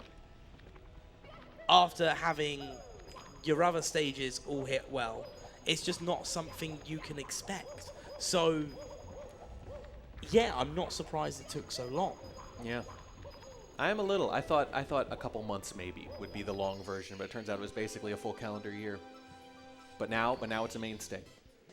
Yeah, like we'd be looking at this and we'd be jumping in our seats like the cleaners would need to be out to clean up after the amount of mess we make, knocking stuff over in excitement. what we'd be talking about normally is, oh my God, it's crazy that 2 people are going to get a 137 and not win. Yeah, I You know, right? Like, one of them won't win. Yeah, but and now the answer is maybe 3 or more. Yeah, 3, it could be 4, 4 or 5. 5. Yeah, it could be. Like, so many different opportunities here for so many different things to happen.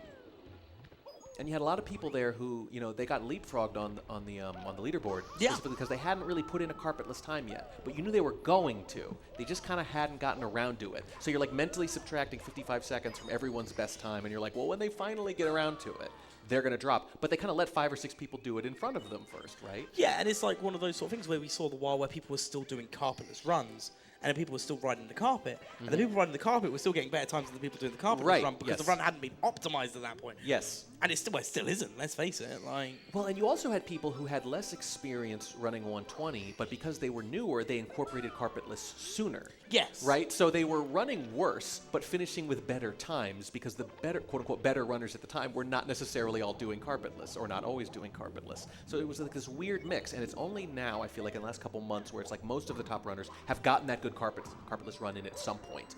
We're still probably going to have to wait another year until they've all gotten that great run in that happens to include carpetless, right? Because that takes a little longer sometimes. But we are getting very close, I think, to the actual bottom, until someone comes up with something new. Or until, I don't know, Sweetie does one more run. Oh, yeah. Well, Could just be that. I don't even get surprised anymore now. No, but, while he was grinding the 120, he lost the 70 star. He doesn't hold them all. It's 13 seconds now. Wait, what, really? Yeah, a few months ago.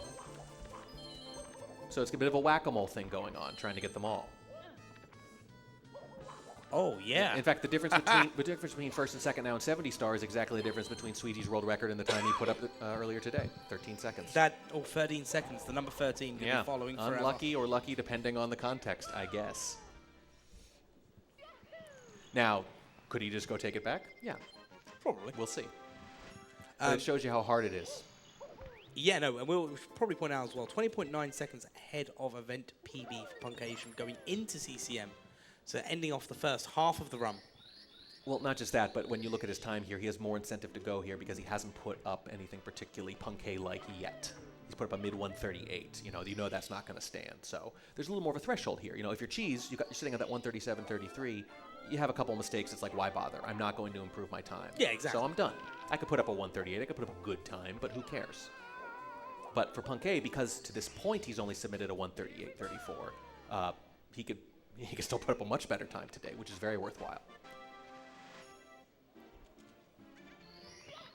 And because of that bunch we talked about from second to third to fourth, if it's even just slightly better, slightly worse, it could be anywhere from fifth to second.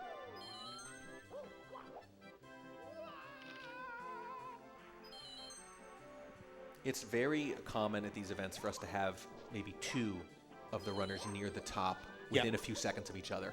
It's pretty weird to have 3 with a great time all within about, 24 seconds of each other. This doesn't really happen that much, especially at this level. When it does happen, it's usually like 4 people who all have 138.9s or something. Fine, it's still dramatic, but you never see 137s like this close. And if you're one of these guys putting it up, maybe you've never put up 137 live. Most people haven't. No. As ZC Beard was saying, like, this is only the 5th ever from Beast Assassin right here because we're in that new era. And you're sitting here thinking, what do I got to do? I put up a 137 and I'm 3rd, 4th. Got to get a 136, that's what it is. People seem allergic to that. We just skip Yeah. that. Yeah. But right now you take it.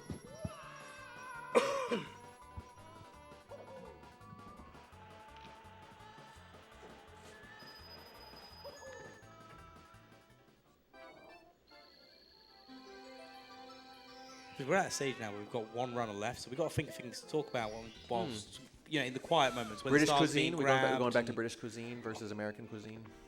Right, so I've been back in America now for what? I flew in on Saturday. And I did try something I never tried before. Okay. I went to 7-Eleven. Oh. I had a Slurpee for the first time. You must have had something like a Slurpee, though. Not with that Sometimes- much sugar, no. Sometimes it's called a slushy or... Not with that much sugar, no. With like half as much. I was ready to pass out after an hour after drinking it's a lot. it. I don't recommend it. But you have something like that, which is to say a sweet fruit ice drink of Oh some yeah, kind, we got slush puppies. Slush which is puppies, the okay. same sort of thing. 3 stars remain of CCM. And what do you think, chat? What else? What other foods or drinks are quintessentially American? The Slurpee's definitely up there.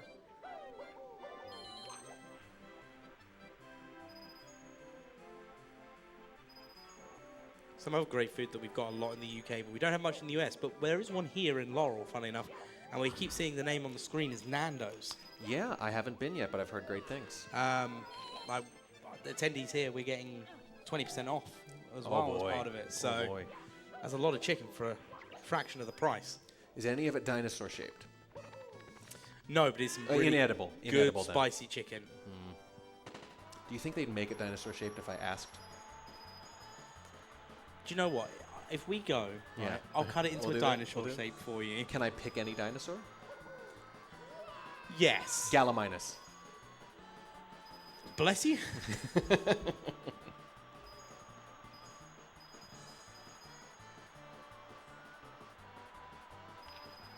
Yeah, I don't think there's been a pace that at some point during at least one of the days it hasn't just been Punk A in overtime. Yeah, and it's good seeing Punk in overtime because, you know, It's fun. it shows that the run's going well. And it goes back to that consistency thing. Starts a run, keeps it going, it's consistent. Well, and just deep into decent runs every time. Yeah. Runs that could finish well. It's not about always being cracked from the first second. Sometimes it's about just don't make any major mistakes for a long time and then make your move.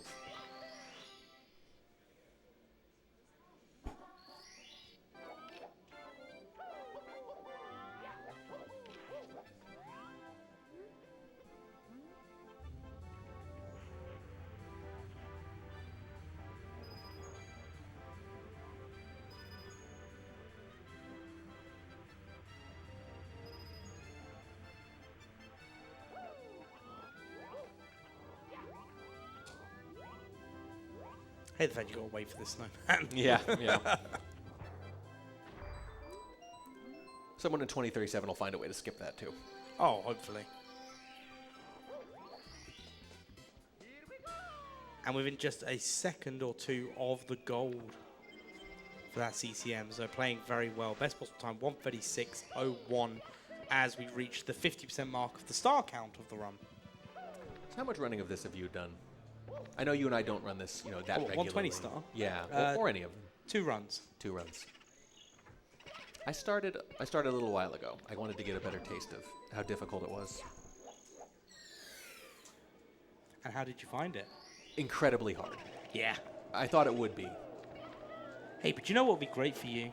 I mean, you're looking to get into speedrunning Mario 64? 120 star? I don't know if I am, but please continue. Yeah, were you doing it on emulator or console? Emulator.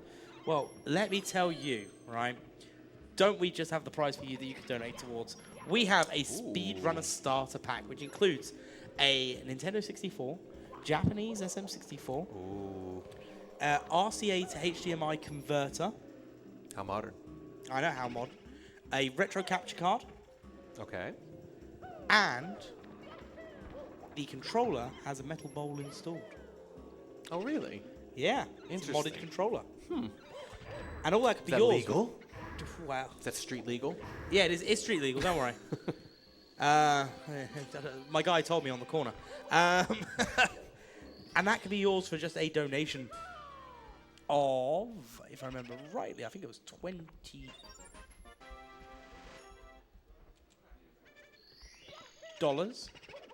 Yeah, it is right. And it's a big shout out to Professor and Vinny64 for donating towards that as well. But yeah, Mario 64 Speedrunner Starter Pack includes Nintendo 64 console, controller with a metal bowl installed, Japanese version of Super Mario 64, retro capture card, and RCA to HDMI converter. Start your speedrunning journey today. Well, after delivery. After delivery, yeah. Don't start it without it. But anyway, when I started, I thought, okay, well, first things first, Lakitu skip, right? I'm like, this should be easy. No. No. No, actually. What controller were you using? The classic. Well, I mean, like, I wasn't using anything, like, unusual. I wasn't using, like, a modded controller or anything. It was just, You like, emulator. So what kind of Oh, controller? just like, it was a USB converter, but, like, I don't. Well, so an N64 controller. Yeah. Okay. Oh, okay, that's what I mean. Yeah. I wasn't, like, trying to get away with anything weird. So you're not like me that uses an Xbox controller. No. I had one of those, and I thought, this wouldn't feel right. If I were going to go with a non-standard controller, I'd go GameCube. See, now that's a good idea. Yeah. But anyway, I did I think I got Lakitu on like my 8th try, and I was like, okay, I'm done for a while. That's my work for the day. Because after the first few failures, I'm like, oh, this is gonna take hours. Yeah. But then I got it on like the 8th try, and I was like, oh, thank God. Yes. What time did you finish with? Oh, I didn't finish. So it's still going on. Yeah, it's ongoing. So we're into weeks or months now. Oh gosh. Poor Mario's been left there lurking in the dark and the cold. If you leave him alone, I'm pretty sure he starts sleeping, right? He takes a little nap. I suppose, yeah. Yeah. So he's So you sleeping. sent Mario for the long sleep. He's sleeping. He's all tuckered out. He had a real big day. And it's just been going on and on and on. He's going to wake up really refreshed. Oh, yeah. He's basically hibernating at this point.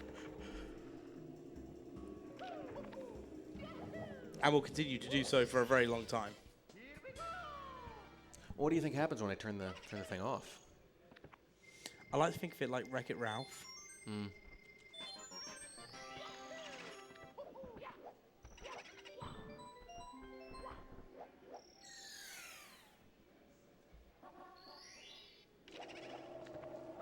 I'm admiring the signatures on the Luigi cap. It's a very nice cap. I think you said Wes was wearing it earlier. He was wearing it earlier, that's right. That does decrease the value a little, but it's still pretty valuable. You can clone Wes. Would you want to? Yeah. I think 1 is exactly the right number of Wes's. Now you could always do it with a second one. You know, in case the original can't show up for pace, for example. Well, so that one of them can eat the nuggets and the other can cast without his Exactly. mouth full. Or one of them could turn up. I'll call him out. I don't mind.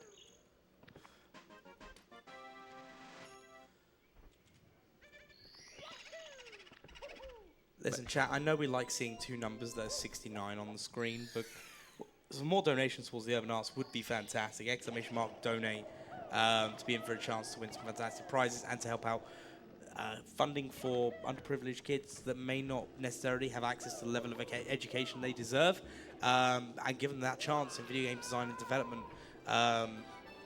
Absolutely fantastic work that they do.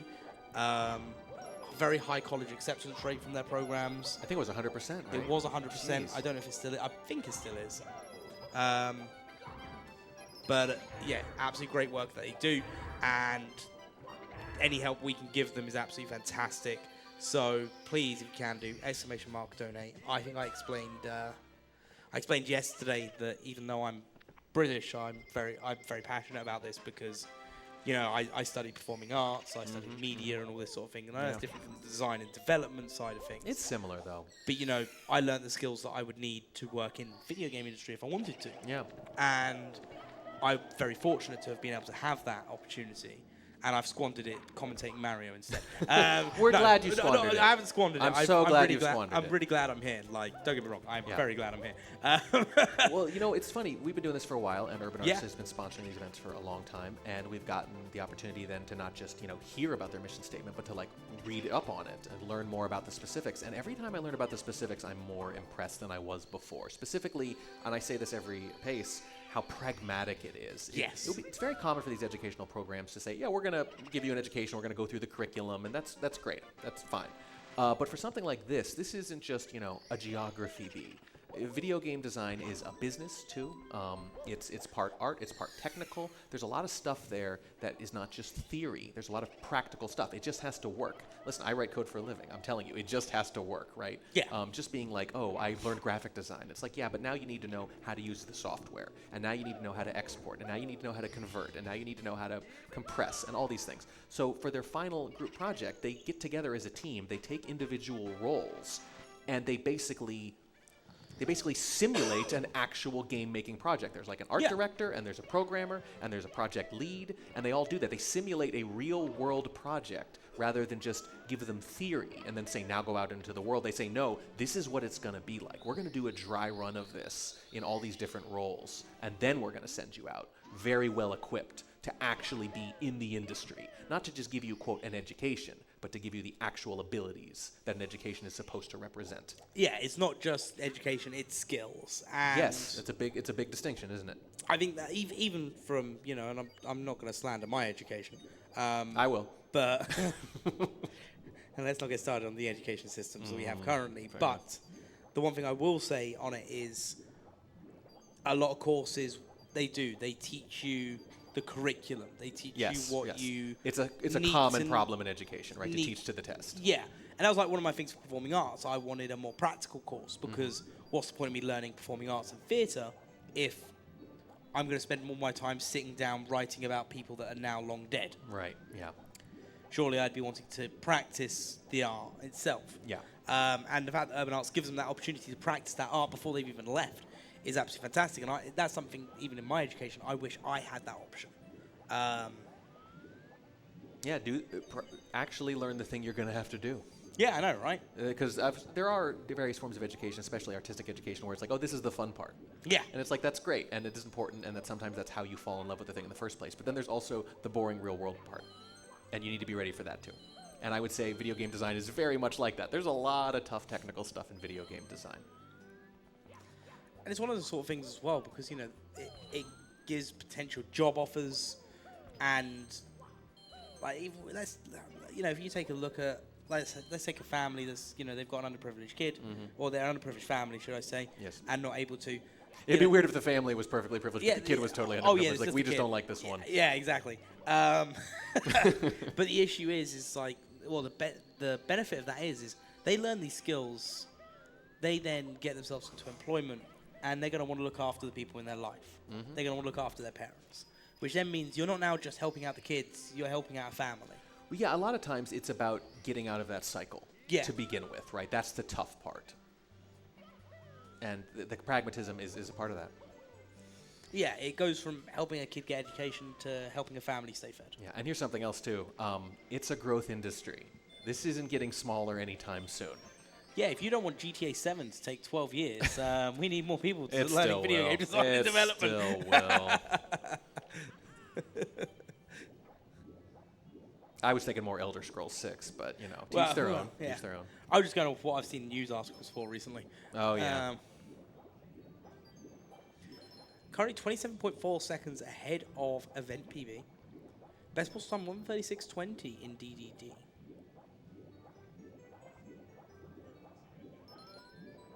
Another thing I like to say a lot, but it always bears repeating, is that the moment I understood how deep this game was when someone talked to me about timing the swim animations to be faster. And I said, what are you talking about? You're telling me you don't just hit the button as fast as you can? Nope. And that's what makes you go fastest? Because that's what would happen in a lot of games. And they said, no, actually you want to go a little slower than that. So To time the also animation, as and well, I went, oh my god. I This was learned- years ago, and that's when I kind of first understood what we were dealing with this game and how much love went into it. so you've got to bear in mind, on console, you've got to take into account for the lag. Because obviously, Yes. you know, the frames will drop. Yeah. I've also learned that emulator has that same problem. And I learned that And today it makes it a good emulator. then. because I've always played on computer, and it's been fine. Yeah. Today, I played on my laptop, which has less of a processing power. And I was just getting missed inputs. Now, I'm not saying I'm good at the game, because I'm not. Sure, but you notice But the difference is the I point. know how Yeah. to swim. Yeah.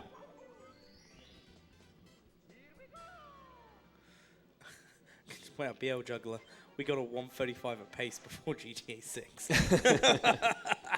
Things that would have really freaked you out to hear 2 years ago. Things still freak me out now. Yeah, it's still pretty weird. Well, that's actually a good point because, like I said, we all mentally, when carpetless happens, we're like, okay, it's a matter of time, right? Yeah. Mentally subtract about a minute from all these top times, and that's where we're going to be. It's actually gone beyond that, though, because the runs have actually gotten better on top of that. So when you see these times from Suigi, it's not just carpetless. It's carpetless plus Suigi being Suigi putting in those kinds Yeah, of it's times. natural growth. With carpetless simultaneously. Yes. Because again, any time within about a minute of where the world record was when carpetless came out, you were able to guess that was going to happen. You weren't sure exactly when, but you knew it was going to happen. But it's gone beyond that even. It's almost like carpetless caused a renewed interest. That That led to carpetless more of doesn't this. exist. It's just a meme. I mean, it was for 4 years. Like, I just got to know, did one person just go, hey, this meme's funny, let's break it because I don't want to hear it anymore? know. I know TSS was here at Pace doing it as like a joke, trying to get it to work, and people were like making jokes about it. It was like one of the stations was open, so TSS hopped on there and just started doing carpetless attempts or whatever, and I was like, oh, haha, that's so funny. That was the Pace before the first carpetless Pace. That was it. Like, the timing was perfect on the joke because it became real like a month later. Someone in chat, I've got to put on the old man voices. I remember what world record was 144.01. We would beat this game in 100 minutes, and we would like it. Back in my day, we didn't speedrun games. Well, you know, I had to explain speedrunning to someone just the other day. They said, like, okay, I'm going to be open-minded, but I don't get it. Why is that a thing? And the best explanation I always come up with is you have people who love this game. They've beaten it every possible way there is to beat it, but they want to keep playing it. So what do? You make up challenges for yourself. Yep. You play against other people. You create a whole nother level, a whole nother version of the game with the restrictions you accept artificially. So it's not about disliking the game. It's the exact opposite. It's about loving it so much you can't accept that you're done playing it, so you find new ways. And that's just the way it goes. And speaking of the way it goes, we have a $6.51 donation from The Way It Goes.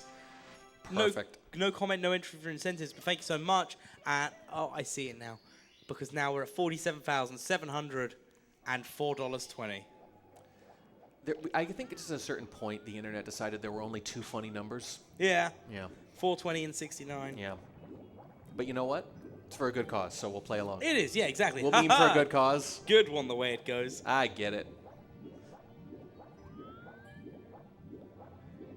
But the generosity, seriously though, in all seriousness, look at the generosity of this community. Almost $48,000. Yeah, crazy. Now, I know there are a lot of great prizes, but that's clearly not the only motivator. It's clearly because they're all very nice, very attractive people for donating. We don't need to butter them up, like... No, I think it's true. No, and every crowd I've ever been in front of was the most attractive crowd I've ever seen. I say it every time. I mean it every time. Is that just because of the memory? I don't know. 34 stopped being funny years ago, I guess. Yeah, I know, right? Well, I When think that that's was the a rule. funny You could number. only have two at a time. That's the So rule? yes, Good one. There it is. There it is. So once we added one, we had to drop one. There'll be another funny number someday. I don't know what it'll be, but it'll replace one of A these. Googleplex. Is it Googleplex? Yeah, it is, but spelled differently than the search engine. Yeah. It has an O instead, Oh. and no E.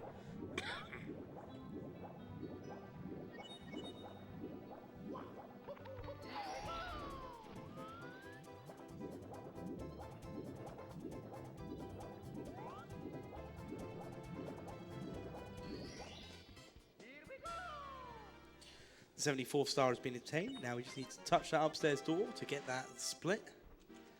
We'll see what we're doing. Yeah, we'll see how viable this run is, but so far this is just classic Bunkai. It's just a good run, kind of just happening in the background, and then you look up and you go, oh, we're over an hour in, and this is still going, and it's still looking pretty good. Yeah, 25.2 seconds ahead of event PB.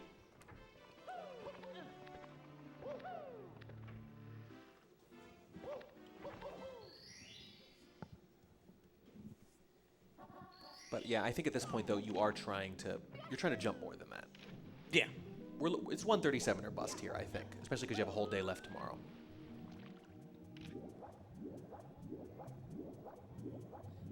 And that's the thing, we love to look at that best possible time. It's tantalizing. But when you look at it earlier in the run, it doesn't really mean anything.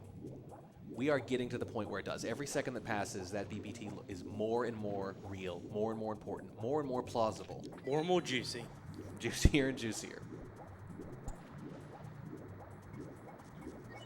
Did you say that because the Nando's logo is on screen? Yeah. Everyone's got to sort out food one finish. Subconsciously, yeah. Oh, yeah.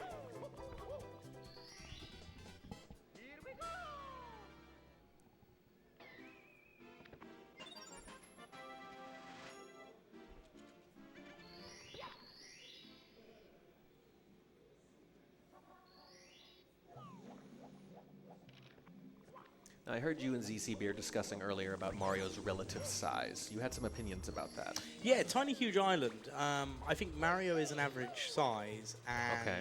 I think everything else is just a different size around him. Because if you look at like the You're thinking New Donk City. like yeah, like I'm using Odyssey as my reference there. I'm missing the triple jump there from Puncation, unfortunate. And a second time. Ooh, And now we got the okay, there it is. there it is. You look at the size, even in here, right? Bowser's obviously a lot bigger. Okay. Yeah. This seems like the sort of size for someone that is bigger. Oh, well, what do we think Bowser actually is then? Like, he's not just a turtle. Like, what is he for reference, you know? Yeah. We need. That's why New Donk City is a good choice, because you need a real-world reference. Because everything here is, you know, fake. You can't be like, well, what's the size of a real-life Goomba? Well, they don't exist. I suppose you could use Peach as the reference in this instance. Oh, just assuming she's like just a average-sized human woman. Well, no, we're assuming Mario is the average size. Well, that's the thing. We're trying to determine his size.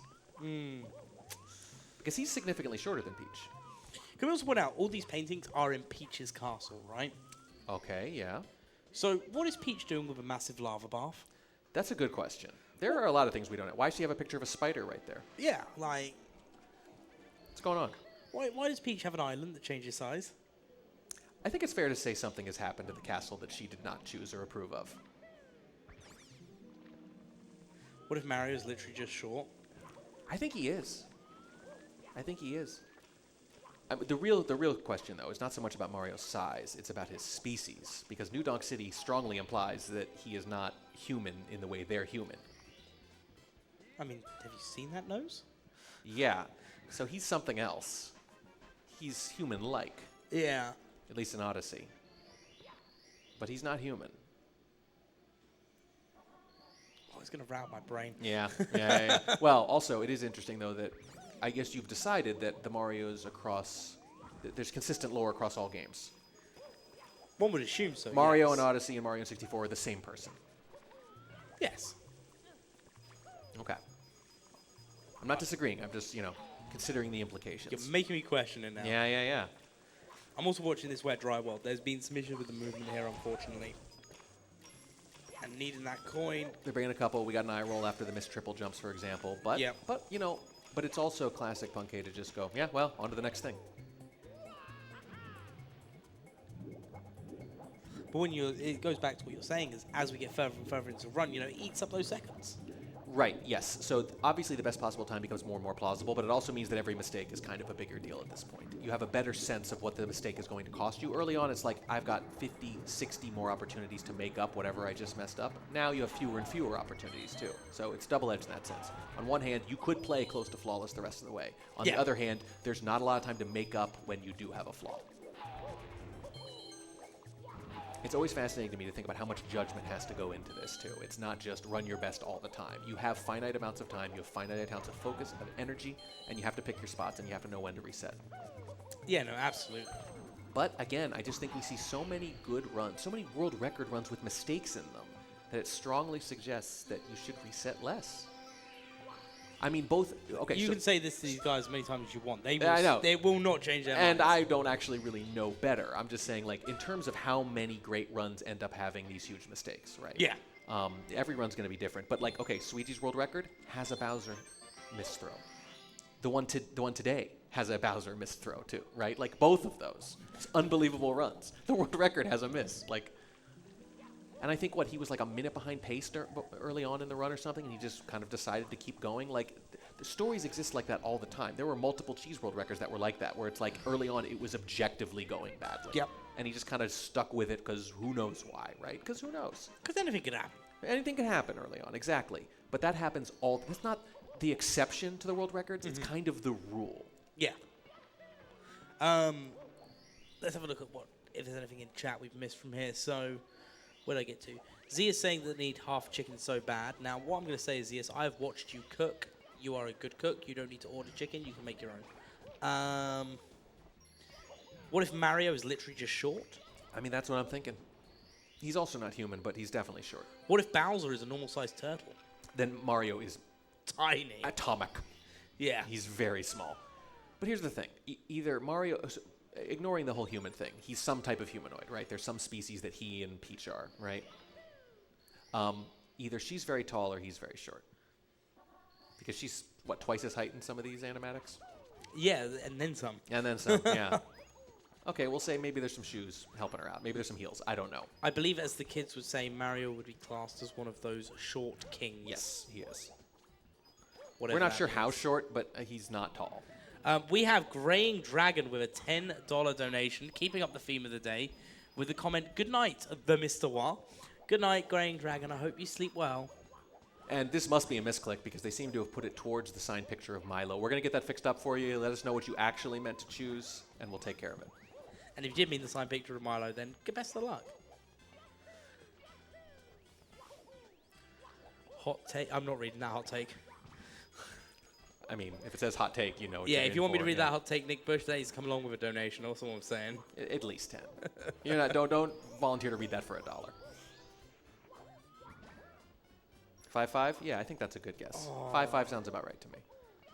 The Goomba coin falling off, meaning you have to do the triple jump back up.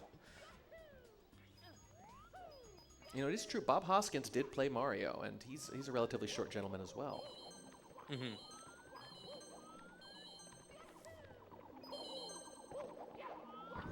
Hey, I'm around 5'5". You could be Mario. I could be Mario. Can you do I was going to say an American accent, but then I was going to say an Italian accent, and I realized neither is quite what we're looking for. Can I sound generic like Chris Pratt? Yes. Yeah. Oh, sure. But Charles Martineau, little tougher. No, I wouldn't even Little attempt tougher. there. Yeah. The real GOAT.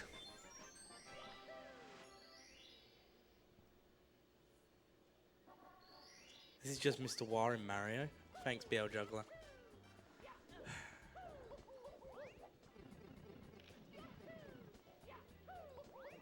Clearly, you've never seen the 1993 Mario Bros. Movie. That's 100% canon.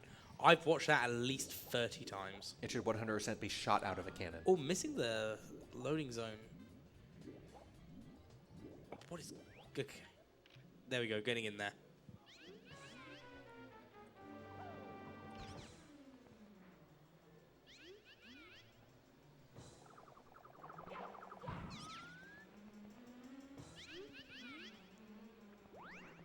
Like, for example, what if this is a normal-sized insect? Just how small is this guy? Yeah. Apparently this is just Mr. Warren Mario. No, if you look at the VHS tape on !donate, you'll see that I'm Bowser. Thank you very much. Now, do we need to explain what VHS is? I'm hoping that I don't need to explain it to anybody in chat. It's a plastic rectangle, and there is magnetic tape inside, which technically plays moving images. With audio. With audio. No, I don't know how they did it either, but this is how things used to work.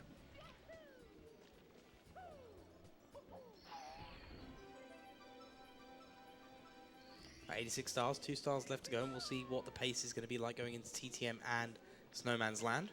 You know, we should probably compare VHS tapes to cassette tapes, because I actually think those have kind of come back a little bit, the retro vibe, so I think It's like younger people probably do know what cassette tapes are, actually. Oh, the hipsters, yes. Yeah, right. So from that, you can say, oh, it's like a very big cassette tape with video.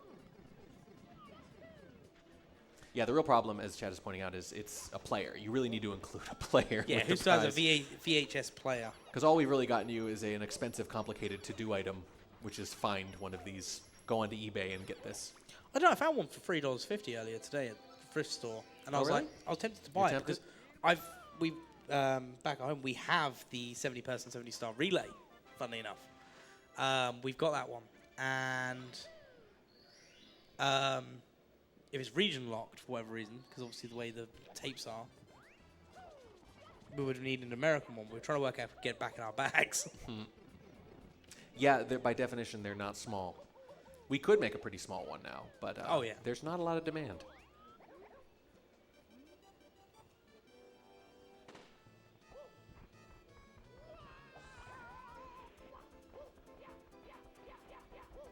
Anyway, if you ever accidentally or just out of necessity had to switch the stream to 480, that's about what you were dealing with, maybe 360. Yeah. That's the range quality-wise. Also, all these people saying VHS player instead of VCR. Well, Yeah. I don't see any recording going on them. It was always a bit of a misnomer, yeah. We were always... Although people used to record like TV movies, anything they put on Oh, network yeah. TV, they record them onto the tapes. We never called them VCR in Britain, no. No? Coming out of THO, 1.7 seconds ahead of Event PE. The really wild thing, or potentially charming if you're the kind of person who likes retro media, is that you would tape over something again and again, and because it's physical media, because it's magnetic tape, you would kind of wear it out. It would get worse over time. Yep. It's like photocopying a photocopy, but with a video. You can imagine how that would go, which wasn't very good looking to begin with.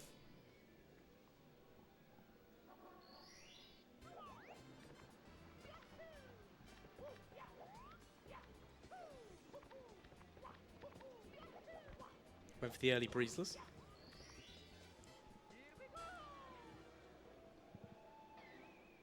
Fits the classic SM64 speedrunning tradition of just put less after something. Every trick is less. Yep. Breezeless, carpetless, cannonless. Saltless, topless, all of it. Yep. Blinkless. Clipless. Probably 20 more, I'm not remembering. Right, we're going for a backup here, unfortunately missing the clip. Going to go for the 100 coins. What's really going to bother you is someday someone's going to say, what's a DVD? And you're going to lose your mind.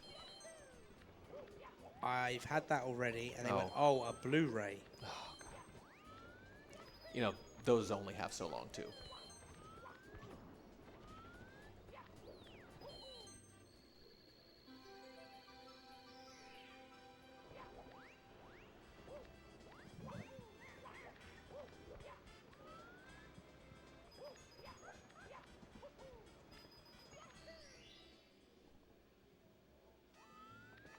We are into crunch time, and the run is still very much alive here.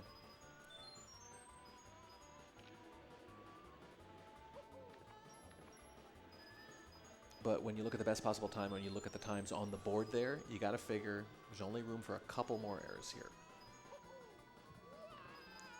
But on the other hand, we've seen occasionally runners just say, no, I just want the practice. You know, it's not about the time anymore. I've come this far. I want to get my carpetless practice in. I don't want to go in cold. You know, when I do have that, when I have that great run tomorrow, I don't want to have to do that for the first time in 2 days, maybe, if I haven't had any runs for a while. Sometimes it's like, well, I've come this far. Let's do the last 10 minutes just as practice. But in terms of actually putting up a time that you're going to be reasonably happy with, I think you need to be, obviously not flawless from here on out, but not a lot of margin left if you really want to jump up that leaderboard. Otherwise, it's just reps. Yeah, you've got to put the effort in. You've got to just kind of let that muscle memory take over. Yeah. Like I keep saying, you don't want one of the first times all weekend you've done something to be at the very end when it matters the most. You want that to be the third or fourth time you've done that thing. So once you get within range of carpetless, once you get within range of tippy or bits or whatever, it's like, well, here's a chance. Just do it. Just do it to do it.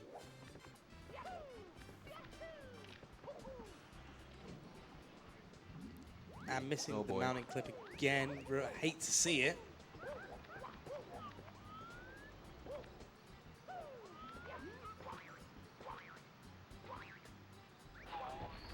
Gets into the mushroom. Good recovery, quick recovery. That is a quick recovery. Out of backups now, though. I mean, yeah, that's right. And that's been the hallmark of this run and of Punk's runs in general, is just quick, smooth backups. And when mistakes happen, they don't snowball very often. Yeah. We talk about that all the time. The muscle memory is so strong, it has to be. But the downside of that is when you get thrown off, you have to reset. Suddenly, all the muscle memory is off because you're doing something different. So either you have that backup chambered and ready to go, or you just adjust really well on the fly, or the whole thing snowballs, and one mistake becomes 10 mistakes. So I think that's probably maybe the single most important part of the consistency we're always talking about, is when things go wrong, do you get right back on track, right? Or does it fluster you for even just a second or two? And it snowballs. And snowballs, that's right, it snowballs. Well, 2 more attempts now. Well, not 2 more attempts, 2 more times this needs to be completed. Gonna go for the reset up.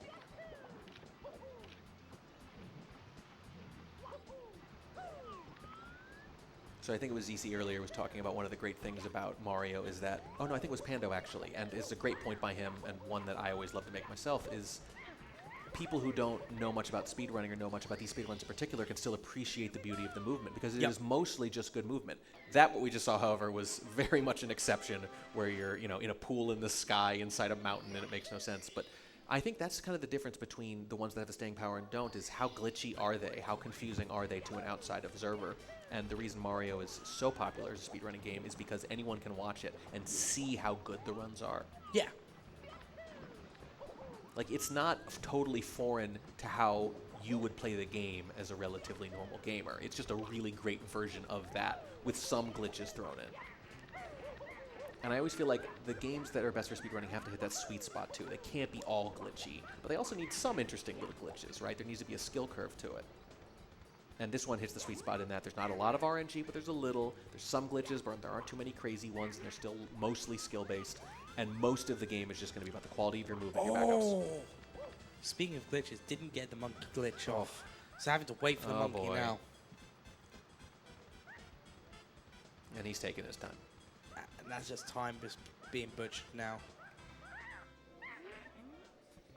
Yep, there are no backups there, really.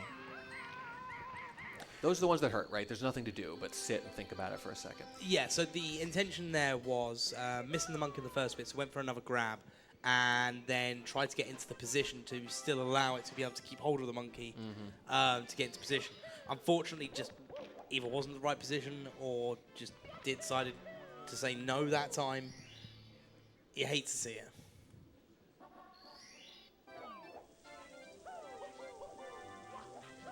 Yeah, and that best possible time is definitely taken a hit. It is now identical to Beast Assassin's time. And I think with that right there, it's going to be less than Beast Assassin now. So we can move up one spot if things go very, very well.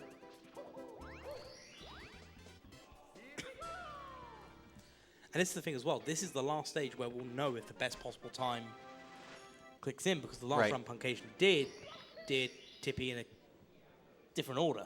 Oh, right. Yeah. So we won't actually know what's going on once Snowman's Land is complete. Yeah, there's always a bit of guesswork involved. There we go. We got the clean head that time. There we go. And the crowd goes wild. Just one guy. That guy, I think more for him. We got a polite clap, yeah, too. the crowd went mild. Well, overtime runs on the second day. What do you expect?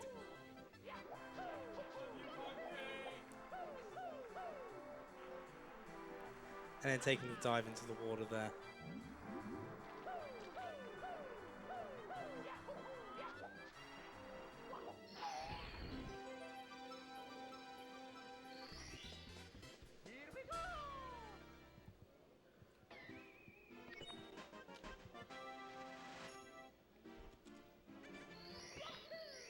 And for everyone in chat, this is not the last day. This is not the final run. We'd be a little more excited if it was. Tomorrow is the final day. One more full day. Oh, I'm still excited. I'm just trying not to be too overexcited so I don't distract the runner. Oh, certainly, yeah. But I would still expect, when you look at how close some of these times are after that gap between first and second, I would still expect a lot of shake-up on the final day.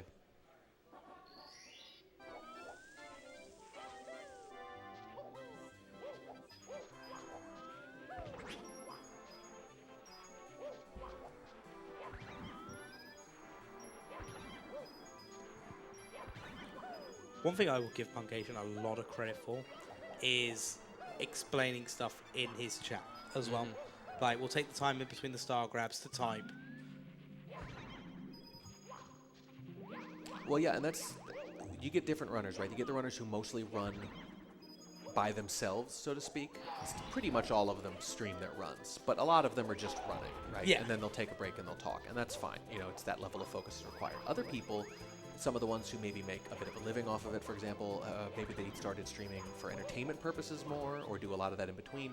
They're the ones who get used to talking to the chat during the runs, right? And you can do it, but it is a different skill set. It's something you actually need to cultivate. It's not something you can just start doing. It will hurt you in the short term, but I think after a while you can get to the point where it doesn't really anymore. And if anything, I've heard some of them say it just relaxes them. It makes it feel like they're at home, in particular at these live events. It's another thing that can be like their home setup. And it keeps your mind occupied. I mean, it's, you know, it's almost a 100-minute run, for crying out loud. Even those little gaps where you're just waiting for certain things to happen on screen, it's another opportunity to lose focus. But if you can channel that into something right away and keep thinking about what just happened and learn from it, all the better.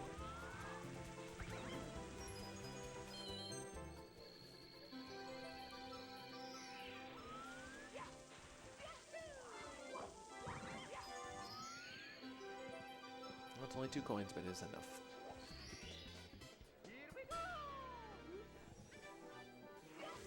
And once again, making a 100 look pretty easy. And that's one of the scarier ones. It's not HMC level, but I would say maybe the second or third scariest 100 coin star. Oh, yeah, no, absolutely. Just because you're more at the mercy of the RNG. I think it's got to be HMC first, and I'd maybe put that second. Some of the BOBs, I don't know. I know some people really don't like those. TGC's quite a scary one. Yeah. But I think you need to factor in where in the run it is. The fact that this one is late, I think, has to put it above BOB. Just even if you happen to hate it, I don't particularly. But it's also just early enough that the downside of screwing it up is so much lower. Yeah, best possible time now, 1:38.23, coming out of Snowman's Land. We're not going to know what the best possible time is going forwards now until we calculate it when we get into Sky. Yeah, but here's the thing. That basically means you have to play perfect to move up the one spot. Yes. And that might have been it. And sometimes just one of those runs, you know. A lot of marginal things just don't quite work out. Yeah. But I think we're probably, barring something really, really traumatic, determined to see this one through. And I think this is going to be decided going straight in for carpetless. Yeah, at this point I would too.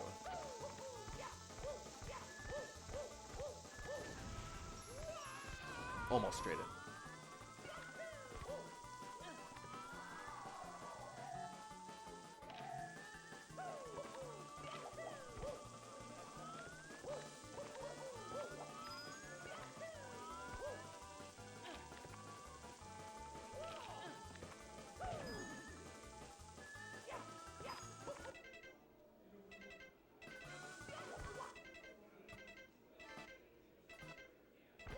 And he gets it on the first one.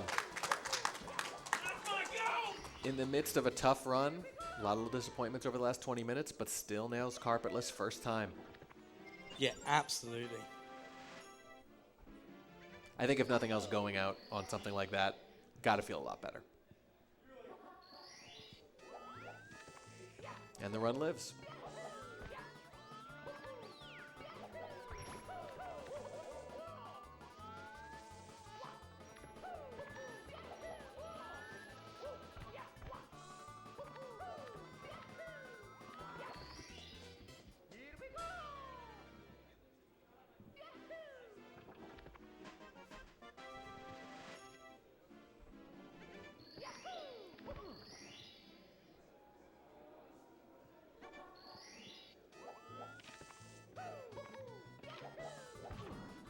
And there's a fall, and that is it. That is the last straw for Punkation on what was a wild run. Big round of applause for Punkation. Closing out the final run of day 2. Promising run for a while. Mistakes started to add up there at the end, and there was just less upside. But we did get to carpetless, and I think that it was important to get that and to nail it in the first time. Go out on a good note, you know. Come back strong for that third day. I think we're going to see that time come way down tomorrow. Oh, absolutely. We've got a whole day of this coming up tomorrow. This will be the final day tomorrow.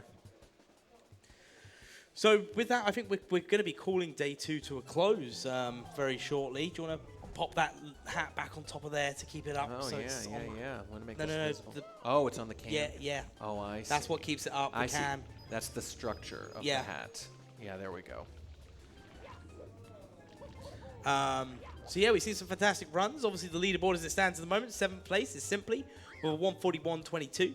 Punkation is in 6th place with a 138.34.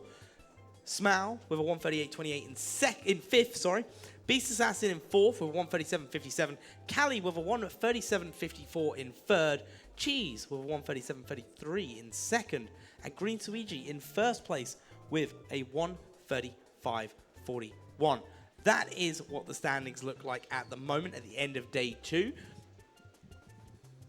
We have had some amazing showcases of runs as time has gone on, as these last 2 days has gone on. Do you know what? It's still really funny. We're seeing Milo's face now right in front of me. But it's been some fantastic runs. We've just seen some fantastic stuff, really. We do have a $1 donation from the Professor. Entering for a chance to win the signed picture of Milo. You came with me to get the picture. You could have got your own. It's not the same. Yeah, I suppose. It's not the same. Amazing day, Punkation. You're always so entertaining and awesome. Glad to see the end of your day 2. Thank you very much for that donation. Really appreciate it. But yeah, we've had so much happen. Yeah, it's been a day. And you've only been here for half of it. Yeah, it's crazy. I know, right? And I would say even odds it's going to be just as crazy tomorrow. I mean, again, it's hard to imagine right now, for being honest, that anyone's going to make up that 2-minute deficit that Green Sweegee's got in first place. But there's so much room for movement beyond that, too. And we've seen crazier things, and we've seen them right here. Yeah, second place is definitely going to be the one that we're going to be playing for. And if it looks like I'm playing on my phone, I'm pulling up the schedule for the rest of the day, so bear with me, Well, I think guys. it's 11 a.m. tomorrow. Not that we always start exactly on time. We'll see, but... And if it does start late like it did today, usually that time is pushed back anyway, that last reset time, especially on the final day. Yeah, no, absolutely. So we're looking at a 12 o'clock start Okay, it time sounds like they're tomorrow, but preemptively kind of planning it's going to be 12 instead of 11. Okay, good to know. yeah, we've got 12 o'clock on the schedule. So I'm same looking, schedule as today, roughly. Yeah, then. same schedule as today by the looks of things. So I'm currently looking at the schedule now because obviously as we go into it, I've explained the standings, I've explained how the runners have been. There's not much else really to do, talk about what's coming up now, like what's going to be coming up for the rest of Pace as we enter. And I hate to say it, the last 24 hours the of last Pace. 24 hours of Pace. It's When really all the karaoke's been sung, all the Dino Nuggets Oh, are gone, and all the runs are over. I'm about to go start singing some Bat Out of Hell. Like I might have to stick around then. Yeah, a bit of Meatloaf if they let me. But yeah, coming up at 10 o'clock Eastern Time. So bear in mind, this is an Eastern Time. Here is Super Mario Sunshine, the 44-person relay. I'm taking part in that, by the way. Better get over there. That is 44 people going to be on the stage, one at a time, each doing a shine on Super Mario Sunshine. That is happening at 10 o'clock. Then just before 1 o'clock, we're going to have Super Paper Mario run by JCR Riles. And then at 5:05, we've got Illegally Sound with Rebel Transmute. And then at 6 o'clock, we've got a skill showcase by Ivy Latin for Tony Hawk's Underground Pro. We will then have a Minecraft Sword of Light co-op by Swag and Thunderbolt. Then we'll have Yu-Gi-Oh! At 7:50, and then we'll be back for some Mario 64, which will be the final thing to close out the event. So that's what's going to be happening over the next You heard all that right, by 24 the way. hours. That's middle of the night. When you come to Pace, Yeah. things are happening the entire time. Oh yeah, I come here in the morning. Like I get here in the morning. I leave last thing at night, and I will walk in the morning, and I will see people passed out on the beanbags where they've just stayed up all night. They've just completed an event. Another one has Yep. just started. It doesn't matter when you show up. There are multiple things. Sometimes you have to choose. Yep, and they're like, do you know what? I'm not going back to my hotel room. I'm just going to sleep here. Yep, happens every time. Can you start the event over? We could do, but We'll start the day over tomorrow. That's what we can do Yeah. for you. Tomorrow we can start today over again, one more day. But yeah, Mario Sunshine going to be coming up at 10 o'clock. That's in about 40 minutes' time. It's going to be epic. I'm going to be sat here doing more donation reading, so get those donations in. We will be here to read all of those out. From there, it goes to a fantastic cause. Urban Arts does some great work. Then, again, we've got a lovely showcase throughout the night before we get back into the final day of Mario 64. There, I exhaled for you. Thank you. You're welcome. I I think that's it for us. think that is it for us. We should sleep. Unless production's got anything that they want me to say. Yeah, actually, we will do one last shout out on the prizes before we go because we have got a bit of time before the break. So if you're willing to listen to me for just a little bit longer, feel free to say no in chat if you don't want to hear me talk If they've been anymore. listening this long, then Yeah. sure, you know. So we have prizes from $1, ranging from a picture signed by Milo. It is a picture of Milo, the head organizer of Pace, the one that is here making all the magic happen. That is for $1. We've got prizes ranging from $5, $10, and $15, which go from SpongeBob figurines, signed trading cards, a hat from a Luigi hat from the Luigi's Mansion Runners. I'm glad you picked up the cam with that as well. Yeah. Signed by Luigi's Mansion Runners to Japanese SM64 cartridge signed in box. We've got a hoodie. What else have we got? We've got so much. We got the VHS tape. Look at that Bowser. It looks like me because it's got my hat on and my glasses and my walking stick I don't use anymore. Mario Switch case. We've got all of these fantastic prizes all the way up. Signed controllers? My God, like there are too many prizes. We can't list them all. Yeah, signed prizes, signed controllers, HDMI modded Nintendo 64, a speedrunner starter set to get you into Super Mario 64 if you want to get into speedrunning, Nintendo Switch OLED, PlayStation 5, and apparently someone was here for Mario, but I don't know if he can appear. That's pretty good. Thank you. That was better than I thought you were going to do. But that's not to me. But yeah, I hope everyone has had It's a the most prizes we've ever had at Pace. It is. We normally It's have not three even or close. We normally have 3 or 4. We have 19, including signed work from voice actors, which I managed to get from another job. Yeah, and at the rate we're going, we're probably going to add some more tomorrow because that keeps happening too. Yeah, just wait. Tomorrow you're going to get a signed picture from Warning Track. Let's not subject them to that. But that is like the whole thing. We're going big. We want you guys to have as many opportunities as you can to win some fantastic prizes and also to help support our fantastic cause. That is what we are here for, after all. And we're here to watch some fantastic runners and have some great times. Well said. One more day, you're going to want to come back. Yeah, so with that, 39 minutes to go until Super Mario Sunshine. So go stretch, go touch some grass, have a glass of water, but make sure you're back here at the top of the hour for Super Mario Sunshine. See you soon.